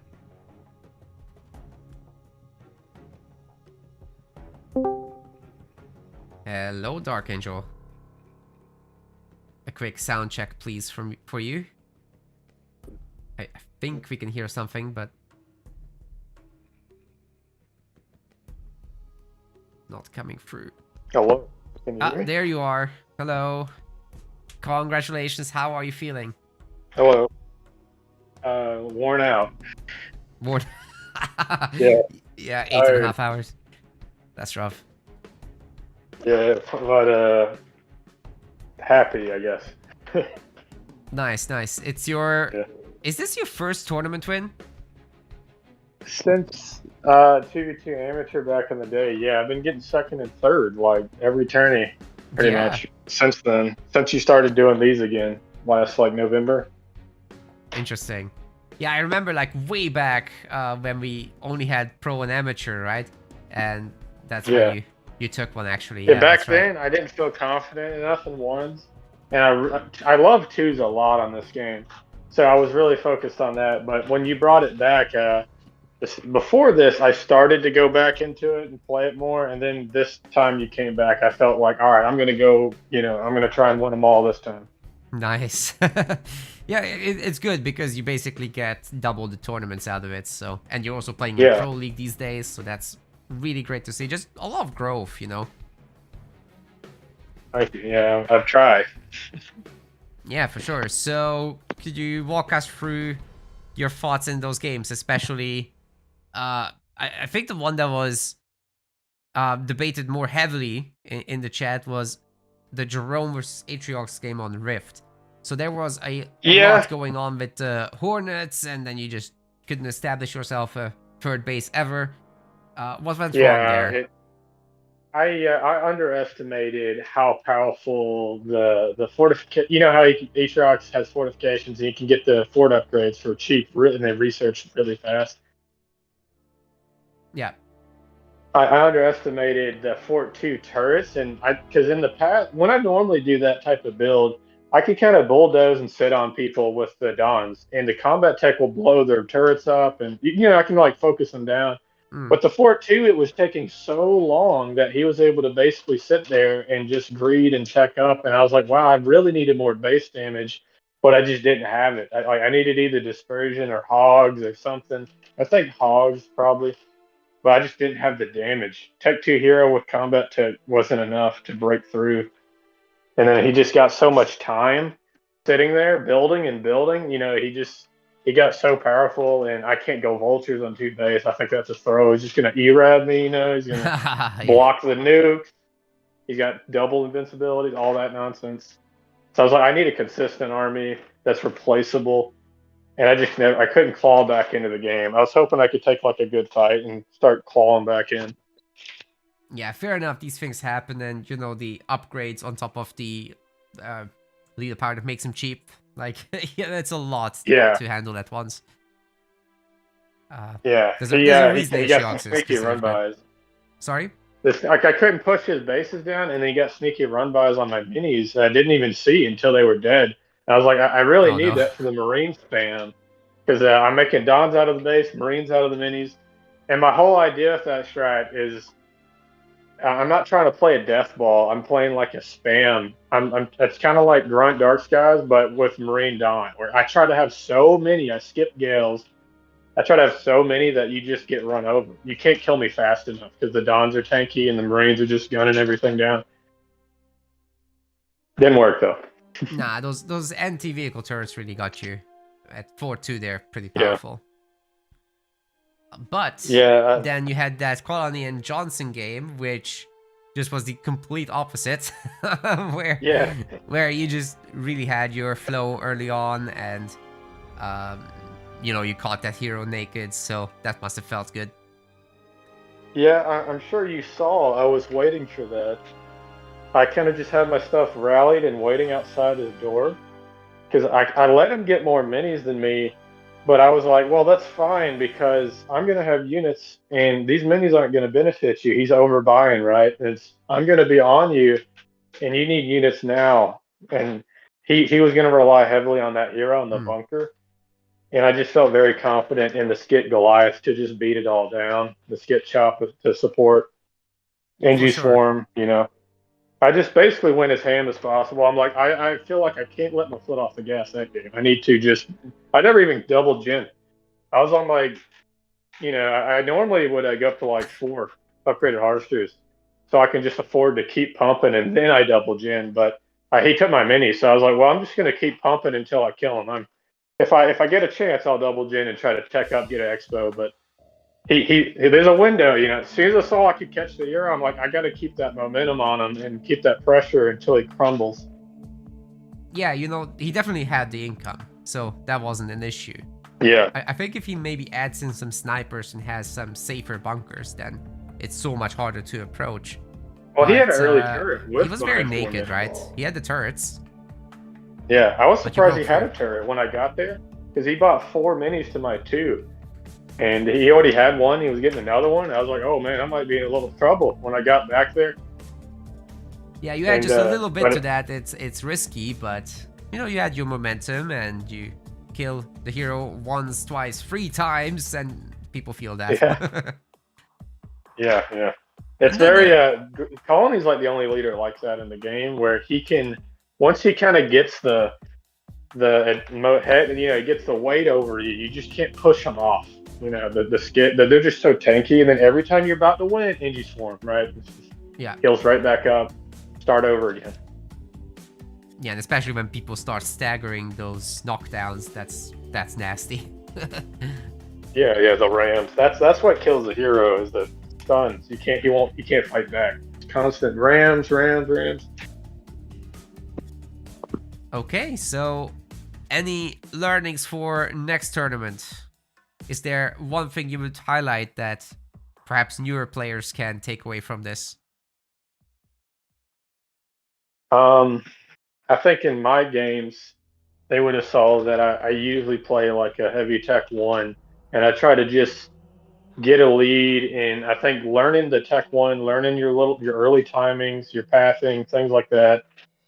You know, which crates to go to in which order, when to try to get your minis and the build order, and just not letting off the gas until you see the opportunity that it's not beneficial anymore. Trying to like, I'm probably overdoing it, right? It's probably too much. So I don't know, something like that. Sounds good. That's definitely a good start for everyone. Just learn your initial build orders, learn your halving, and things will come quite naturally if in you RTS learn how to games, think the about early it. game is what matters the most, right? It's like, Yeah. in almost every RTS game, the early lead snowballs into a win. So really focusing on the early parts will benefit you a lot in the long run. That's right, it just gets so much easier at the same skill level if you do everything correctly at the start. Just learn those first 5 minutes. It's a huge difference. I don't play a lot of ladder, and my actually when I do prep, I actually prep against the AI, and I do some with customs with some people that I know. But I prep my openers like the first 2-3 minutes, and I just make sure that it's clean, and I try to have an idea of what could happen to me, basically. Oh, that's right. Actually, for tournament practice, that's so important, because if you have a training partner, you can simply just pick a map, right? And play the hero, the leader you want on that map. Which is not possible on ladder. You just get the map you get. Ladder is rough practice. It's kind of like general practice, not specific practice. Like, it's you never know what fun, leader you're it's getting, different. what map. Yeah, it's not bad practice, but I do think customs will give you better results. Yeah, for sure. Okay, well, thank you very much for playing. Congrats on the win. Yeah, and thank you very much. See you next time. That's next week. I'll actually, try to be there. Oh yeah, I'll play that, man. I really enjoy these. These are like some of the things I really like looking forward to every weekend, every other weekend.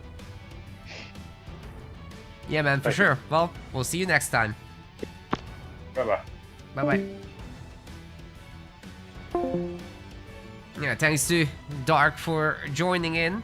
Now, ladies and gentlemen, we're coming to the end of the Halo Wars segment. Really hope you all enjoyed this.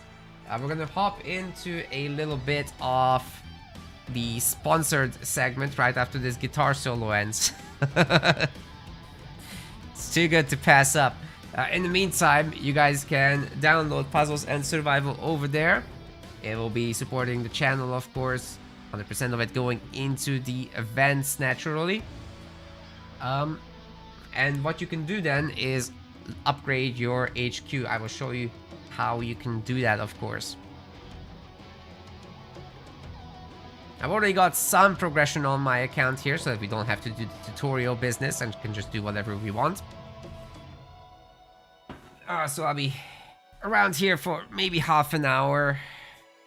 That's all the energy I got because I gotta cook.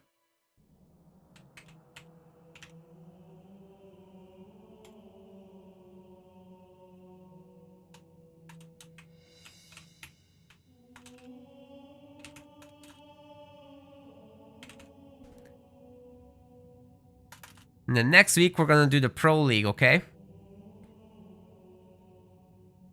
Now, of course, also feel free to check out our website for other ways to support us if you want to directly donate to tournaments or become like a patron here.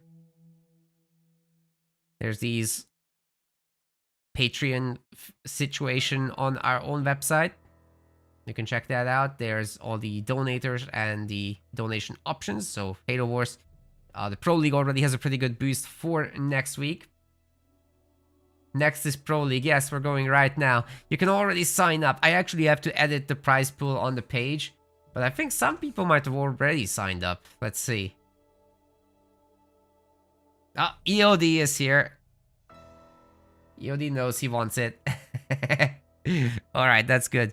That's good. Let's puzzle and survive. And let's stop our music, actually.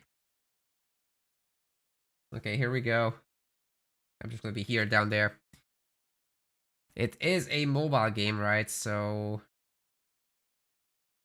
there's no sound.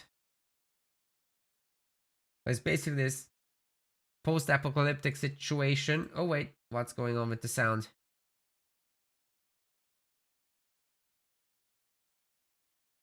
Can I actually get audio from this? Nope. Oh boy, hold up a second.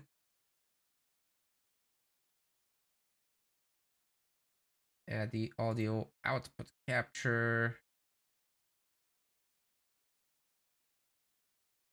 That's it. So this should capture everything. If I put it on my correct device. There we go. Now you should have full sound. So one of the things you can do is get this hero for super cheap with the first top-up sale.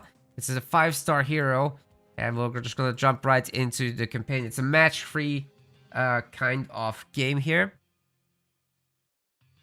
I am on the correct game, right? Yeah. It's all good. Alright, game is obviously free to play as well. Let's do some campaign missions.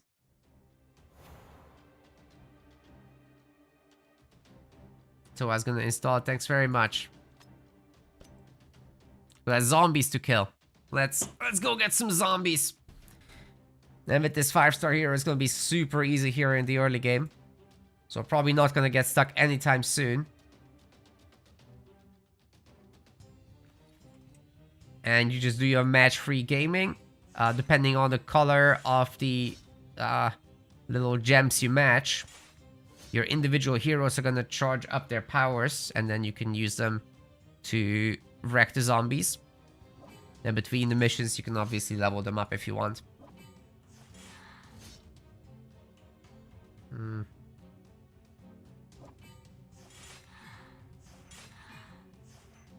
Missing a lot. I don't really want to use the hero abilities just yet, so let's blow up all the purples and just get that going. It's got a little counter system up here that you can see in the top left. Right, this will fire the secondary shot. That's good.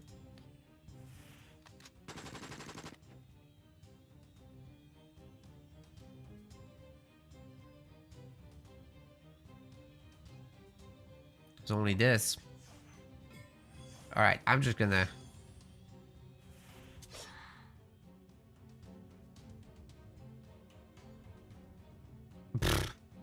Zombie bar. Jesus Christ, man. Alright, let's shoot this thing. That's a buffer. Okay, that ought to do it.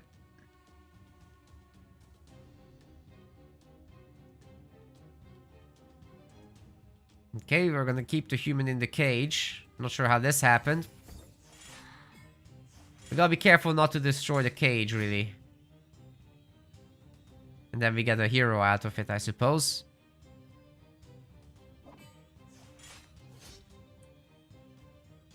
So far, so good.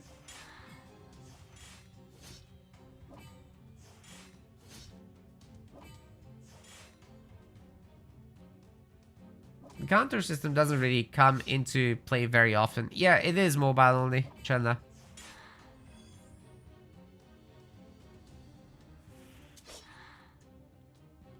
Okay, we got a Barbie.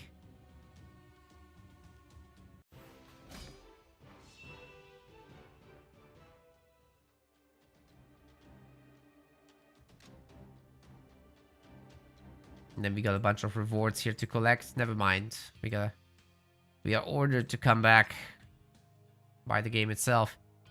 We can upgrade our virology lab, but only after clearing this out, apparently. Nope, never mind. I think it wanted level 3. If it takes a short amount of time, then it's basically instant. If not, then not. We don't really have lumber mills yet, I believe, so let's get some.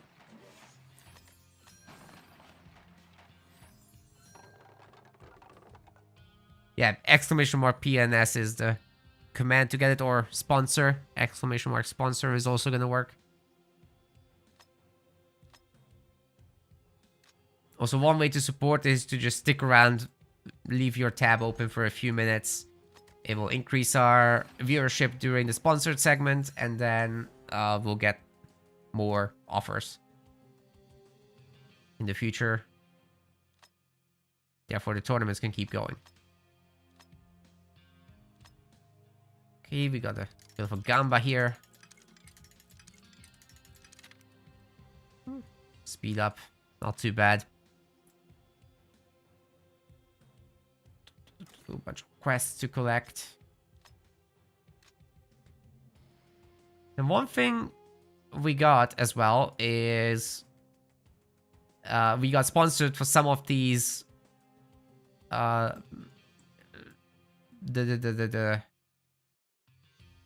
the in-game shop as well, so we can get a few things to show off and we'll be reimbursed, so we'll be making use of that, of course, at some later point. I forget which button does it. Where is the shop in this? Not a tavern, that's where you recruit the heroes. Well, let's do that.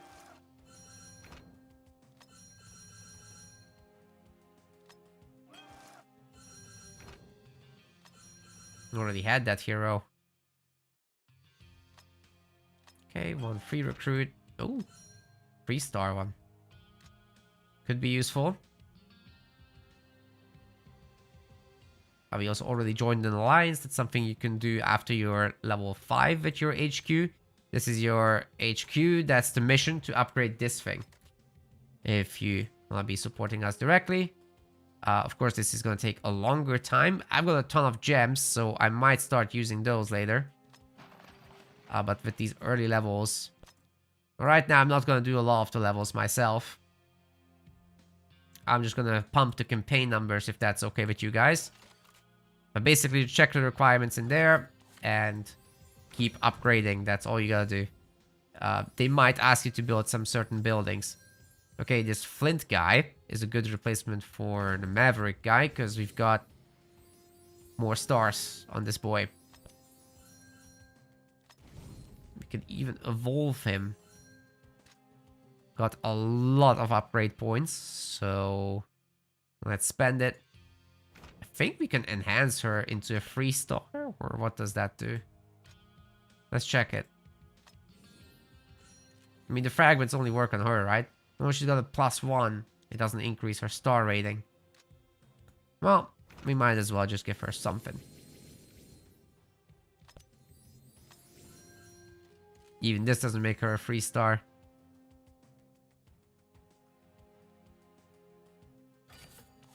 I don't need this one because I already have a better one.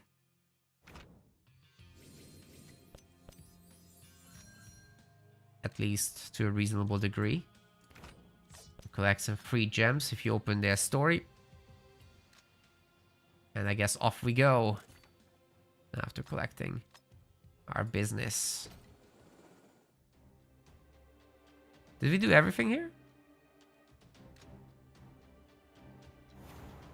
Yeah, we're just gonna continue with the campaign then, okay? So we don't want 2 red ones because then we don't get anything from the green gems. Instead, let's put in this boy. Everyone's leveled a little bit. It's a start.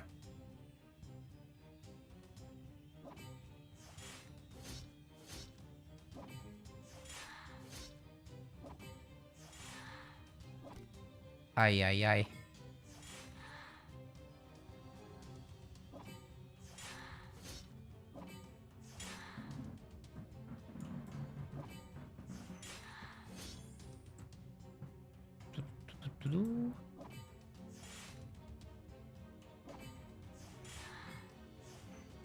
Oh, auto fight is available, but just in case the boss ends up being hard, I don't want to misuse my character abilities. I like to save him. So unless there's something crazy happening, I'll just keep doing that. Oi. Okay, that's not good. Let's get a quick heal in from our dock. Well, it's not just a match 3, it can be like a square-shaped match 4. Interesting. Okay, let's get rid of this guy. I've had enough.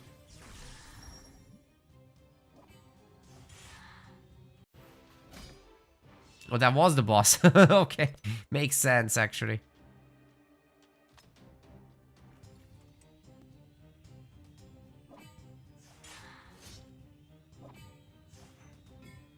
It's almost 2 AM, so I don't think I'll run today too late. I might leave this for next time, actually. We'll just do like half an hour today, maximum.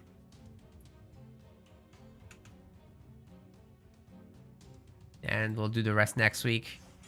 Or even the week after. We got all months to do it, so I don't need to do it all at once. We'll just leave some for the end of the tournaments.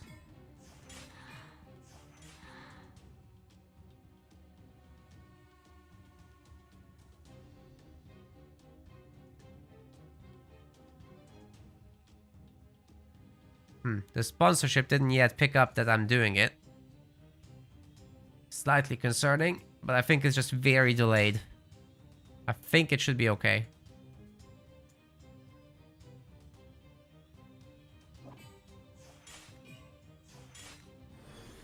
Oi. Okay, that hurts. I think we gotta get some more upgrades and actually use our abilities now.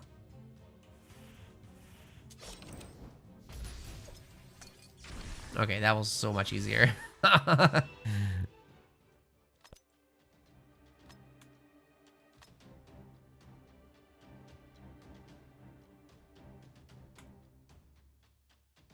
Okay, let's check the hospital or whatever this is. One of our characters got bitten by a zombie. And she's in a coma. We gave her some stuff. Might survive, might not.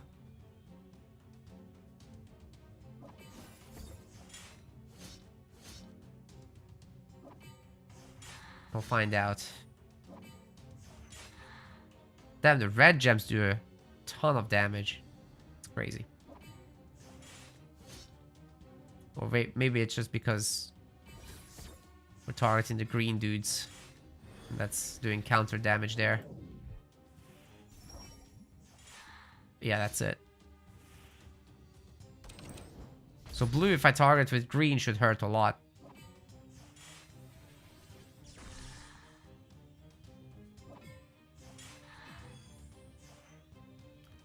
Got the Vombo combos.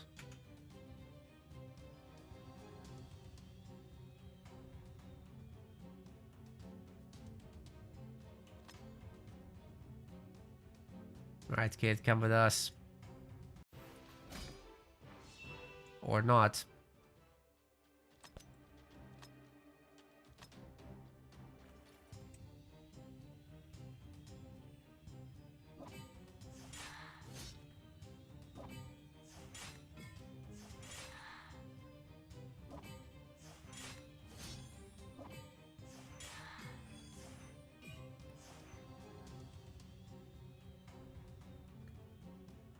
Okay, let's blast them.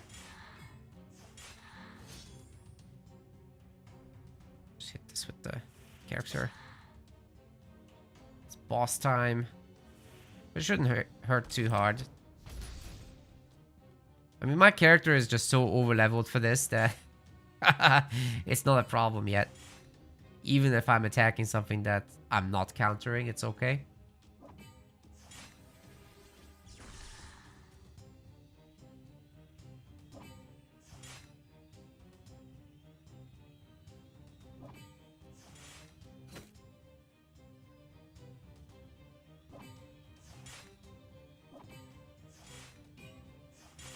There we go. Oh. Okay, let's complete this campaign run. At least for this chapter. Then we'll handle all the notifications. And then I go make dinner.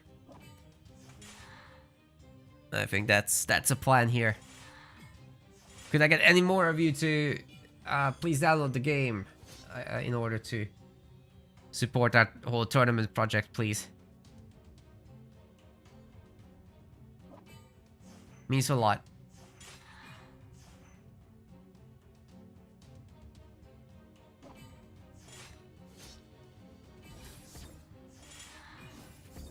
Ah, that was... I overdid that combo. Should have saved it for the hero. I mean, for the boss, rather. Is this just gonna kill everything? Well, not quite.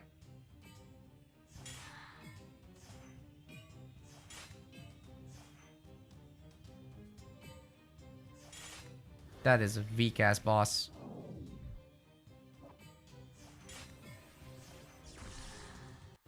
Didn't even need to use the heroes at all. We might need upgrades soon. Let's just upgrade our heroes before we go. How about it? This one is good enough. The others, let's approach the higher levels soon. The doctor especially. Wait, do I have some more? Nice one. Okay, this will do.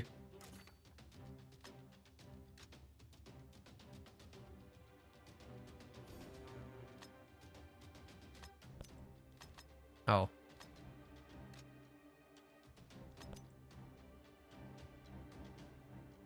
Do some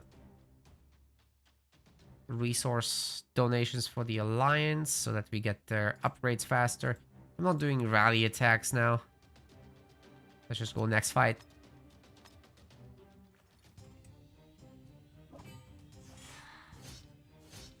I mean, I haven't even built out my base properly yet. So I don't think I have many units, to be honest.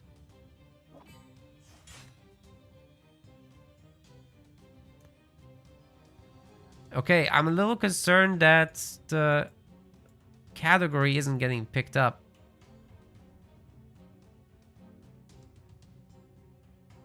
Like, we've been streaming here for half an hour and it's not getting recognized.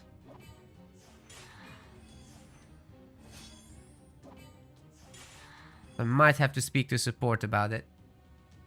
I'll make sure to save the VOD and stuff.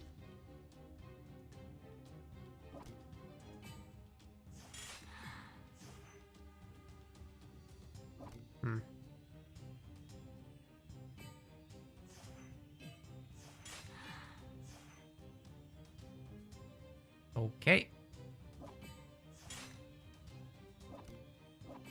Ooh. That's actually a really big chunk. Holy crap. Okay, the boss is starting to be a little bit spooky. Oh. I Didn't actually click the character. Huh? Oh, I don't want an auto challenge. Just keep going.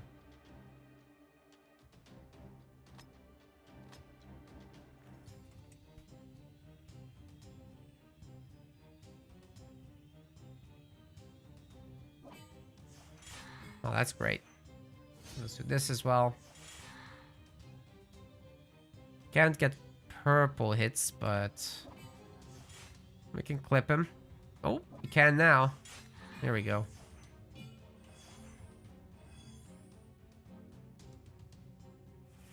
Okay, clear these guys with the grenades. Oh wait, that didn't do it.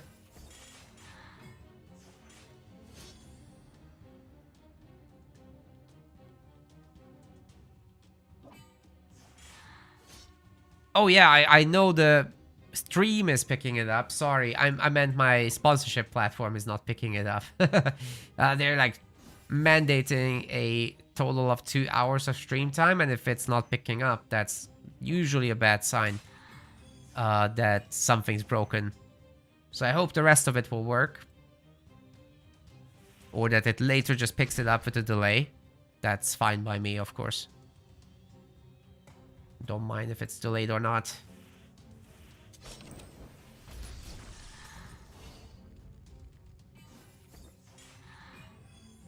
Okay, that's cleared up as well.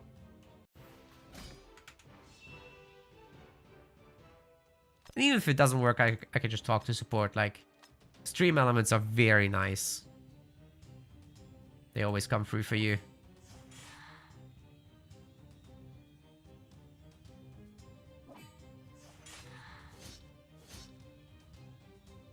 At least with me, they always did.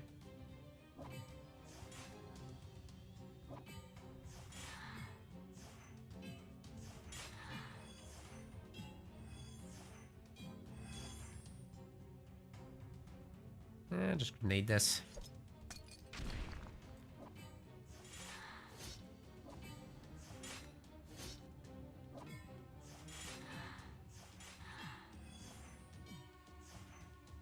Seven combo. Oh my god.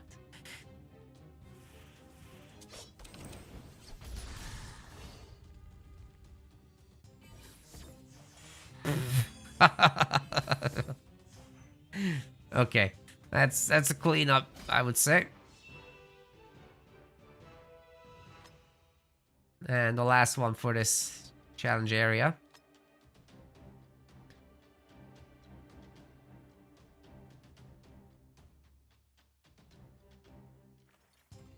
Wait, he just said let's split up and then we're going together. Wait, somebody didn't communicate here. What?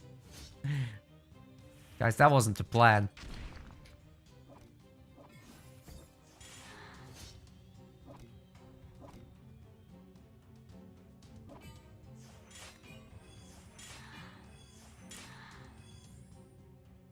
I think the devs are just checking if we're reading it.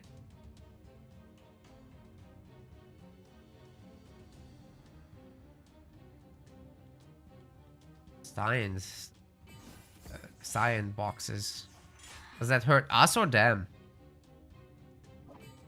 Both? Oh, we're past it.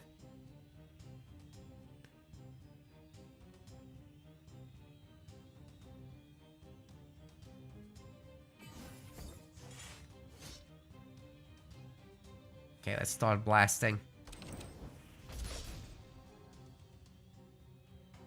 Quick heal for us, because Green Lady is dying. Grenade him.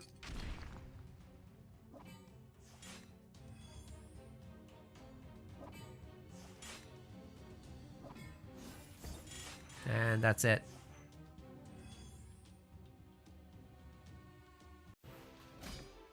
Okay, so with this chapter done,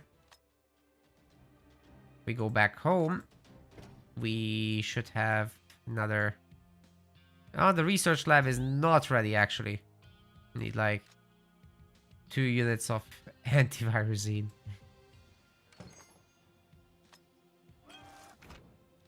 Okay, got another character, but it's a red one, so not useful. We already have a 5-star one instead. Lots of other options though, but they're all 3 stars, so doesn't really matter.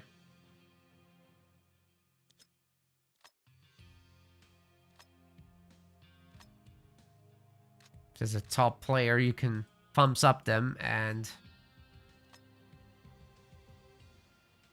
that gives you a small reward. There's a lot of little things in this game to click. Okay, I don't want to upgrade this specific hero because we got already a same tier 1 with higher upgrade levels who we can evolve and probably pump to level 20. Just not in this session. Next time. I don't care. They are fine. They're fine the way they are. Do you have a story, sir? Doesn't look like it. This guy does. That's good. I don't want to upgrade them. I'll save my resources for the others. Okay. Let's pick up our quest that we completed. It's not many.